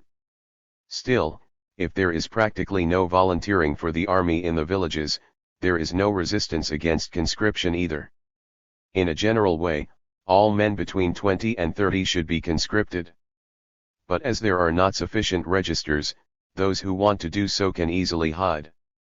It is the more significant that the majority of the young men of the villages present themselves at the conscription offices and regard it as a shame if they are rejected for some physical defect. Still, there is a long way between being accepted and getting to the front. If boys dislike the training, and many do, it is not difficult for them to find their way back to their native village, and there they are beyond any efficient control. One must keep in mind, in judging this state of things, that anyway there would not be enough rifles to arm all the men available for the government, which, in consequence, has little interest in forcing unwilling elements into the army. Compulsory military service is the chief slogan of the Communist Party, together with the demand for a unified command, but its realization is not only dependent on the willingness of the authorities to accept it, but upon a satisfactory solution of the armament problem. Those young men who finally get into the war are distributed among the so-called mixed brigades, an institution similar to the famous amalgame of the French Revolution. They consist partly of old militia volunteers and partly of new conscripts. The militia organization, of course, has disappeared, commanders are named, discipline is introduced. But these mixed brigades are not yet organized all over Spain. In some parts, Malaga, for instance, the old system, based exclusively on volunteers, still prevails, for no particular reason except the slowness with which reorganization is put into effect. All over Spain there exist anarchist columns which now are unified as militias confederales, but which, owing to their exclusive political character, do not willingly accept politically nondescript recruits. After all, the formation of one unified Republican army is a thing easier to demand than to put into effect. The Communists too, though they are the chief promoters of army reorganization, have their own troops, the so-called 5th Regiment, which, today, is anything but a regiment. It has between 60,000 and 70,000 men, and is by far the strongest military unit of the Republic. Among its 32 brigades are the international brigades which have played such an important part in saving Madrid. The membership of the 5th Regiment is not exclusively communist, one brigade even consists in the main of foreign anarchists. But the leadership and the general political spirit is definitely communist. There is talk about the dissolution of the 5th Regiment and its merging in the regular army of the Republic, but so far none of its brigades has been dissolved, and it is not easy to see how it could be done as long as other political groups keep their own troops. It is perhaps no exaggeration to say that in a revolution a unified army is dependent on complete unification of political leadership. The latter everybody desires, but very naturally everybody desires it to be his own leadership.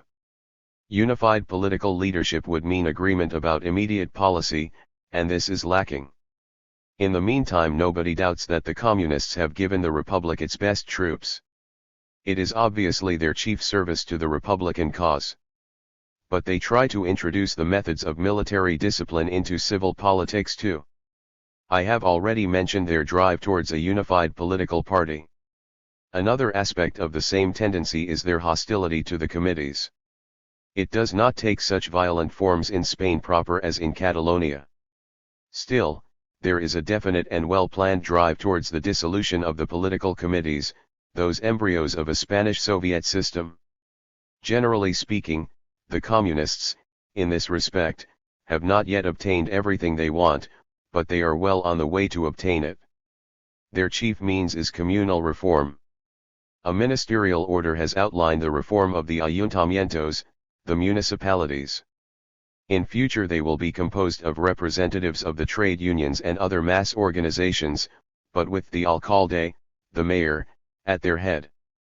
The alcalde is nominated by the civil governor of the province, who, in his turn, is nominated by the government. The members of the ayuntamiento, for their part, are appointed by their respective political and trade union organizations. Technically there is not so very much difference between the committees and these reformed ayuntamientos. The committees too were formed of representatives of the various political parties and trade unions, designated by their respective organizations. It may seem the only difference that the committees did not act under the chairmanship of the alcalde. But, in actual practice, the difference is more considerable. The alcalde, if he is any good at all, is likely to have the most influence in this corporation, and he is a government employee. Moreover, the ayuntamiento, as against the committee, is an official institution, bound to proceed, not by the inborn free right of revolution but by the rule of law. If it fails to do so, its acts are void, and the alcalde is there to watch that it does not depart from legality. One consideration cannot be omitted in this context. Officially, the Valencia government fights for a parliamentary democratic republic. Now this, at present, is and inevitably must be a program and not a reality in national politics. Anarchists and Trotskyists are not represented in the Cortes, the first because they refused to put up candidates, the latter because they were too weak. So, there is no opposition in the Cortes, and their activities are limited, at present, to the holding of sessions with the maximum legal interval between them, sessions which adjourn after the unanimous passing of a few resolutions. Lately, by an emergency law, the Cortes has even been relieved of the duty of sitting at regular intervals. But in the sphere of municipal administration, republican and parliamentary democracy could be and, in the policy of republican parties, ought to be, a reality.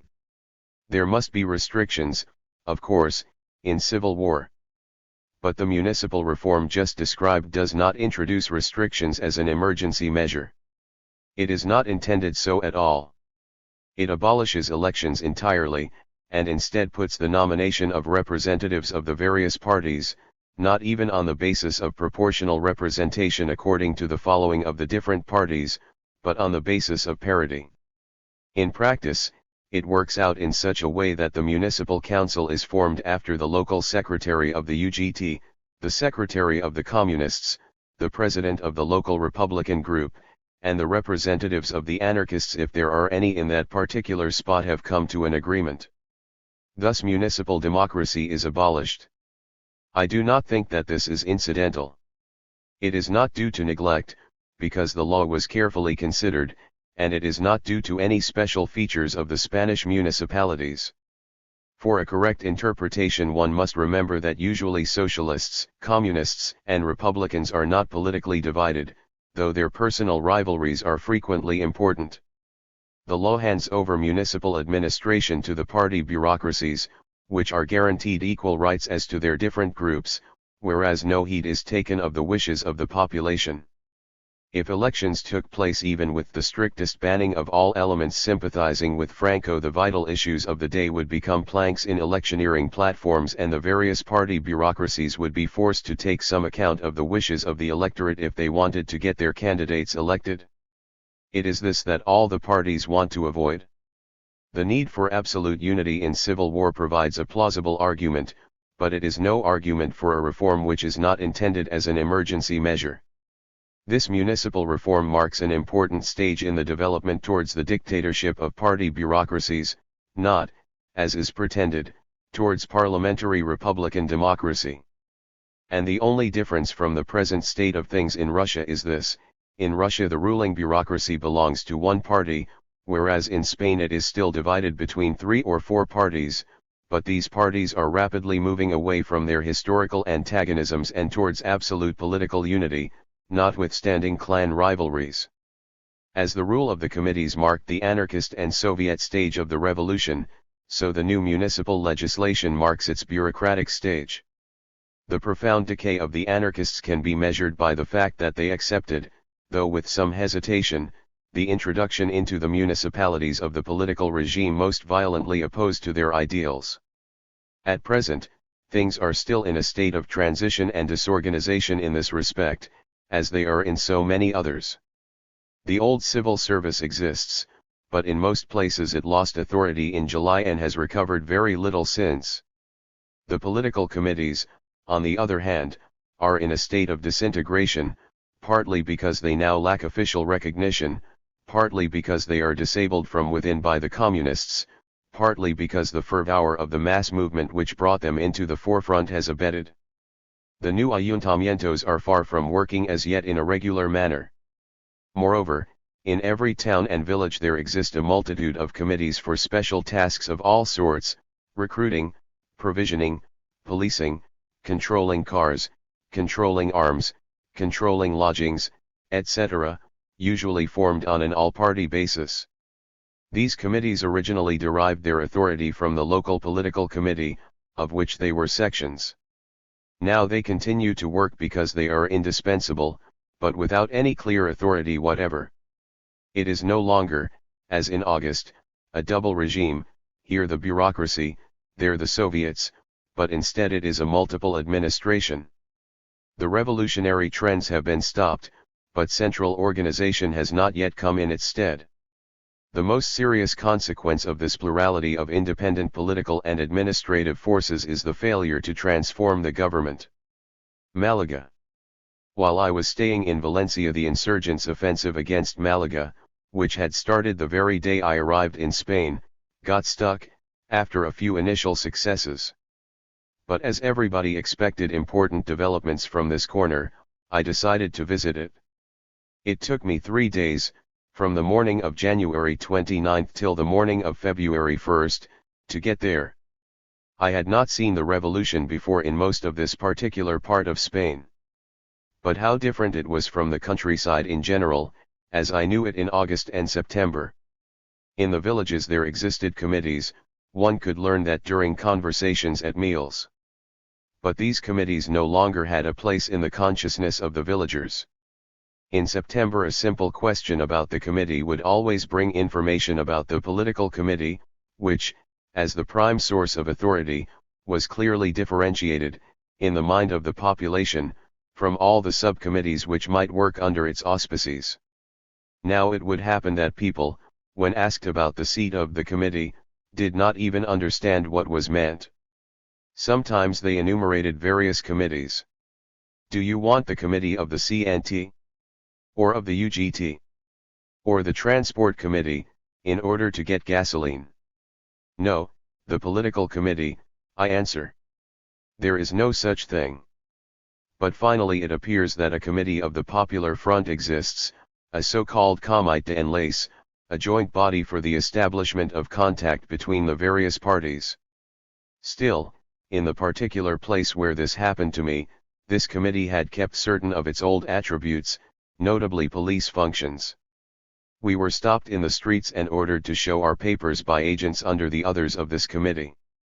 The same place, Lorca, was the one spot on our whole journey with road guards organized by the villagers themselves. Stop or fire, large posters declared at both entries of the village. In August and September the guarding of the roads by the peasants and the stopping and searching of the car at every village had been rather a nuisance, and certainly, after the first days, had been of little value in fighting the counter-revolution. But this guard-keeping had expressed the passionate desire of the villages to do whatever they could in fighting the insurgents, and at the same time it symbolized one aspect of the Soviet system. The peasants and the workers of the smaller places had pushed the Guardia Civil and the other police forces aside and had themselves assumed the job of policing the roads. Now it was the opposite. The nuisance of hundreds of independent village police bodies had disappeared, but with it the passionate interest of the village in the civil war. And with the slackening of the interest of the masses themselves the old police had reappeared. Certain points of the road were still guarded, but not by armed civilians nor by militia. They were guarded by the old police forces, Guardia Civil and Asaltos. The short interlude of the Spanish-Soviet system was at an end. It was different with the political parties. Their activities were obvious, many banners, more, as a matter of fact, than farther north, lots of posters, some of them printed on the spot, others sent from the north, especially CNT ones, some of which had come directly from Barcelona and bore Catalan inscriptions. In the province of Alicante the CNT was preponderant. Farther south, from Murcia to Malaga, CNT and UGT seemed to be in about equal strength. Here, as elsewhere, the UGT must have gained considerably in membership. Before, this region was known as exclusively anarchist. Generally the impression was that the war weighed less heavily here than in the large towns farther north. Food conditions were still very good. Gasoline seemed to be available, not, as a matter of fact, for people from abroad, but for local people. Anyway, many more cars were circulating than in the north. A few days before, stringent regulations about gasoline had been introduced in Valencia which made it almost impossible for journalists to get cars. With the exception of Cartagena, which we did not pass through, this part of the country had suffered very little from bombing. Alicante, as a matter of fact, had been bombed in November for 7 hours at a time, but with little effect, and not since. In Almeria, near the front, the situation was quite different, in this and other respects. Apart from Catalonia, the country between Valencia and Almeria was perhaps the most peaceful part of Republican Spain when I passed there, and it was obviously less torn by political dissensions than Catalonia. Still, one could hardly forget war for one moment. In Alicante and Murcia, as well as in Almeria, the finest avenues and squares were disfigured by the hasty building of subterranean refuges against air attacks, a precaution of cruel necessity in southern Spain, where the walls even of large houses are like paper. And troops were everywhere. The German contingent of the international brigades lay in Murcia, as I went through, and the town was full of both very Nordic German proletarian refugees and Polish Jews, all in the same uniforms and serving in the same unit. The considerable number of Polish Jews serving with the government forces had been incorporated with the German contingent because they all understood German and because there was no material for the formation of a command in Yiddish. Moreover, Murcia was full of wounded. And every small town we passed through had either an aviation camp or an artillery school, or a soldiers' training camp, or a military car park. There was no place untouched by the war. Things became much more difficult in Almeria. The town had been bombed repeatedly and a large part of the population preferred to sleep in the fields in January. Winter, in these mountainous regions of southern Spain, is not nearly so mild as one would be inclined to think. Food was scarce. There was a considerable number of refugees in the town, even from as far as Madrid. Our hotel hall was at one time full of them. And no car, absolutely no car to be got, not even the regular bus between Almeria and Malaga. The civil governor had a transport of troops and armaments to Malaga on his hands, and no carriages to send them in. Being an exceptionally energetic man, at least for a Spanish civil governor, he had simply requisitioned the cars in Almeria at the moment, without exception and irrespective of their origin and destination. In order to make the measure efficient, guards were put at the entries of the town to stop and requisition every car. There I was, and did not know what to do. After a day of uneasy waiting and unavailing search for a car, I tried a forlorn hope and succeeded. I knew that journalists were not allowed to go with troop transports, but, trusting in good documents I carried with me, I tried, and was accepted. Thus, at about 6:30 in the evening, when it got dark, I set off in the car of the commander of the reinforcements going to Malaga. He was, I believe, a characteristic specimen of the new officer corps. He had been for 5 years a sergeant in Morocco and served there in Primo de Rivera's campaign against Abd el-Krim. Then he retired, learned locomotive engineering, and got a job at the Madrid Northern Station, one of the strongholds of the UGT. There he became a trade unionist and a socialist. He enlisted again in the Republican forces when the Civil War broke out, as a lieutenant, and soon advanced to the rank of captain. He had commanded the force he now brought to Malaga for 3 months in Madrid, in the Casa del Campo.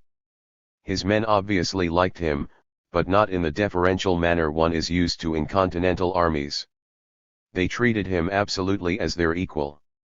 From a military point of view, the road from Almeria to Malaga is dangerous. Most of the time it runs along the shore, and the rebels dominate the sea. At various points it passes for many miles between an abyss above the sea on one hand and rocks many hundred feet high on the other. Shelling from the sea or bombing from the air on such a spot would inevitably produce ghastly disaster. Yet our convoy proceeded without precautions. Lights were not extinguished, not even blinded with blue paper. Nobody attempted even to make the single cars and motor lorries keep a distance from each other. A few shells could have destroyed the whole convoy, which was clearly visible from the sea on this moonlit night. Halfway between Almeria and Malaga there lies the small town of Motril. The insurgents, in their first offensive against Malaga, had come down from Granada and, in an unavailing attempt to cut the road, had approached to 8 miles from Motril. At this point of the road our convoy got stuck for about an hour from sheer congestion of the road. Behind Motril the main road had been broken by inundation, it was explained. The road had been repeatedly bombed between Almeria and Malaga, and quickly repaired. Whether the damage at this point was really due to inundation or to bombing, I do not know. Anyway, the broken bridge had not been repaired for more than a week and we had to make a long detour. At first we drove along miserable paths, but finally had to use the riverbed itself, which was full of water. It was too much for our car, which suddenly stuck and would not move again. We had to change into one of the large motor lorries which carried the men. A convoy of cannons, badly needed in Malaga, had been unable to pass for many days. As the sea was dosed by the insurgents, the slowness in repairing the bridge at Motril kept Malaga unprovided with artillery. Only in the very last days was the defect partly mended and a few cannons got in. In the motor lorry I met a typical troop such as had fought in Madrid. They were totally different from the old militia. They were all very young, most of them conscripts, and had an entirely military attitude. Military not in the sense of military smartness, though they were quite decently disciplined, but in the outlook. Not once in the course of the night's conversation were politics mentioned.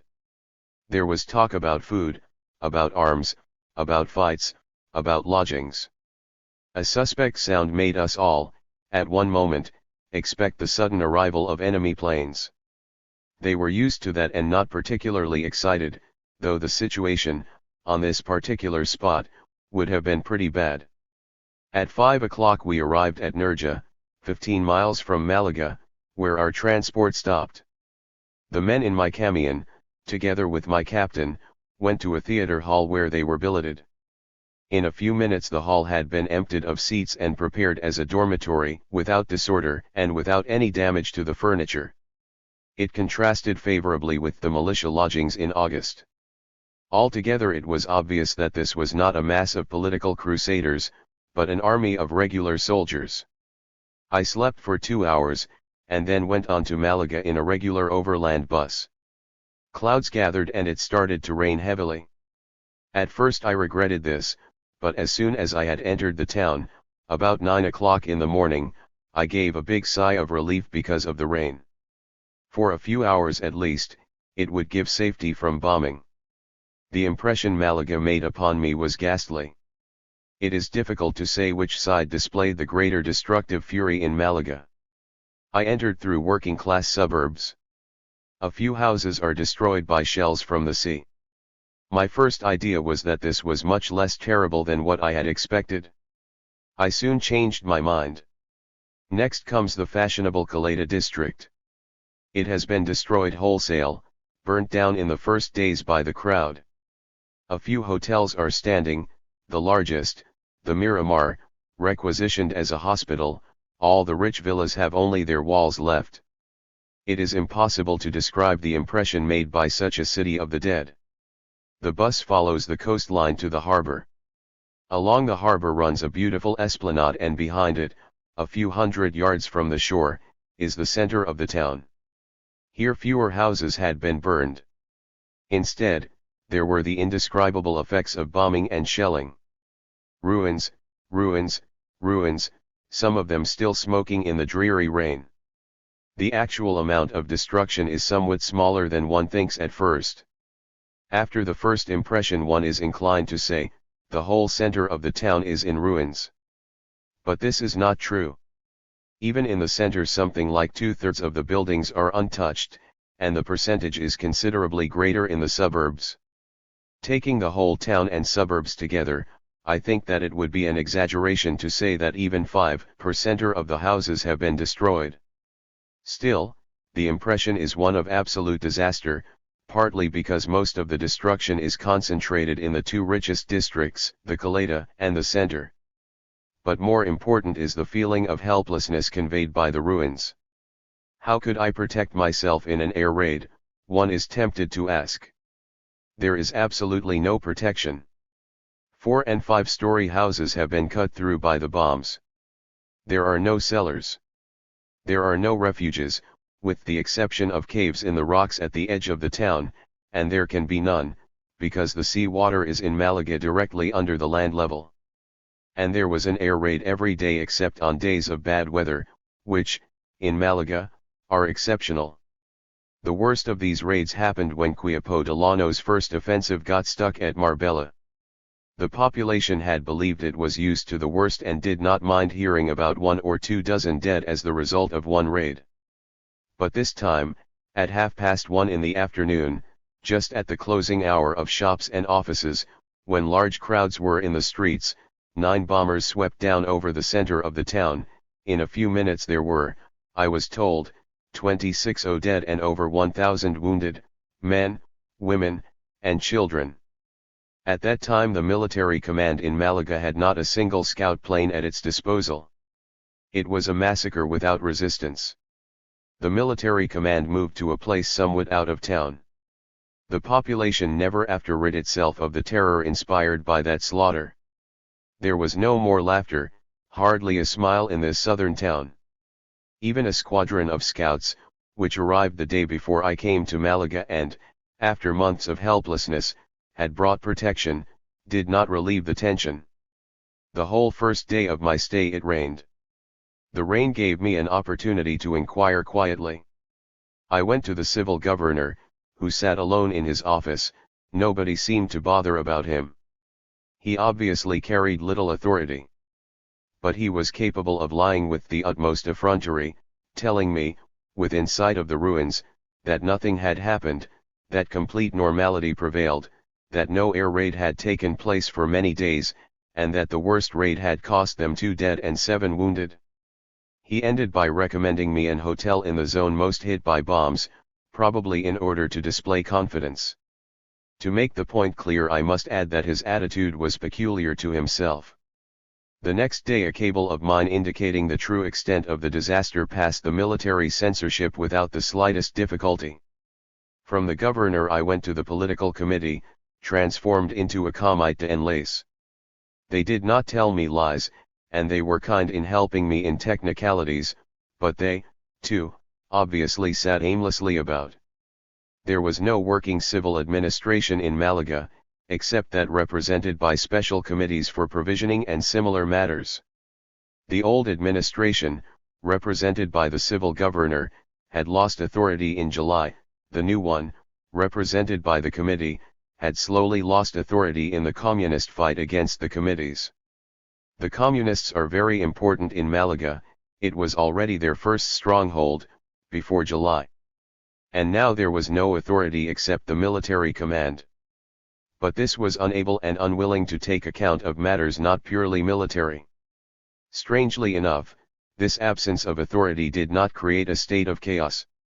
The town lacked bread, but was fairly well provided in many other respects. It was not under the terror of gangs, far from it. It had had an evil reputation in this respect in the first days of the movement, but it was common knowledge that these gangs had been cleared out in Malaga with more thoroughness than anywhere else, I know not how. Other matters were less well arranged. To my surprise, the cathedral was open. It was full of refugees from those parts of the province which the insurgents had occupied. They slept on the stone floor, in complete destitution, practically without food and without any provision for sanitation. Nights were uncanny in Valencia streets, dark after 10 o'clock at night. In Malaga, lights were never put on. In Valencia, even after 10 o'clock, there are people in the street. In Malaga, a town which usually lives more by night than by day, the streets were empty even at 8 o'clock. Very few people hurried, and they spoke in subdued voices, in a meaningless reaction of fear from some disaster to come. Occasionally a flashlight from the tramway, which was running all night through, lighted for a moment the somber scene. During the 3 days of my stay my colleagues and I were spared the experience of shelling from the sea, but we did not escape the experience of being bombed from the air. The second morning was fine, and immediately the bombers arrived. The harbor and the center of the town were bombed, but after 15 minutes the newly arrived government scouts interfered and brought the bombardment to an end, not, we later learned, without losing 2 of their planes. The insurgents bombed the center of the town again next morning at about 6 o'clock, and again at about 8 o'clock, but then I slept quietly. We had taken lodgings somewhat out of town. The most surprising aspect of the whole situation was the relation between the population of the town and the front. There was very little contact at all. The troops at the front consisted almost exclusively of Andalusian, and by far the greater part of them were men from the province of Malaga. Still, the town did not seem eager to help them. The enemy was approaching and large posters asked for new voluntary recruits, but very few seemed to come in. The town, after too much suffering, had become passive. On the other hand, the Comandancia Milita had very little contact with the town, in its quarters almost 2 miles distant from the center, and did not seem to trouble about the creation of a mass movement of defense. At the head of the Comandancia and of the whole southern front was now Lieutenant Colonel Villalba, newly appointed and arrived a few days ago. He had scored a conspicuous success in Barcelona on July 10, had at least not proved a failure before Huesca since, and been appointed to the command in Malaga as one of the few capable officers who had remained faithful to the Republic. I saw him repeatedly, though I had only very few words with him. He was the type of officer turned out by a military training corps, very formal in his manners, which must have appealed little to the democratic spirit of his subordinates, obviously not caring for any contact with the popular movement, uneasy and even nervous in the political and military situation he was sent to master. Friends who knew him well described him as a complete officer, who in the secrecy of his heart hated the spirit of the militia. Such a man was certainly the type least adapted to the task of holding Malaga. He interpreted this task as a purely military one, whereas in reality he had no military means at his disposal but only the forces of a popular movement. I visited various points on the Malaga front, together with colleagues who knew Madrid well. They were emphatic about the difference between the 2 fronts. Madrid had been militarized, here in Malaga it was still the old militia, slightly transformed. The troops consisted exclusively of volunteers. They were still, to a certain degree, formed out of old columns of a political character. The political commissars were appointed by the Comandancia, but put forward by the Comité d'Enlace, and all political parties were represented among the commissars. This militia had undergone a certain amount of military training and had had some experience in fighting. Its spirit was not bad at all, it was definitely better than that of the town. There had been one moment of panic at Estepona, but then the militia had stood firm, held the insurgents back, and even gained ground. They felt satisfied with the situation. And our whole group of journalists, with one notable exception, were misled by their self-confidence. The decisive point was that they had never had any experience in fighting against modern arms of high efficiency. And they had none. But they had learned to construct some kind of fortifications. The roads were bared with barbed wire and covered trenches, still there were large undefended gaps between the separate positions. And machine guns and cannons, rather than being put into the front line, were held back, together with the majority of the troops, in the villages behind, for an emergency. We stopped for an hour at one of the villages behind the front line in the Sierra. We met the alcalde there. He had been the president of the socialist group of the village, which was founded in 1930 and now dominated the place. A communist group had been founded later, in 1933. The alcalde was a hairdresser by profession, most of his adherents naturally were peasants. In this poor part of the Sierra there were no large landowners and, in consequence, practically no expropriations. Have the peasants had any material advantage from the revolution, we asked, and they agreed, that they had not. The wheat harvest was now dealt with by the Ayuntamiento, the political committee had been abolished in accordance with the policy of the government, which was hardly an improvement for the peasants, who had to contribute to the feeding of the local militia. Still, we have more wheat than we want, the peasants explained. One must take into account the extremely low standard of living to understand their attitude. But they were genuinely devoted to the government. The many refugees from the other camp brought detailed stories of horror with them, executions, tortures.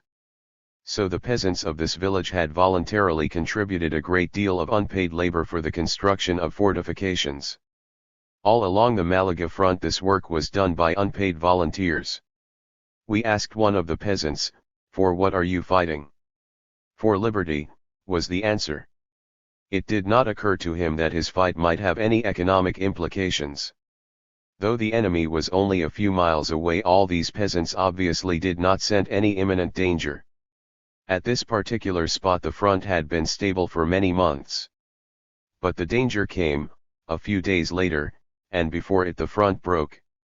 I had no opportunity to watch this disaster on the spot, but having known the situation less than a week before the fall, and with the help of information from people who had remained almost till the end, I formed an idea about what had happened. The front had broken, in panic, under a tank attack directed at many points, but mainly from due north and from northeast. The latter attack, directed against the pass of Venta de Zafaria, a position dominating the small town of Vélez Málaga, was particularly dangerous. Once the heights of the Venta were taken, there was no other practicable line of resistance for the Republicans in this sector. The main road from Malaga to Almería, the one artery linking Malaga with the rest of Republican Spain, could no longer be defended. Malaga was menaced with being cut off in the rear. This decided the command to give the order of evacuation at what it believed to be the last moment. In fact, the insurgents never cut the menaced road. They repeated the tactics they had applied repeatedly before, at Toledo, for instance, and left the road open, building golden bridges to their enemies and thus avoiding a desperate resistance. Other attacks were made along the coastline and were supported by heavy shelling from 3 insurgent cruisers. All reports agree that a German cruiser, the Graf Spee, followed the Spanish men of war closely in their movements, but the observers were not certain whether she had actually participated in the shelling. The cannonade proved a hard trial for the nerves of the militia, but it did not bring tactical decision. Long before the insurgents reached Fuengirola, the defense center of the Republicans on the coastline, it had been completely evacuated by the militia on account of the menace in the rear, from Venta de Zafaria. The same happened with the tank attack from due north. It was very efficient and proceeded rapidly, but before it had attained its aim the Republicans evacuated their positions in order to escape encirclement from the rear. The tank itself, both from due north and from the rear, and at most of the other sectors of the front, presents a difficult problem to the student of the Spanish Civil War. How many tanks were there and of what origin? The Republicans, in a natural desire to explain their defeat by overwhelming forces of the adversary, spoke of about 100 tanks. No means are available to check the figure, but I am not inclined to trust such figures on such occasions. Anyway, there were numerous tanks, but not concentrated on one sector, rather acting all along the front. One point seems to be well ascertained: they were all, or almost all of them, tanks of the smallest type, with only 1 machine gun and 2 men. Reports agree that the manning was German. Other reports concerning foreign intervention at the Malaga front merit less confidence. Naturally, there were the usual German and Italian planes and pilots. But the press, both Spanish and foreign, was full of news about the intervention of Italian infantry units since the beginning of the offensive. Actually no such units participated. My companions and I, visiting all the important sectors of the Malaga front in the first days of February, invariably inquired about the enemy troops holding the positions opposite the Republican lines. Invariably the answer was that there were Moors. By far the larger part of the Moorish contingent seems to have been concentrated before Malaga during the winter, Foreign Legion and Phalange. We consistently inquired about Italians. Every commander of a subsector replied that in his sector there were no Italians, there might be in other subsectors. Prisoners had been taken, there were no Italians among them. No similar systematic checking has been done for the last days before the fall. But then even rumor did not talk of Italians but of Germans. Had German infantry units participated in the taking of Malaga, they would probably have continued to appear in the following fights at Motril. They did not, however. Probably rumor increased the German tank units, which in fact participated, into German mixed divisions. It is, moreover, a fact that no German and Italian prisoners had been made for many months, with the exception of pilots, either at Malaga or elsewhere. This changed soon after Malaga. One of the chief responsibilities of the Malaga command was to prepare to meet the tank attack. It was entirely unprepared. One of our group of journalists, the one who distinguished himself from the rest of us by his clear-sighted pessimism, inquired at every subsector what preparations had been made against tank attacks. There were none. Still, the quality of the German small tanks is notoriously far from being perfect. Ditches a few feet deep and wide are sufficient to stop them. But there were no such ditches. There was a battalion occupied in construction of fortifications in Malaga, and in the villages the peasants volunteered for fortification work in order to defend their homes. But nothing was done. Even less care was given to the question of artillery. The terrain of the Sierra offers a multitude of brilliant opportunities for mounting guns on positions dominating the road and almost unassailable. Newspaper reports, both Spanish and foreign, spoke about camouflaged guns, but the existence of the newspaper reports did not give existence to the guns. This cannot be blamed on the local commands in the first place. What few guns and machine guns they had, they did not know how to handle adequately. But the main defect was the lack of adequate supplies, both of men and material. Quiapo's offensive started on January 13. The first scout planes arrived at Malaga on January 31, the first artillery reinforcements, a very few small guns, on February 1, the first 6 small tanks on February 3. Small reinforcements of infantry began dropping in from the last days of January onwards. Still, contingents of the international brigades were lying in Murcia for weeks, awaiting orders to march. They were thrown into battle at Motril. Some days after the fall of Malaga, the transport of the heavier material was gravely handicapped by the broken and unrepaired section of the road behind Motril. But the chief reason of the disaster was that adequate reinforcements were not ordered to Malaga in time by the central staff at the War Ministry. The most inexplicable aspect of the Malaga disaster is the inactivity of the fleet. After the defeat, the government circulated an official explanation to the effect that Italian cruisers, camouflaged as insurgent men of war, had appeared on the horizon and made it impossible for the Republican units to proceed on their way to Malaga. Italian attack was alleged. What can one think about the commander of a man of war who for 24 hours does not manage to discover whether the units lying ahead of him are or are not those he has been fighting for months? But the Republican fleet has perhaps been treated unfairly by its own government in this official declaration. The officers on the largest Republican cruisers revolted in the first days and were killed by the crews. There was no way to replace them. Then 2 modern cruisers, the Canarias and the Baleares, happened to be under construction in insurgent shipyards at the moment of the rising, were made ready in haste, and now outdistance with their guns the older types of the Republican Navy. It is not surprising that the latter were not able to do much. But what about submarines? Not a single submarine went over to the insurgents. The insurgents are supposed to have since got 1 submarine from a foreign power. The mutinous and unreliable submarine officers on the Republican fleet could easily be exchanged for foreign volunteers. And with 1 or 2 submarine actions Malaga might have been freed from shelling from the sea.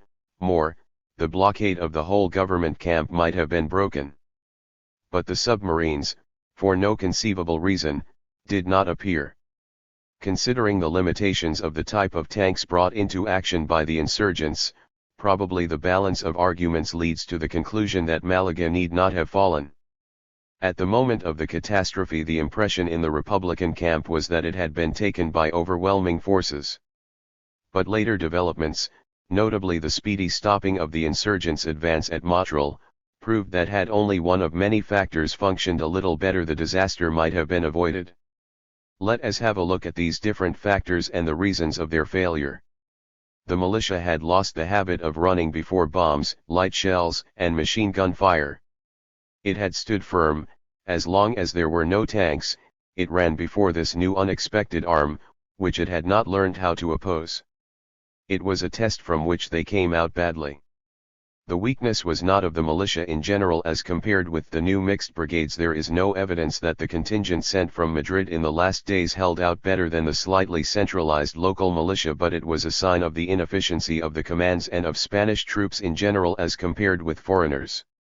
Where the Spaniards had been unable to avert an utter rout, one small international contingent, a few days later, at Motril, stopped the advance of the Franco troops swiftly and without much difficulty. As to the local command, it has certainly not proved up to its task. The root of its inefficiency, in my opinion, lay in its incomprehension of the type of war it was directing. The failure to make adequate preparations against a tank attack was in itself enough to decide the issue, but what followed turned defeat into disaster. Once the point supposed to be the key position, La Venta de Zafaria, had been taken by the enemy, Villalba ordered a general retreat. No attempt at a counter-attack was made. Worse, no attempt was made to organize a desperate resistance near the town itself. In a military sense, Villalba's judgment of the situation may have been sound. Malaga would be encircled and taken from land and sea, better to evacuate it at top speed. But he had left out the political factor. The insurgents, who were little afraid of his troops, were afraid of one thing only, of a fight of desperation. That's why they left the main road open. The assumption on which was based Villalba's whole appreciation of the situation did not take effect. On the other hand, the order to retreat had disastrous effects in the Republican camp. The troops got out of hand immediately. The retreat of those sectors near the point of escape, i.e. nearer to the main Mad to Almeria, was so hasty that considerable contingents in the Sierra were cut off and captured without resistance. In the town itself chaos ensued. There are unverifiable reports that the cathedral was burnt at the last moment. Other reports that for as much as 3 days before the fall of Malaga there was wild and aimless rifle fire in the streets are more reliable. The wild excitement was present which might have been made the basis of a fight of despair. But the disintegration of the political forces was too deep to make use of it. In July and August the anarchists might have led such a fight, and still later the political committee. Now the anarchists had been pushed back, and had been compromised by the memory of their sanguinary excesses. The political committee had been weakened from without and within. The civil administration carried no authority whatsoever. And the military command, far from being able to compensate for these shortcomings, did not only not understand what such a fight would mean, it disliked heartily the popular elements on which it needed to rely at such a moment. The case of the Basque Country in mid-September, the case of Madrid on November 8, both show that in situations apparently hopeless in a military sense, a fight to the finish, backed by popular enthusiasm, has always a chance in this civil war, where popular forces are at least as important as military ones. The intrinsic weakness of the insurgents on this front became apparent soon afterwards. A command determined to stay and die on the spot rather than leave it, and prepared to call the people to its assistance, had still a chance. But in order to launch such a desperate defense the various sections of the political movement must cooperate, and the education of a popular officers' corps capable of understanding the necessities of a civil war depends on the existence of a political regime strong and attractive enough to make them not merely obey formally, but participate in the movement with all their heart. Malaga demonstrated the failure to achieve this. Within the Spanish forces of the Republicans, the foreign brigades are another matter. And finally, even the military object of the evacuation was not obtained. Thousands and thousands of people sympathizing with the Republicans were caught in Malaga, and worse, in many cases, was the fate of those who managed to leave. They had to walk, most of them, the 100 miles from Malaga to Almeria and farther north. The German tanks followed, and with them Moorish advance guards. They stopped the fugitives, let the women go free. They would only increase the food difficulties in the Republican camp, but shot the men, sometimes under the eyes of their womenfolk. Those who escaped went on and went on, many of them finally lay down at the roadside, starved and exhausted, the children dying. No fight in the encircled town could have been worse than this disaster. The very necessity of a fight of despair would never have arisen had Valencia sent adequate reinforcements in time. But Valencia had forgotten Malaga in practice, though it was continually talking about it. At this point the disintegration of the regime which took effect at Malaga is linked with its crisis at the center at Valencia. These were the days when Republicans and Communists were considering a change of the government, when the anarchists decided to resist such a change which would formally and factually make an end of the period of social revolution with all the means available.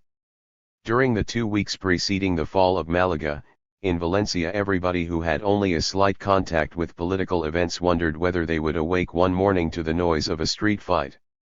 One day before the fall of Malaga the anarchists marched there following through the town under the pretext of a demonstration in favor of the hospitals. On this occasion the situation was tense to breaking point. Both sides notoriously kept large numbers of armed men back in Valencia not on account of the local situation, but because it was supposed that here the issue would be fought out for the Republican camp as a whole. They did not keep back armed men only, they kept modern war material of all sorts. The government offices and the military staffs, busy with the preparation for a supreme political crisis and its possible military implications, paid little attention to what was happening in a remote corner. The Spanish Republic paid with the fall of Malaga for the decision of the right wing of its camp to make an end of social revolution and of its left wing not to allow that. On the very same day and for reasons very similar, which will be discussed in later pages, ensued the catastrophe of the southern wing of the Madrid front, at Jarama. The price once paid, it appeared that it had been no use. Both sides had to renounce their aims, the government was not transformed. For the time being, the political crisis ended in a stalemate. Fight in the air. I left Malaga, with 2 colleagues, in a car on the afternoon of February 3rd. We did not expect the town to fall soon. It was quiet. We had had bombings while we were there, but they had not been very awkward for us. We felt perfectly safe now, we were mistaken. Some 15 miles east of Malaga lies the village of Nerja. There, on the beach, lay the Delphin, a cargo boat torpedoed 4 days ago and now stranded on the shore. Most of its cargo had been removed, but that the insurgents seemed not to know. We drove near the ship, when our car stopped suddenly and my companions got out in haste. I did not realize at once what was happening, but when I got out to follow them, believing they intended to investigate the stranded wreck, they were already lying under the rocks which lined the road, and a hydroplane was over our heads. I had just time to join them, when the first bomb fell, in the direction of the ship. Peasant women were running away crazy with fear and seeking shelter. Our position was neither comfortable nor safe, but fortunately the bombing of a definite object is not such a swift affair as one might be inclined to think. The hydroplane had to circle over its objective, and at least 2 or 3 minutes passed between each bomb it threw. In the meantime, it went out of sight behind a hill and we took the opportunity it gave us to seek better cover, getting up whenever it went away and throwing ourselves to the ground when the plane came back. We repeated this procedure 3 times, until we had found a fairly well-protected spot, somewhat outside its range, in the shadow behind some rocks. We were nearly out of danger now. The bombs fell on the road, one very near our car, and in the water near the ship. We heard the deep sound of the explosions, much less loud than one would expect, yet it was dropping heavy bombs of perhaps 400 pounds each. Suddenly a cloud of smoke went up to heaven from the wreck, it had been struck by an incendiary bomb. The hydroplane, satisfied with its success, went farther away and started bombing the road towards Nerja. It was accompanied by 2 scout planes. We felt safe now. At first I had felt very uneasy at the approach of the plane. Its first circles were somewhat indefinite. The plane was not yet quite sure of its objective, nor were the observers on the ground. But as soon as I knew what it was aiming at, I found the situation much more pleasant. Suddenly there was a terrific noise, and the next moment Russian scouts, which had arrived at incredible speed, were over our heads. There was first one of them, who immediately attacked the Italians, then a second one, and then two more. There was a wild scene of rising, falling and looping under incessant machine gun fire. The noise was terrific, but at the same time of an indescribable musical beauty. Both the Italians and the Russians have 7 to 9 machine guns on their scouts, which are worked automatically from one lever, so as to make the sound almost as strong as from cannon shells, but the fire as swift as that of single machine guns. The special note of an air fight is conditioned by the fact that both sides cannot fire at the same time. If one plane is in a good position to attack, his adversary has to move away and must try to escape. Then it is his turn, he attacks and the other one backs out. The machine gun fire, in the somewhat different types of planes, sounds like challenge and reply, like the cursing of two giants who, in frenzy, try to shout down one another. The situation had become much more unpleasant for us now. The fight was going on directly over our heads. Somewhere the shots must come down, as likely as not they would come down upon us. But we almost forgot ourselves. One of my colleagues, who had clearly felt the bombardment on his nerves, as, in fact, we all had, said to himself, "How grand!" It was the feeling of us all. And I envied the pilots who were not passive and helpless objects of the bombing but could fight. It lasted for between 5 and 10 minutes. The decision was not in doubt. The Russians were quicker, and they were in superior numbers. The Italians went out to sea, pursued by the Russians. Then the latter came back, and triumphantly flew a last time over the battlefield. We returned to our car. Peasants with their women and children had taken shelter under a bridge and now came out, the women and children crying. We tried to comfort them. Nobody had been hurt. But a peasant cart had fallen over on the road and been crushed, not by a bomb but by the restiveness of the oxen who stood there, shaking in their bones. It was wrecked and the peasant was distressed, it was an important piece of his property. The bomb which had fallen near our car apparently had not done it any damage. But as we drove on we could see for miles the smoke from the bombed ship. And at night our car suddenly broke down, for no obvious reason, and we had to stop. It seems that the bombing had wrecked the whole machinery through the air pressure. We borrowed a car from the committee at Lorca and thus went back to Valencia. Crisis. In the meantime the situation in Valencia had become more unpleasant and became increasingly so every day. Food shortage was more acute now, especially after the fall of Malaga. Official proclamations asked the population to renounce completely the use of bread for 3 days, in order to feed the refugees in Almeria. But even at more regular times it was a problem to get bread. So it was to get sugar, meat, and many other foodstuffs. Housing conditions had become intolerable and I was not able to secure a room at an hotel. I lived with friends, where I felt the difficulties of providing food more directly. The reaction of the women in the long queues to these troubles became as unpleasant as in Barcelona. For all I know they started to curse the whole war. There was nothing in Valencia of the heroism related from Madrid by all observers. And the allegation that people in office had backstairs methods of procuring food for themselves, not untrue by any means, gave an especially bitter note to the complaints. News from the front was continually bad. On one and the same day spread the news about the fall of Malaga and about the breakthrough of the insurgents on the southern wing of the Madrid front. The first report was officially recognized after 3 days, the second was never openly and explicitly admitted but everybody knew it. These reports produced depression and distrust, but, in spite of many newspaper articles, there was no rush to the recruiting offices, no spontaneous display of political passion. Some days after the fall of Malaga a demonstration in favor of increased activity and unified command was organized by the Popular Front, It was a happy gathering of flags and of many, many people singing and listening to military music, but without the slightest sign of an increased decision to fight. Valencia reacted passively to the defeats. In the meantime, new menaces appeared. Valencia had once been shelled from the sea, with a couple of casualties in the harbor, but never since.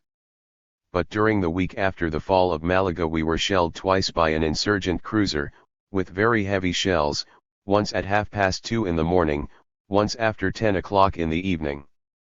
Neither of these shellings had a military object.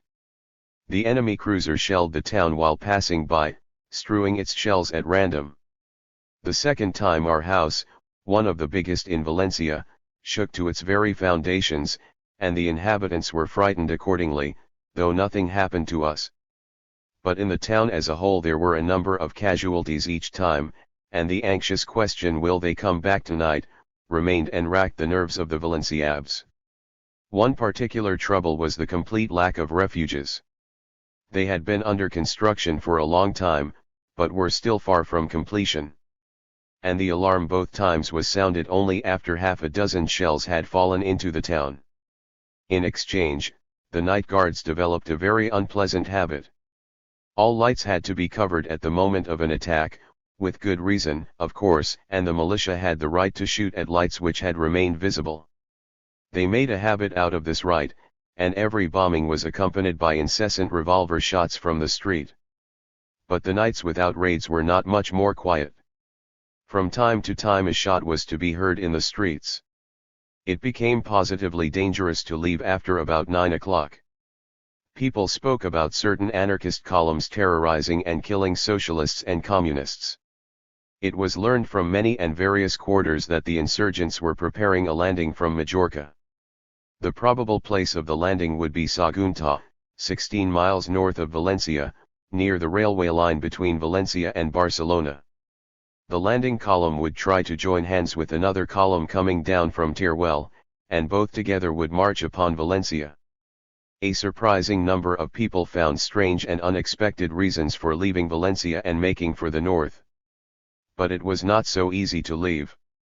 In the meantime transport had entered on a process of acute disintegration. All had gone well till the beginning, and to some extent till the middle of January. Trains had run lustily, including the trains for the Sunday trips of the Barcelonesa. Nobody seemed to think coal could run short. But one day it was short, and so short that sometimes the train took 18 hours between Portbou and Barcelona, a route of something like 110 miles, because the engine driver had to look after coal from station to station. It was much the same with gasoline. It had been wasted without restrictions. Then, in mid-January, suddenly, a serious shortage became apparent and stern measures had to be taken. This shortage of gasoline made it very difficult for journalists to get cars, but, more important, it made it impossible to evacuate Madrid, and even troop movements were seriously hampered. As a result, the commands resorted to troop transport by railway, thus increasing the crisis of the latter, and, to make disaster complete, the insurgents started to bomb the main railway arteries systematically, first at short intervals, and finally night by night. The railway line from Valencia to Barcelona from time to time became practically unworkable. The railway service from Barcelona to France, though somewhat better protected, was still repeatedly interrupted. And, worst of all, the bombings not only aimed at the line, but at the trains themselves. Valencia itself felt cut off from the rest of Spain. The political crisis had been allowed to drift without a decision. The communists, who had first launched the candidature of Martínez Barrios, then of Prieto, then of the socialist Negrin, with Prieto as war minister, and had almost provoked civil war in the Republican camp by these attempts, had renounced these intentions for the moment after the fall of Malaga. But everybody knew that sooner or later the political issue between the adversaries and the partisans of a social revolution must be fought out. Deep unrest lay upon the town. One small incident will give an idea of the political atmosphere at this juncture. A young Englishman who was acting as correspondent for the Hearst press, though himself of leftist opinions, a few days after his arrival in Valencia, got an interview with Prieto. And Prieto opened his heart to him. "I do not understand," he said, "the attitude of the public in the democratic countries of the West. Why do they back the policy of non-intervention? Don't they realize that this government must be helped, because it is the last government to stand between Spain and Bolshevism?" This, if not the actual words, was certainly the general drift of Prieto's statement. I saw the text, revised by Prieto, with my own eyes. When I saw it, the censor's red pencil had marked all the essential parts of it as inadmissible, and the correspondent had been given to understand that should he try to send the interview out unofficially, his life would not be safe. This incident reflects a state of affairs completely paradoxical. Prieto, the Communists' candidate for the premiership and one of the leading members of the cabinet, in which the Communists are the predominant element, not in numbers, but in influence, explains to the correspondent of one of the most reactionary news agencies of the world that he and the Communists are the one remaining bulwark against Bolshevism in Spain. Then this account of an interview with one of the leading members of the cabinet is banned by the censor appointed by this same cabinet, and banned not for reasons of military or administrative secrecy, which, after all, would be intelligible, but precisely on account of declarations which explain, correctly though paradoxically, the government's policy to the democratic public of the West. The censor himself, probably sympathizing not with Prieto, but with the Caballero group, the left wing of the Socialist Party, seemed more concerned about the possible effect of the interview in Spain than abroad. Prieto is not the man responsible for the muddle which this incident illustrates. He has never been in favor of Bolshevism, or, in other words, of social revolution. He has always been the head of that section of the Socialist Party which opposed revolutionary politics. He is fully justified in appealing for the help of the democratic West in the attempt to carry through his policy. The irony begins when the mantle of Prieto is thrown over the whole cabinet and so extends to cover the communist ministers. For thus it happens that the Bolshevik ministers in Spain together with Prieto are described as Spain's last bulwark against Bolshevism, and that the censor does not allow the public, either Spanish or foreign, to know it. The communists, less candid than Prieto, do not admit what is the notorious truth, namely that there is all the difference in the world between their policy in 1917 in Russia and their policy in 1937 in Spain, that they have ceased to be a revolutionary party and become one of the mainstays of the anti-revolutionary forces. They could bring forward many and weighty arguments in favor of this change, but unfortunately they prefer not to bring forward any argument at all but to deny that there has been a change. The result is that it is at present impossible in Spain to discuss openly even the basic facts of the political situation. The fight between the revolutionary and the non-revolutionary principle, as embodied in anarchists and communists respectively, is inevitable, because fire and water cannot merge. This fight, unhappy as it is, may have a healthy effect, if it is a dear fight between opposing principles.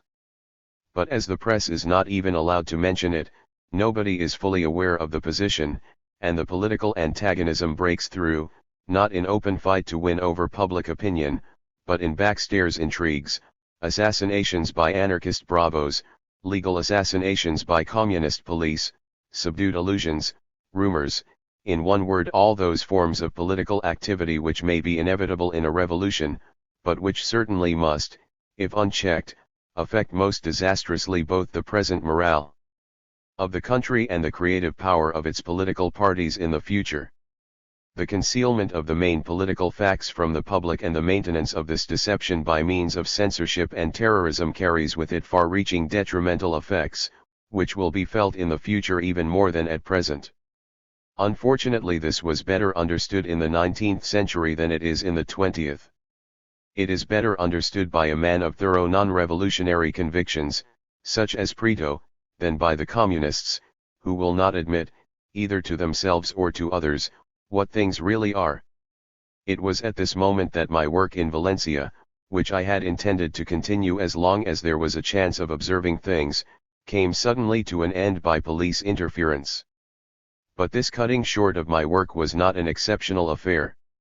It was only one incident in a large campaign of arrests conducted by a maddened police. Mass arrests were one feature, and one of the most unpleasant, of those days. If they made me miss the chance of seeing Madrid and its defense, they gave me in exchange an opportunity to get a first-hand impression of Spanish prisons during the Civil War, an opportunity which, it is true, I shared with many people, but few of them are likely to speak in public about their experiences. In itself, this experience was short, not very dramatic, and not more unpleasant than one would expect such an accident to be in most countries of the world. But it opened my eyes to certain specific features of the regime. In jail. The police regime. Much in contrast with my first journey, I was, during the second one, continually molested and hampered in my work by being shadowed and repeatedly denounced. This went on almost from the first days. There was no doubt that the difference was due to the greater influence of the communists now than in the summer of 1936. I had not been reticent of criticism during the first journey. I had talked little with communists then, but a great deal with Republicans, socialists, anarchists, and Trotskyists, and had found them all equally devoid of heresy hunting. I had openly expressed my doubts, sometimes my disgust, about many aspects of the movement to many people. I had emphatically stated, repeatedly, that I did not identify myself with any particular section of it. I had even gone so far as to insist, at various occasions, on my character as a neutral in the whole Civil War as such. It created no difficulties, or almost none. My interlocutors understood that my reserve was not prompted by any particular sympathy for the cause of Franco, that, on the contrary, I wished the movement well, and that my reserve was only due to the specific task I had set myself, that of making a descriptive scientific field study of events. In fact, this observing and critical attitude proved to be an advantage. It put me in a position to be sincerely friendly with various people of very different shades of opinion, and to voice my impressions, both favorable and unfavorable, with a certain amount of freedom. This would have been impossible had I taken sides for one of the existing organizations. I was very careful never to do that, and, I believe, as a result, voiced my criticisms more freely even than my sympathies. The first was non-committal, the second would have put me in the dubious position of a partisan of one tendency as against others, a position incompatible with my field work and inconsistent with my real views. I did not think any of the parties participating in the fight had a panacea for winning it. I started by behaving just in the same way on my second journey, but with very different results. True, the situation had become much more involved since, the antagonism between tendencies, which had always been great, had become of a menacing acuteness, and criticism was bound to be much sharper now than before. Still, it was not difficult at all, no more than in August, to talk with members of most groups about their weak points, but I committed a great mistake in using the same frankness with the communists.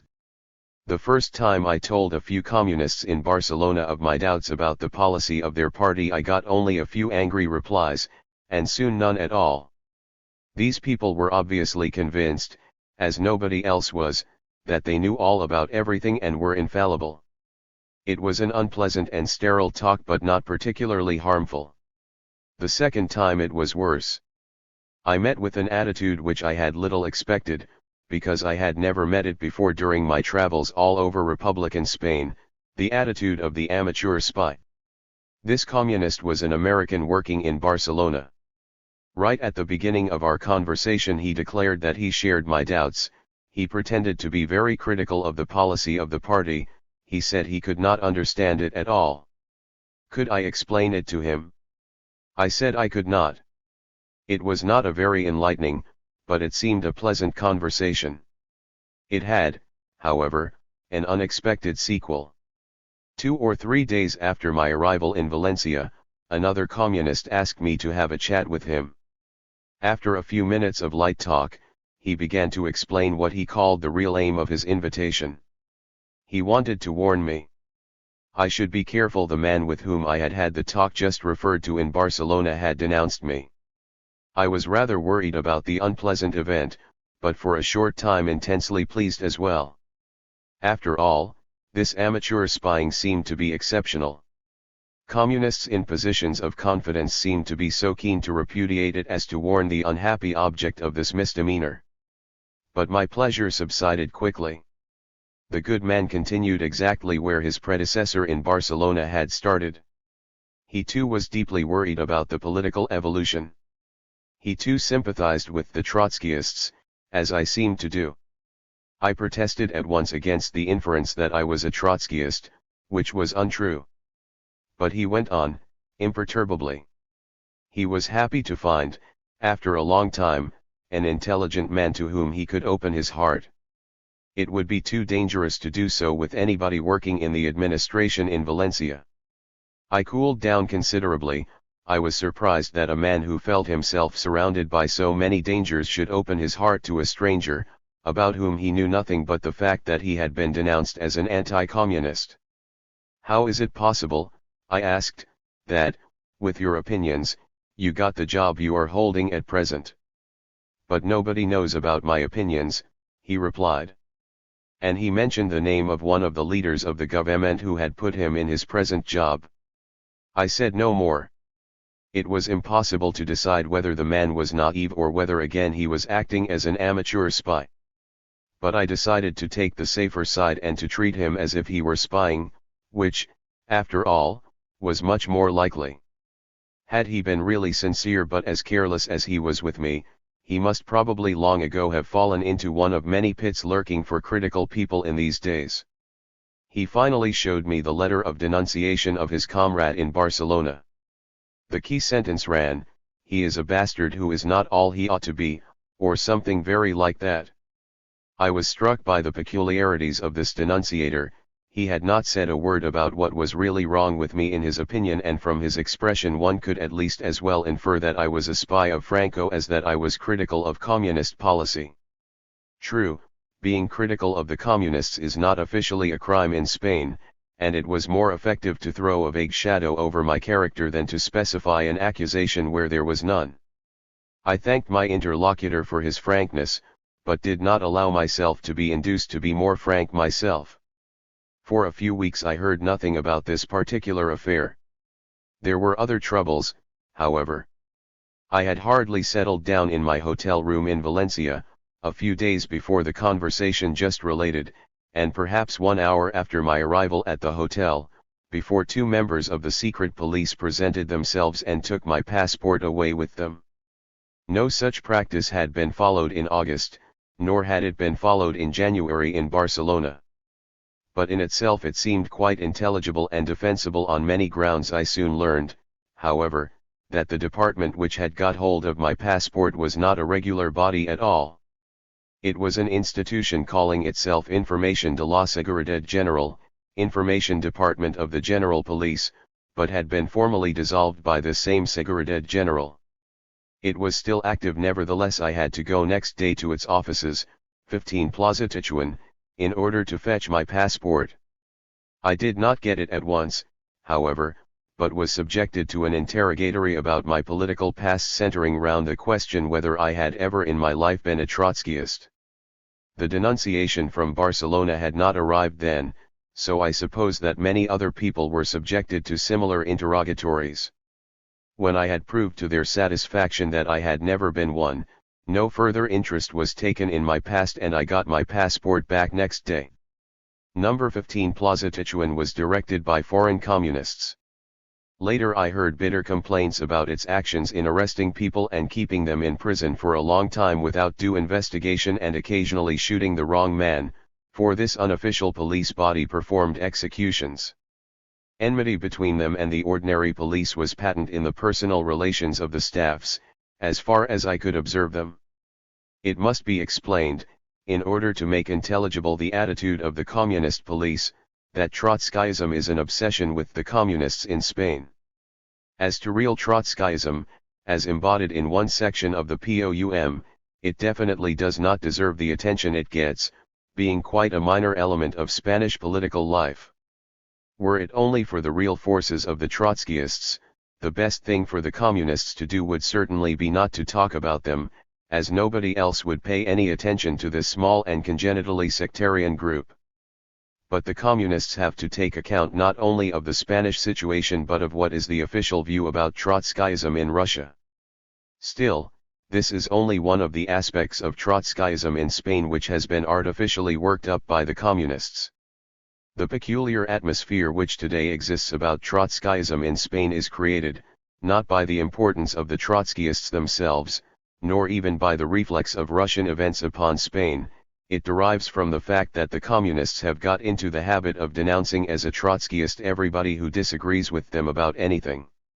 For in communist mentality, every disagreement in political matters is a major crime, and every political criminal is a Trotskyist. A Trotskyist, in communist vocabulary, is synonymous with a man who deserves to be killed. But as usually happens in such cases, people get caught themselves by their own demagogic propaganda. The communists, in Spain at least, are getting into the habit of believing that people whom they decided to call Trotskyists, for the sake of insulting them, are Trotskyists in the sense of cooperating with the Trotskyist political party. In this respect the Spanish communists do not differ in any way from the German Nazis. The Nazis call everybody who dislikes their political regime a communist and finish by actually believing that all their adversaries are communists. The same happens with the communist propaganda against the Trotskyists. It is an atmosphere of suspicion and denunciation, whose unpleasantness it is difficult to convey to those who have not lived through it. Thus, in my case, I have no doubt that all the communists who took care to make things unpleasant for me in Spain were genuinely convinced that I actually was a Trotskyist. The inferences from which they drew this conclusion were twofold. First, I had been highly critical of the type of bureaucratic tyranny towards which the communists are driving in Spain, and have achieved in Russia, as others have achieved it in Germany and Italy. Second, among many friends and acquaintances, I had some who were Trotskyist. What else but a Trotskyist could a man be, if he is opposed to the totalitarian state and talks to Trotskyists? I repeatedly tried, indirectly, to convey to various communists that they were mistaken, that after all I had published a good many things which proved that I was anything but a Trotskyist, that I did not even take the Trotskyists seriously. It was in vain. I was critical of bureaucratic totalitarianism, hence I was a Trotskyist. I had talked with Trotskyists, hence I was a Trotskyist. The fact that a few fairly important countries in the world are not living under bureaucratic dictatorship, and yet, for all that, are not Trotskyist, has passed out of the ken of the ordinary communist. Fortunately, 15 Plazatichuan did not know that I was critical of bureaucratic dictatorships, nor did they know that I had known Trotskyists in Barcelona. Had I fallen into their hands under the charge of being a Trotskyist, things probably would have been even more unpleasant for me than they were soon to become. For the communists know no mercy where pretended Trotskyists are concerned, and it is impossible to disprove the charge unless one approves of every single item of communist policy. Still, in spite of the ignorance of 15 Plazatichuan as to my objectionable political opinions, I was to have more trouble with them. A few days after my return from Malaga I sat chatting with a lady colleague of our Malaga party in a small cafe when we both were summoned, by 2 agents of this institution, to follow them. On the way they called for 2 militiamen, who followed close behind us, probably with revolvers in their pockets. At one moment, by inadvertence, I put my hand into my pocket to get out my handkerchief. One of the agents hysterically summoned me to show immediately what I was holding in my hand and was visibly disappointed when he saw that he had been frightened by a handkerchief. He ordered me severely not to put my hands in my pockets again. On arrival at 15 Plazatichuan we were both searched for arms. Obviously we were regarded as dangerous criminals. After some delay I was called, alone, before a committee whose character I did not understand. It was not a court, but might have been a jury. At least 10 people were sitting in the room, some of them civilians, but most in either police or army uniform. I had not the slightest idea what it could all mean. I was offered a seat, and, after a few introductory questions, was interrogated about my former visits to Catalonia. I told them I had been there for the first time in 1928, for a short visit of a few days, and had not had any personal contacts whatever in Barcelona at that time. I was asked in menacing tone how it was, then, that I knew Catalan and had been in touch with the radical party of Alejandro Lerroux. I could not but reply that I did not know Catalan beyond the ability to read it a little, and that I had never in my life seen a member of the radical party. At that a young man upbraided me sharply. I was lying, for it was proved that I knew Catalan. The situation became at the same time humorous and unpleasant. Their firm conviction that they had caught a dangerous bird contrasted comically with my complete ignorance of what they were aiming at, but the situation might become very awkward. I repeated 3 or 4 times, rather peremptorily, that I did not know Catalan, that it was certainly difficult to prove the fact, but that they must be mistaken about my identity. At that they said the agents who had arrested us had heard us talk in Catalan. I grew rather angry at this nonsense. In fact we had been talking German.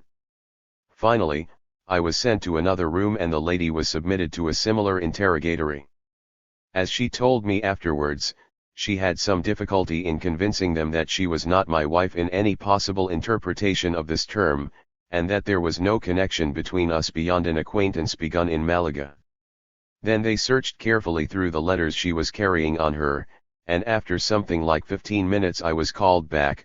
We were both declared released, and it was explained, with many excuses, that it had all been a matter of mistaken identity. I never learnt with whom I had been wrongly identified. But I told the chief of the strange court, as politely as I could, that his spies ought either to know the difference between Catalan and German or be more careful in their denunciations. We parted in peace and friendship. There was one more funny coincidence in the story. The very moment we were arrested we had been talking about the fate of another man arrested by 15 Plaza Tichuan, a German socialist, who had just arrived and had been put in jail immediately because something seemed dubious to 15 Plaza Tichuan about his documents. He was well known to all the German refugees, there was not the slightest doubt about his genuine fervor for the Republican cause, and the arrest was a stupidity, made unpleasant by the fact that he had to stay in jail through the night instead of being interrogated and released immediately. We were just talking about the steps to be taken in order to speed up the inevitable release of the man when we were arrested. I met him next day. He was silent about his little accident. Things were now settled with 15 Plaza Tichuan. As far as I was concerned, I continued to hear, from time to time, about trouble emanating from this quarter for others, all genuine partisans of the Republican cause, some of them lifelong active members of the socialist movement, but generally people whose communist orthodoxy was justly doubted. But I myself felt pretty safe now, without reason, as later events proved, and hoped for a successful continuation of my work. Trouble, however, came from another quarter. One afternoon I was again stopped by secret agents, this time belonging to the Foreigners Department of the Seguridad General. "You are not arrested," they told me, "we only want you to give a few explanations." At first things looked not particularly unpleasant. They were men of the old police force, less hysterical, in consequence, than the amateurs of 15 Plaza Tichuan. I expected to be set free after a few questions, I did not know about what. But I had to wait instead for hours, all my documents, including my passport, being taken from me. In the meantime, an air alarm was sounded in the town. If the building were struck everybody would certainly run away and my documents would be lost. But no actual air attack ensued. After about 3 hours of waiting, paciencia, paciencia, is the Spanish advice for such situations, I was led to another department. It was 9 o'clock now, and all the officials were leaving. I realized that I had to stay for the night, and when I protested against such treatment I learnt that my case was in the hands of the director of the Seguridad himself and could not be taken before tomorrow. So it seemed that something serious must have happened. I was led to the jail. I did not think, then, that I ought to blame its peculiarities upon the people now in the service. I believed it to be a jail of the old regime. Next morning, however, I saw that a good deal of the jail was still under construction, and learned that it had been started after the transference of the government to Valencia. I was put into a cell about 8 feet long and 4 feet broad, with a single bench long enough for 3 people to sit on. It was horribly humid and cold. When I entered there were already 2 others, and during the succeeding hours 2 more joined us. There was not even room to sit. Still, all the other cells were more crowded than ours. There was no mattress, no blanket of any kind, and no food provided by the administration. I was soon to learn that this was much more an advantage than a drawback for the prisoners. Those who happened to have money with them at the moment of their arrest, by no means the majority, could buy food from a woman who made a round of the cells. I did so, but it was so repugnant that I could not swallow it. I asked the militiamen on guard for a blanket. It was not their fault that I did not get one. Very kindly they tried to find a blanket for me and finally found one. But at this moment an assalto officer interfered. "What?" I heard him say from my cell. "You would give blankets to such people?" "For the wounded, yes, not for them." And I did not get it? It was characteristic that this one police officer of the old regime was the one man in the jail who tried to make life unpleasant for the prisoners and identified himself entirely with the arresting forces, whereas the militiamen on guard were as helpful as they could possibly be to these reputed fascists, who, they knew very well, were mostly not fascists at all but simply people who, for one reason or another, had had the bad luck to attract the displeasure of the Seguridad. One of the men in my cell was very reluctant to give information about who he was, but seemed to be a merchant. One was a militiaman who had fought in the Guadarrama, and declared he did not know on what charge he was arrested. As a matter of fact, most of the prisoners were absolutely unaware of the reason of their imprisonment, as I was myself, and some of those who believed they knew proved to be mistaken. Both these prisoners were called for an interrogatory about midnight, and did not come back. I do not think the Seguridad would execute a man after one single interrogatory late at night. The cars for the model prison, on the other hand, left the Seguridad only at 6 and 7 o'clock in the evening. Thus I hope they were released after a short interrogatory, though other prisoners, told about it in the morning, were less optimistic. The third man in the cell was an unskilled laborer, a peasant type, the only one of us who did not mind the conditions of the prison but squatted on the earth and started snoring almost immediately. He had had some trouble with his trade union documents, and been arrested at home, was called to an interrogatory after the 2 who went out first, came back after a short time, and said he had been told that his assertions would be checked and that he would be released in the morning if they proved to be correct. The fourth man in the cell was an active anarchist of foreign nationality, but closely related to one of the most famous names of the Spanish progressive movement. By chance he had had a look at his arrestation warrant and there had read the words, "at the disposition of the International Brigade." The International Brigade has a reputation of being quick in shooting people, and he himself believed he knew what they had against him. He was editing a small anarchist paper intended for distribution among communists, and particularly among members of the International Brigade. He was deeply concerned, and the more he told me the more I understood his anxiety. But it was all a mistake. In the morning he was called for an interrogatory and came back from it only to tell me that he had been released and that his arrest had been a case of mistaken identity. In the morning the militiamen showed all their kindness. Many of them, and especially the sergeants, were old members of the trade union movement, who, in contrast with the assaltos and civil guards, must have been in prison themselves and treated the prisoners as well as they could. Under one pretext or another all the cells were opened and the inmates allowed to stay in the courtyard, in pleasant sunshine, all the day through. There all the prisoners stood or sat, chatting among themselves and with the guards, the prisoners and the guards calling one another comrade, the guards not even refusing to talk politics. Only at the change of the guards, when officers were present, were we hurried back to our cells, to be released again immediately afterwards. And all this the guards did without the slightest advantage to themselves. Nobody tried to offer them money, and they even refused the cigarettes which, in Spain more than anywhere else, are offered and accepted as a matter of common courtesy. Whether they were under the eyes of their officers or alone, they refused to accept anything looking like a bribe. It was regrettable to have nothing but thanks to offer for their friendliness. I cannot generalize from one personal experience, but friends who had passed through other prisons told me that the watching of the prisoners was sometimes more exact but the behavior invariably correct.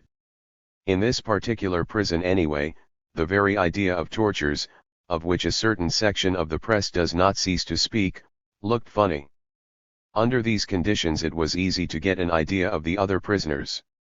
None of them were bourgeois or aristocratic. One or two were small merchants. Most of them clearly belonged to the lowest stratum of the lower middle classes and to the working classes. On the ground floor there were 3 more cells beyond mine. The inmates of one of them were difficult to place, but to judge from their clothes they were poor. Among them was an old woman accompanied by a younger one, the latter blind and half lame. In the next cell 2 complete families were crowded, 3 generations together. They seemed a bit better off, and tried to look on the whole thing from a humorous point of view. In the last cell sat 8 men, obviously unskilled workers of peasant origin. It would have been useless to question all those people about the reasons of their imprisonment. Most of them would not have known, and all would have pretended not to know. I learnt that as a rule nobody was kept in these cells for more than 3 days, then, if not released, he would be transferred to a regular prison. But some of the prisoners had been there for 48 hours already without having been subjected to an interrogatory. The kindness of the guards combined with the laziness of the higher officials to make the preparation of one's defense very easy. Disorganization did the rest. As no food was provided, it was impossible to refuse prisoners the right to inform their families about their arrest and to have food brought them. The food was controlled, but the relatives were allowed to bring it to the prisoners direct. It was very easy to send news out by this way. At 7 o'clock in the morning arrived the wife of the laborer who was in the same cell with me. She was in tears, expecting her husband to be dead by the time she came. She embraced him passionately. I comforted her by telling her that her husband would certainly be released after a few hours, as indeed he was, and then asked her to inform friends of mine of my arrest. Would they bring me a blanket and my coat? I put my message on a scrap of paper. It was duly read, and allowed to pass by the sergeant. Soon I had my blanket, and all my friends knew that I had been arrested and where I was. I was satisfied, for I was convinced they would help me efficiently. I told them to go to the place where I lived and to destroy immediately the part of my manuscript which I had written in Valencia, which was lying there. The existence of this manuscript, which would fall into the hands of the police as soon as they went to search my room, upset me seriously. I did not know then what charge had been brought against me, did not know, in consequence, that the charge bore directly on the contents of the manuscript, but felt certain that I should be kept in jail for an unpleasantly long time if the police got hold of it. From day to day I had wanted to remove it from my home, but I did not want to remove it in small sections, and so had decided to keep it until one large section had been completed. This had been done the very day of my arrest, and I had decided to remove it next morning, when I was unexpectedly arrested. Though I was upset about this matter, still I was not deeply disturbed by it. I knew the Spaniards too well already. I was more or less confident they would not act in time. Had they brought me before the head of the department in the afternoon, the situation might have been awkward. But they did not, and so they did not learn my address until late at night. They had not known that I had moved from my hotel after my return from Malaga, and had looked for me, in vain, at my former residence, and only by chance finally met and arrested me near this hotel, in the street. So they could not search my room immediately after my arrest, or rather, they could only have done so had they inquired immediately for my address. This, however, they did not do until 9 o'clock at night. And by then I knew that the worst danger was over. For the head of the department had gone home by then, and I knew only too well that no Spanish official attempts to tackle any business he can possibly avoid dealing with. The head of the department would certainly not come back before 10 o'clock in the morning, or 9 o'clock at the worst. He would, I felt absolutely certain about that, be in no hurry to take up the business of the preceding day. As a matter of fact, I was called for my interrogatory at 4 o'clock in the afternoon. And by 8 o'clock in the morning one of my friends knew what he had to do. He would have performed it half an hour later. Actually, things turned out even better than I had hoped. I had ordered the manuscript to be destroyed, but my friend decided that it would be a pity to lose or seriously damage the fruits of my journey by destroying that part of the manuscript which was written under the fresh impressions gathered on the spot. On his own responsibility he decided to hide it in a safe place. It was a feat of considerable courage. If things went wrong, an order to search might have been given in the meantime, the house might have been watched, and the bearer of the manuscript might have been arrested when entering or leaving the house. This would have been more disastrous for him even than for me. In the light of later information, when I learned that the whole trouble was about the manuscript, the danger seemed even greater than at the time when the manuscript was removed. But, in fact, strange as it may seem, no such measure was taken by the police, and the manuscript was brought to a safe place without accident. Police work in Republican Spain is obviously not very efficient. A few hours later I knew the manuscript was safe. I knew, moreover, that friends had taken interest in my case. Everything was okay now so far. When I was finally brought up in the afternoon for interrogation, an armed guard sitting behind me, 3 officials of the pre-revolutionary police force in front of me, I learned that the one person who had seen my manuscript, my English secretary, a communist who, however, had known of my critical opinion towards her party before taking on the job and had been informed that her work was to be confidential, had denounced me. I saw the written protocol of the denunciation. It described the whole manuscript as highly dangerous stuff, not omitting the fact that the part of it which dealt with the first journey was already in England. The Valencia Seguridad was given to understand that an important part of the dangerous thing was no longer available for destruction, but in exchange they had at least got the wicked man who had written it. But what she could tell about the part of the manuscript I had dictated to her I had stopped working with her weeks before seemed strange as a basis of a serious charge. At least one of the items she mentioned had never been in the manuscript. A second one was a remark about the slogan, "All arms to the front," and its role in the fight between the parties, which she had misunderstood. One charge remained. I had described in detail the political pressure the Russians had brought to bear upon Spain in exchange for the help they had given it. If it was a crime to mention this fact, then I was guilty. The Seguridad people certainly seemed to regard it as a crime. They showed the protocol of denunciation to one another with important faces, and I heard the man who was directing the investigation say to his companions, with a serious shaking of the head, "Es mucho, that's a lot." But it was no matter whether it was a lot or a trifle. They had to face the fact that they could not prove anything, unless I wanted to confess it freely. I made them understand that, politely but distinctly, the manuscript was no longer available. I told them. It had been destroyed, I told them, and they understood perfectly that this was only diplomatic language to convey that it was well hidden. They might have kept me in prison for a few days, but they could hardly keep me there indefinitely without the slightest proof. After all, I was writing the incriminating book for a British firm. They decided not to insist. From the moment I had told them about the disappearance of the manuscript, the interrogatory ceased being serious. I knew after a few minutes that it had become a purely formal affair. If I was still a bit upset, it was because I had no desire to spend a second night in my unpleasant jail. A British friend, to whom I here express my profound gratitude, pledged himself for my good behavior, and I was set free immediately. Such cases as mine were by no means exceptional. In the few days I still stayed in Valencia, I had one humorous experience which aptly illustrates how common at this time was the accident which had happened to me. I told the story of my arrest to a company of 6 people of various nationalities, some of them foreign journalists working in the Republican interests and others direct employees of government services. Only 2 of them had never been in jail during their stay in Spain, and of those 2 one expected to be arrested any minute for a matter very far from being anti-republican. They at once began to talk about numbers of other people who had been arrested on the slightest charges, at least one of them a leader of the labor movement, well known in his own country.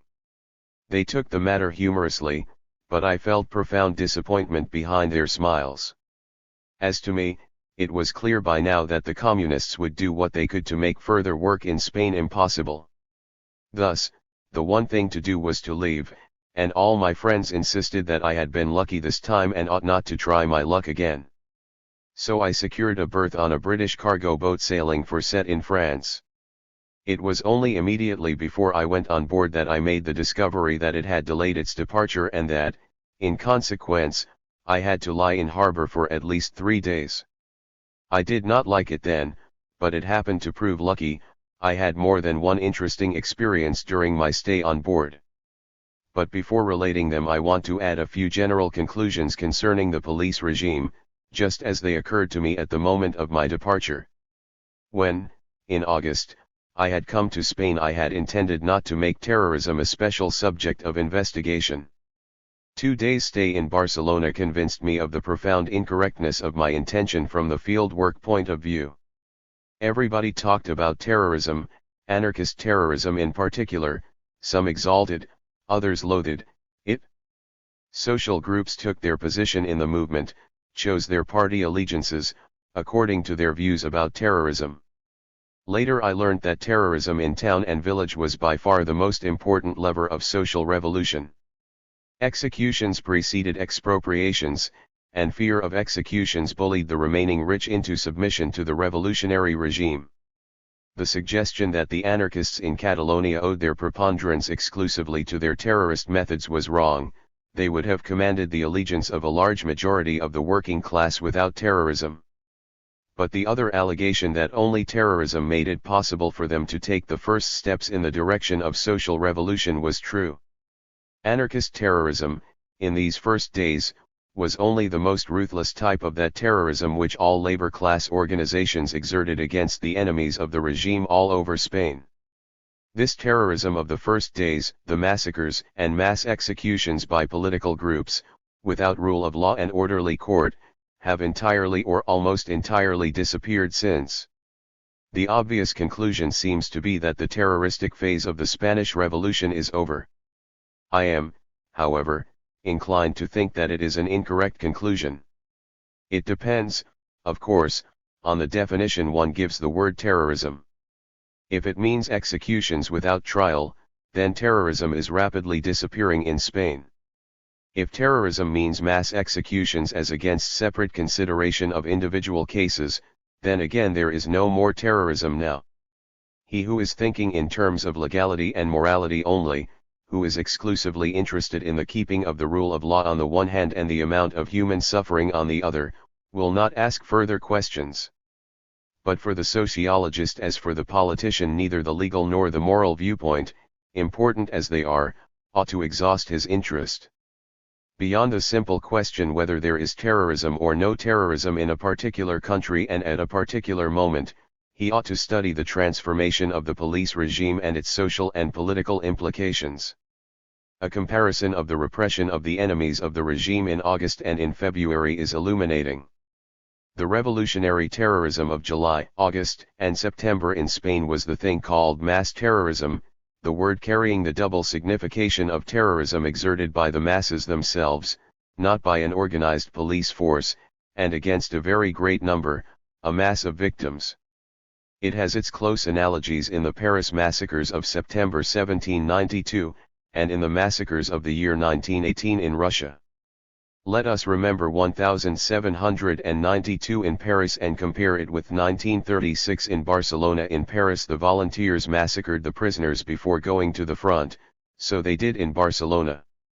They performed the massacres at a moment of supreme danger for the cause of the revolution, while the enemy approached Paris, and in the conviction that the massacre was the best means of avoiding a rising or counter-revolution in the city while they were away at the front. It was exactly the same in Barcelona. The massacre was performed without any real rule of law, with extreme ruthlessness and cruelty, but without any of the more refined tortures so characteristic of certain police regimes. Terrorism in Paris in 1792, exactly as in Barcelona in 1936, was by no means organized by a body specially created for the purpose, or, for that matter, by any organization at all.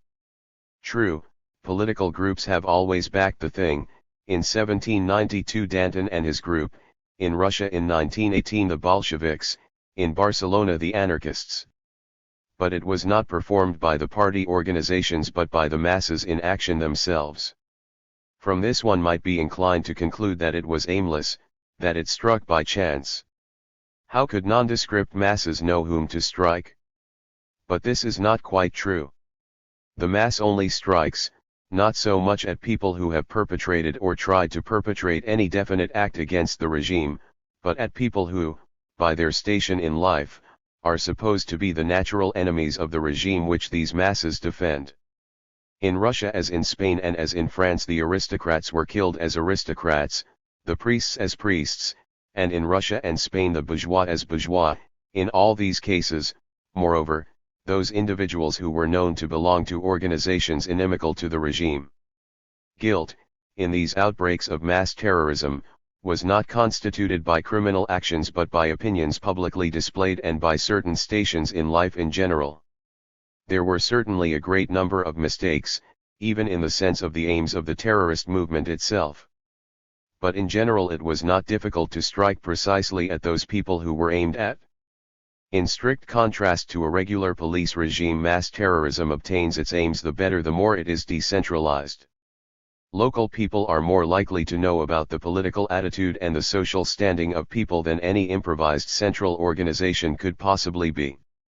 The ruthlessness in the killing, the wild exultation of the killers over the destruction of their enemies, the irregularity of the procedure, or rather the complete lack of anything like a procedure, the execution of people not guilty of any offense, have made mass terrorism an object of horror not only for those who have lived through it but even more for later generations. But precisely on account of its characteristics mass terrorism can hardly become an efficient instrument of feud inside the revolutionary camp itself. Not the Septembrisers but the Revolutionary Tribunal sent the Girondins and so many other French revolutionaries to the guillotine.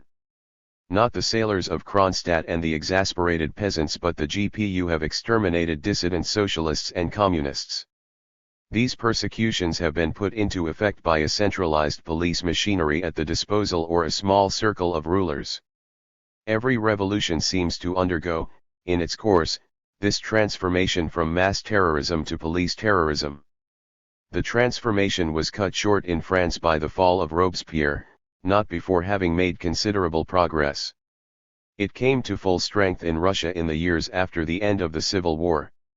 In Spain, where the properly revolutionary processes have been so quickly superseded by something entirely different, it has made great strides in the few months since the beginning of the Civil War.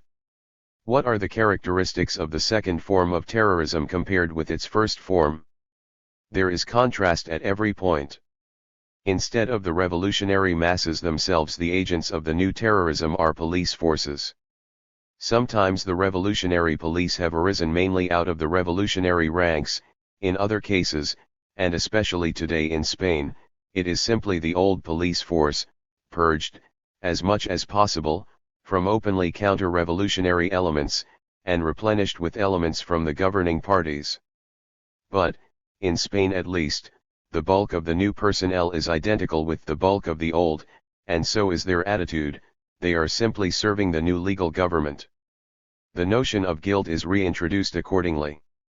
The procedure is not the old procedure, rather an emergency procedure including the right of the police to execute without trial, but, apart from a few exceptions, even the police, and even the irregular police forces like 15 Plaza Tichuan, will not execute unless they are satisfied that the accused did not only dislike the government but has committed some act against it, even committed something sufficient to justify execution, however vaguely the limits of the accused man's responsibility may be defined. Accordingly, there is a tremendous number of arrests, but the number of executions, though still considerable, bears no proportion to them. With the increasing crisis, the police had gone half crazy and arrested people at random, for the silliest reasons or by mistake. But, after all, it was not proceeding in such an irresponsible manner with executions. There was an enormous improvement in this respect, mainly due to Republican and Communist influence, and people who had lived through the mass terrorism of the first months were particularly appreciative of the change. But there are other aspects of the matter. Terrorism had ceased to be exercised by the masses and had ceased to be directed against definite classes. With that, repression became an instrument of the ruling group against all dissentients. Repression was not limited to the Trotskyists. One day I learned that a personal friend I had known for many years, of whose genuine socialist convictions there was not the slightest doubt, and who was very far indeed from being a Trotskyist, was in serious danger simply because he had been, in the past, a dissident communist. The anarchist with whom I shared my cell was in deadly fear because he had edited a paper for propaganda among communists, and I do not think he was in the least unjustified in his general ideas about what might happen to him, though in this concrete case he proved to be mistaken. One day I was introduced to a man who had been simply critical of certain technical aspects of the work of the international brigades and, as far as I could judge, was right in his criticisms, which were obviously prompted by a deep concern for the Republican cause, and who had to use all sorts of tricks in order to escape persecution and get out of Spain. In general, the political commissars of the international brigades are in the habit of supposing that every man who leaves the brigade in order to take up work in another capacity not under direct communist control is a deserter, and treat him accordingly. The police already acts as a GPU, whose chief business it is to hunt dissidents. The man who was trembling every hour to see himself arrested, tried, possibly executed, was in August the aristocrat, the priest, the industrialist, the rich merchant, the wealthy peasant. Today, besides direct agents in the pay of Franco, he is the man who disagrees with communist policy, even on minor items. In August it was the man who, through his social status, was an adversary of the lower classes. In February it was the man who, through his opinions, was not even an adversary but a critic of the official policy of the Communist Party. Other historical comparisons apt to throw light upon the problem may be discovered. The regime enforcing political conformity in Russia, Italy, Germany, and lastly in Republican Spain is often likened to the Inquisition, with very little foundation. The Catholic Church, in the Middle Ages, declared a few out of its many teachings as dogma and persecuted every disbelief in these dogmas as heresy.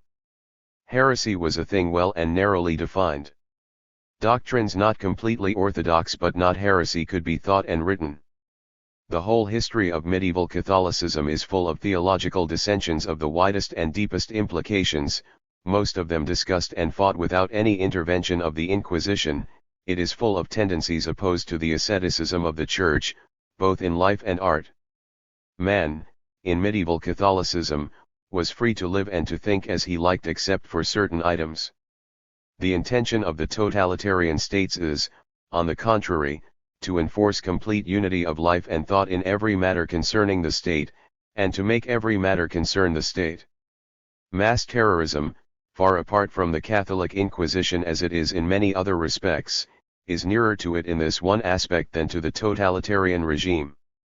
The masses too want to terrorize in the first place the decided and active enemies of the regime as a whole. They are less concerned with dissensions inside the revolutionary camp. Revolutionary periods under mass terrorism have been, accordingly, times of intense dissension and freedom of thought within the limits of the fight against the ancien regime. But wherever the totalitarian police appears, every class of individuality, of intellectual, artistic, or, in a general sense, creative effort, is certain to be strangled. One must certainly feel relief in seeing the number of the victims decrease. Mussolini and Hitler have both boasted of the small number of victims of their revolutions, and those classes which have been the object of mass terrorism will be particularly grateful. But civilization is bound to perish, not simply by the existence of certain restrictions on the expression of freedom of thought, for which there can be ample justification but by the wholesale submission of thinking to orders from a party center. Moreover, in a civil war like that of Spain, no organization, efficient as it may be otherwise, and the Spanish Seguridad is not even efficient, can work without the free support of the people. And it remains to be seen whether the police methods applied by the Seguridad will not, in the end, prove a serious drawback for the Spanish Republicans, because they strangle that popular enthusiasm which can only evolve in an atmosphere of freedom, if not for everybody, then at least for those various shades of opinion that prevail among the adversaries of Franco themselves. Leaving Spain. Over the weekend our boat stayed out of port, in the neutral zone.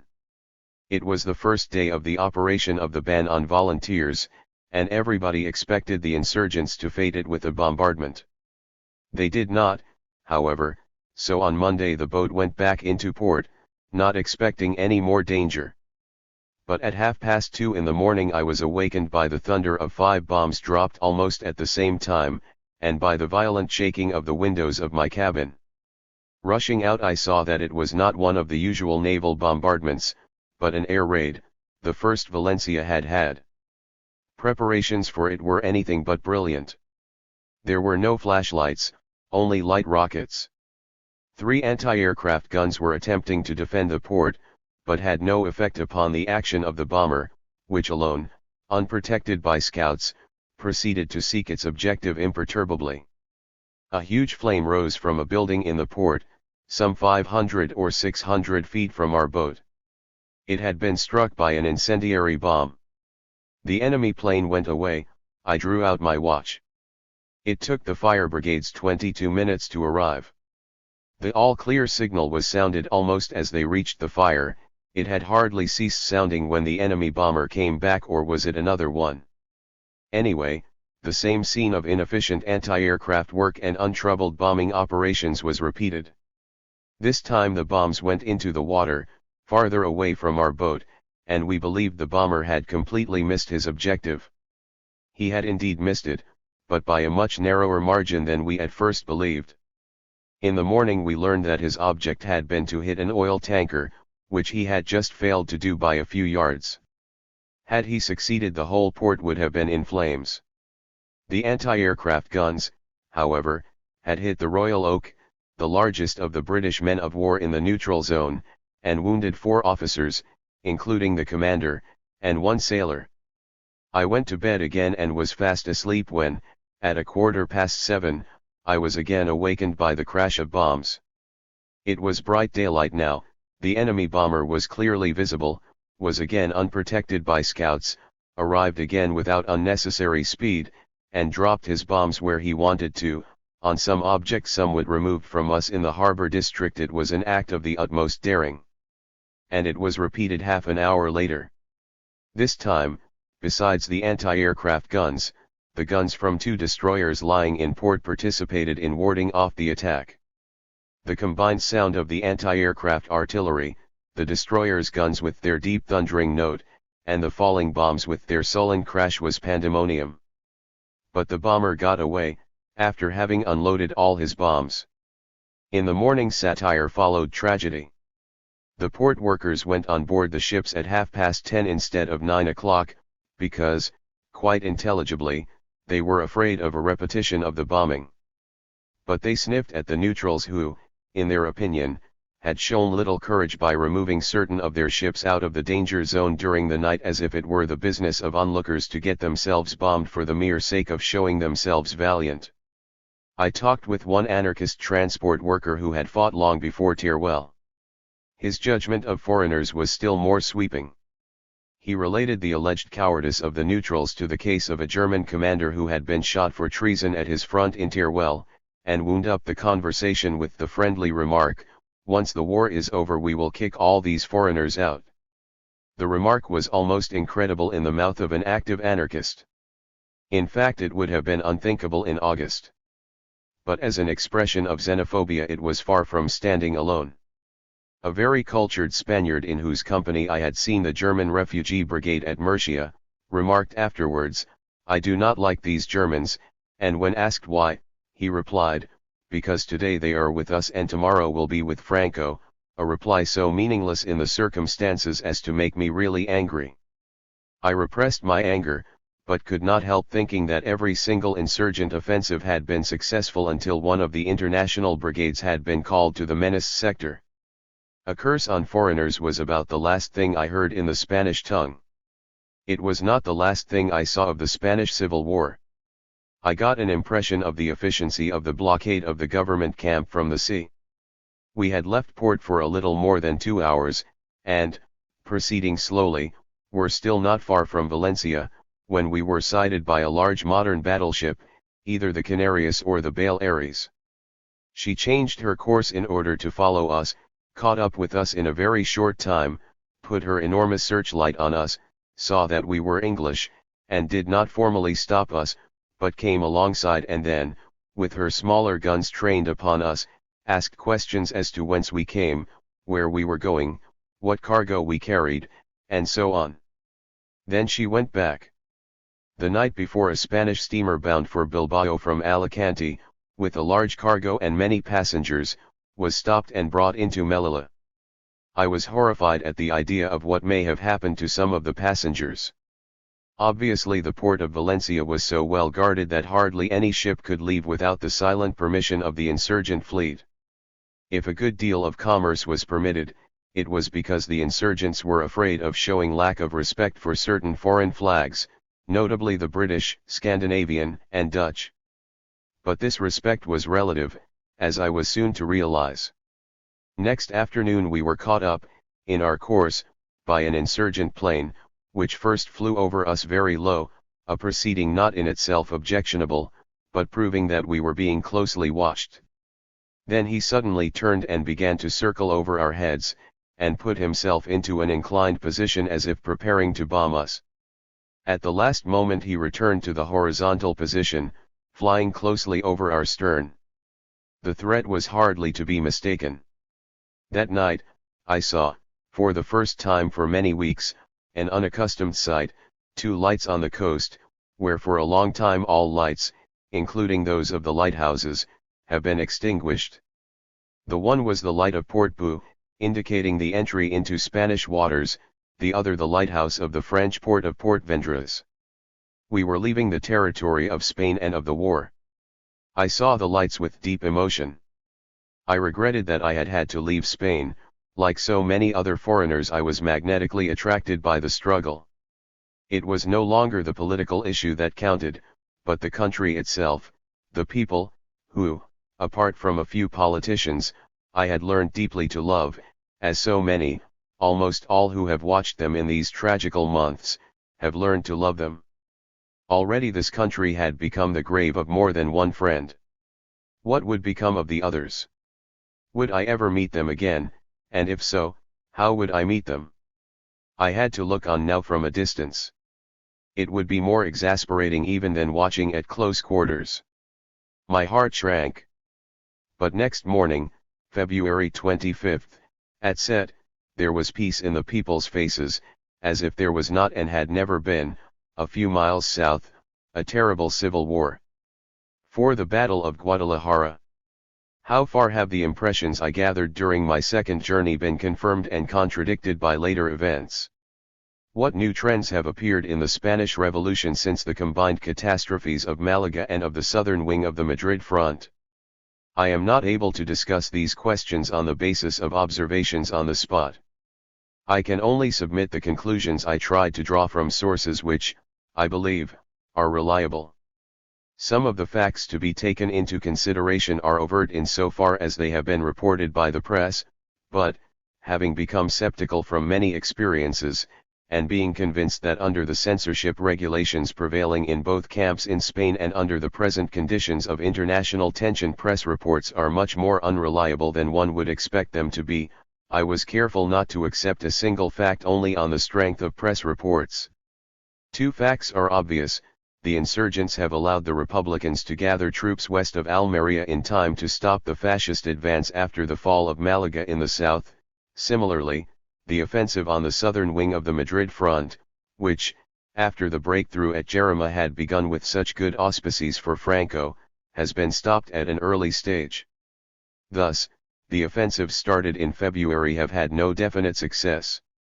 Secondly, the landing at Sagunta in February, which was expected to cut Valencia from Barcelona and thus bring a decisive end to the war, has not taken place. Information about the preparations for this offensive on the islands was too definite to allow of any doubt. If the offensive did not take place, it must be due to a change in the strategic plans of Franco. It is difficult to see why the insurgents have dropped, for the present moment, their original intention to land. The coastal defenses were infinitely weaker than any other part of the government positions, for the simple reason that no good troops were allotted for this task, because none could be spared from the decisive battlefields for a front which was not actually existing but only potential. Before one of the international brigades could be thrown into battle at the coastline, something between 24 and 48 hours, at the minimum, must pass. This delay must mean a considerable advantage for the insurgents. Moreover, the point they intended to attack was obviously much more sensitive than any other region of the government camp. I see no military explanation for the change of plans in the Franco camp. But there is perhaps a political one. The landing at Sagunta ought to start from Majorca. Very few Spanish troops are stationed in Majorca. None could easily be thrown on this island as reinforcements. The contingents at Malaga, Córdoba, and Madrid were implied in heavy fighting. Those at Teruel were supposed to participate in the landing by a subsidiary attack from the west. Only the Saragossa front might have been able to spare troops, but there the transport difficulties were considerable. Thus the landing would be an almost exclusively Italian affair. Starting from Majorca, it would demonstrate to the world that the islands had become Italian for all practical purposes. But both Britain and France have much stronger strategical interests in Majorca than the rest of Spain. The landing from Majorca might involve international complications of a serious character. Up to this moment the intervention of the great fascist powers had remained in the stage of hesitating experiments. The preparations in Majorca were one of these experiments. But the violent reaction of both France and Britain against the first serious attempt at a German occupation of Spanish Morocco in January had demonstrated that it was impossible for Mussolini to go too far in this direction. The preparations in Majorca were procrastinated, an object not only easy to achieve in all Spanish matters, but producing itself almost automatically unless the natural trend of the Spanish national character is overcome by very heavy pressure. I do not pretend that I have definite facts to back this interpretation. It only seems to me the most likely one. Another fact, however, is undeniable. By the end of February, after the deadlock in Motril and on the Madrid-Valencia road, foreign help became an urgent necessity for Franco. It was given, not in Sagunta, but in Guadalajara, at the northern angle of the Madrid front. In order to understand the importance of this new attempt, one must realize to its full extent the gap between the current ideas about foreign intervention in Spain and reality. Public opinion believed thousands of Germans and Italians were fighting in the trenches. In reality only special units, such as aviation, anti-aircraft artillery, field artillery, and tanks had cooperated in the Franco camp until then. There was an assumption, probably justified, that thousands of Italians, and possibly of Germans, lay behind the lines in garrison, waiting for possible orders to participate in the fighting. Since the beginning of January every single success of the insurgents had been attributed to German and Italian troops. But in every single case, whether it were the first offensive against Malaga, the attack on the Escorial, or the Jarama catastrophe, the Republicans had counterattacked, not without success. Invariably these counterattacks had brought Spanish prisoners to the Republican headquarters, but not a single German or Italian prisoner. Only the second, decisive offensive against Malaga had proceeded without counterattacks and thus remained the one case where the theory of actual participation of German and Italian infantry units could not be disproved. But it is not proved either. On the whole it seems true, though maybe unlikely, that there was little intervention with infantry units of any importance before March. Occasionally, a few German and Italian units seem to have been brought up to the front line to participate in an attack for 1 or 2 days, but withdrawn as soon as they began to take part in the activities. Such behavior is incomprehensible from the military point of view, but one must not forget that there are divergences of opinion between the fascist parties and the military, both in Germany and Italy, as to the advisability of intervention in Spain, that, moreover, there is distrust and rivalry between Germans and Italians, that, last, not least, the Franco commands, Spanish nationalists as they are, profoundly dislike the interference of foreigner. The situation in the Republican camp is somewhat different. There are the international brigades, but no Russian volunteers. The brigades correspond to the Foreign Legion in the Franco camp. But Guadalajara was a different matter. This time the participation of Italian infantry was thorough. In consequence, Italian prisoners existed, not only in press telegrams, but in the streets of Madrid, which is very different. They were there in considerable numbers, owing to the extent of the defeat of the Italian units. Had the Republican success been as small as at Motril, at the Escorial, at Arganda, the number of the prisoners would have been smaller, but they would have been there. But in these other cases there were no foreign prisoners because there were very few foreign troops. Two facts, then, emerge out of misleading and contradicting reports. For the first time Italian units have seriously fought in Spain, and immediately they have been heavily beaten. They have even been defeated more heavily than any Spanish or Moorish section of the Franco troops ever before. It is important to understand the real bearing of this event. To start with, what units were they? They were, according to reliable information, which does not fully agree with Spanish official reports, neither regular army units nor fascist militia, at least the greater part of them were not. This statement, like all the skepticism here displayed concerning foreign intervention in Spain, undoubtedly clashes with the formal and emphatic declarations of Signor Mussolini, who has emphasized again and again the glory of the Italian arms in Spain. But Signor Mussolini has a reputation for being a clever propagandist. As a lot of Italian pilots, tank officers, and others were actually participating in the civil war, and Italian units were garrisoning the hinterland of Franco, it would have been no use to deny the fact of intervention. Timid dementis would only have produced peremptory demonstration of the real situation. Why, then, if the fact was undeniable, not make as much propaganda out of it as possible? This propaganda had little chance of being contradicted. The Franco camp must swallow the attribution of Spanish successes to the Italians, their tongues in their cheeks.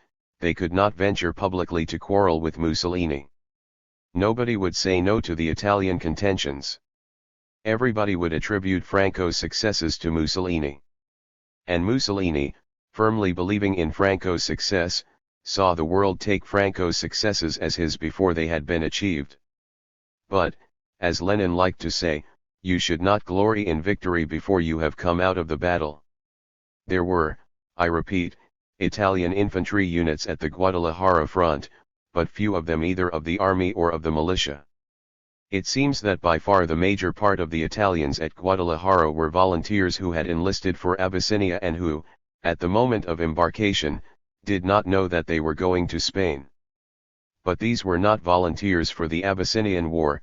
They had, I am told, been enlisted for the Abyssinian Labor Army, which had been formed recently. They were units similar to those known in Germany as voluntary labor service.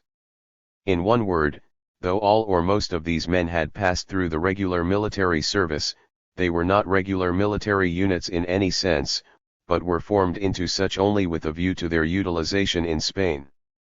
Most of them had been landed in Cadiz during the last days of the Malaga campaign, but had not participated in the conquest of Malaga. By far the larger part were from southern Italy. The majority were of peasant origin, as from all this one would expect. By no means an elite formation, then. By the way, all the material I am giving here is derived from documents taken with prisoners. It was one of the most striking features of the Battle of Guadalajara that, for the first time, the habit of killing prisoners was completely overcome in the Republican camp. The political advantages of this correct behavior became apparent immediately. Indications of the strength of the Italian contingent naturally diverge widely. Official sources from Valencia, in a natural attempt to give the Republican success the widest possible importance, speak of 5 or 6 Italian divisions. It would be unwise to take such assertions à la lettre. The impression of one careful observer carries conviction to me. According to him, 2 divisions were actually in battle, while a third one stood in reserve and was involved in the final catastrophe. These so-called divisions are very small, something like 3,000 men each. Both wings were protected, each by 1 Spanish division. 9,000 Italians, then, and 6,000 Spaniards altogether on the fascist side. At the beginning of the fight the whole attack sector was defended by 1 Republican brigade of 2,000 to 3,000 men. Scouting, as usual, was very bad. The attack came as a surprise, with infinitely superior infantry forces and a good backing by artillery and tanks. The government lines, naturally, broke at once. After their initial success, the Italians lost all control over themselves. Drunk with the glory of their easy victories in Ethiopia, they saw final success already in their hands. They had decided to be in Madrid within 4 days, and told their troops so. They dropped every precaution, and advanced with entirely insufficient protection for the flanks. To wait for that would have forced them to slow down the advance, for, after all, their effectives were weak, not in comparison with the first Republican contingents on the spot but with the geographical extension of the battlefield, a front of 20 miles, growing every hour as they advanced into enemy country. Moreover, they grouped reinforcements in masses on the main roads, and drew their staffs very near the advancing front line. According to all rules of reasonable warfare, it was madness. But if Franco was never able to make much of his successes, they would teach the Spaniards how to follow up an initial success with the destruction of the enemy. They had not even met this enemy. 5 Republican brigades were thrown within 12 hours to the menaced spot.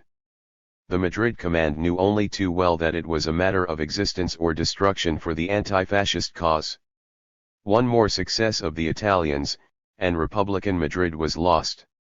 Among the 5 brigades were 2 international ones, mainly composed of Germans and Italians, the best brigades of the whole Spanish army, wearing the names, respectively, of Thielmann and Garibaldi. These 2 brigades are much superior to the military level even of the average foreign volunteers. They are composed of refugees, who, most of them, after having volunteered in Spain, could not even return to their first refugee abode and have no choice left but to live or to die in Spain. One German refugee machine gun company, which had been thrown into battle immediately, with insufficient backing and with the sole aim of delaying the Italian advance until further reinforcements could arrive, was wiped out almost completely without wavering of its lines, in the successful fulfillment of its task. 1 out of the 3 Spanish brigades was composed of Basques, whose military abilities are much superior to those of the average Spaniard. The 2 others were elite brigades of the 5th, Communist, Regiment. As usual, the foreign volunteers bore the brunt of the battle. The Germans have to wash away the ignominy of their defenseless retreat before the forces of Hitler.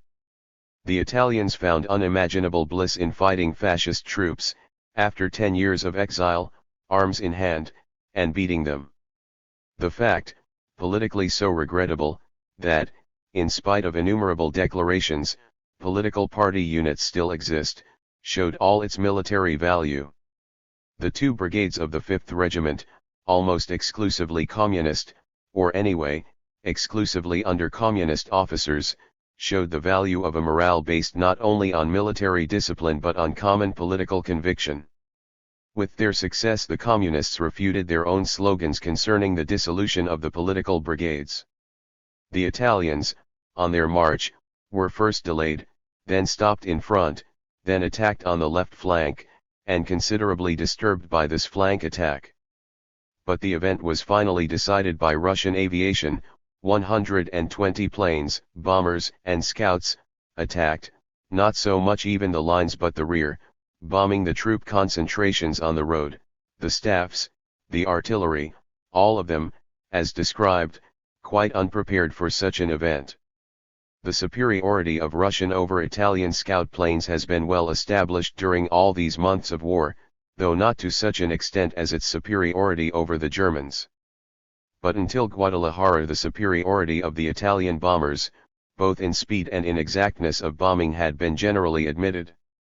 Probably Guadalajara does not give sufficient material for a reversal of this judgment, but the air battle of Guadalajara, the largest yet fought in Spain, has proved, it seems, that scouting, not bombing, is the decisive factor. A very considerable number of bombers will strike their objective, if they are well protected by scouts. In this case the effect was disastrous upon the enemy. After 2 hours of bombardment, the front broke helplessly, without an attempt at further resistance. Only now did it become apparent how little value there was in the Abyssinian experience. In Abyssinia the Italians had no experience of being bombed. Before these bombs they ran exactly as the first Red militia units had run in Spain in August and September. Before similar experiences then, and only then, the flank attack showed all its implications. The Italian units, in their flight, were attacked individually by government units, which had them completely at their mercy, because there was no organized resistance. All informants agree that the bombing was decisive, and after it there was no recovery, that the government units recovered the ground lost the first day practically without resistance, and only stopped at their old lines on account of the scarcity of manpower. There is no doubt that Guadalajara has changed the outlook of the war, that following that event new problems arise. It is worthwhile to discuss all the implications. It would, of course, be far from correct to suppose that the Italians will always run as they did in Guadalajara. Many elements of this defeat are incidental only. The Italians behaved as if there were no serious adversary. One experience of this kind will certainly suffice to teach them the contrary and make them act accordingly. Their troops were bad. Their conduct is no reliable indication of the conduct of regular army units or fascist militia. Still, the fact remains that Italian units believed to be quite sufficient by their commands after the Abyssinian experience for the task, have been broken and chased over the country by forces smaller in number. A Republican brigade counts 2,000 men on an average. More important, there have been real desertions, in numbers not entirely negligible, at an early stage of developments. Something like 1,000 prisoners have been captured up to now, if sources of information concerning this point are reliable, and most of them seem eager to explain that they have surrendered of their own accord. Given the reputation of both sides for shooting their prisoners, such declarations may perhaps be judged to be not quite genuine. But the fact remains and seems to be well established that whole groups went over at the first occasion offered, as soon as the government lines stood firm. They had been furious at being sent to death in Spain instead of to work in Abyssinia, they explained. They had suffered heavily from cold on the Spanish highlands, and finally had decided to cross the line singing the Bandiera Rosso according to one source of information in groups. Some of these deserters had been members of socialist organizations before the advent of fascism, but most of them had not. If one considers these facts, one is induced to think that perhaps the surprise of Guadalajara is less indicative of the military value of the Italian army as reorganized by fascism than of the state of mind of the masses, in the Italian south at least.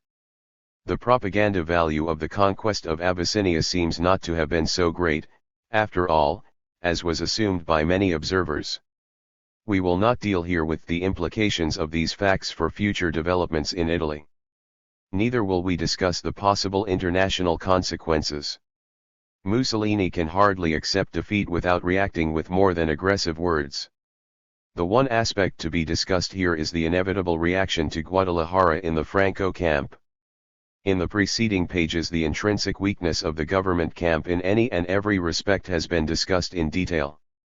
Up to now, Franco has lived by the mistakes, even by the stupidities of his enemies. He has been successful before Toledo, has reached the outskirts of Madrid, because neither the Republicans nor the Socialists were able to organize an army.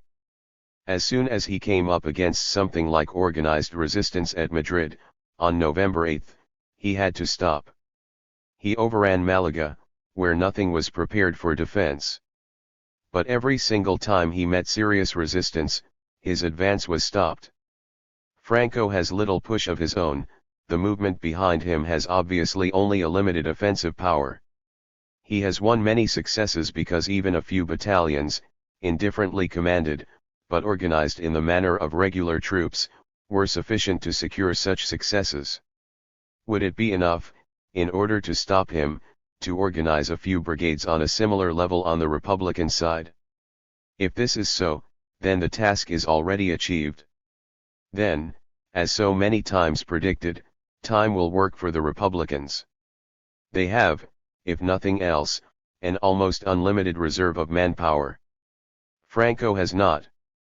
First, he had not dared to mobilize his rear. He has decided to try now. The two Spanish divisions on Franco's side at Guadalajara were largely composed of new recruits. They have accounted for even more deserters than the Italians, and these not non-political peasants but workers and agricultural laborers who hated the Franco regime. By staying still, however, Franco seriously menaces his own existence. His forces, lacking reinforcements, must decline. Those of his adversaries must increase. He needs more material help from abroad than he has yet received. It seems that at this moment pessimism is rampant in the fascist camp, exactly as it was in the left camp in February. But one must be careful not to jump to conclusions. Defense is infinitely easier than offense. The government camp, if it has acquired defensive capacity, still lacks offensive power. And the policy followed in these last few months has made it very difficult for them to launch a successful offensive. Politics will finally determine the course of the war, as they do in every revolution. What is the trend of politics in the Republican camp? The last few weeks, as far as one can make out from abroad, have been characterized by a break in the advance of the Communist Party. Two outstanding events symbolize a certain reshuffling of the political balance: the disappearance of General Kleber and the recall of the Russian ambassador, Mr. Rosenberg. The disappearance of Kleber, the real commander-in-chief of the Madrid front, not a Russian, but a foreigner who has been in Russian service for many years, dates back to the end of January. From one day to the next, he not only had to leave his command, but actually disappeared, hiding himself for many weeks, afraid of the vengeance of his former subordinates. It is not true, as has been widely reported in the foreign press, that he was caught by the rebels in Malaga. I saw him myself, though I had no occasion to speak to him, while he was said to be captured by the insurgents, but was actually hiding in the Republican camp. The fact of his hiding is itself significant enough. The Madrid front was the one where the Republicans had been able to repel serious attacks of the enemy. They had done so under the command of General Kleber, and there is no doubt that most of the military successes of the Republicans on the Madrid front between November and January must be placed to his credit, so far, at least, as staff work is concerned. Military organization was mostly brought into line by other communists, from the 5th Regiment, such as Carlos Contreras, by no means a Spaniard, either, and Lister. What followed is characteristic not so much of the Spanish Civil War in particular as of Spanish politics in general. Kleber's successes roused an enormous amount of jealousy against him. A knot of intrigues, which I am far from being able to disentangle, ensued in the Junta de Defensa of Madrid. It appears that Kleber, an officer with an officer's straightforward mentality, was inefficient at those political manœuvres based on personal jealousy which are so dear to the heart of all Spanish politicians. Even his friends admit that he proved a bad tactician. For a long time the whole conflict appeared as a purely personal one, and many people were inclined to regard the political arguments brought forward in support of his opponents as sheer pretexts for a personal vendetta. It is only in the light of later events, particularly in conjunction with the removal of Mr. Rosenberg, that the crisis that centered around General Kleber appears as a definite turning point in the evolution of Spanish politics. The Kleber crisis, then, was concerned with two main points. One of them was of the highest military importance: Kleber wanted the Republicans to take the offensive immediately, while his opponents contended that the Republican forces were not yet ready for that. Strangely enough, yet characteristically, it was not the decision of this supremely important point which brought the crisis to a head. It was a question of propaganda. The glory of General Kleber had been broadcast all over the world, in conjunction with the glory of the international brigades. General Maella, nominally commander-in-chief and head of the Junta de Defensa, and the Spanish militia were both left in the background in this propaganda. This brought the fury of Maella upon Kleber. Still, there is hardly any doubt that the facts, even if put forward by Kleber and his friends, were essentially true. Their propaganda was well justified from the viewpoint of veracity, which is certainly more than can be said about most propaganda campaigns. In fact, not Maella but Kleber, not the Spanish militia but the international brigades, had saved and still continued to save Madrid. But that was not the point. Maella wanted publicity for himself and his Spanish nationals. Still, General Maella's exasperation would not have carried much weight in itself. It was utilized by political parties, particularly by the anarchists. These were quick to see that here was their opportunity to stop the communist advance and to take their revenge for the blows they had suffered in Catalonia, the massacres of Valencia, of Tarancon, of the Huerta, of the Teruel front, and so many others. It would be a bad blow for Madrid too, but that did not matter. The anarchists resolutely sided with Maella against Kleber and against the international brigades. Into the personal quarrel they brought a definite political note. Kleber, they alleged, might utilize his popularity one day for a communist coup d'état, backed by the international brigades. And it is difficult, in fact, to believe that their anxieties were completely unfounded.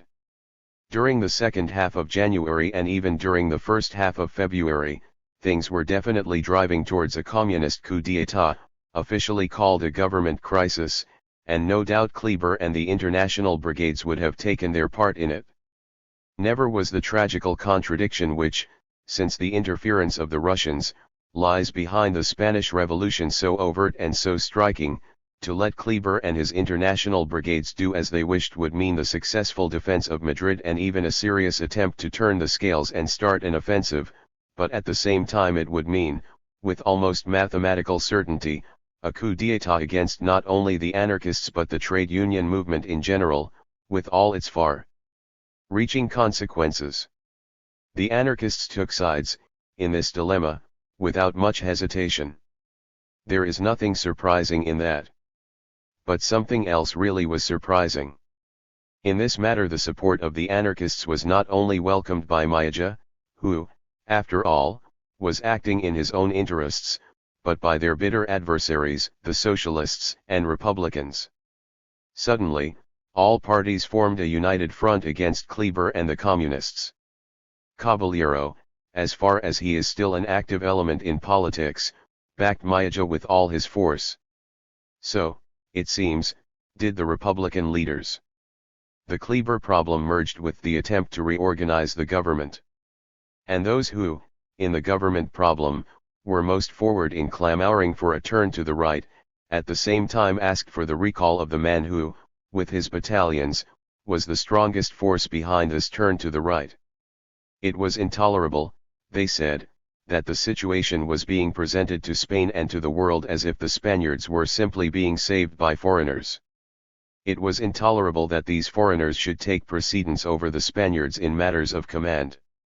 The power of decision had to be restored to a purely Spanish body, and the glory of the success ought to go to the Spaniards. Personal jealousy together with nationalism were stronger than hatred of the anarchists, desire to finish social revolution, and even the simple and primary desire to win the war. The matter was only partly settled in a formal way. In a military sense the international brigades could do whatever they liked. If they chose they could march upon Valencia, take it, and institute what command and what government they liked. But for such action things are not ripe by any means.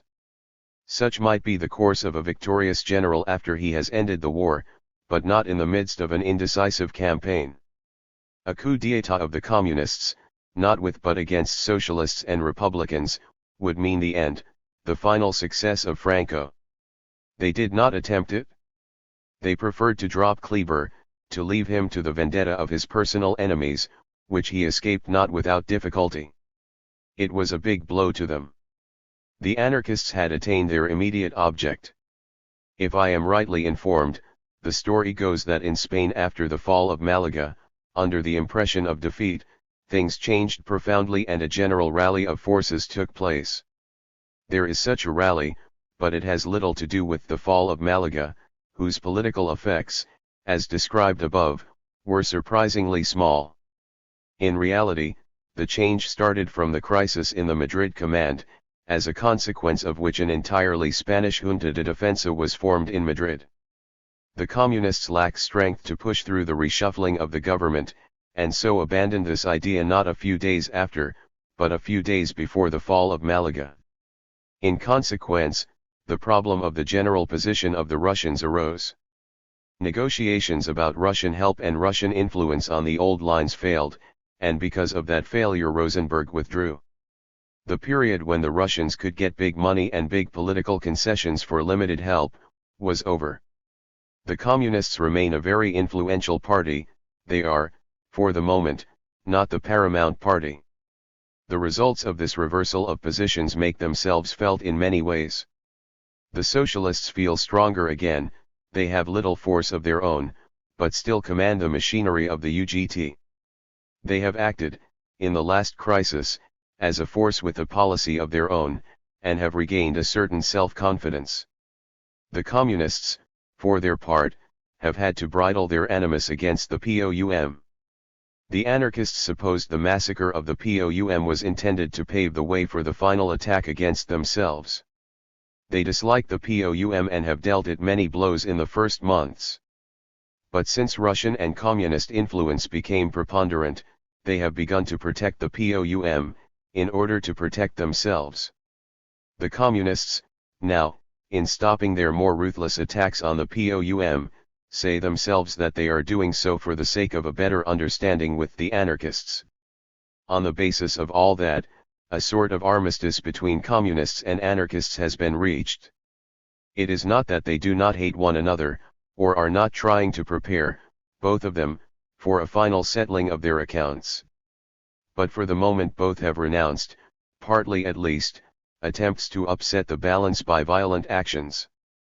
Both have recognized that the war with Franco must precede civil war in the anti-fascist camp. In this one sense one can say that the catastrophe of Malaga has had its effect.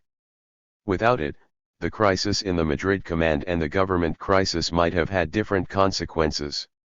The law which dominated all modern revolutions remains valid: defeat drives revolutions to the left, success to the right. This time, Malaga has prevented the communists from pursuing their attempts towards a coup d'état against the left elements of the Spanish anti-fascist camp. The effects, apparent in the success at Guadalajara, seem so far to be beneficial to the Valencia camp. The administration, which was completely paralyzed by intrigues and by the preparation of civil war in the anti-fascist camp, is working again.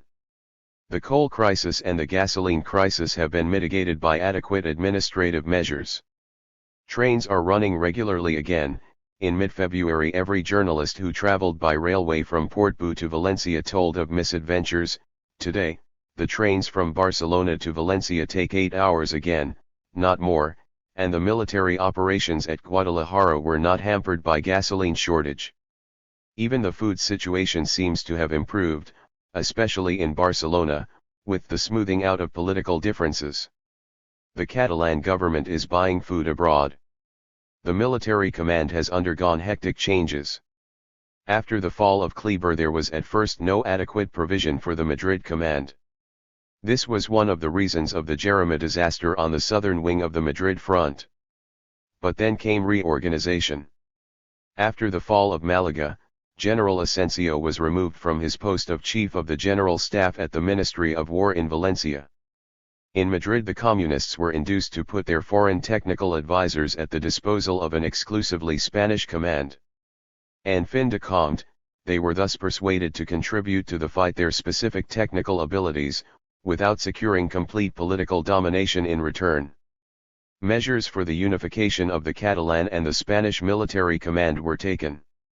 As Jerema corresponds to the transitional stage of chaos after Kleber's fall, so Guadalajara corresponds to the reorganized command. At the moment of the breakthrough of the Italian divisions, the Junta de Defensa was delegated the power to take all measures to meet the emergency, including the transference of troops from other sectors. Perhaps for the first time there was then a really unified command, because, at that moment, nobody had any fear of its success. Accordingly, it was successful. Conclusions.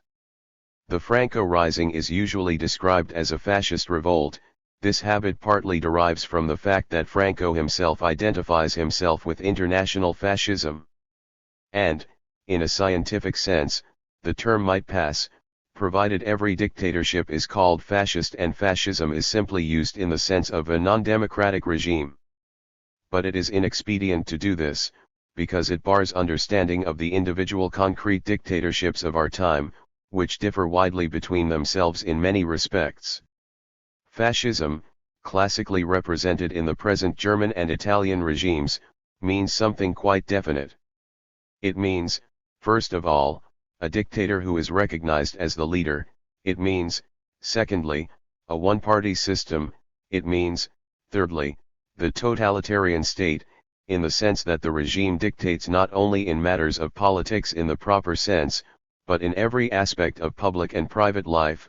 It means, in the fourth place, that no force independent of the central party is tolerated in any field whatsoever. It means, moreover, that the party, by means both of conviction and violence, tries to get the unified consent of the nation and succeeds, to a large degree, in this attempt. It means, finally, that the totalitarian power is used in order to achieve a higher degree of coordination and efficiency in every branch of public life. Fascism is the most powerful political agent of modernization that we know of.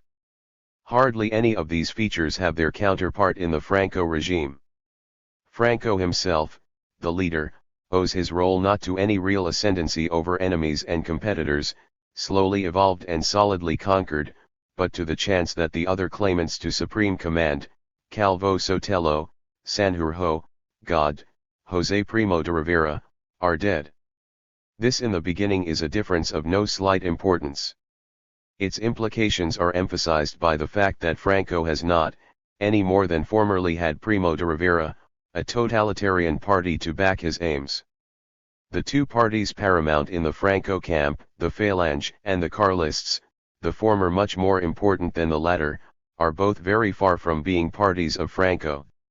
The Carlists, who aim at the restoration of an absolute legitimate monarchy, are naturally at odds with both the Falange and with Franco, who are not monarchists. Besides, there also exists, though with only feeble strength, Renovación Española, the party of Alfonso XIII in exile. One sector of the Franco movement, then, is not fascist but monarchist. And this divergence of views on an important problem, a divergence shattering the Franco camp not much less than the anarchist-communist controversy is shattering the Republican camp, excludes, at present, the very idea of a one-party system. Worse, still, there is notoriously deep disagreement between Franco and Falange, the fascist party proper. The press of Falange always carefully avoids calling Franco the chief, the leader, or anything like it. They simply call him the generalissimo, the high commander, signifying that they only accept his temporary dictatorship as a war measure. They claim political leadership for themselves, try, not without success, to establish a party out of elements of all classes, take great care to group labor elements under their banner, and indirectly make it a reproach to Franco that he is not the representative of a popular movement of national resurrection as they themselves try to be, but simply the leader of the military clique, which, after all, is only the truth. There can be no real fascism, then, in the Franco camp, because the fascist party is against the general leader, who, himself, has no political party at his orders. All this is not changed, in the least, by the superficial unification of Carlists and Phalangists recently brought about by Franco. Those two groups have been fighting one another all the time, with no less fury than anarchists and communists have fought one another in the other camp. None of them have renounced their political principles, and all the leading staffs remain in the unified party as they did in the two parties before their unification, each with its own following. It is a poor imitation, by a military dictator, of that fascist one-party system which has been achieved in other countries. There are few differences larger than that between an exclusively military, non-political dictatorship and a fascist dictatorship based on a wide political movement. Franco's regime is the former, not the latter. Already Spain has witnessed Primo's failure because he could not, as he wished, create a wide political movement to back his military dictatorship. In consequence, the Franco regime has little popular support, which is its chief weakness, and at the same time makes it something entirely different from genuine fascism. For months and months Franco did not dare to mobilize his rear. Finally, under the pressure of acute shortage of manpower he did so, with the result that the conscripts deserted en masse, at the first opportunity, in the Battle of Guadalajara. Outside Navarra, which is Carlist, part of Galicia, which is more or less Alfonsist, and Majorca, which is the private domain of the Tobacco King, Juan March, Franco has no popular backing. Finally, the Franco regime is anything but modernizing. A regime backed mainly by the Spanish church and army could not be. In spite of all efforts to prove the contrary, the Franco regime is really nothing but a repetition, with more violent methods, of the Robles regime, which, in its turn was a repetition of the Canvas regime, of the Restoration settlement, which so miserably failed at the end of the 19th century. The Spanish right realize that the old gang will not do, that something new must be introduced, and try to imitate fascism, as the modern form of reaction. But the first thing genuine fascism would do would be to subdue both army and church to the totalitarian party as it has done in Germany and Italy, and to wipe out all the modes of life near to the heart of the old pre-capitalist traditionalist Spanish upper class.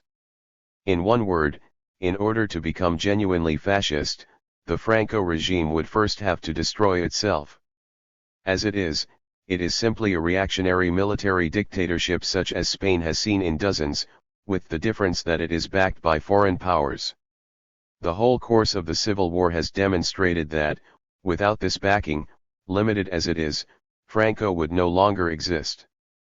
This basic weakness of the revolt is in itself an indication that it is a phenomenon profoundly different from the supposedly parallel movements of its German and Italian allies, each of which arose on a basis of deep-rooted and very strong mass sentiments. Every Spanish party, government, movement, has been caught between the pressure of circumstances which drive the country towards Europeanization and the country's deeply ingrained resistance. But of all classes of Spain, the old upper classes are least capable of Europeanizing themselves and the country. Franco has failed to be anything but the exponent of these old upper classes, incapable of modernizing, and equally incapable of merging with the masses of the people. The experience of 1707 and 1808 has repeated itself in 1936, the Spanish people stood out against its upper classes, and the upper classes proved to be powerless without the people. This, so far, is the main political result of 9 months of civil war. If it were only that, things would soon be settled, Franco would be defeated, the masses, after some upheaval, would probably sink back into their apathy, and nothing would be changed, but there were the foreigners. The Spanish Revolution would probably have failed to achieve either democracy or socialism or anything else, and would certainly have failed to reorganize the country, had not the foreigner interfered and forced thoroughgoing measures upon the people. The history of the Spanish Civil War, as far as the left camp is concerned, is the history of the spontaneous resistance of the masses against two things, on the one hand against the revolt of clergy and army, and on the other hand against the necessity to beat down this revolt with modern means of warfare and organization. The masses wanted to fight and did fight heroically, but they wanted it to be a fight in the old guerrilla manner of 1707 and 1808, arising from village to village, from town to town, against the threat of tyranny. That it could not be. In order to understand it fully, one must remember that revolutions, in general, are moved, not so much by ideals as by necessities. This applies to the French, to the Russian, and to many other revolutions, to a much higher degree than is generally realized. The Bolsheviks, for instance, achieved their aims not so much because a few thousand intellectuals and workers had been convinced by the Bolshevist political program, and had diffused this program to a certain extent among certain limited strata of the small Russian urban proletariat. The Bolshevists won because the breakdown of the nation in war brought to the forefront the question of immediate peace, and the Bolshevists alone were prepared to carry this out. Similarly, in Spain the domination of the proletariat did not come about because a limited stratum of anarchists, and a still much more limited stratum of Trotskyists, dreamt of it. The communists had already ceased to dream of it, but because when the whole army rose in rebellion only the workers were able to defend a large majority of the people against army, church, and large landowners. Every single step of the revolution, then, has not been brought about by the success of some sort of propaganda, by the spreading of some sort of abstract convictions, but by urgent necessities of the moment. In general, it is defeats which drive a revolution to the left, not, as is generally believed, successes. It is defeats which ask for extreme measures of defense, and which bring into power the most advanced sections of the movement, because they alone are prepared and able to apply extreme measures. Thus the Independents overcame the Presbyterians, in the English Revolution, as a result of the victories of the king over the Parliament. Thus the Jacobins overwhelmed the Girondins, in Paris, as the result of the sweeping victories of the Austrians and Prussians in March 1793. Thus the Bolsheviks came in when Russia drifted towards a state of complete disintegration. Thus the revolutionary committees got power into their hands in Spain on the day when the Republic crumbled under the stroke Franco had dealt it. The more advanced methods were supposed to bring about a greater measure of fighting power than the milder measures previously applied. And, with bitterness in their hearts, the more moderate sections, Republicans, Catalanists, right-wing socialists, cooperated in organizing that revolutionary power which was a menace to their very existence, because otherwise Franco would get in and destroy them immediately. This reluctant but real consent of the moderate elements, in the moments of disaster and of the greatest success of counter-revolution, to extreme revolutionary measures, is a common feature of every revolutionary crisis. Without it an advanced minority could never rule. In consequence, once the danger is over, the more moderate elements invariably try, and generally succeed, to get rid of the more advanced section, whose help they needed in order to ward off the attempts of open counter-revolution.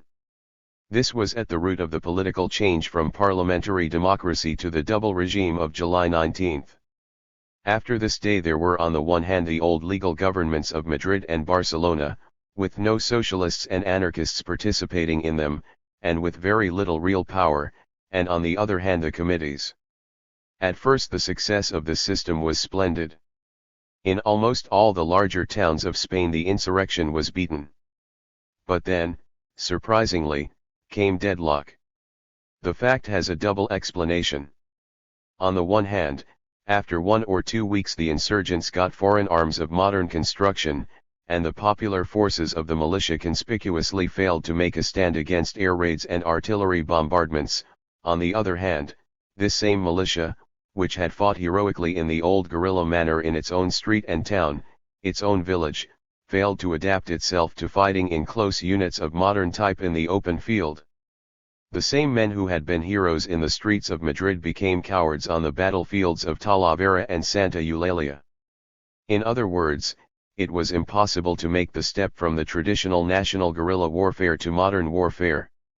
The one effect of the formation of modern units was that the militiamen lost the opportunity to employ their guerrilla instincts, without acquiring the abilities of the modern soldier. For a couple of months, then, the Spanish Revolution proceeded under a delusion. It was obvious that at least one of the two levers of the double regime was defective, the legal government. The Catalanists were not so bad, but the Madrid Republicans, in these decisive first weeks, were really giants of inactivity.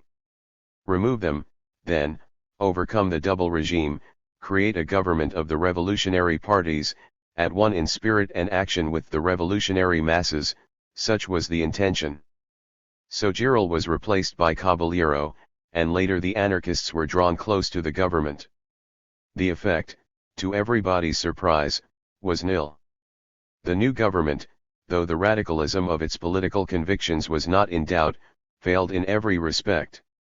It failed to reorganize. Toledo was as miserable a defeat as Talavera. And it failed to embark on a revolutionary social policy. In fact, no such thing as a stronger revolutionary trend was needed in the towns. In the main industrial centers, with the partial exception of Bilbao, a widespread expropriation of industrial property had taken place, partly as a result of socialist ideals, but more frequently because the owners of the factories had fled or been killed. The workers had many more factories on their hands than they themselves or the administration could reasonably manage. Moreover, the attempt at thorough socialization was likely to lead to conflict between Spain and the great democratic powers. But it was different with the villages. Here the revolution, in fact, had been very slow. In some provinces, as La Mancha, the expropriation of large estates by the peasants and laborers had been spontaneous, but in the greater part of the country the agrarian revolution had at first simply been driven into the villages by the militia. If the government wanted a broad popular rising, a real people's war, which was the one certain way to beat Franco, it must not play with socialist industry in town, but make every effort to bring about a broad peasant movement and submerge Franco in the waves of revolting villages. In order to do so it must give the peasants tangible things, land in the first place. A good deal of the preceding diary shows how this task was not achieved. Caballero and his staff had never thought about both the technical and the political problems of a revolution. They had become, in old age, revolutionaries by disappointment, after a long and thoroughly reformist past.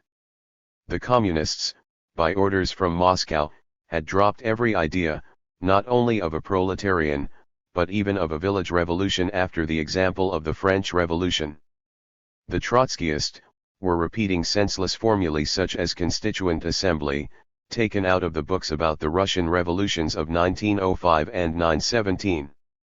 The anarchists played about with the creation of the kingdom of heaven in the form of the abolition of money and complete collectivization in the individual villages. In one word, all sections had been ready to ward off an armed attack, arms in hand. This was what made such a tremendous impression upon the left in Europe, which, in other countries, had ignominiously failed to achieve this relatively simple task. But no party was able to organize resistance against even the small amount of foreign intervention with which they were faced, and none had any constructive idea whatsoever in politics. The creative political power in which both the French and the Russian Revolution had been so rich was conspicuously absent in Spain. As on the right every section of the Franco movement refused or failed to create something really new, so on the left did every section of the labor movement, from the communists to the anarchists. And thus the Caballero government being a complete failure politically and administratively, the insurgents, helped less by their own valor than by Italian planes and German guns, arrived at the gates of Madrid on November 7. It seemed that the supreme moment for the Spanish Republic had come. At this moment Russian foreign policy veered round. It had not been pleased, at first, by the Spanish troubles, and for months refused almost every sort of help, to the bitter disappointment of the Spaniards. Now, finally, Moscow realized that, though it had kept out of the muddle, a defeat of the left in Madrid would be as bad for Moscow as the defeat of Addis Ababa had been for the League of Nations. Moscow offered its help, and it was eagerly accepted. The fact of foreign intervention is itself not peculiar to the Spanish Civil War. The French Revolution had to fight against infinitely stronger enemies, or at least these enemies put an infinitely stronger force into the fight against France than is the case with Spain. After all, the amount of help given to Franco by the fascist states was limited, but it was too much for Spain. It had been too much, first, on account of the inexperience of the popular militia and the revolutionary administration. But the months between July and November showed that there was little if any adaptation to modern warfare and to modern military necessities in general in the government camp. The anarchists, as the most genuine representatives of Spanish resistance to Europeanization in the labor camp, were least adaptable. But it is incorrect to say that this incapacity to adapt was mainly due to anarchist principles. The anarchists, in fact, stuck close to the ideals of a guerrilla militia, a workers' rule in the factories, and an administration by more or less independent local committees. But the other parties, Republicans and Socialists, who proclaimed ideals borrowed from Europe, were in fact just as unadaptable as the anarchists. One section of the movement threw the responsibility of the failure on the other, but in reality they were all equally guilty of the general failure. But by November it was clear that all that would not do, and that the Republic would founder within the next few weeks unless the foreigners came to help. They came, Russian specialists and Comintern volunteers, and brought efficient help. They saved Madrid, they succeeded, for the time being at least, in turning the scales. But at the same time they introduced a deep change into the trend of the movement. And now a significant phenomenon ensued. Every previous revolution, in Britain, in France, in Russia, had proceeded from the rule of moderate groups to the rule of more advanced groups, and, in this process, continually gained in efficiency. The Spanish Revolution, too, had first followed this course. It had proceeded from moderate forms to more violent forms, from the rule of the Republicans to the rule of the revolutionary committees and to the Caballero cabinet. But this swing to the left had failed to produce results. Now, with the entry of the Communists upon the Spanish stage, a much less advanced faction took the wheel. And, surprisingly, with this change the Spanish Revolution won in efficiency. Obviously, two factors have cooperated to bring about this result. One was the obvious failure of the radical left, in all its sections. The left-wing socialists, the anarchists and the Trotskyists proved, under the test of events, not to be either Jacobins or Bolsheviks. They proved unable to create an iron revolutionary dictatorship of the French and the Russian type. Just as Franco only imitated the superficial forms of fascism, so the advanced groups of the left had only imitated the revolutionary tradition of other countries, without being able really to follow the model they had set themselves. One faction in each camp refused even formally to accept the foreign model, the Carlists in the Franco, the anarchists in the Republican camp. The other factions proved unable to adapt their official models to the conditions of the spot. The Spanish labor movement, and the Spanish left in general, had been able to fight, but was not able to organize an efficient fight. It was as little efficient, as little up to the needs of a modern war, as Franco on the other side. Spain, in all its sections and inimical parties, proved to be basically different from Europe, and to be partly unwilling and partly unable to copy European examples. This was one aspect of the defeat of the left, not by Franco but by German and Italian planes, tanks, and artillery, though there was so little of all that helped that a somewhat better organized movement must have easily overcome them. Neither was it, naturally, the Spanish communists who overcame the difficulty. It was the Russian specialists, the foreign technical advisors, and the international brigades.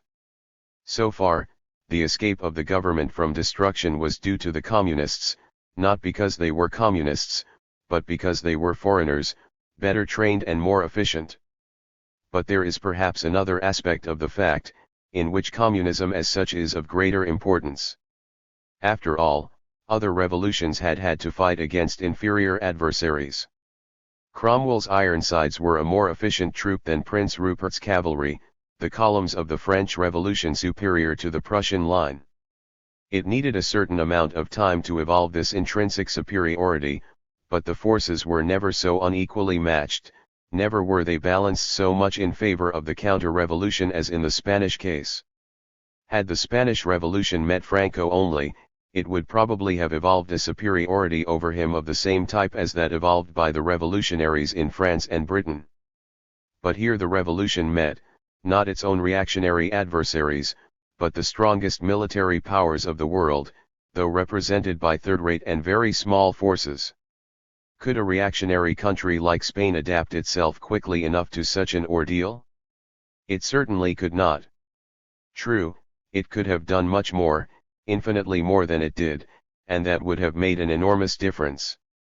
It would not have relieved the government from the necessity of accepting foreign help, but it would have reduced the urgency of the need, would have put the government in a position to negotiate, instead of being at the mercy of the foreigner. Still, the coming of the foreigner was inevitable. And it needed to be a foreigner with a ready-made organization, able to meet the Germans and Italians. This ready-made organization only the bureaucratic Russian state and its communist international could provide. In a word, in order to fight, not counter-revolution in its own country, but international fascism, the Spanish Revolution must appeal to a well-organized, ready-made force, to a force not itself in a state of revolution, to a non-revolutionary force. In this tremendous contrast with previous revolutions one fact is reflected. Before these latter years, counter-revolution usually depended upon the support of reactionary powers, which were technically and intellectually inferior to the forces of revolution. This has changed with the advent of fascism. Now, every revolution is likely to meet the attack of the most modern, most efficient, most ruthless machinery yet in existence. It means that the age of revolutions free to evolve according to their own laws is over. As it was, and as it had to be, because the failure of the Spanish left coincided with fascist intervention, Republican Spain was at the mercy of the force which brought help. The communists could dictate, and did dictate in the way described in previous chapters. For it was a force with a revolutionary past, not with a revolutionary present, which had come to help the Spaniards. The communists put an end to revolutionary social activity, and enforced their view that this ought not to be a revolution but simply the defense of a legal government. This policy has several aspects, and they ought to be presented in dire distinction if the very complex evolution which followed is to be understood. First of all, one ought never to forget that communist policy in Spain was mainly dictated not by the necessities of the Spanish fight but by the interests of the intervening foreign power, Russia, which took account of Spanish situations and necessities only so far as was needed in order to win the war. It would be a gross exaggeration to say that the course of the Spanish Revolution has been completely arrested by Russian intervention, but it has been deformed and deviated, exactly as the course of Spanish counter-revolution has been, not arrested, but deformed, by the intervention of Italy and Germany in the Franco camp.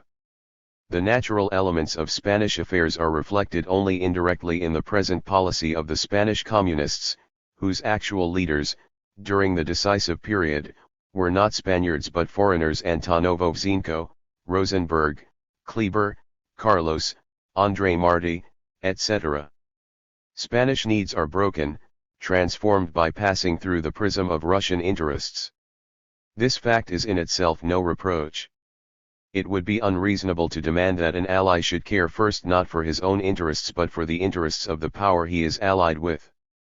The peculiarities of the situation only arise through the fact that Russia has in every country a party at its orders which claims to be a party of the national proletariat but in reality is completely at the orders of the Moscow government. Moscow, it is true, proclaims a metaphysical preordained identity of the interests of every proletariat with the interests of the Moscow government, but this is a proposition that can no longer be taken seriously.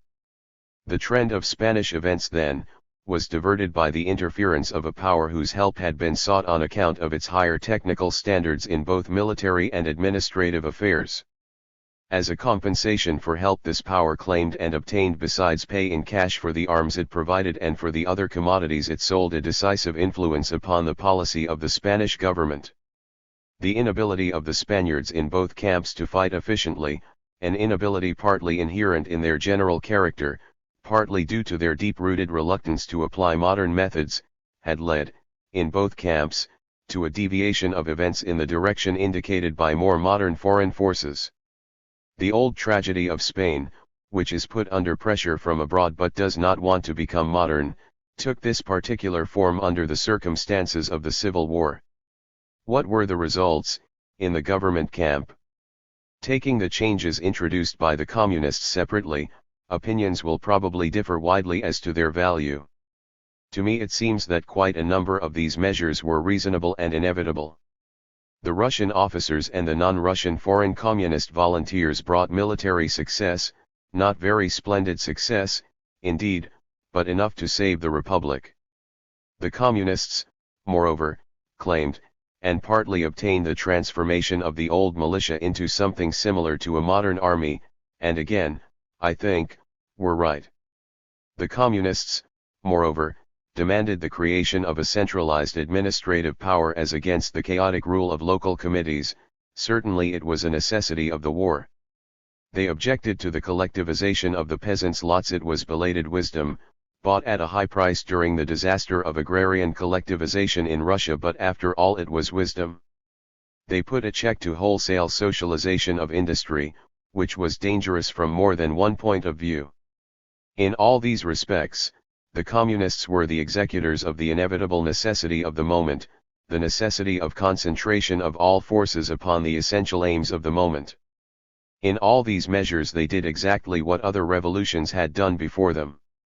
Every single one of the great revolutions has started with the relaxation of central authority and, in the fight for its existence, has ended in an enormous increase of centralized authority.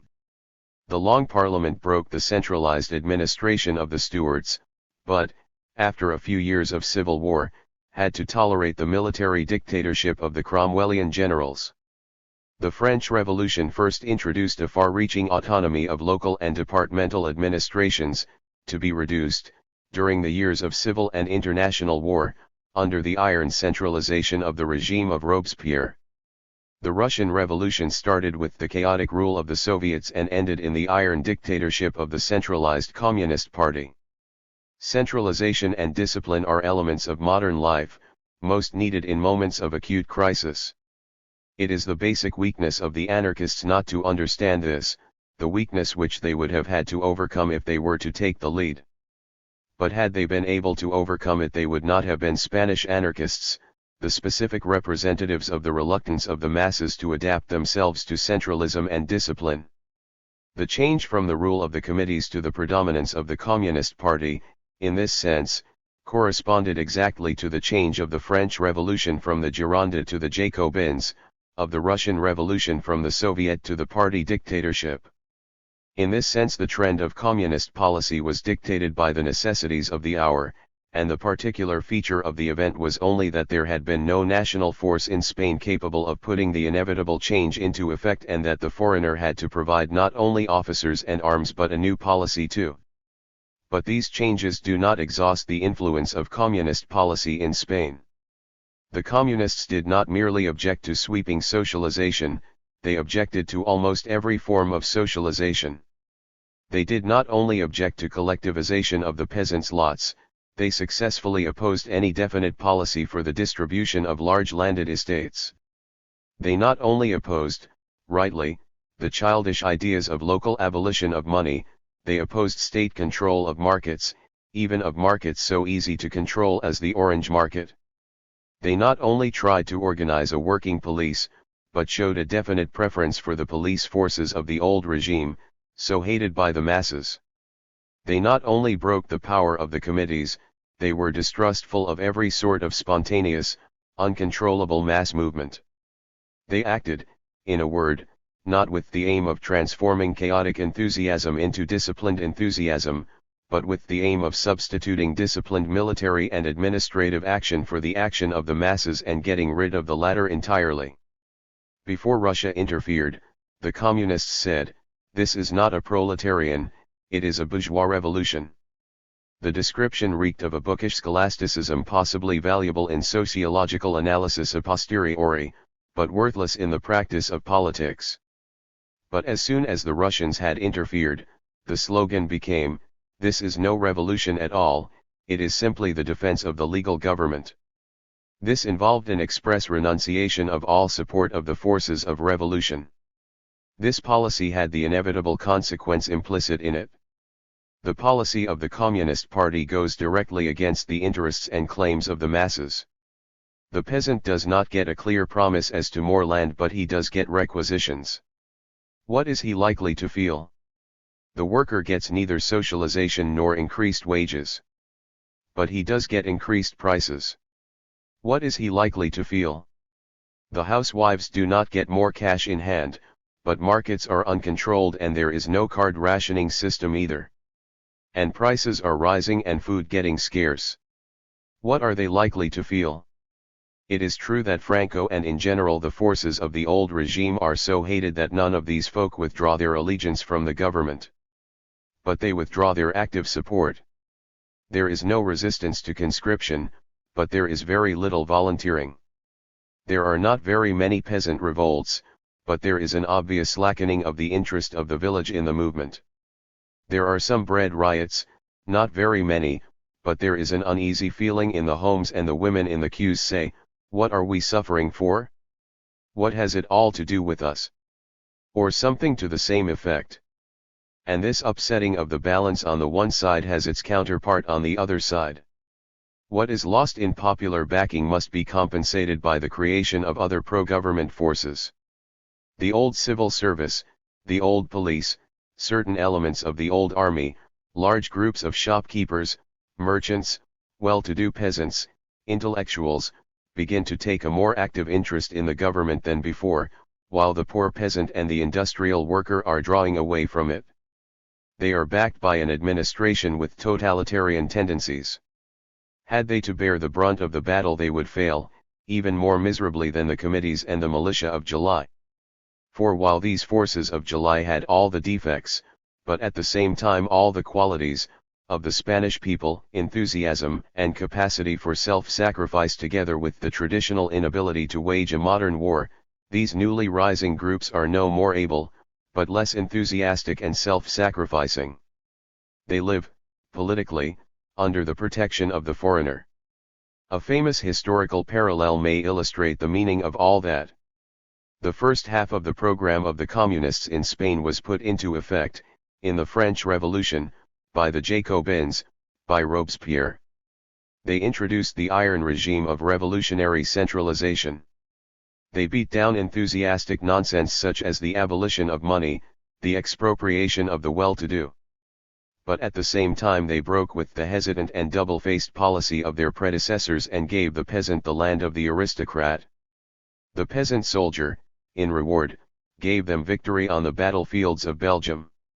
Then the revolution was safe. The strongest elements of the country were satisfied. The peasant had got what he wanted. The revolutionary dictatorship was no longer necessary. The classes which had been partly persecuted and partly just molested by this dictatorship, united and broke it. That happened in the month of Thermidor, in 1794. Then came the regime of those who had made Thermidor, the regime of the Thermidorians.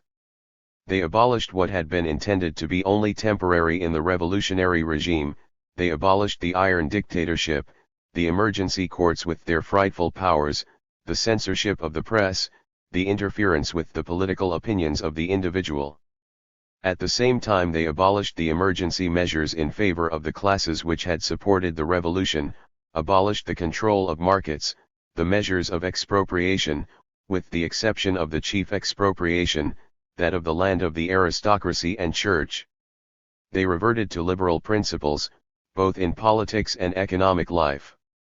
And very naturally, they got the support of those classes which had not supported the Jacobins, classes which had not participated in the revolutionary fight, but were prepared to share its fruits.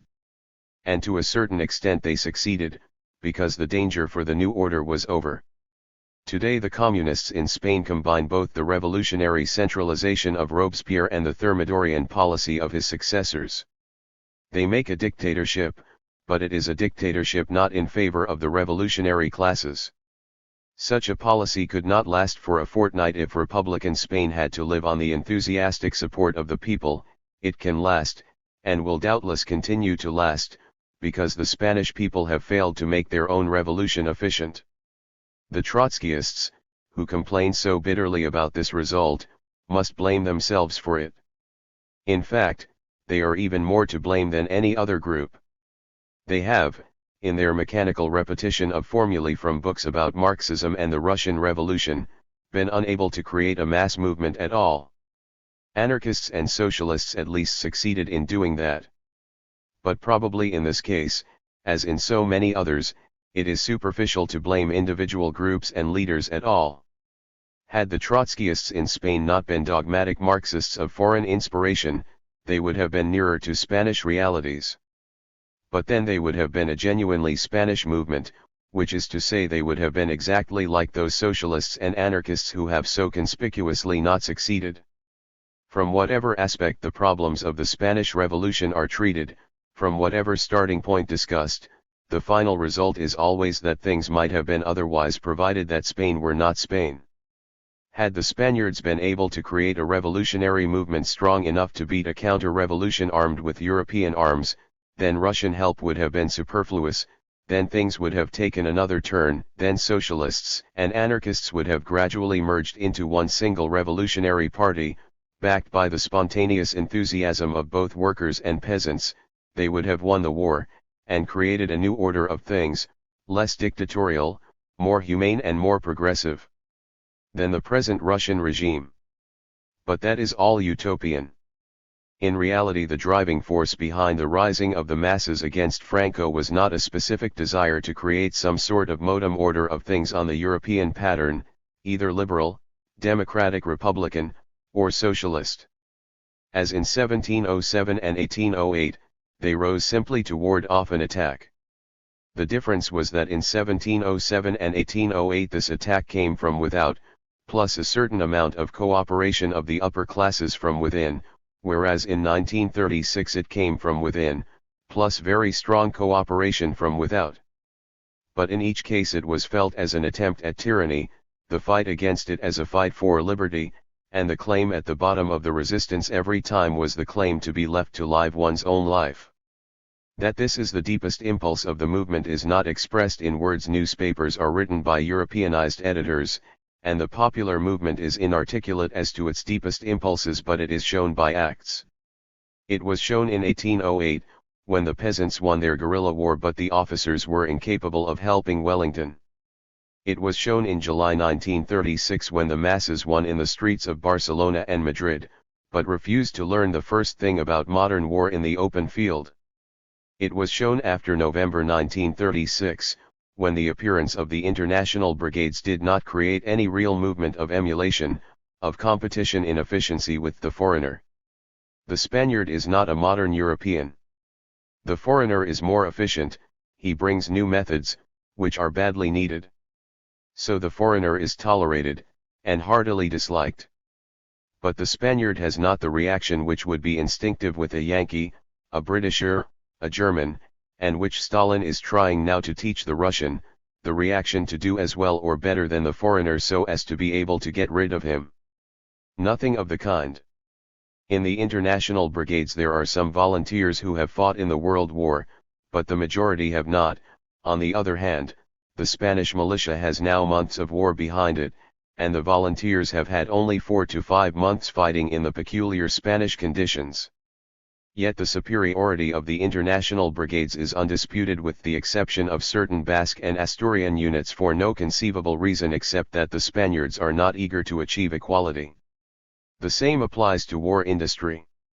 The arrival of foreign technical specialists on the one hand, the ample supply of foreign war material on the other, is far from having created an eager drive towards improvement of the Spanish war industry. That is progressing very slowly, with severe setbacks. The Spaniards seem to feel, to a certain extent, that as there is foreign war material, things may just as well be left at that.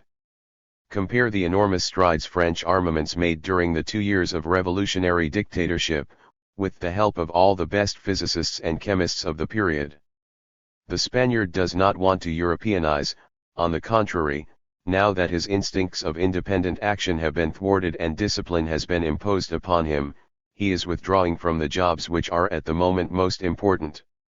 These foreigners, after all, are unavoidable, then let them at least do the job and don't bother us. Such a sentiment is not directly expressed. The Spaniard would be too proud to admit that the foreigner does anything better than he himself, but dislike of the foreigners who have come to help is very openly expressed, as can be seen in the above diary. This is not nationalism in the European sense.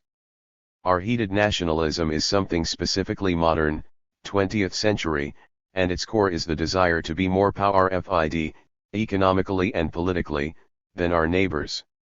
This desire is inconceivable to the Spaniard.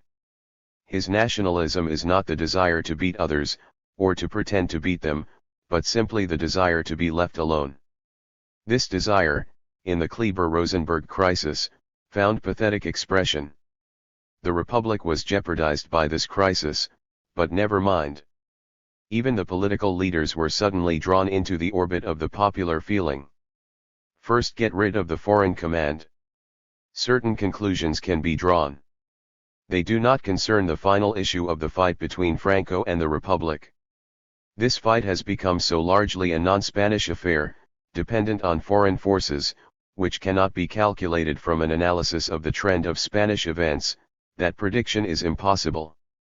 On the battlefield of central Spain, today, the Comintern and the Facintern are meeting in their first military battle. The course of history has involved the Spaniards, but the Spaniards are only auxiliaries.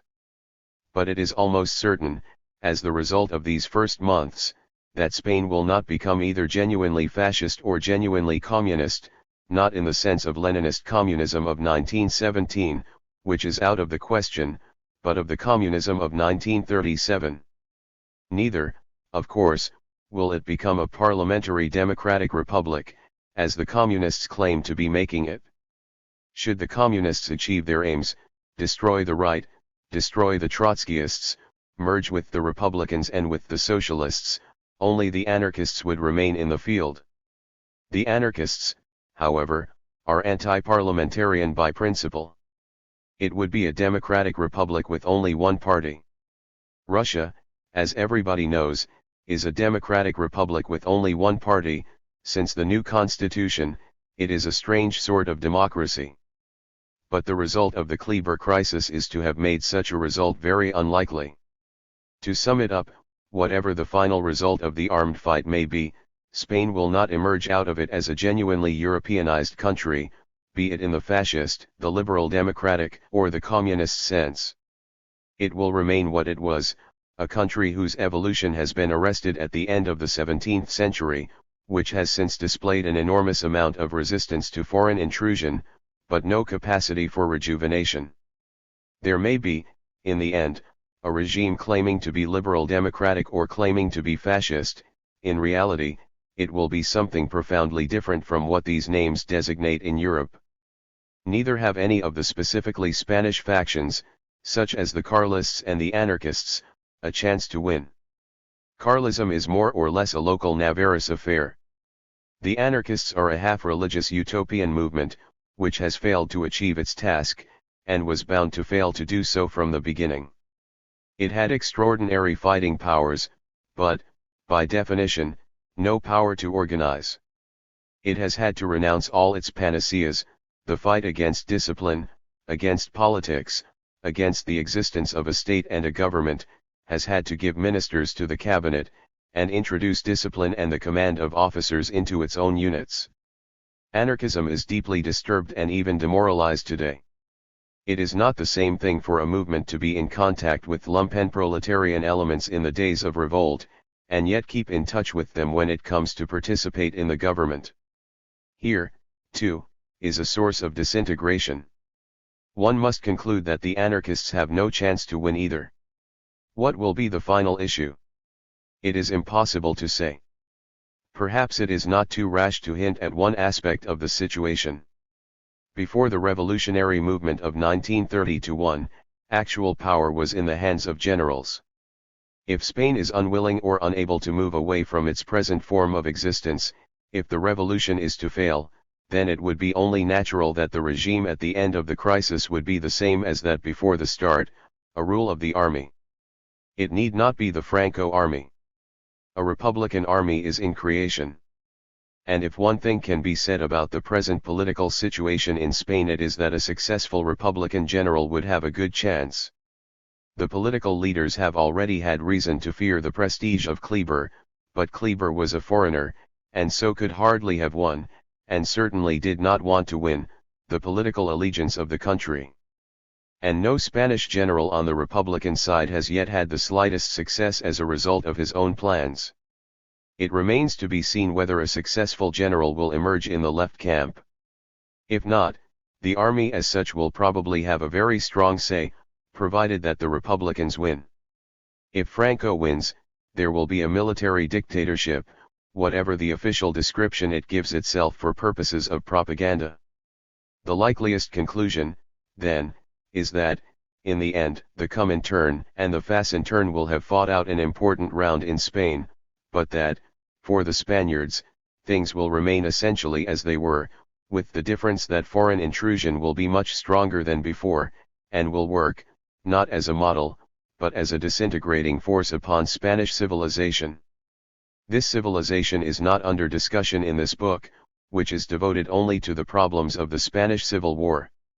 Still, at the end of the investigation, it is worthwhile to say one word about this Spanish conception of life, which is so unpermeable to European influence. The European, who instinctively only appreciates progress, change, is horrified by the stagnation of Spanish life, by what he must call Spanish inefficiency. This inefficiency, being almost the key to the present trend of events, had to be given ample consideration in these pages. But if the reader is inclining to conclude from all this that Spain is a rotten country, he is misled.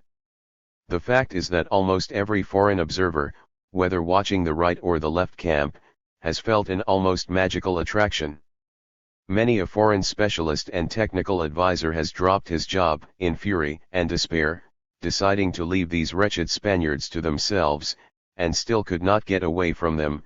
People with a political faith usually ascribe it to the supreme importance of the Spanish fight for the future of mankind. Important as the Spanish Civil War doubtless is, I still believe that its importance is sometimes exaggerated, but this is not the essential point. The deep attraction of Spain consists, in my opinion, not as much in its importance, but in its national character. There, life is not yet efficient, that means that it is not yet mechanized, that beauty is still more important for the Spaniard than practical use, sentiment more important than action, honor very often more important than success, love and friendship more important than one's job.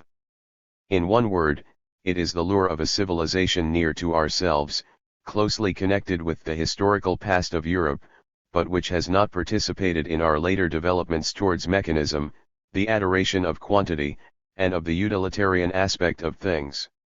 In this lure exerted by Spain upon so very many foreigners, and the author of this book is emphatically among those who have been deeply attracted, is implied the concession, unconscious very often, it is true, that after all something seems to be wrong with our own European civilization, and that the backward, stagnant, and inefficient Spaniard can well compete, in the field of human values, with the efficient, practical, and progressive European. The one seems predestined to last, unmoving, throughout the cataclysms of the surrounding world, and to outlive national usurpers and foreign conquerors; the other, progressive, may progress towards his own destruction. Glossary. Names of Spanish institutions. Falange Española, the Spanish Phalanx, a fascist organization imitating the Italian fascists. Until his execution, Sr. José Primo de Rivera, the son of the dictator, was its leader.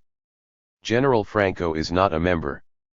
Acción Popular, the Popular Action, the party of the Catholic clergy, as far as they are not Carlists, and of their adherents, leader Gil Robles, now dissolved, at the demand of General Franco.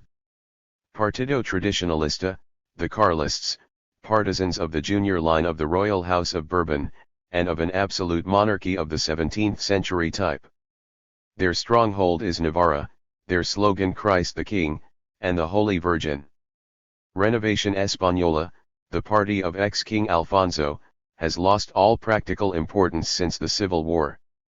CETA, Confederación Electoral de Derechas Autónomas, Electoral Confederation of the Autonomous Groups of the Right, the United Front organization of all the parties of the right which, under the leadership of Sr.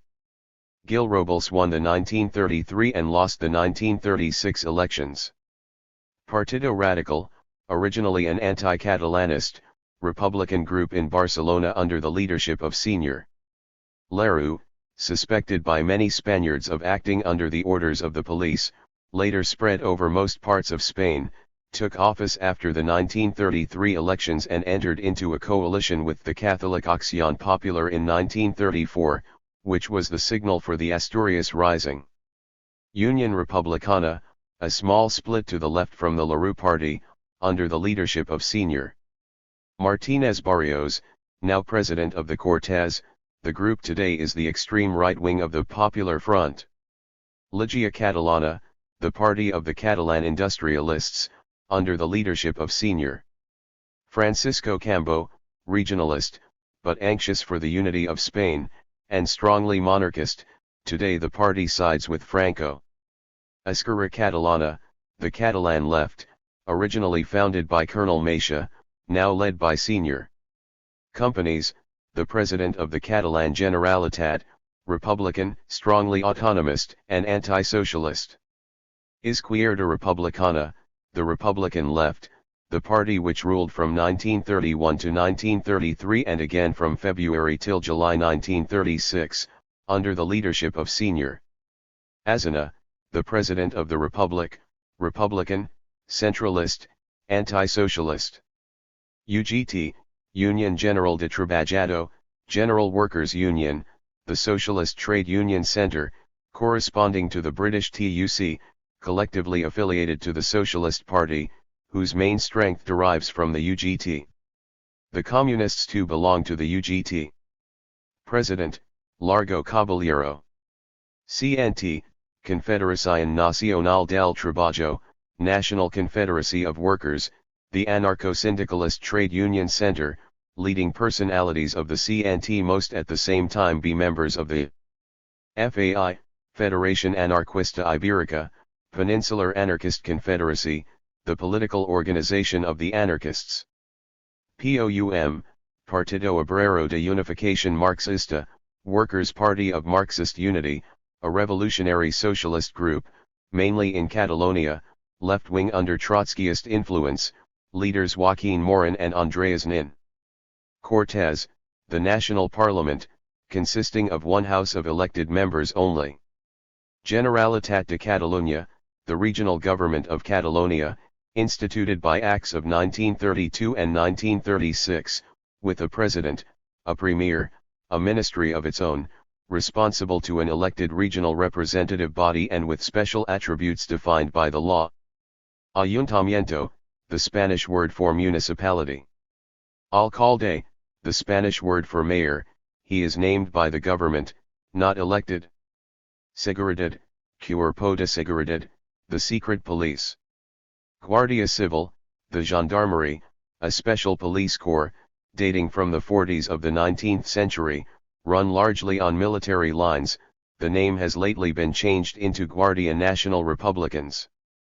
Asaltos, the shock brigades, a second semi-military police corps formed in the first year of the Republic. Mossos de Esquadra, the special police corps of the Catalan Generalitat Junta, a traditional form of revolutionary committee, first formed during the national war against Napoleon in 1808, and repeatedly since. Reforma Agraria, a department of the Ministry of Agriculture, entrusted with the parceling of large estates under the Law of Agrarian Reform, enacted in 1932 and restored in 1936.